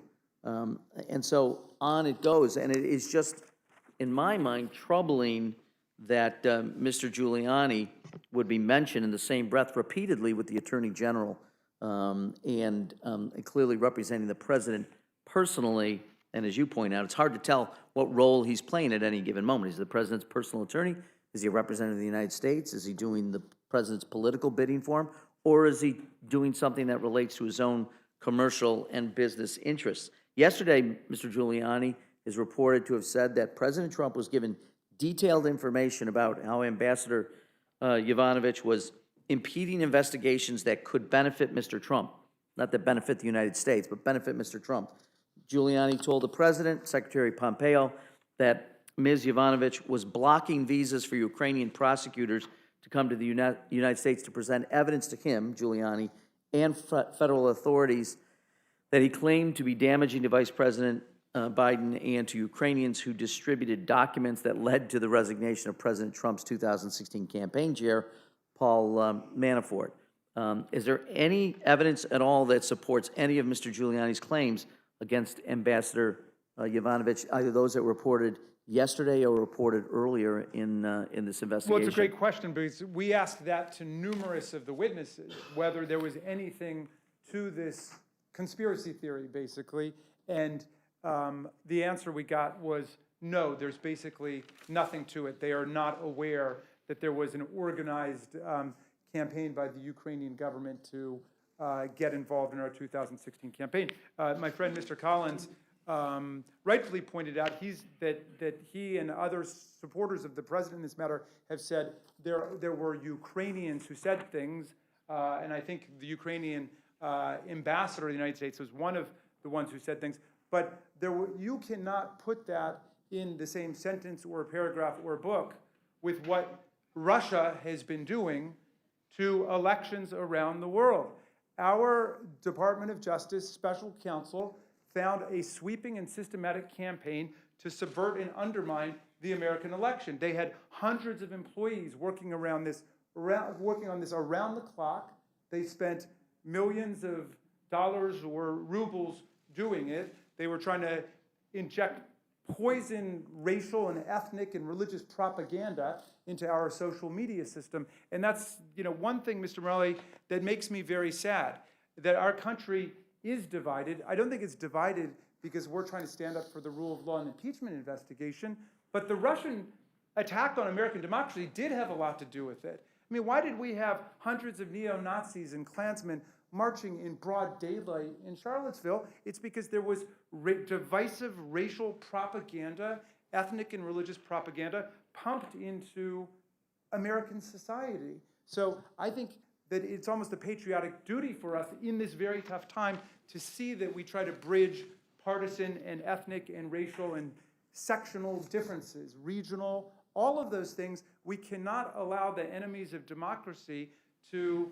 exacerbate pre-existing fault lines in the country and open up old gulfs within our country. Yeah, and just extending that further, I note in the deposition from Dr. Hill, she is quoted as saying, "I went back to talk to Ambassador Bolton, and Ambassador Bolton asked me to go over and report this to our NSC counsel, to John Eisenberg. He told me, direct quote, 'You go and tell Eisenberg that I'm not part of whatever drug deal Sondland and Mulvaney are cooking up on this, and you go and tell him that you've heard and what I've said.' So I went over to talk to John Eisenberg about this. I told him exactly, what had transpired, and that Ambassador Sondland had basically indicated that there was an agreement with the Chief of Staff that they would have a White House meeting or, a presidential meeting if the Ukrainians start up these investigations again. And the main thing that I was personally concerned about, as I said to John, was that he did this in front of the Ukrainians. But I want to go back to and extend this to the result of Mr. Giuliani's campaign that he had set in motion against Ambassador Yovanovitch was also, this is part of the deposition from Dr. Hill. Why did the removal of Ambassador Yovanovitch mark a turning point for you? And this is to your point about throwing out conspiracies, et cetera. Because there's no basis for her removal. The accusations against her had no merit whatsoever. This was a mismatch of conspiracy theories that, again, I've told you I believe firmly to be baseless. An idea of an association between her and George Soros. I had had accusations similar to this being made against me as well. My entire first year of my tenure at National Security Council filled with hateful calls, conspiracy theories, which has started again, frankly, as it's been announced that I've been giving this deposition. She goes on to say, the most obvious explanation of the point seemed to be business dealings of individuals who wanted to improve the investment positions inside of Ukraine itself, and also to deflect wear on the findings of not just the Mueller report on Russian interference, but what's also been confirmed by your own Senate report, and what I know myself to be true as a former intelligence analyst and someone's been working on Russia for more than 30 years. So the fact that Ambassador Yovanovitch was removed as a result of this, I have to say, was pretty dispiriting. Who did you understand was responsible for her removal? I understood this as a result of the campaign that Mr. Giuliani had set in motion in conjunction with people who were writing articles and, you know, publications that I could have expected better of. She's then asked, and you discuss Ambassador Yovanovitch with Ambassador Bolton? I did. What was his reaction to this? His reaction was pained, and he basically said, in fact, he directly said, Rudy Giuliani is a hand grenade that is going to blow everybody up. He made it clear that he didn't feel that there was anything that he could personally do about this. Ambassador Bolton. I also note, in a meeting on July 2nd in Toronto, Canada, Ambassador Volker conveyed to President Zelensky the quid pro quo described by Ambassador Sondland. In doing so, he referenced the Giuliani factor and the need for the announcement of the two political investigations. And I note, parenthetically, Ambassador Sondland would later testify Mr. Giuliani was expressing the desires of the President of the United States of America. We knew these investigations were important to the President, and it wasn't so much that the investigations be done, merely that there be an announcement of the investigation so that it would aid the President's election campaign. And Mr. Morelli, if Yes. I might, that's an excellent point. That might be the ultimate and most devastating refutation of the idea that the President was interested in ferreting out corruption. He didn't really care about the investigation. He just wanted the announcement for electoral purposes. And that's the testimony of his, excuse me, his ambassador, Ambassador Sondland. Ambassador Volker had breakfast with Mr. Giuliani and his associate Lev Parnas at the Trump Hotel in here in Washington. The same Mr. Parnas, I note, who is currently under indictment for campaign finance violations. During the conversation, according to Volker's testimony, the ambassador stressed his belief that attacks being leveled against the former vice president related to Ukraine were false and that Biden was a man of integrity. He counseled Mr. Giuliani that the Ukrainian prosecutor Lutsenko was promoting a self-serving narrative to preserve himself in power. According to Ambassador Volker, Mr. Giuliani agreed, but the promotion of Lutsenko's false accusations for the benefit of President Trump did not cease. Was any testimony presented that in any way contradicts that testimony by Ambassador Volker? I don't believe so.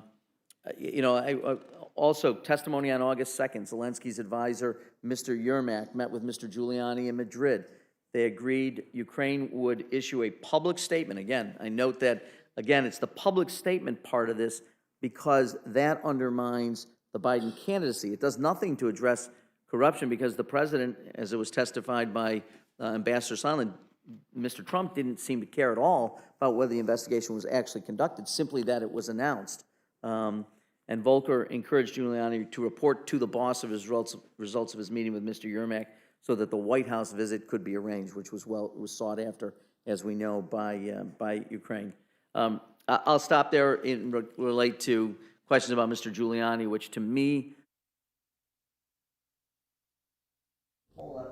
his role without any portfolio from the United States, simply acting as an actor on behalf of the president, and clearly even as late as today, continuing to talk about how the investigations of Biden were to the benefit of the president. There's an old problem-solving principle called Occam's razor. I'm sure you, Mr. Raskin, are well aware of it. It says when presented with competing hypotheses, one should select the solution with the fewest assumptions. And I just note, in order to believe those who support the president's view, you'd have to assume the following, that despite the transcript of July 25th that specifically mentions the vice president and CrowdStrike and the server, we must assume the president meant corruption generally, although he doesn't refer to it in any way at all. We must assume Secretary Pompeo, Attorney General Barr were incompetent in pursuing Ukrainian corruption charges generally, and that the need was to reach out to Mr. Giuliani, although there's no evidence of his failure of confidence in them.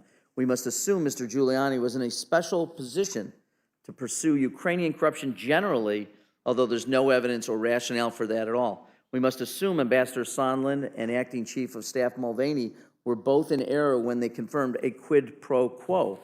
We must assume Lieutenant Colonel Vindman, Ambassadors Taylor, Volker, Sondland, and Yovanovitch, as well as Mr. Holmes and Dr. Hill, were all arrayed against the president despite not a modicum of evidence to that regard. We must assume that the White House officials like Donald McGahn and John Bolton and others somehow hold the key to the president's innocence if only they would testify. But of course, they refuse to testify. The list goes on, and I choose to follow the evidence which is laid out in the reports of the House Intelligence Committee, the House Judiciary Committee, and I continue to urge support of the rule and the underlying articles of impeachment. Thank you, Mr. Chairman.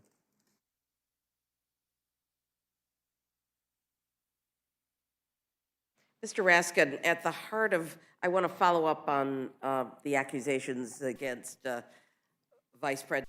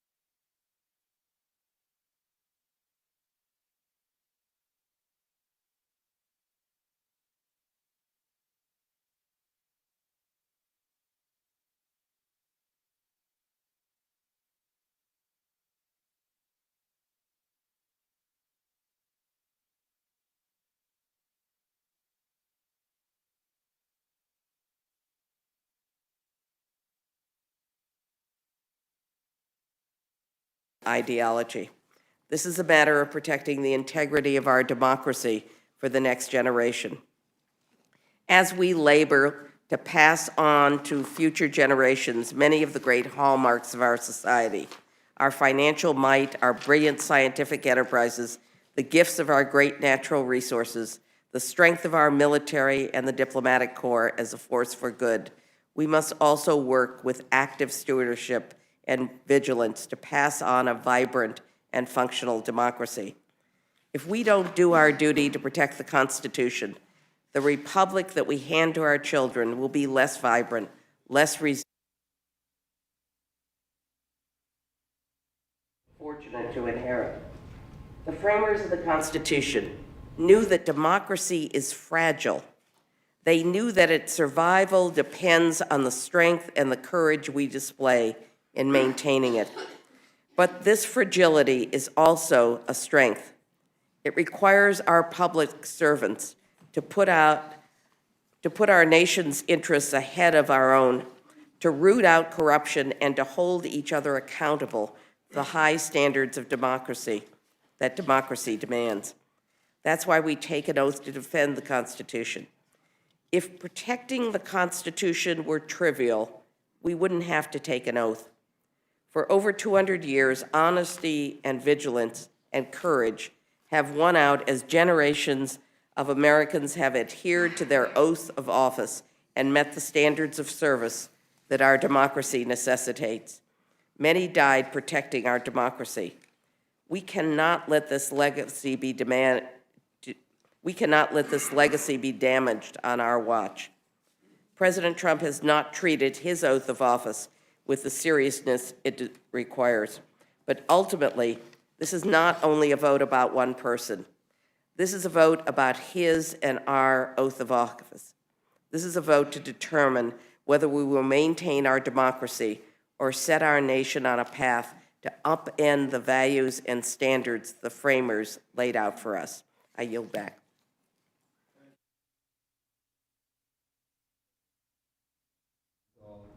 None have had more patience than Mr. Desaulniers.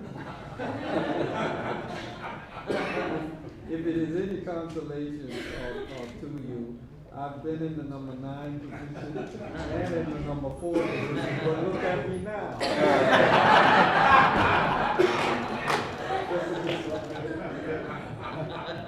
Well, thank you, Mr. Chairman. I think that's the most aspiring thing I've heard, hopeful thing today, which may be a reflection of what we're doing here. I do want to say, on coming in here 7-8 hours ago, and I've heard a few of my colleagues on both sides say this, it's hard not to be, as a member of this institution who has great reverence for this institution. I've heard Mr. Collins say many times that he believes in, he's an institutionalist, not to be sad. I think we are all sad and depressed from our perspectives, because this is not the institution as it's at its optimum. And I'll say for the accusations about never Trumpers, I guess I will admit to being an almost never Trumper. After he was elected, I agreed with President Obama and Secretary Clinton that we should give him a chance. And I remember teasing some of my staff, well, maybe he's Chester Arthur, where people thought when Arthur took over for Garfield, given his reputation in New York, no offense, that he would not be capable. And he turned out to start the civil service system, which we have benefited from in the last few months when we've seen these really courageous public servants come forward. Irrespective of your position, you can't help but admire these folks. And then having sat as a member of the oversight and sat in hours of those depositions with Mr. Raskin and others, Ambassador Taylor, Colonel Veltman, it's just remarkable in getting the sense of that. And then having read the 300 pages and listened to the intelligence hearings and the judiciary hearings, my concern is that I've heard members of both parties say, there's a pattern here. And I'll be honest, I'm concerned about the pattern, but the president's pattern. One of the reasons why I was an early signer on to Steve Cohen's articles of impeachment. Mr. Chairman, the committee's not moving. I'm not offended. Okay. But having signed on the Cohens that never came to the floor, as the chairman said, I approached those, supporting those as referring it to the Judiciary Committee to have a hearing, because my own intuitive belief is this particular president, whether Republican or Democrat, in my perception, rules don't have the same effect on him as the majority of people, and I think rules are important, and I think unfortunately it's part of our business culture right now that stretching the rules or breaking the rules and getting away from them is part of what's wrong with this country. So, Mr. Raskin and Mr. Collins, I have really one question. In this pattern of things, we're all going to live with the consequences of our votes. I hear my colleagues feel strongly that they will vote against these. Most likely, apparently, Mr. McConnell believes there'll be a trial that the president will be acquitted. So what I'm afraid of is that the president will be empowered to break more rules. I don't think he's capable of, and I hope that's not true. So what happens after this? And I want to read a quote from James Madison in 51, when he talked about the balance of and I'm an amateur, I hate to say this in front of a professional like Mr. Raskin, but I want him to reply to this, because I don't take this as a hypothetical. Our actions and the actions of the Senate are part of a pattern, and either it will be corrected after this is all done, or if I'm right, the president will go ahead and push the rules again, and I'm mindful that he made this phone call the day after the Mueller report. And this is in the context of foreign interference, that the British, the French, the Germans twice during World War I and World War II were very aggressive at affecting our democracy. The founders were perceptive and understanding in a democracy in those days, which was an unusual thing, that Madison said you had to bind the institutions, these three institutions, the judiciary, the presidency, and the Congress, bind them so there's a check and balance, which is what 51's all about. But put this in the context of what we know from the Mueller report and what Mr. Raskin's talked about, and the technology that Mr. Putin and his agents have perfected. We as Americans tend to think in American exceptionalism, maybe sometimes that the Russians aren't very sophisticated. They are very, very sophisticated at propaganda that, as Mr. Raskin said, its ultimate goal is to disrupt democracy and have us basically destroy ourselves. Because Mr. Putin believes the worst thing that happened to Russia was the implosion of the Soviet Union and Glasnost. And he sees the mass of men and women as incapable of governing themselves, which to us sitting here, I think we all believe, whether we're conservative or liberal, that is the opposite of what we live for, what people have sacrificed their lives for. So Mr. Putin wants us to be fighting each other. They've used social media, and somebody from the Bay Area who deals with these companies and is frustrated with them to govern themselves, they have used it in a way, as the Mueller report says, to support this president, according to the report. And I thought that was damning enough to go ahead with impeachment, but we didn't. And the obstruction was clear to me, but we didn't. So in the context of that report, and sitting here a few months before our Democratic primary, which will be super primary in March, and less than a year away from an election, knowing that they're going to do these things, in the context of what we are going to do, is not a hypothetical. It's part of a continuing effort by foreign actors who do not believe in this institution or in democracy or average people governing themselves. What do we anticipate the consequences after we vote tomorrow and after the Senate takes what I think is a mistake in their action? So let me just read what Madison said. And all the founders are amazing writers because people wrote and read well then. So he said in 51, he said, "The interest of the man must be connected with the constitutional rights of the place. It may be a reflection on human nature that such devices should be necessary to control the abuses of government. But what is government itself but the greatest of all reflections on human nature? If men were angels, no government would be necessary. If angels were to govern, Neither external or internal controls on government would be necessary. In framing a government which is to be administered by men over men, the great difficulty lies in this. You must first enable the government to control the governed, and in the next place, oblige it to control itself. So our failure to control ourselves as a Congress for the difficulties of the time make me think that the consequences of our decisions and the inability to hold this president accountable and constrain him properly under the Constitution is not a hypothetical. It's something we're going to have to deal with in the days to come and before the next election, while foreign actors and domestic actors try to disrupt our democracy. So, Mr. Raskin, Professor Raskin, what do we do after this decision? How do we constrain the administration and properly balance that with the needs of this institution? You asked that at 6:50 p.m. That's a big question, Mr. Desaulniers, but I'll try my hardest. Let's see. 30 seconds left. Mr. Collins, if you want to jump in, I don't think it's a hypothetical. I'd love to hear your opinion. I'm going to give it my best shot. First, what are the consequences in terms of the 2020 election? That's something, now, let me say this. I don't want to assume the inevitability of your premise that we're not actually going to deal with this problem. The House of Representatives has been immersed in this. We know a lot more about the facts. We know a lot more about the details. And now it's going over to the Senate.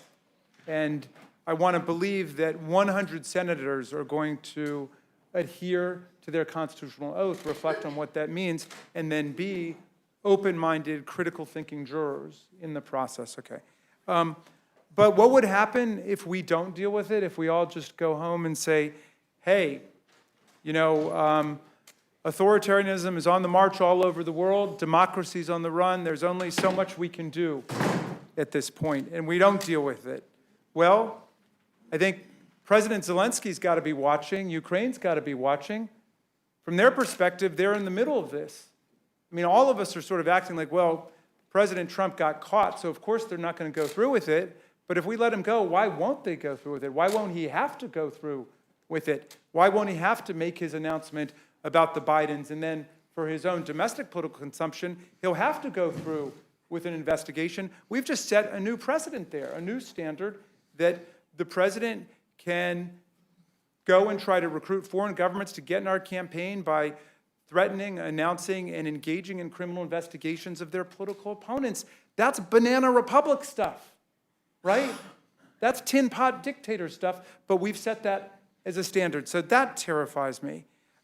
Here's another pattern that we've got to deal with. Robert Mueller came to testify before the House Judiciary Committee on July the 24th. And as the president mentioned on the phone call on July 25th, he thought basically he'd gotten away with everything, right? Mueller found a sweeping and systematic campaign by Russia. He found more than 100 contacts with the Trump campaign. But Attorney General Barr had taken the report for 3.5 weeks, and he had said to America, there's nothing in there, nothing to be seen here, prompting not one but 2 letters of protest from Special Counsel Mueller. And yet, it was too late for democracy to catch up, to have a serious, rigorous analysis of what was in the report. And on the very next day, President Trump has the phone call with President Zelensky and says, but do us a favor, though, kind of putting the icing on the cake of this whole effort to drag them in to our domestic politics. That's a pattern, because if it can be done to one struggling democracy, it can be done to another struggling democracy. And if we can allow one tyrannical, authoritarian despot like Vladimir Putin to come on in, the water's warm, well, why not others? Why not Turkey? Why not the president's friends in Saudi Arabia? He already basically whitewashed their assassination, murder, dismemberment of a Washington Post journalist. So what big deal would it be for them to say, come on in and get involved in our election campaign? So that's a serious problem. Now, what about, you say, the pattern about checks and balances? It's interesting because the phrase checks and balances appears in the Federalist Papers not to refer to the three branches. It's not legislative, executive, judicial. It refers to the House and the Senate. And those are the checks and balances we should be thinking about right now, because the people's body will speak this week. And if it goes the way I hope we will go, we will impeach this president for abuse of power. We will impeach this president for obstruction of the Congress. But we are placing our faith, as the Constitution obligates us to, in the Senate to do their job. But what that also means is place our faith in the people to make the Senate do their job, because we're politicians and we know that we don't respond exclusively and entirely to the will of the constituents, but we do a lot. That's an important ingredient in representative democracy. But look, in Congress itself, we cannot be afraid of our own power. One thing I disagreed with, I think I heard one of my majority colleagues today say, is we've got three co-equal branches. And I've been trying to correct this from the very beginning. Our framers, the founders of America, overthrew a king. And in the first sentence of the Constitution, in the preamble, they stated what America was about. We the people, in order to form a more perfect union, establish justice, ensure domestic tranquility, provide for the common defense, promote the general welfare, and preserve to ourselves and our posterity the blessings of liberty, do hereby ordain and establish the Constitution of the United States of America. The very next sentence starts Article 1. All legislative power is vested in the Congress of the United States, the Senate, and the House of Representatives. You see what just happened there?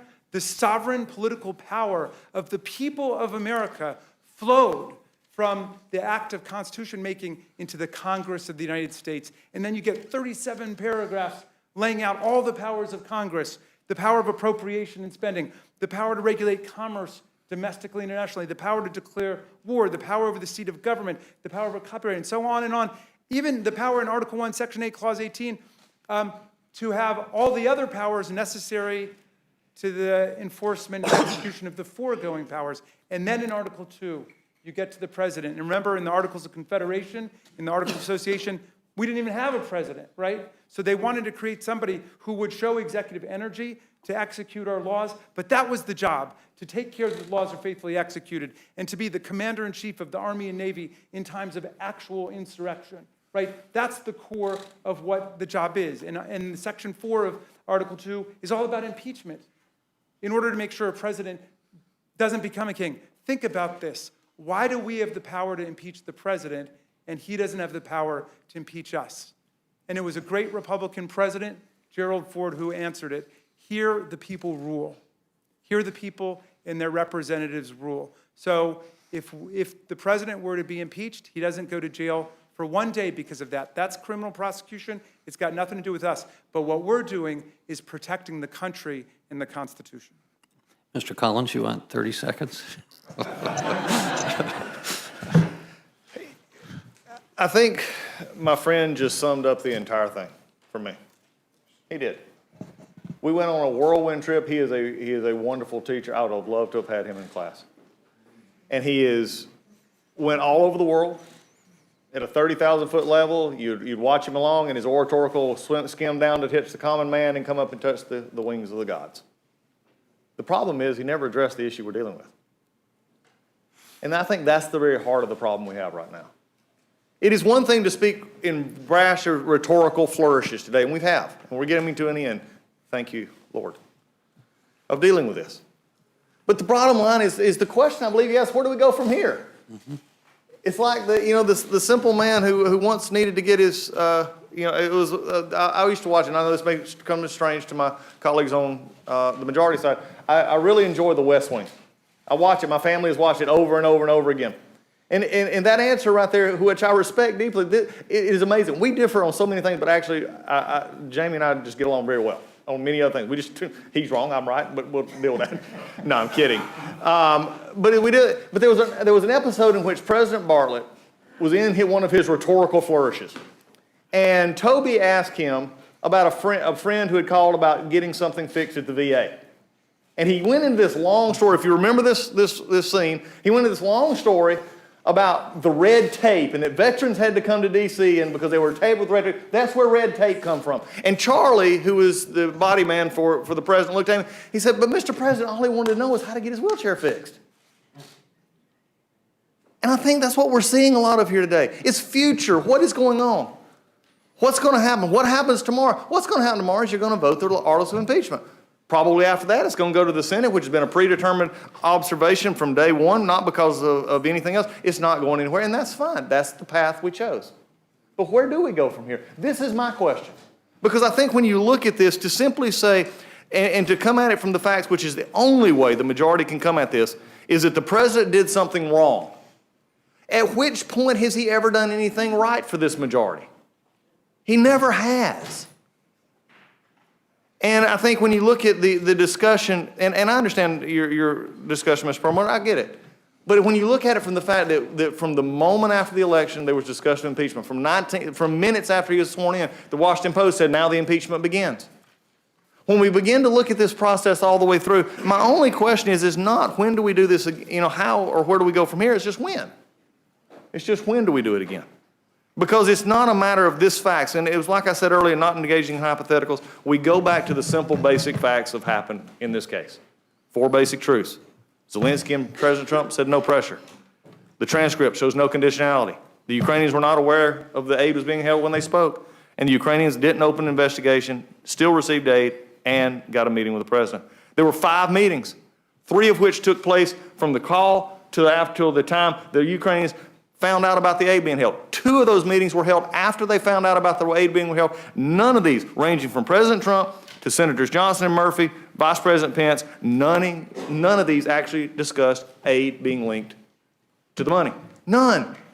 So we start off and we get rhetorical flourishes here at the end, which is fine. I understand it. If I had to sell this, I would have to be rhetorically and flourish as well, because the Constitution is at stake here. It is the determination, is this Congress going to become a body in which we impeach because of partisan ideas, which is also what the founders discussed.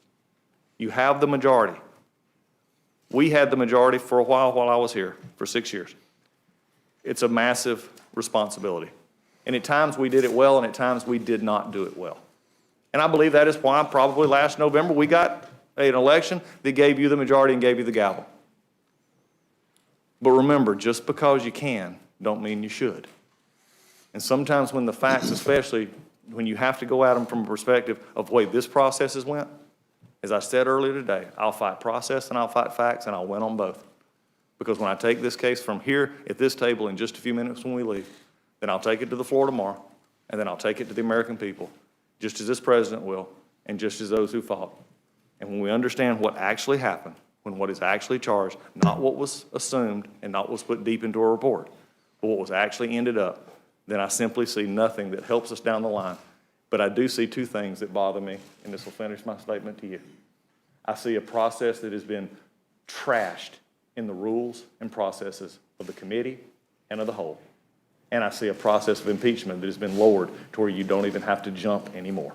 And that is my concern. I know Mr. Raskin doesn't share it, but that you ask, that is my concern. Where do we go from here?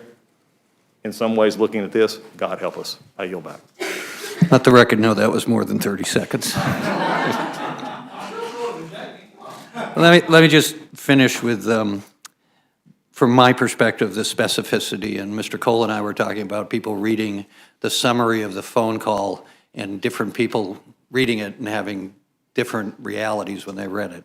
But as all of us can relate to, a candidate for federal office, the law says, cannot, quote, knowingly solicit, accept, or receive from a foreign national any contribution or donation. And that contribution or donation is defined as anything of value. When I read that summary, he's clearly asking for something of value, so an investigation that would cost hundreds of thousands of dollars against his primary opponent.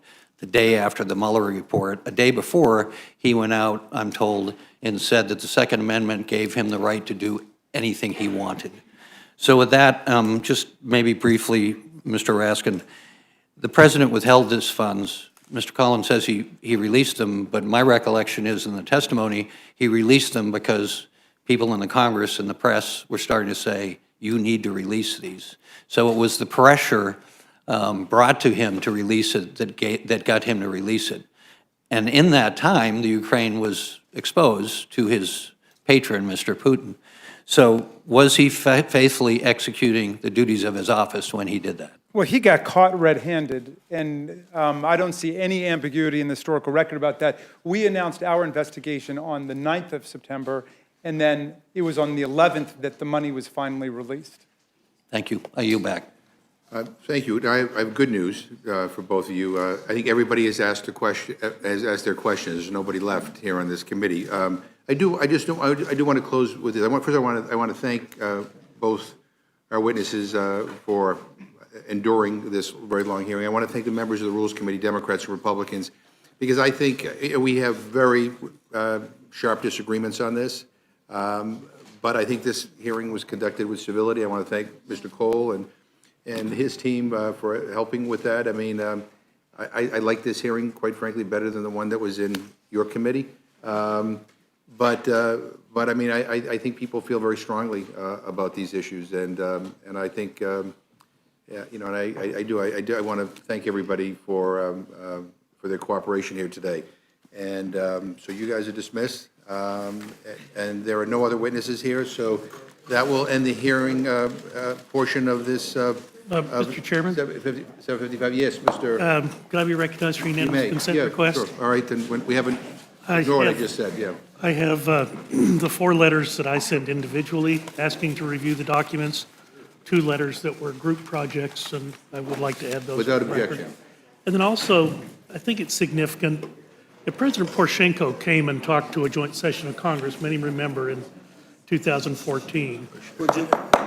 The gentleman deserves to be heard. In his address, he referenced a lot of things, how Ukraine had voluntarily withdrawn from being a nuclear power with the promise that they would always be protected, and then maybe they weren't. But he also, this was a speech in which he also said that they needed more military equipment, both lethal and non-lethal. Blankets and night vision goggles are important, but you cannot win a war with blankets. And again, this was from 2014. Donald Trump was not president, but I just thought it was important to put in as part of the record, as we've heard, Without about objection. how national security was threatened by President Trump's actions. So the hearing portion of HRS 755 has come to a close, and we will recess subject to the call of the chair, and we will work with you about an appropriate time to reconvene to meet some of the obligations that your members have and our members have. Okay? Yeah, tonight, we meet tonight, yeah. With that, the hearing is closed. I can promise you that. Yeah, I can promise you that. I think it'll be at a decent hour.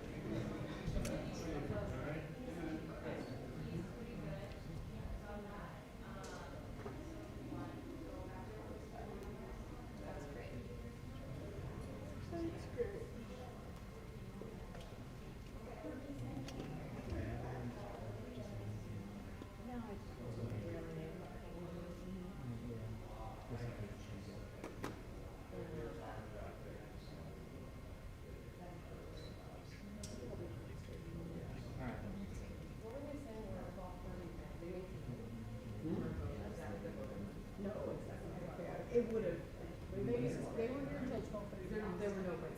So when Tom Cole was like, are you sure we're not missing this latest drop? So there was no members showing up. What happens if has anything else to do? No airing of grievances. There's benefits to this. They're taking a break because they still have to, like, they still have to debate like the rule. That's what I'm worried, sorry, so we're not. Yeah, they didn't debate any of them. But they promised. But you just promised. Bradley Byrne never came, so they wouldn't have debated it first. Oh, man, okay. Bradley Byrne came. All right, so we're not. I mean, that's their generation of that as well, right? I mean, they don't, like, they're. Bradley Byrne had to be here. Right, and they said there are no witnesses, so it's over. Yeah, yeah, okay. I guess. I'm sure you covered as many cases. I'm sure that. The thing about the rules committee is as you can see, there's no limit on time. 30-second time. Yeah. So I'm sure that if they show. But I'm just confused. Anyone know what Bradley Byrne is? Well, I mean, Yeah, I just noticed that. once we gavel in, switch out if you have to switch out. And we'll get one of you guys in the line early. Like in this one. For now. Yeah. Wait, do we still have to break or can we? Yeah, we're still pulling, we're still pulling the pool position. That's the question. That's always gonna be the pool. Because nobody else can go in except you, except AT and New York Times. Okay, so it's only, so. And you have to man the pool till it's over. I thought they said an hour, but. Yeah, right now, so they'll come back. Yes. They have to make the rule, the actual rule, right? They have to actually, but that's sort of a business-like thing, you know, how much time, that's not gonna be like what they were just doing now, which is opening, more or less opening statement. When they debate the rule, it's how many hours per side, when it starts. Right. And that should be pretty business-like, I think. But they'll come back and they'll see. Yeah, we're not done. They'll come in and he'll read the proposal of the rule, and it'll be a vote.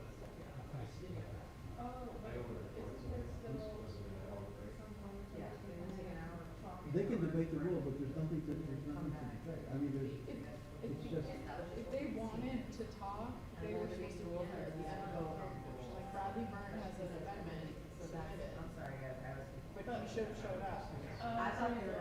I don't think they'd accept any more. I mean. Yeah. They're not gonna put any amendments in the rule, but there's one that. They still have to debate the actual rule. Yeah. And prediction is 4 hours. So 2 sides. So that's it. We're on TV, so we're gonna talk about this.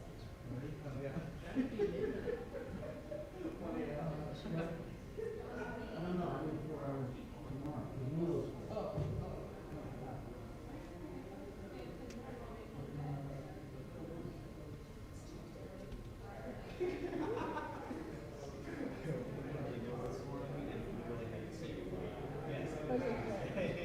Because there's like some new thing that if you're on a statement, and not pushing it about the same line, and I was like, what? Yeah, very second morning. Yeah. Oh, wow. I know. This is, I used to do this full time. Are you doing this full time? I was 22. I was happy to have a job on my own.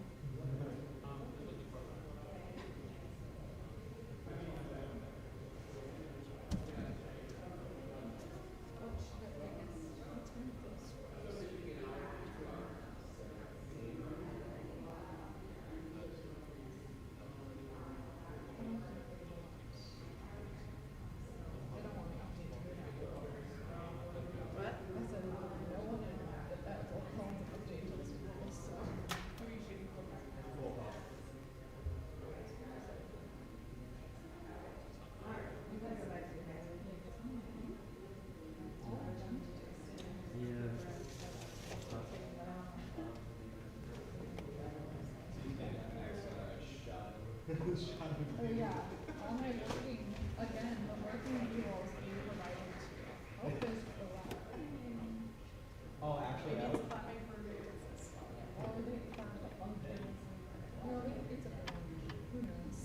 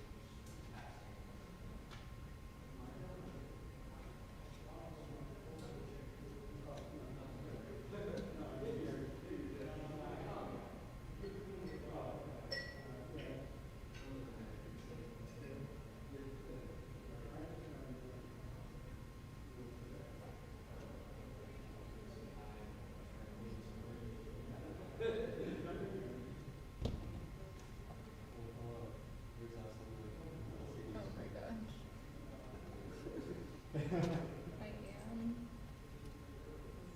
really glad that some people decided to not come back. The elbow room felt like a luxury. Yes. Hey. Just like yours, it seems like.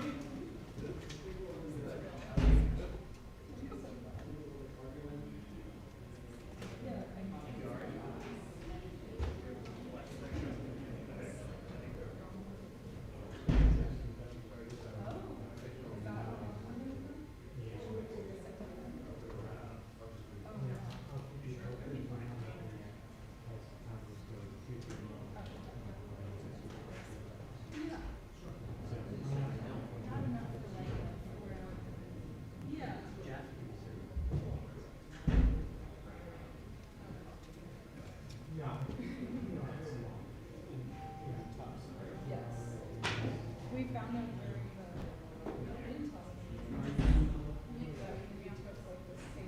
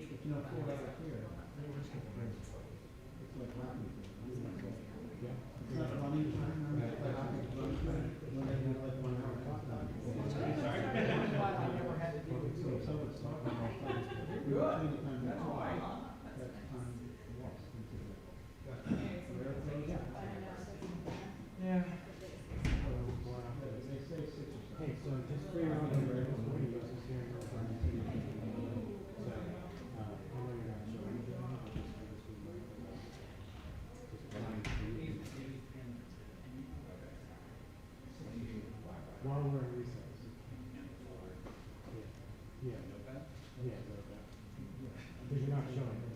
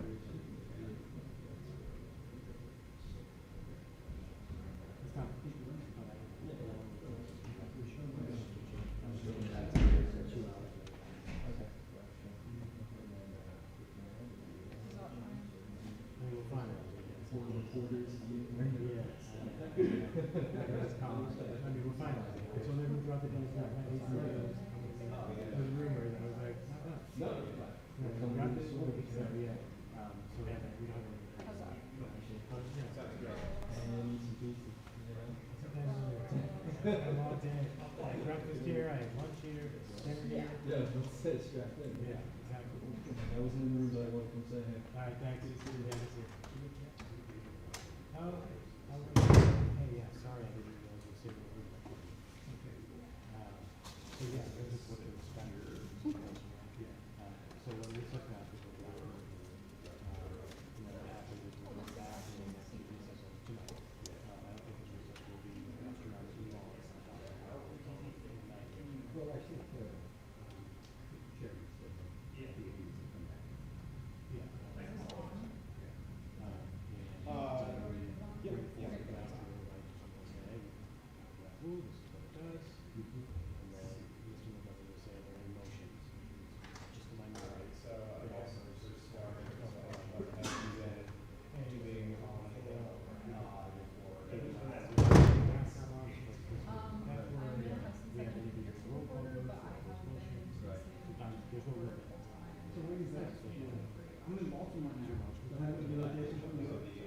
yeah, because I was in Jersey for the last, like, almost a year.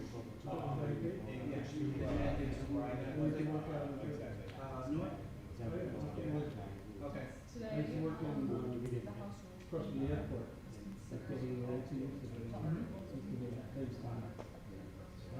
Right, my peer was,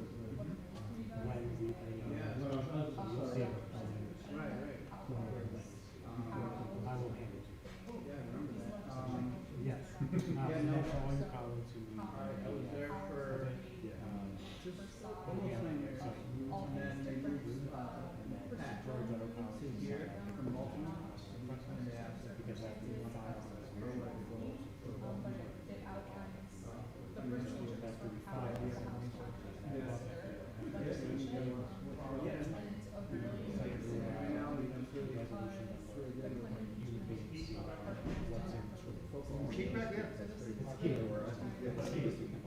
all the questions you have about how many hours, how is it divided, that would be very clear. So what parts of the other teachers are all? Sure, but I mean, we need to, because. Yeah, yes, which I will. So we have working on. So I'm gonna give you that. Be mindful of what I'm doing. So I hand it to you.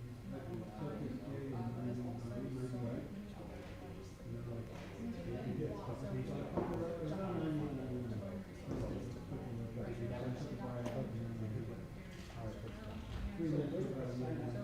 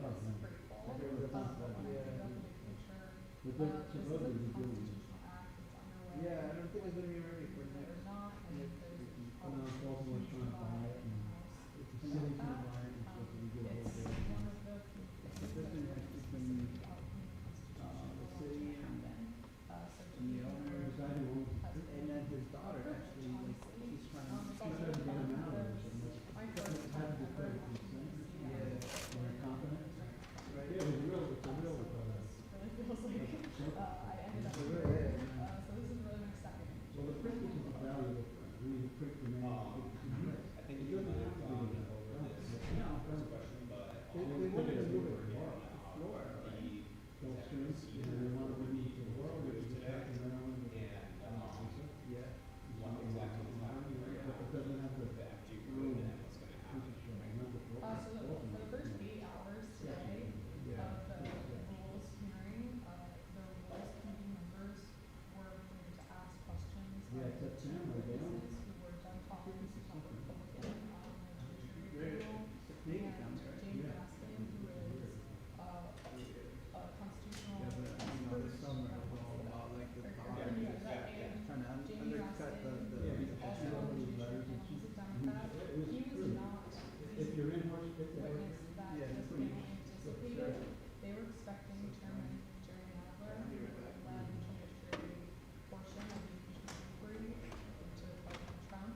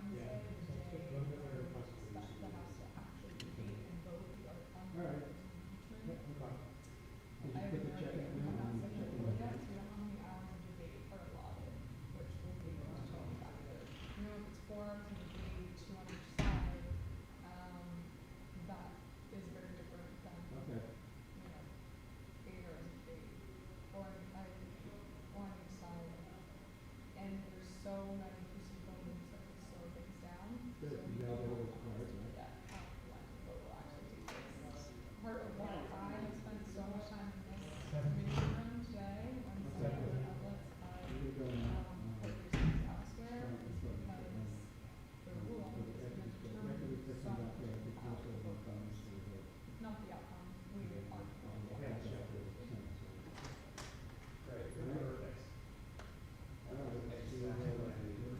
Great. I'm so glad. I'll see it tomorrow, right?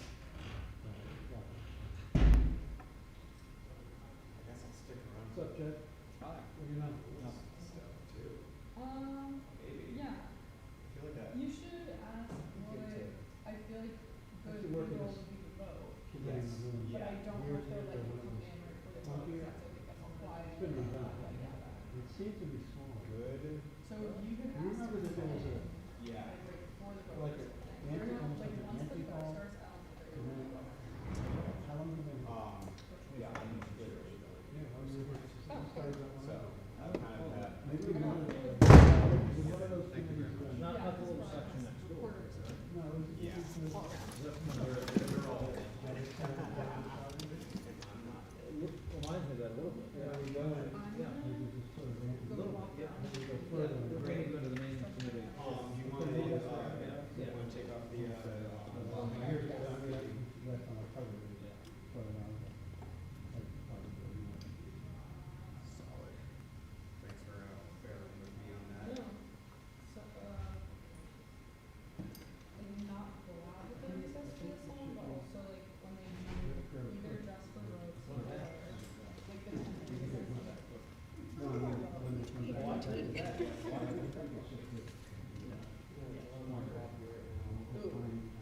That's a big gamble when you don't know how long they're coming back for.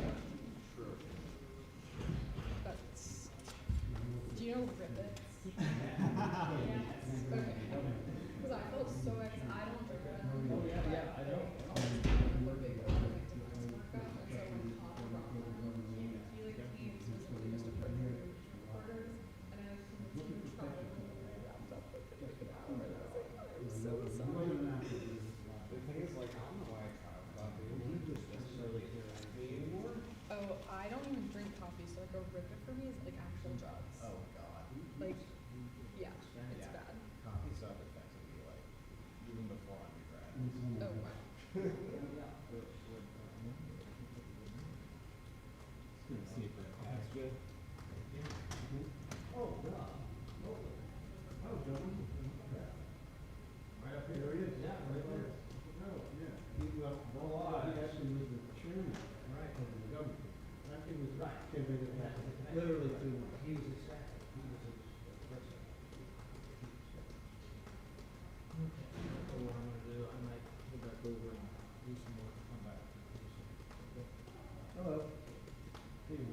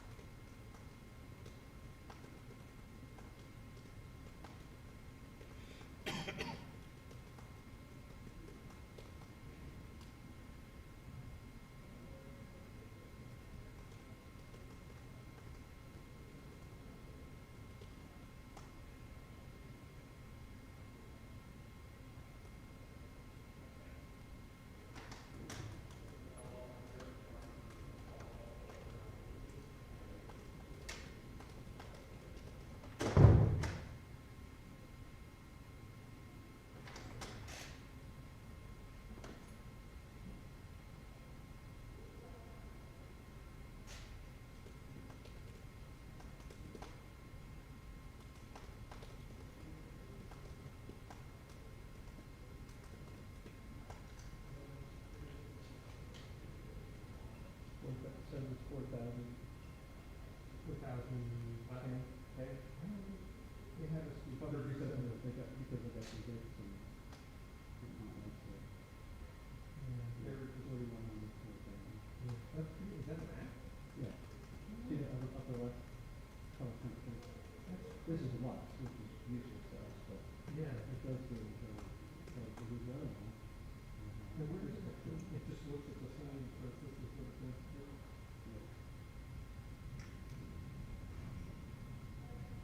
This one doesn't do, this one does, you put the parameters in, and it tells you it's going to be. That is pretty cool. But I like it's more cynic, I like the lux one, and that's instead of us. Yeah, lower temperatures. We have Ohio Club Quarter, I have 2,800. Okay. We can just look at it. No, this is not. Yeah. It goes through around 38. This is more data. Yeah, it's not yellow at all. No, usually they are 31. Yeah, no, this is some of the light. And there's some LEDs, there they are. So it's looking, it's slicker. It's banded. Yeah. The electronic shutter. Yeah. You gotta shoot it really slow, or shoot it on the regular shutter. Yeah. Feels like this is mechanical shutter? Yeah. Yeah. So that's mechanical, I could do, you don't get the band. But if I get electronic, you see the band. That's interesting. Yeah. It's, electronic means silent. Yeah. Sometimes you like silent. I think the A9 solved that. The high, and stuff. But these are the 5 frames. Oh, that was a couple of these, yeah. But it's the right size. Oh, I love it. Yeah. I have Canon, I like that 1DXs, but and for here, I gotta put them in my pocket, because I'm not really. Yeah, I always try to. Someone's got food. And then I guess we just hang out and wait. Yeah, as soon as they come back, it's not gonna be long before they. No, I mean, it won't be long before, once they're in, they won't come in. So, yeah, you better go, show them.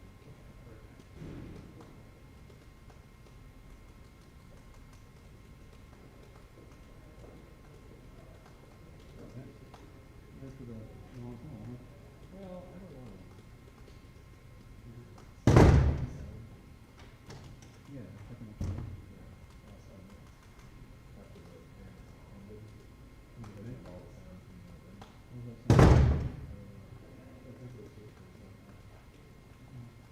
I don't think they said you get particularly more expensive than usually.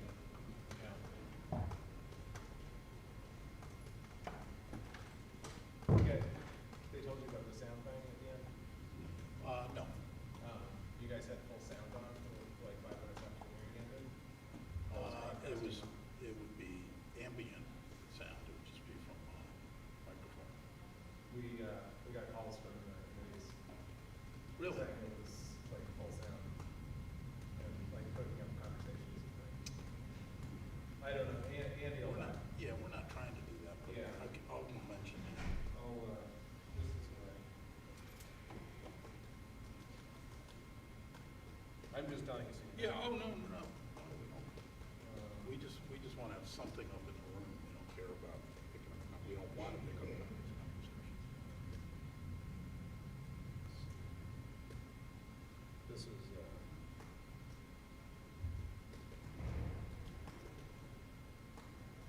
Is that from Andy Lyons? that's Yeah, all the galleries. Yeah.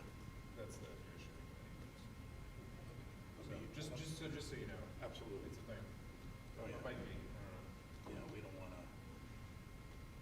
we just want to hear. Yeah, like ambient.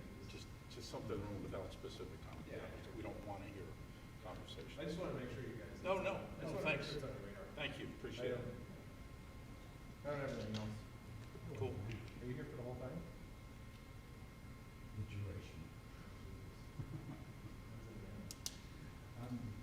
Well, I'm told that maybe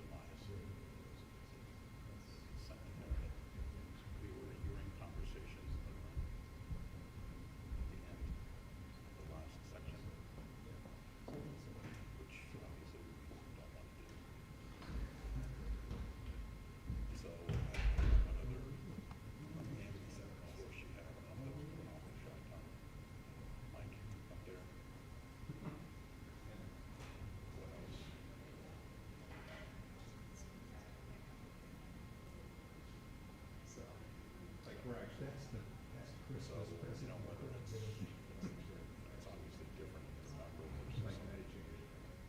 Gotcha. Oh, wow. That's, Yeah. where do you go? East of the city. Oh, wow. My son is just, Bump my head on it. No, I don't. It's a great city. I'm not sure where that is. really cosmopolitan. Yeah. Of course, I see it. It's the most culturally, it's an ethnically and culturally diverse city in the United States. I don't see. Let's say two.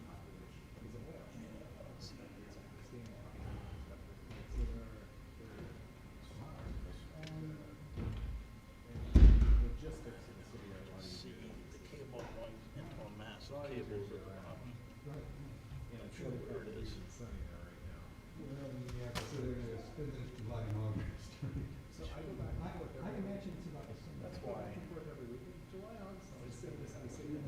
September there is like August here, and it's the only difference. But then everyone has a little, even like a little bit of a hike dumping from it's okay.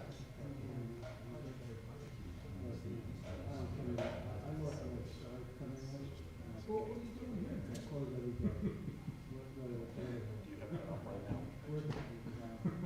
Just that mic. This. Yeah, yeah, yeah. I mean, just talk and say you can hear. Although, I think I'm gonna go home. And then, either Rick or someone from the gallery will be, I can't imagine. I think you're right. Maybe I should tell you. I'm probably leaving, but if you need anything, someone's gonna be here. Okay. So. You guys are great. Like, absolutely, Most of the time. I've never seen you not be absolutely terrific. So what, Happy to see you. yeah, just basically, yeah, Marilyn and me, yeah. So we do all the football. 2 months. And then basketball not so much because they're not, bullets, so, right? Bullets, yeah. But lots of Maryland basketball. Yeah. You know, I love to yeah. I actually like it really fun. Oh, yeah. It's faster paced, not, you don't get the fancy dunks or anything, but like you do in pros, but, I think it's really. Yeah. You have the ambient track. Let's see, do you hear it over here? Check 1, 2, 2, 2, 2. Okay, so must be underneath over here. See, Al did the stuff before I ever got in the room, so certain cables come over in this direction. Check 1, 2, check 1, 2. Somewhere in here, check, I can't say there's just a mass of cables. Maybe. Yeah, I'm at, stay on Charles. I can't see it. I'm right where, you need 695. They're over by camera 1. Oh, I see it. It's underneath. Check 1, 2 right here. Right. It's like down behind the chair, you know, by the door. If you can see on camera 3. Yeah, so It's down here, days where, underneath the chair. So that's the only one you track. Then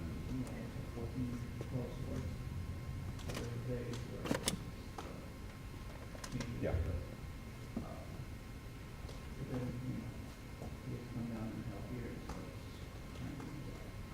Yeah, well, that was, something. If I'm talking up here, here on the plane. I mean,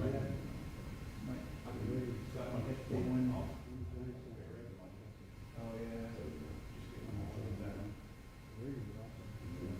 Yeah, I think of the, baby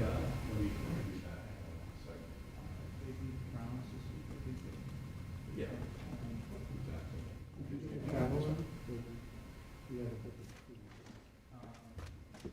They should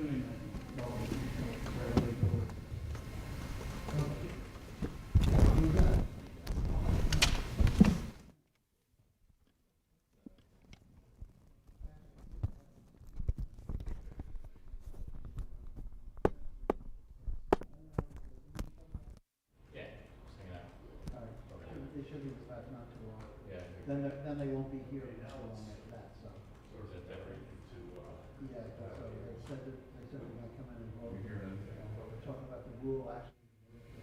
you hear me talking right here? I'm talking 2 chairs away from it. Check 1, 2. Okay, but it's gotta be. 4,000. No, no, that's much more indirect. No, unless you completely cut the, yeah, unless it's, unless you just completely,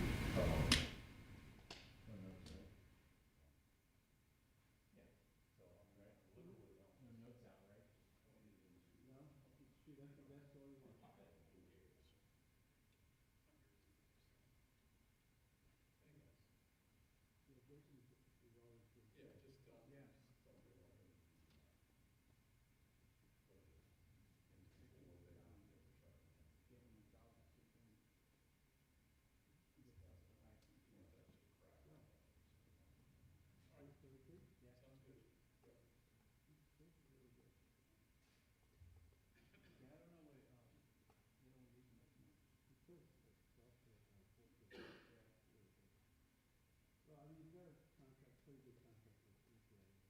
So he always wants to pick up, once in a while he'll do a shot with EPA or something.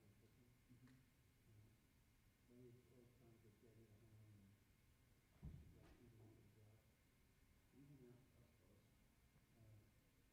Very cool. The problem is getting back. Is that really what the plan is?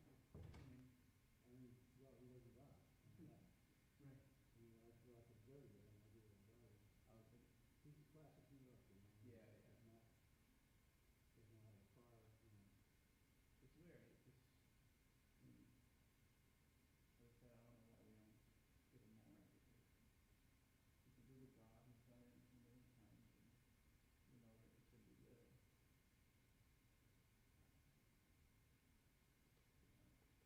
I got to say in that.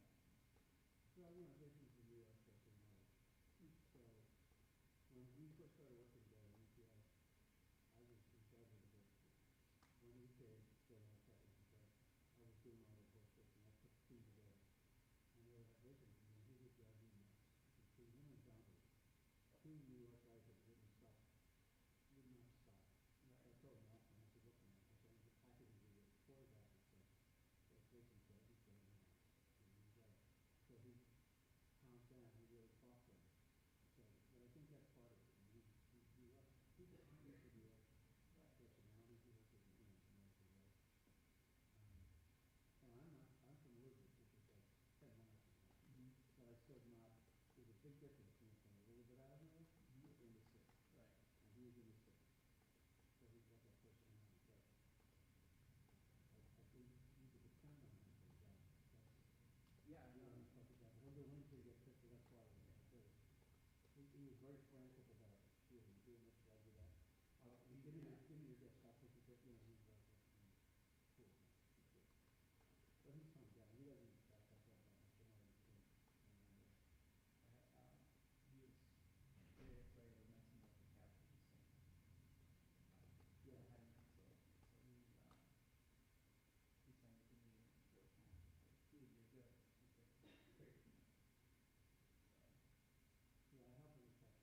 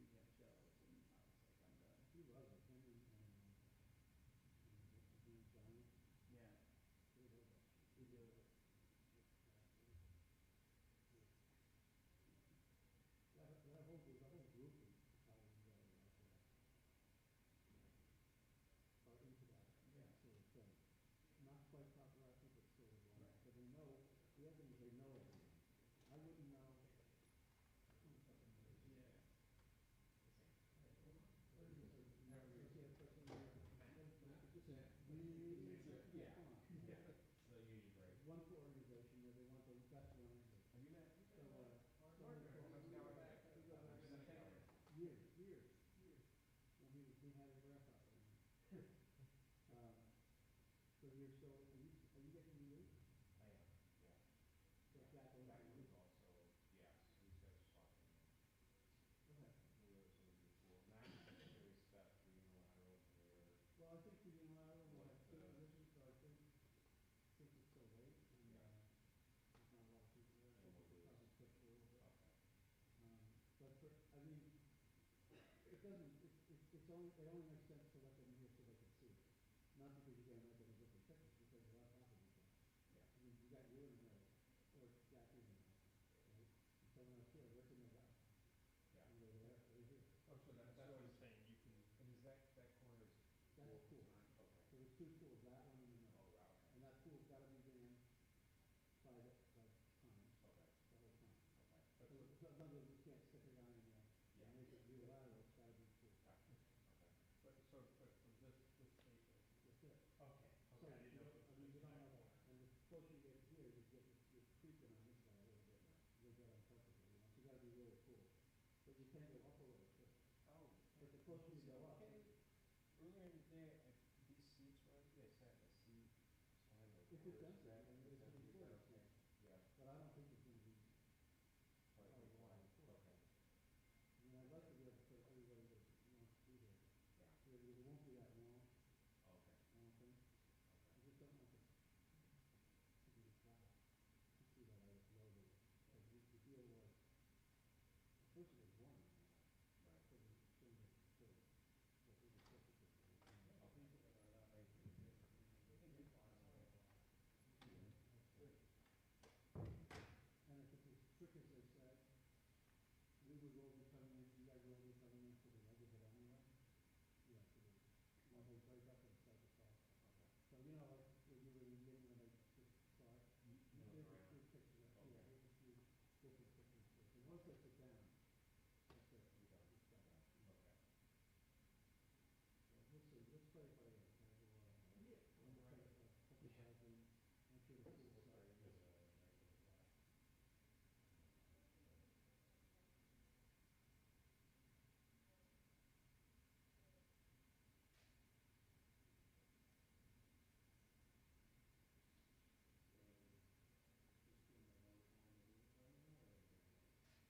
Well, I don't know if it's closed over there. The whole first part of this hearing is just talking about the G. So now, they'll probably say, okay, our proposal is, whatever it is, right? Then they'll do the vote, start the vote. I can't see how they would like that. I mean, the really don't question that. Yeah. Why is there, because they're presenting.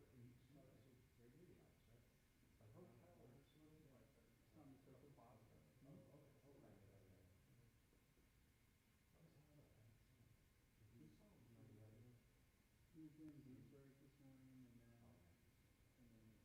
we left the office and.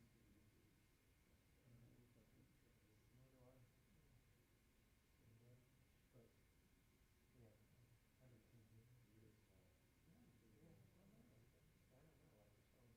seen him in years. That was the last time.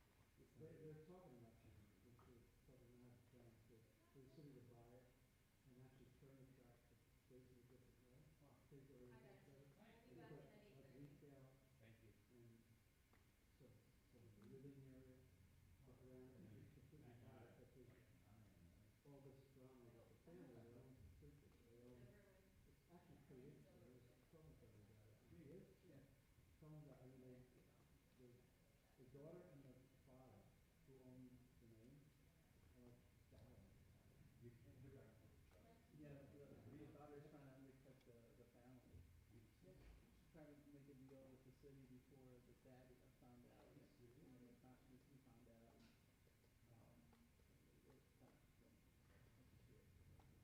Try to have the clear confidence. It's really pretty salty stuff. Yeah. Well, they open the the preachers people have anything. Oh, yeah. It's not criminal justice. Criminal doesn't track it, all the preachers, but they could have it, you were saying, what, and that's what, probably that was the law. Which is a practical, a lot nicer. You know, but the city is fighting to keep it. That's the only thing that they have, what the big support. Well, I mean, well, it's part of the thing. Yeah. You know, it's huge. And it's sketchy all around. Total sketch. You know, you do not want to walk around.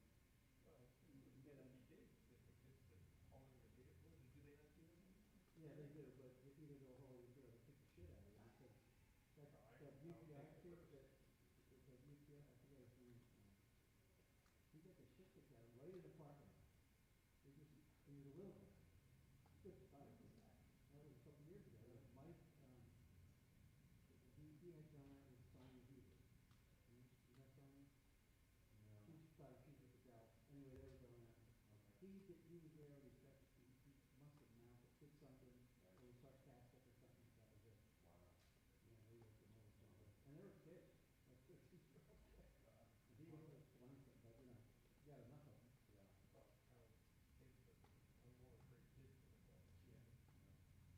Yeah, it's like, you know, baby rattlesnakes. You don't want to get bit by a baby rattlesnake because they can't moderate how much they empty their things. Very simple. Yeah. If you're gonna get bit by a rattlesnake, you have a choice. Go for the old one. Okay. Go for the ones with the wheelchairs around the back. You know that, yeah? You know that about young rattlesnakes, right? Yeah.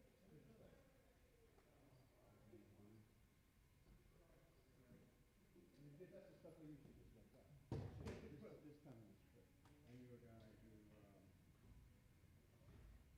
lost both, or one of his legs in a rattlesnake. Oh, no. Yeah, he was, no, actually, he was one of my CrossFit coaches, and,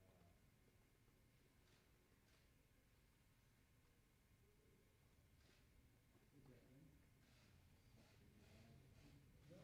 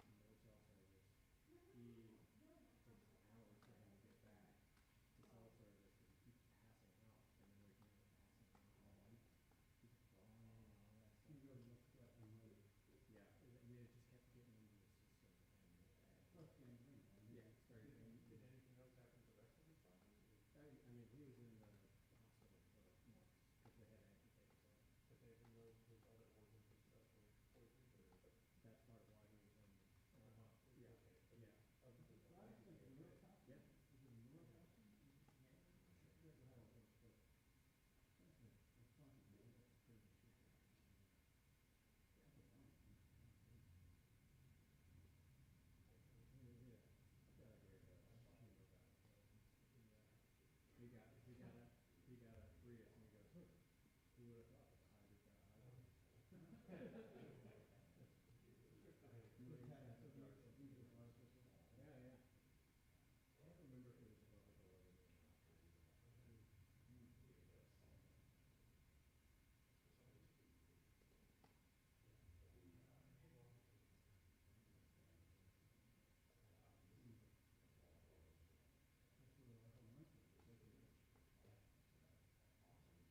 just found an article about, I was looking for Liberty Campus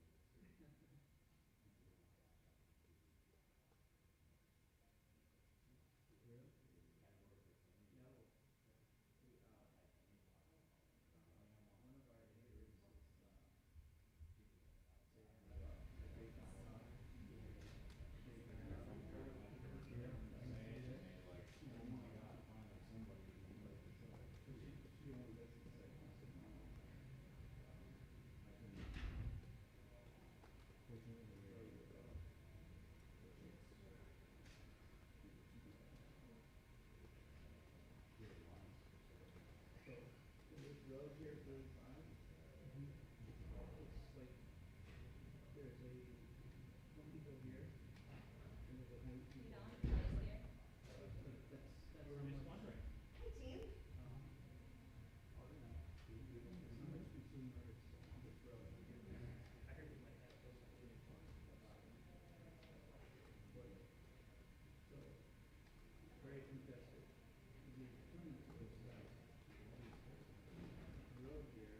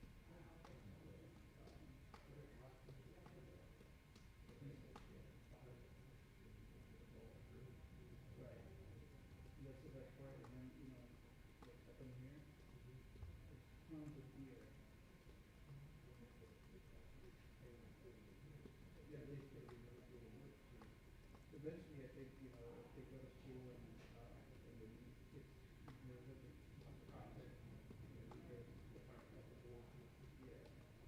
So we just all here and right, we're not far from Queens Reservoir and all the supplements.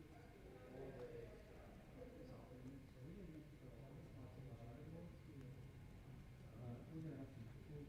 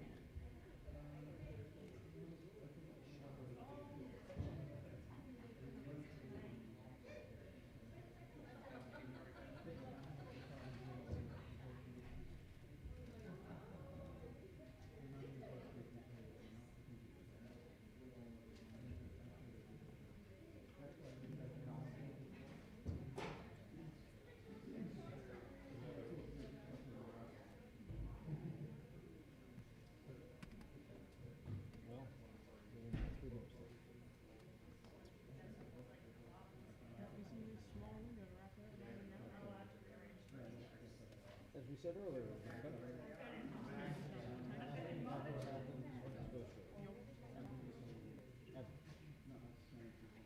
We will probably still be.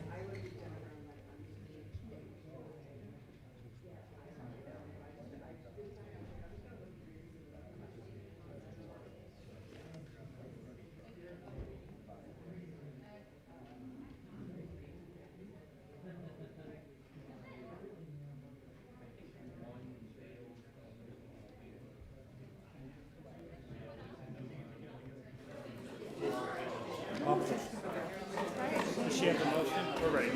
Oh, ask Tom. Ask Tom. What? Ask him. No. Okay, okay. Okay, the Rules Committee will come to order. Rules Committee will come to order. At this time, the Chair will entertain a motion from the distinguished gentlewoman from Pennsylvania, Ms. Scanlon. Thank you, Mr. Chairman. I move the committee grant House Resolution 755 impeaching Donald John Trump, President of the United States, for high crimes and misdemeanors, a closed rule. The rule provides that immediately upon adoption of this resolution, without intervention of any point of order, the House shall proceed to the consideration of House Resolution 755. The rule provides 6 hours of debate on the resolution, equally divided and controlled by the chair and ranking minority member of the Committee on the Judiciary or their respective designees. The rule provides that the amendment in the nature of a substitute recommended by recommended by the Committee on the Judiciary, now printed in the resolution, shall be considered as adopted. The rule provides that the question of adoption of the resolution as amended shall be divided between the two articles.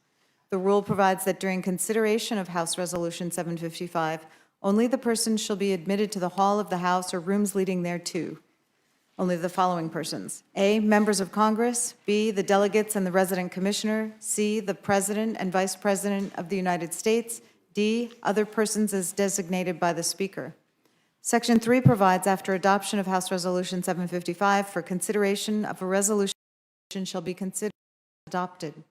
The rule provides that the question of adoption of the resolution as amended shall be divided between the two articles. The rule provides that during consideration of House Resolution 755, only the persons shall be admitted to the hall of the House or rooms leading thereto. Only the following persons: A, members of Congress; B, the delegates and the resident commissioner; C, the President and Vice President of the United States; D, other persons as designated by the Speaker.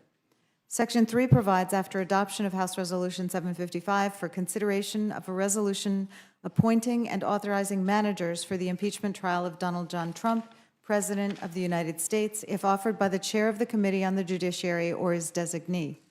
The rule provides 10 minutes of debate on the resolution specified in Section 3, equally divided and controlled by the chair and ranking minority member of the Committee on the Judiciary. The rule waives all points of order against consideration of the resolution specified in Section 3.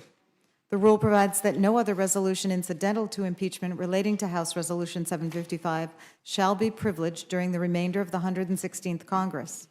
Finally, the rule provides that the chair of the Committee on the Judiciary may insert in the congressional record such material as he may deem explanatory of House Resolution 755 and the resolution specified in Section 3, not later than the date that is 5 legislative days after adoption of each respective resolution.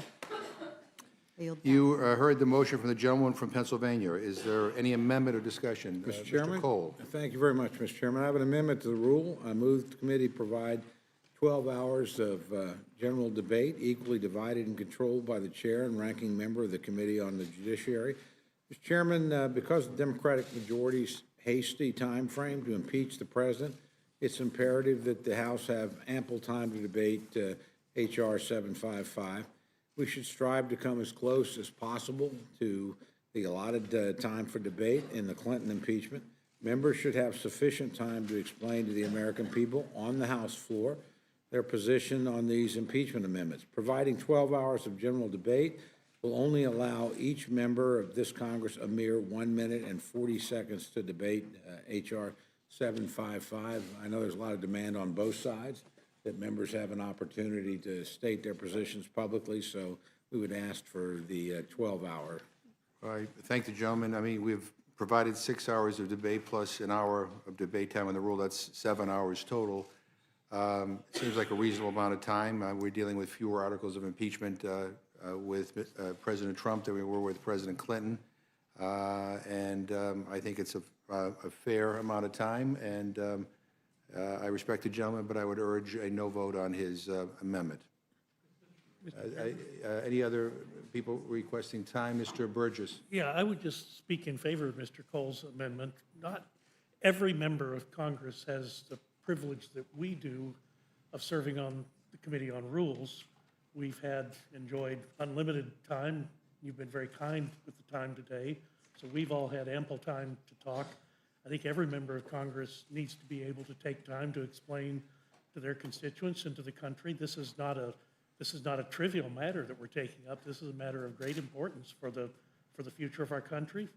And we've all talked about our allegiance to the Constitution. We should provide members an opportunity to explain themselves. And I would just say that I think Mr. Cole's amendment is well-reasoned and well-considered. And I would urge us to take this up. And Mr. Cole has provided you an opportunity, and I think you should take it. Yeah, well, I appreciate it, but I think the 7 hours of debate will extend probably to more like 12 hours when it's all said and done, so. Can I just note for the record, Mr. Chairman, it's not often we get a Texan supporting any amendment I make as well-reasoned or open, so I just want to thank my friend. The vote is on the Cole Amendment. All those in favor say aye. Aye. Opposed, no. No. Opinion of the chair, the noes have Chairman, it. we would request a roll. Clerk will call the roll. Mr. Hastings. No. Mr. Hastings, no. Mrs. Torres. No. Mrs. Torres, no. Mr. Perlmutter. No. Mr. Perlmutter, no. Mr. Raskin. No. Mr. Raskin, no. Ms. Scanlon. No. Ms. Scanlon, no. Mr. Morelli. No. Mr. Morelli, no. Ms. Shalala. No. Ms. Shalala, no. Mr. DeSaulnier. Mr. DeSaulnier, no. Mr. Cole. Aye. Mr. Cole, aye. Mr. Woodall. Aye. Mr. Woodall, aye. Mr. Burgess. Aye. Mr. Burgess, aye. Mrs. Lesko. Aye. Mrs. Lesko, aye. Mr. Chairman. No. Mr. Chairman, no. Clerk report the total. 4 yeas, 9 nays. Amendment is not agreed to. Further amendments. Mr. Woodall. Mr. Chairman, I have an amendment to the rule to amend Section 1 that waives all points of order against provisions in the resolution, except for those in violation of Clause 2G 6B of House Rule 11. As currently constructed, the rule waives all points of order. Clause 2G 6B of House Rule 11 is that one that we spent so much time talking about today, which is minority rights for a hearing. On December 4th, Mr. Chairman, as you know, minority members of the House Judiciary Committee did exercise their rights under that section and asked for a day of hearings. But as of today, that hearing has not been scheduled. You responded to Mr. Cole's concerns, all of our concerns on that issue. And as I read during our hearing today, concluded that because Mr. Nadler has appropriately said he will work with the minority to schedule that hearing after our vote on impeachment, that you believed that section had been satisfied. You stated that the intent of this rule was to provide folks with a voice. I don't think any member on this committee would suggest that allowing hearings after bills have been passed would allow for that voice. It could well be that the House parliamentarian and the speaker tomorrow will agree with you that having consulted with Chairman Nadler and agreed to hold hearings after the fact, that does satisfy this section in House rules. I think that would deem this section meaningless if that's true. But by allowing and exposing this point of order tomorrow, we will at least make clear to the American people only one of two things is true. Either the House of Representatives has a process, and on the day we accuse President Trump of breaking the rules, we choose to follow our own. Or we will choose to waive those rules and leave the impression that so many of my colleagues have talked about today, that the rules don't apply to everyone and do not exist to serve everyone. I know that is not the chairman's intention. Again, as his letter makes so very, very clear, I would just ask my colleagues, because this has been a source of great debate and disagreement, that we expose this point of order, and if it turns out, as the chairman believes it will, that this requirement has been satisfied, then no harm, no foul. But if it turns out that this requirement has not been satisfied, we would do the American people a great service by satisfying it and then moving forward. I thank my chairman. Any other discussion on the Woodall Amendment? If I could just add one. Sure, go ahead. That to read that section makes it clear that there is no ambiguity in this request. If the minority asks, the request must be granted. It is not up to the discretion of the chair. that absence of discretion was intentional as we crafted this section on minority rights. And I just put that out there for my colleagues, because again, one day we will all be in different places, and the precedent we set today will matter. I thank my chair. You know, and we've been in your seat as Absolutely. well for, but there's no way, there's nowhere in that rule does it say when the chairman must schedule that hearing. And the bottom line, we've had this discussion before, and I don't think this is subject to a point of order. And as we all know, it is standard for any measure brought to the floor under a rule to be provided with protections against points of order. Last Congress alone, 86 blanket waivers were provided by the Republican majority. We have not been advised that any points of order lie against the resolution, so the waiver is simply out of an abundance of caution in keeping with modern rules practices. Even though no points of order lie against the resolution, dilatory points of order could be brought up that would have to be argued against and ruled on, needlessly delaying the floor. Again, that's why prophylactic waivers are included in every single rule that we report out of here under Republicans and Democrats.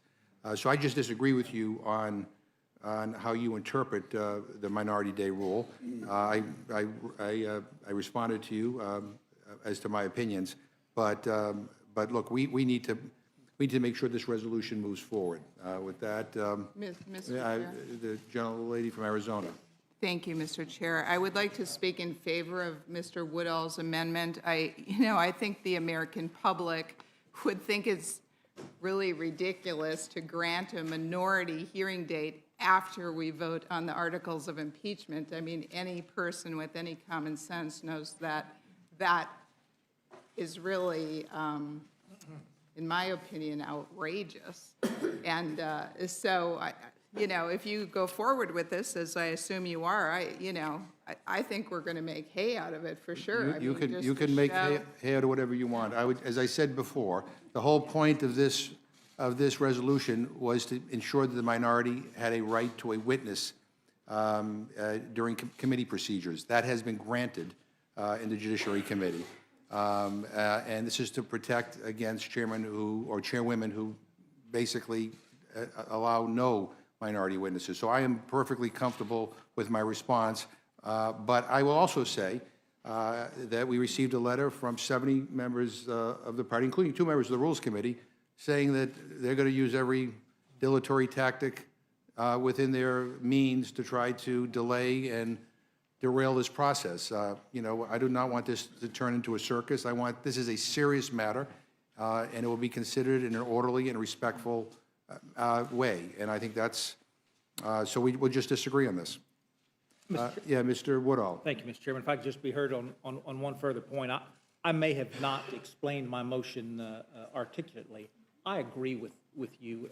The nature of the Rules Committee, our standard practice of waiving all points of order, the requirement that the majority be able to conduct its business without dilatory tactics. My motion is that we keep that section that waives all points of order with the one exception of this minority witness. If I may read from the House Practice Manual, whenever a hearing is called by a committee on a measure or matter, minority members on the committee may have a right to call witnesses of their own choosing. That has not happened here. That has not happened here. That, as has been said so often today, those facts are undisputed. Undisputed. I'd be happy to yield to my friend. Mike. 5 witnesses that have testified, 2 in the Judiciary Committee and 3 called by the Republican minority. So that's at least 5 witnesses. And the president was invited to present a case, which he refused to do. I appreciate my friend raising that. What you heard from the ranking member today is he was given choices by the chairman, take it or leave it. You can invite a law professor of your own choosing, but you cannot invite a witness of your own choosing. You cannot bring the fact witnesses, any fact witness, to this hearing. That's what this section, and to the chairman's point. So if the gentleman would yield again, so the gentleman's making a distinction between the examinations and depositions that were taken in the Intelligence Committee versus what was done in the Judiciary Committee. Is that how the gentleman is proceeding? No, I would say to the gentleman, I'm only taking the rule on its face. Minority members on the committee have the right to call witnesses of their own choosing. That right was not offered or granted. And it goes on to say, the chair may set the day under a reasonable schedule. It could well be that the chairman is absolutely right. And when we decided that the schedule must be reasonable, we decided that scheduling the hearing after the bill has already been passed and sent to the Senate was reasonable. But I don't believe that we believe that. I believe every one of us knows that is not what we intended. There are bills on which moving and playing fast and loose may be appropriate. Impeaching the President of the United States cannot, by any definition, be one of those resolutions. Cannot be. Cannot be. The rule is clear.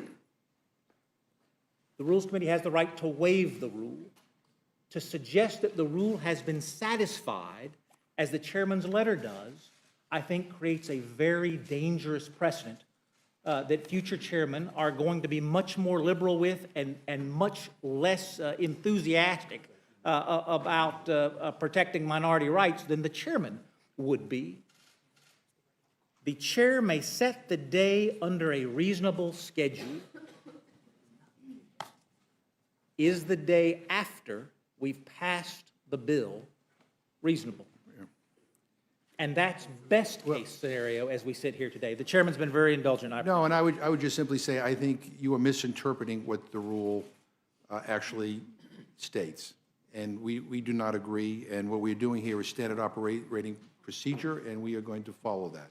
To be fair, Mr. Chairman, I'm not trying to misstate the rule. I'm reading it out of the House Practice Manual. I answered you in a lengthy letter, based on precedent and based on how it's interpreted. I mean, the idea that somehow, if it worked the way the minority would have us believe, as if it were some superpower, allowing the minority to call any witness at any time, to schedule a hearing whenever they want to delay legislation. I promise you, there would have been a whole lot more hearings last Congress called by Democrats. And so we just disagree. Of course. And so and we can continue this if you'd like, but I don't agree with your assumption. And I know that in this committee, as the chairman, when you don't agree with me, that means I'm going to lose. I understand that. You can ask for a vote. But this is not, but Mr. Chairman, this isn't a rule of this committee. This is a rule of the United States House. Absolutely. And as far as is the parliamentarian inform you that there's a point of order to be made? If the circumstances are as you believe they are. I'm just asking you. Yeah. When I raise that point of order on the floor of the House, or a member of the Judiciary Committee does, Right. it will be denied. Right, but I'm not exposing this bill to any points of order. And I would urge my colleagues to vote no on the Woodall Amendment.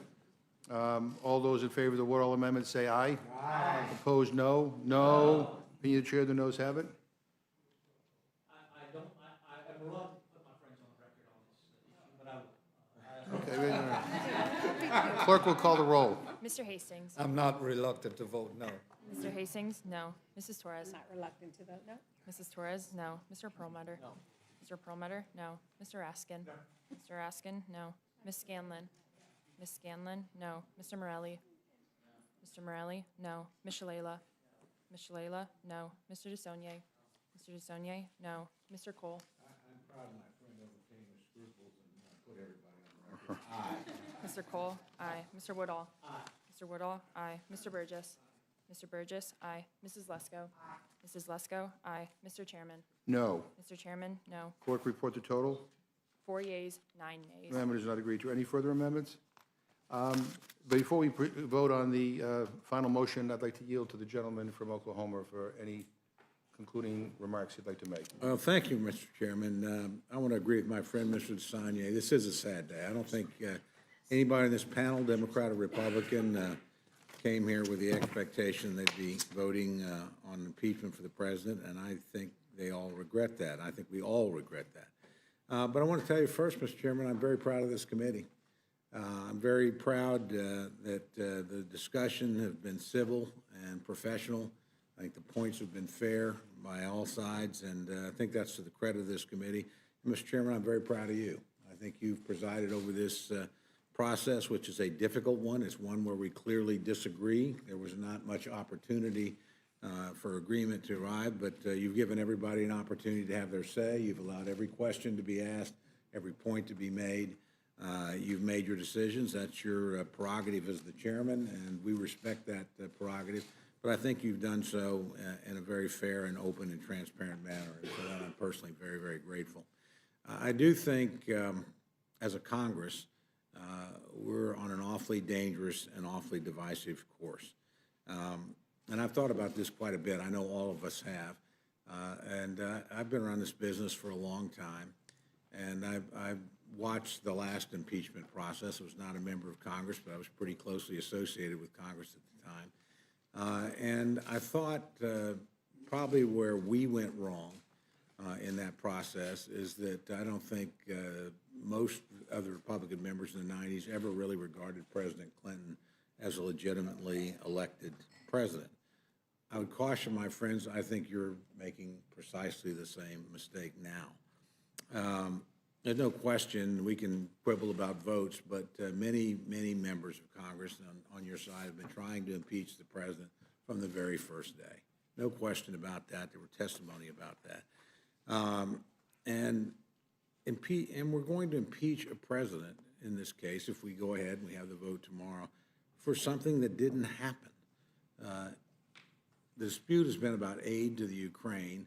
That aid was given, and it was withheld at the most for 55 days and was delivered within the time legally specified, that is before the end of the fiscal year.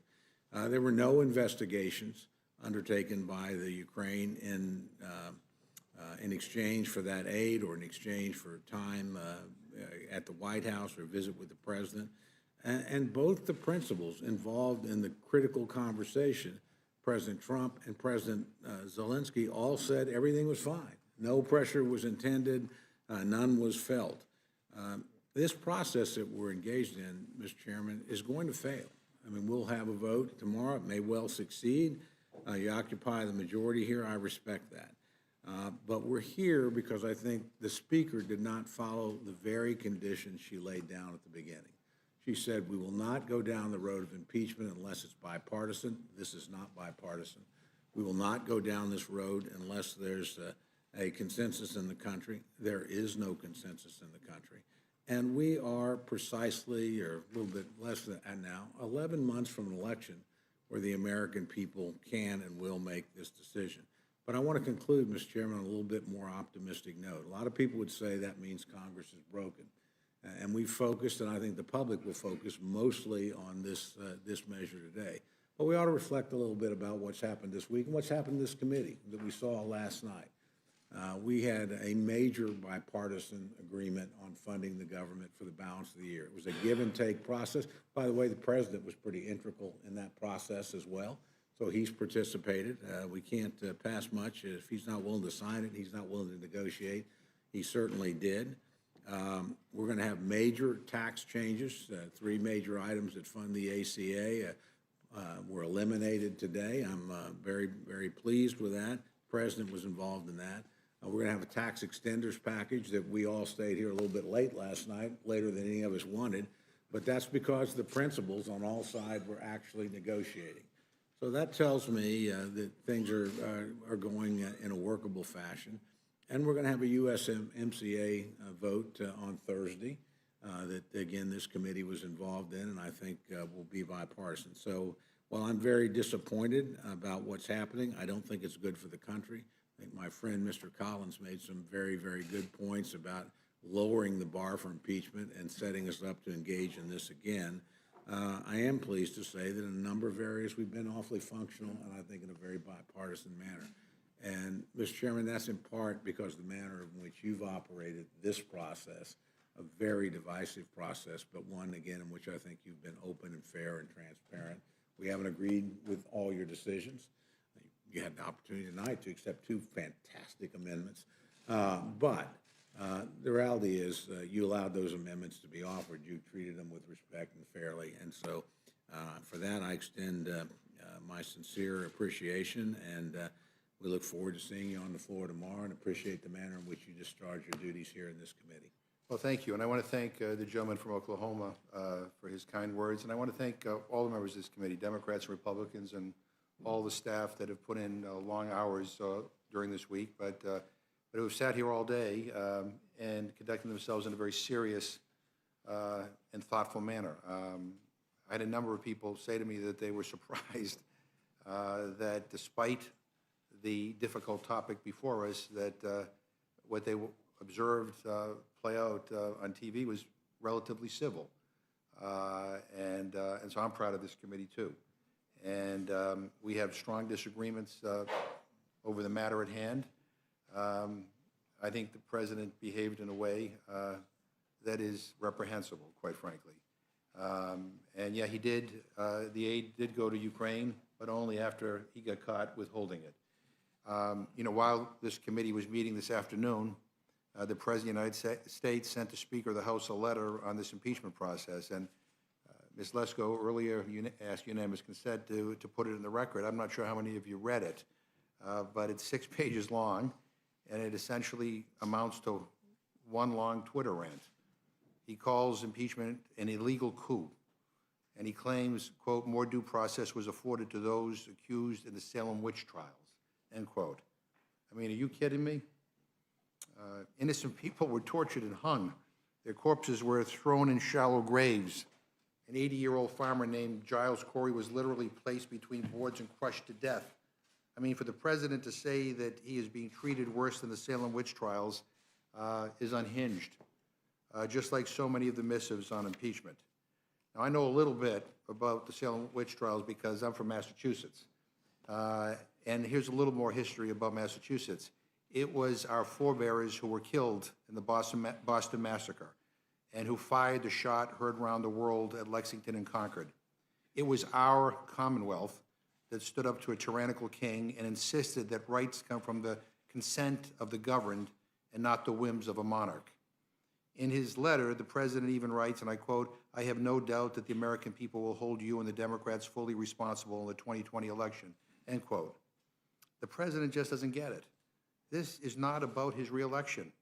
It's not about anyone's political future. Our founders handed us a fragile thing more than 200 years ago, an experiment in self-government, a fledgling democracy unlike anything else on earth at the time, a republic of, by, and for the people. So this is about whether we, the people sent to Congress, are willing to stand up and protect that fragile idea that has been entrusted to all of us. You know, we shape this democracy day by day, vote by vote. Some votes are more arcane than others, but each and every one helps to decide the kind of country we're going to be. You know, voting on impeachment is particularly important. It will define our democracy from here on out. You know, not a single Republican today even hinted that what the president did was wrong. It was wrong. It was wrong. And for me, I will leave here today with a clear conscience. You know, I don't know if President Trump is watching right now, but if he were, I would say to him, Mr. President, this is not about you. This is about all of us. What kind of behavior we're willing to tolerate from whoever sits in the Oval Office, and whether we live up to the ideal of a government of, by, and for the people. You know, a republic, if you can keep it. I began this hearing by quoting those famous words from Benjamin Franklin. You know, no one wanted to be here today. But I am proud that when history called upon us, we fought to keep the vision of our founders alive in our time. We fought to keep this republic intact. So, you know, this has been a long day, and tomorrow promises to be a long day. You know, even though we had disagreements in this committee, as I said before, I'm proud of each and every member of this committee. I mean, we, I think, showed that you can actually have difficult discussions and be civil and be serious. And I think, you know, no matter where we fall on this issue, I think that's something we all should be proud of. So I thank everybody, and now I ask that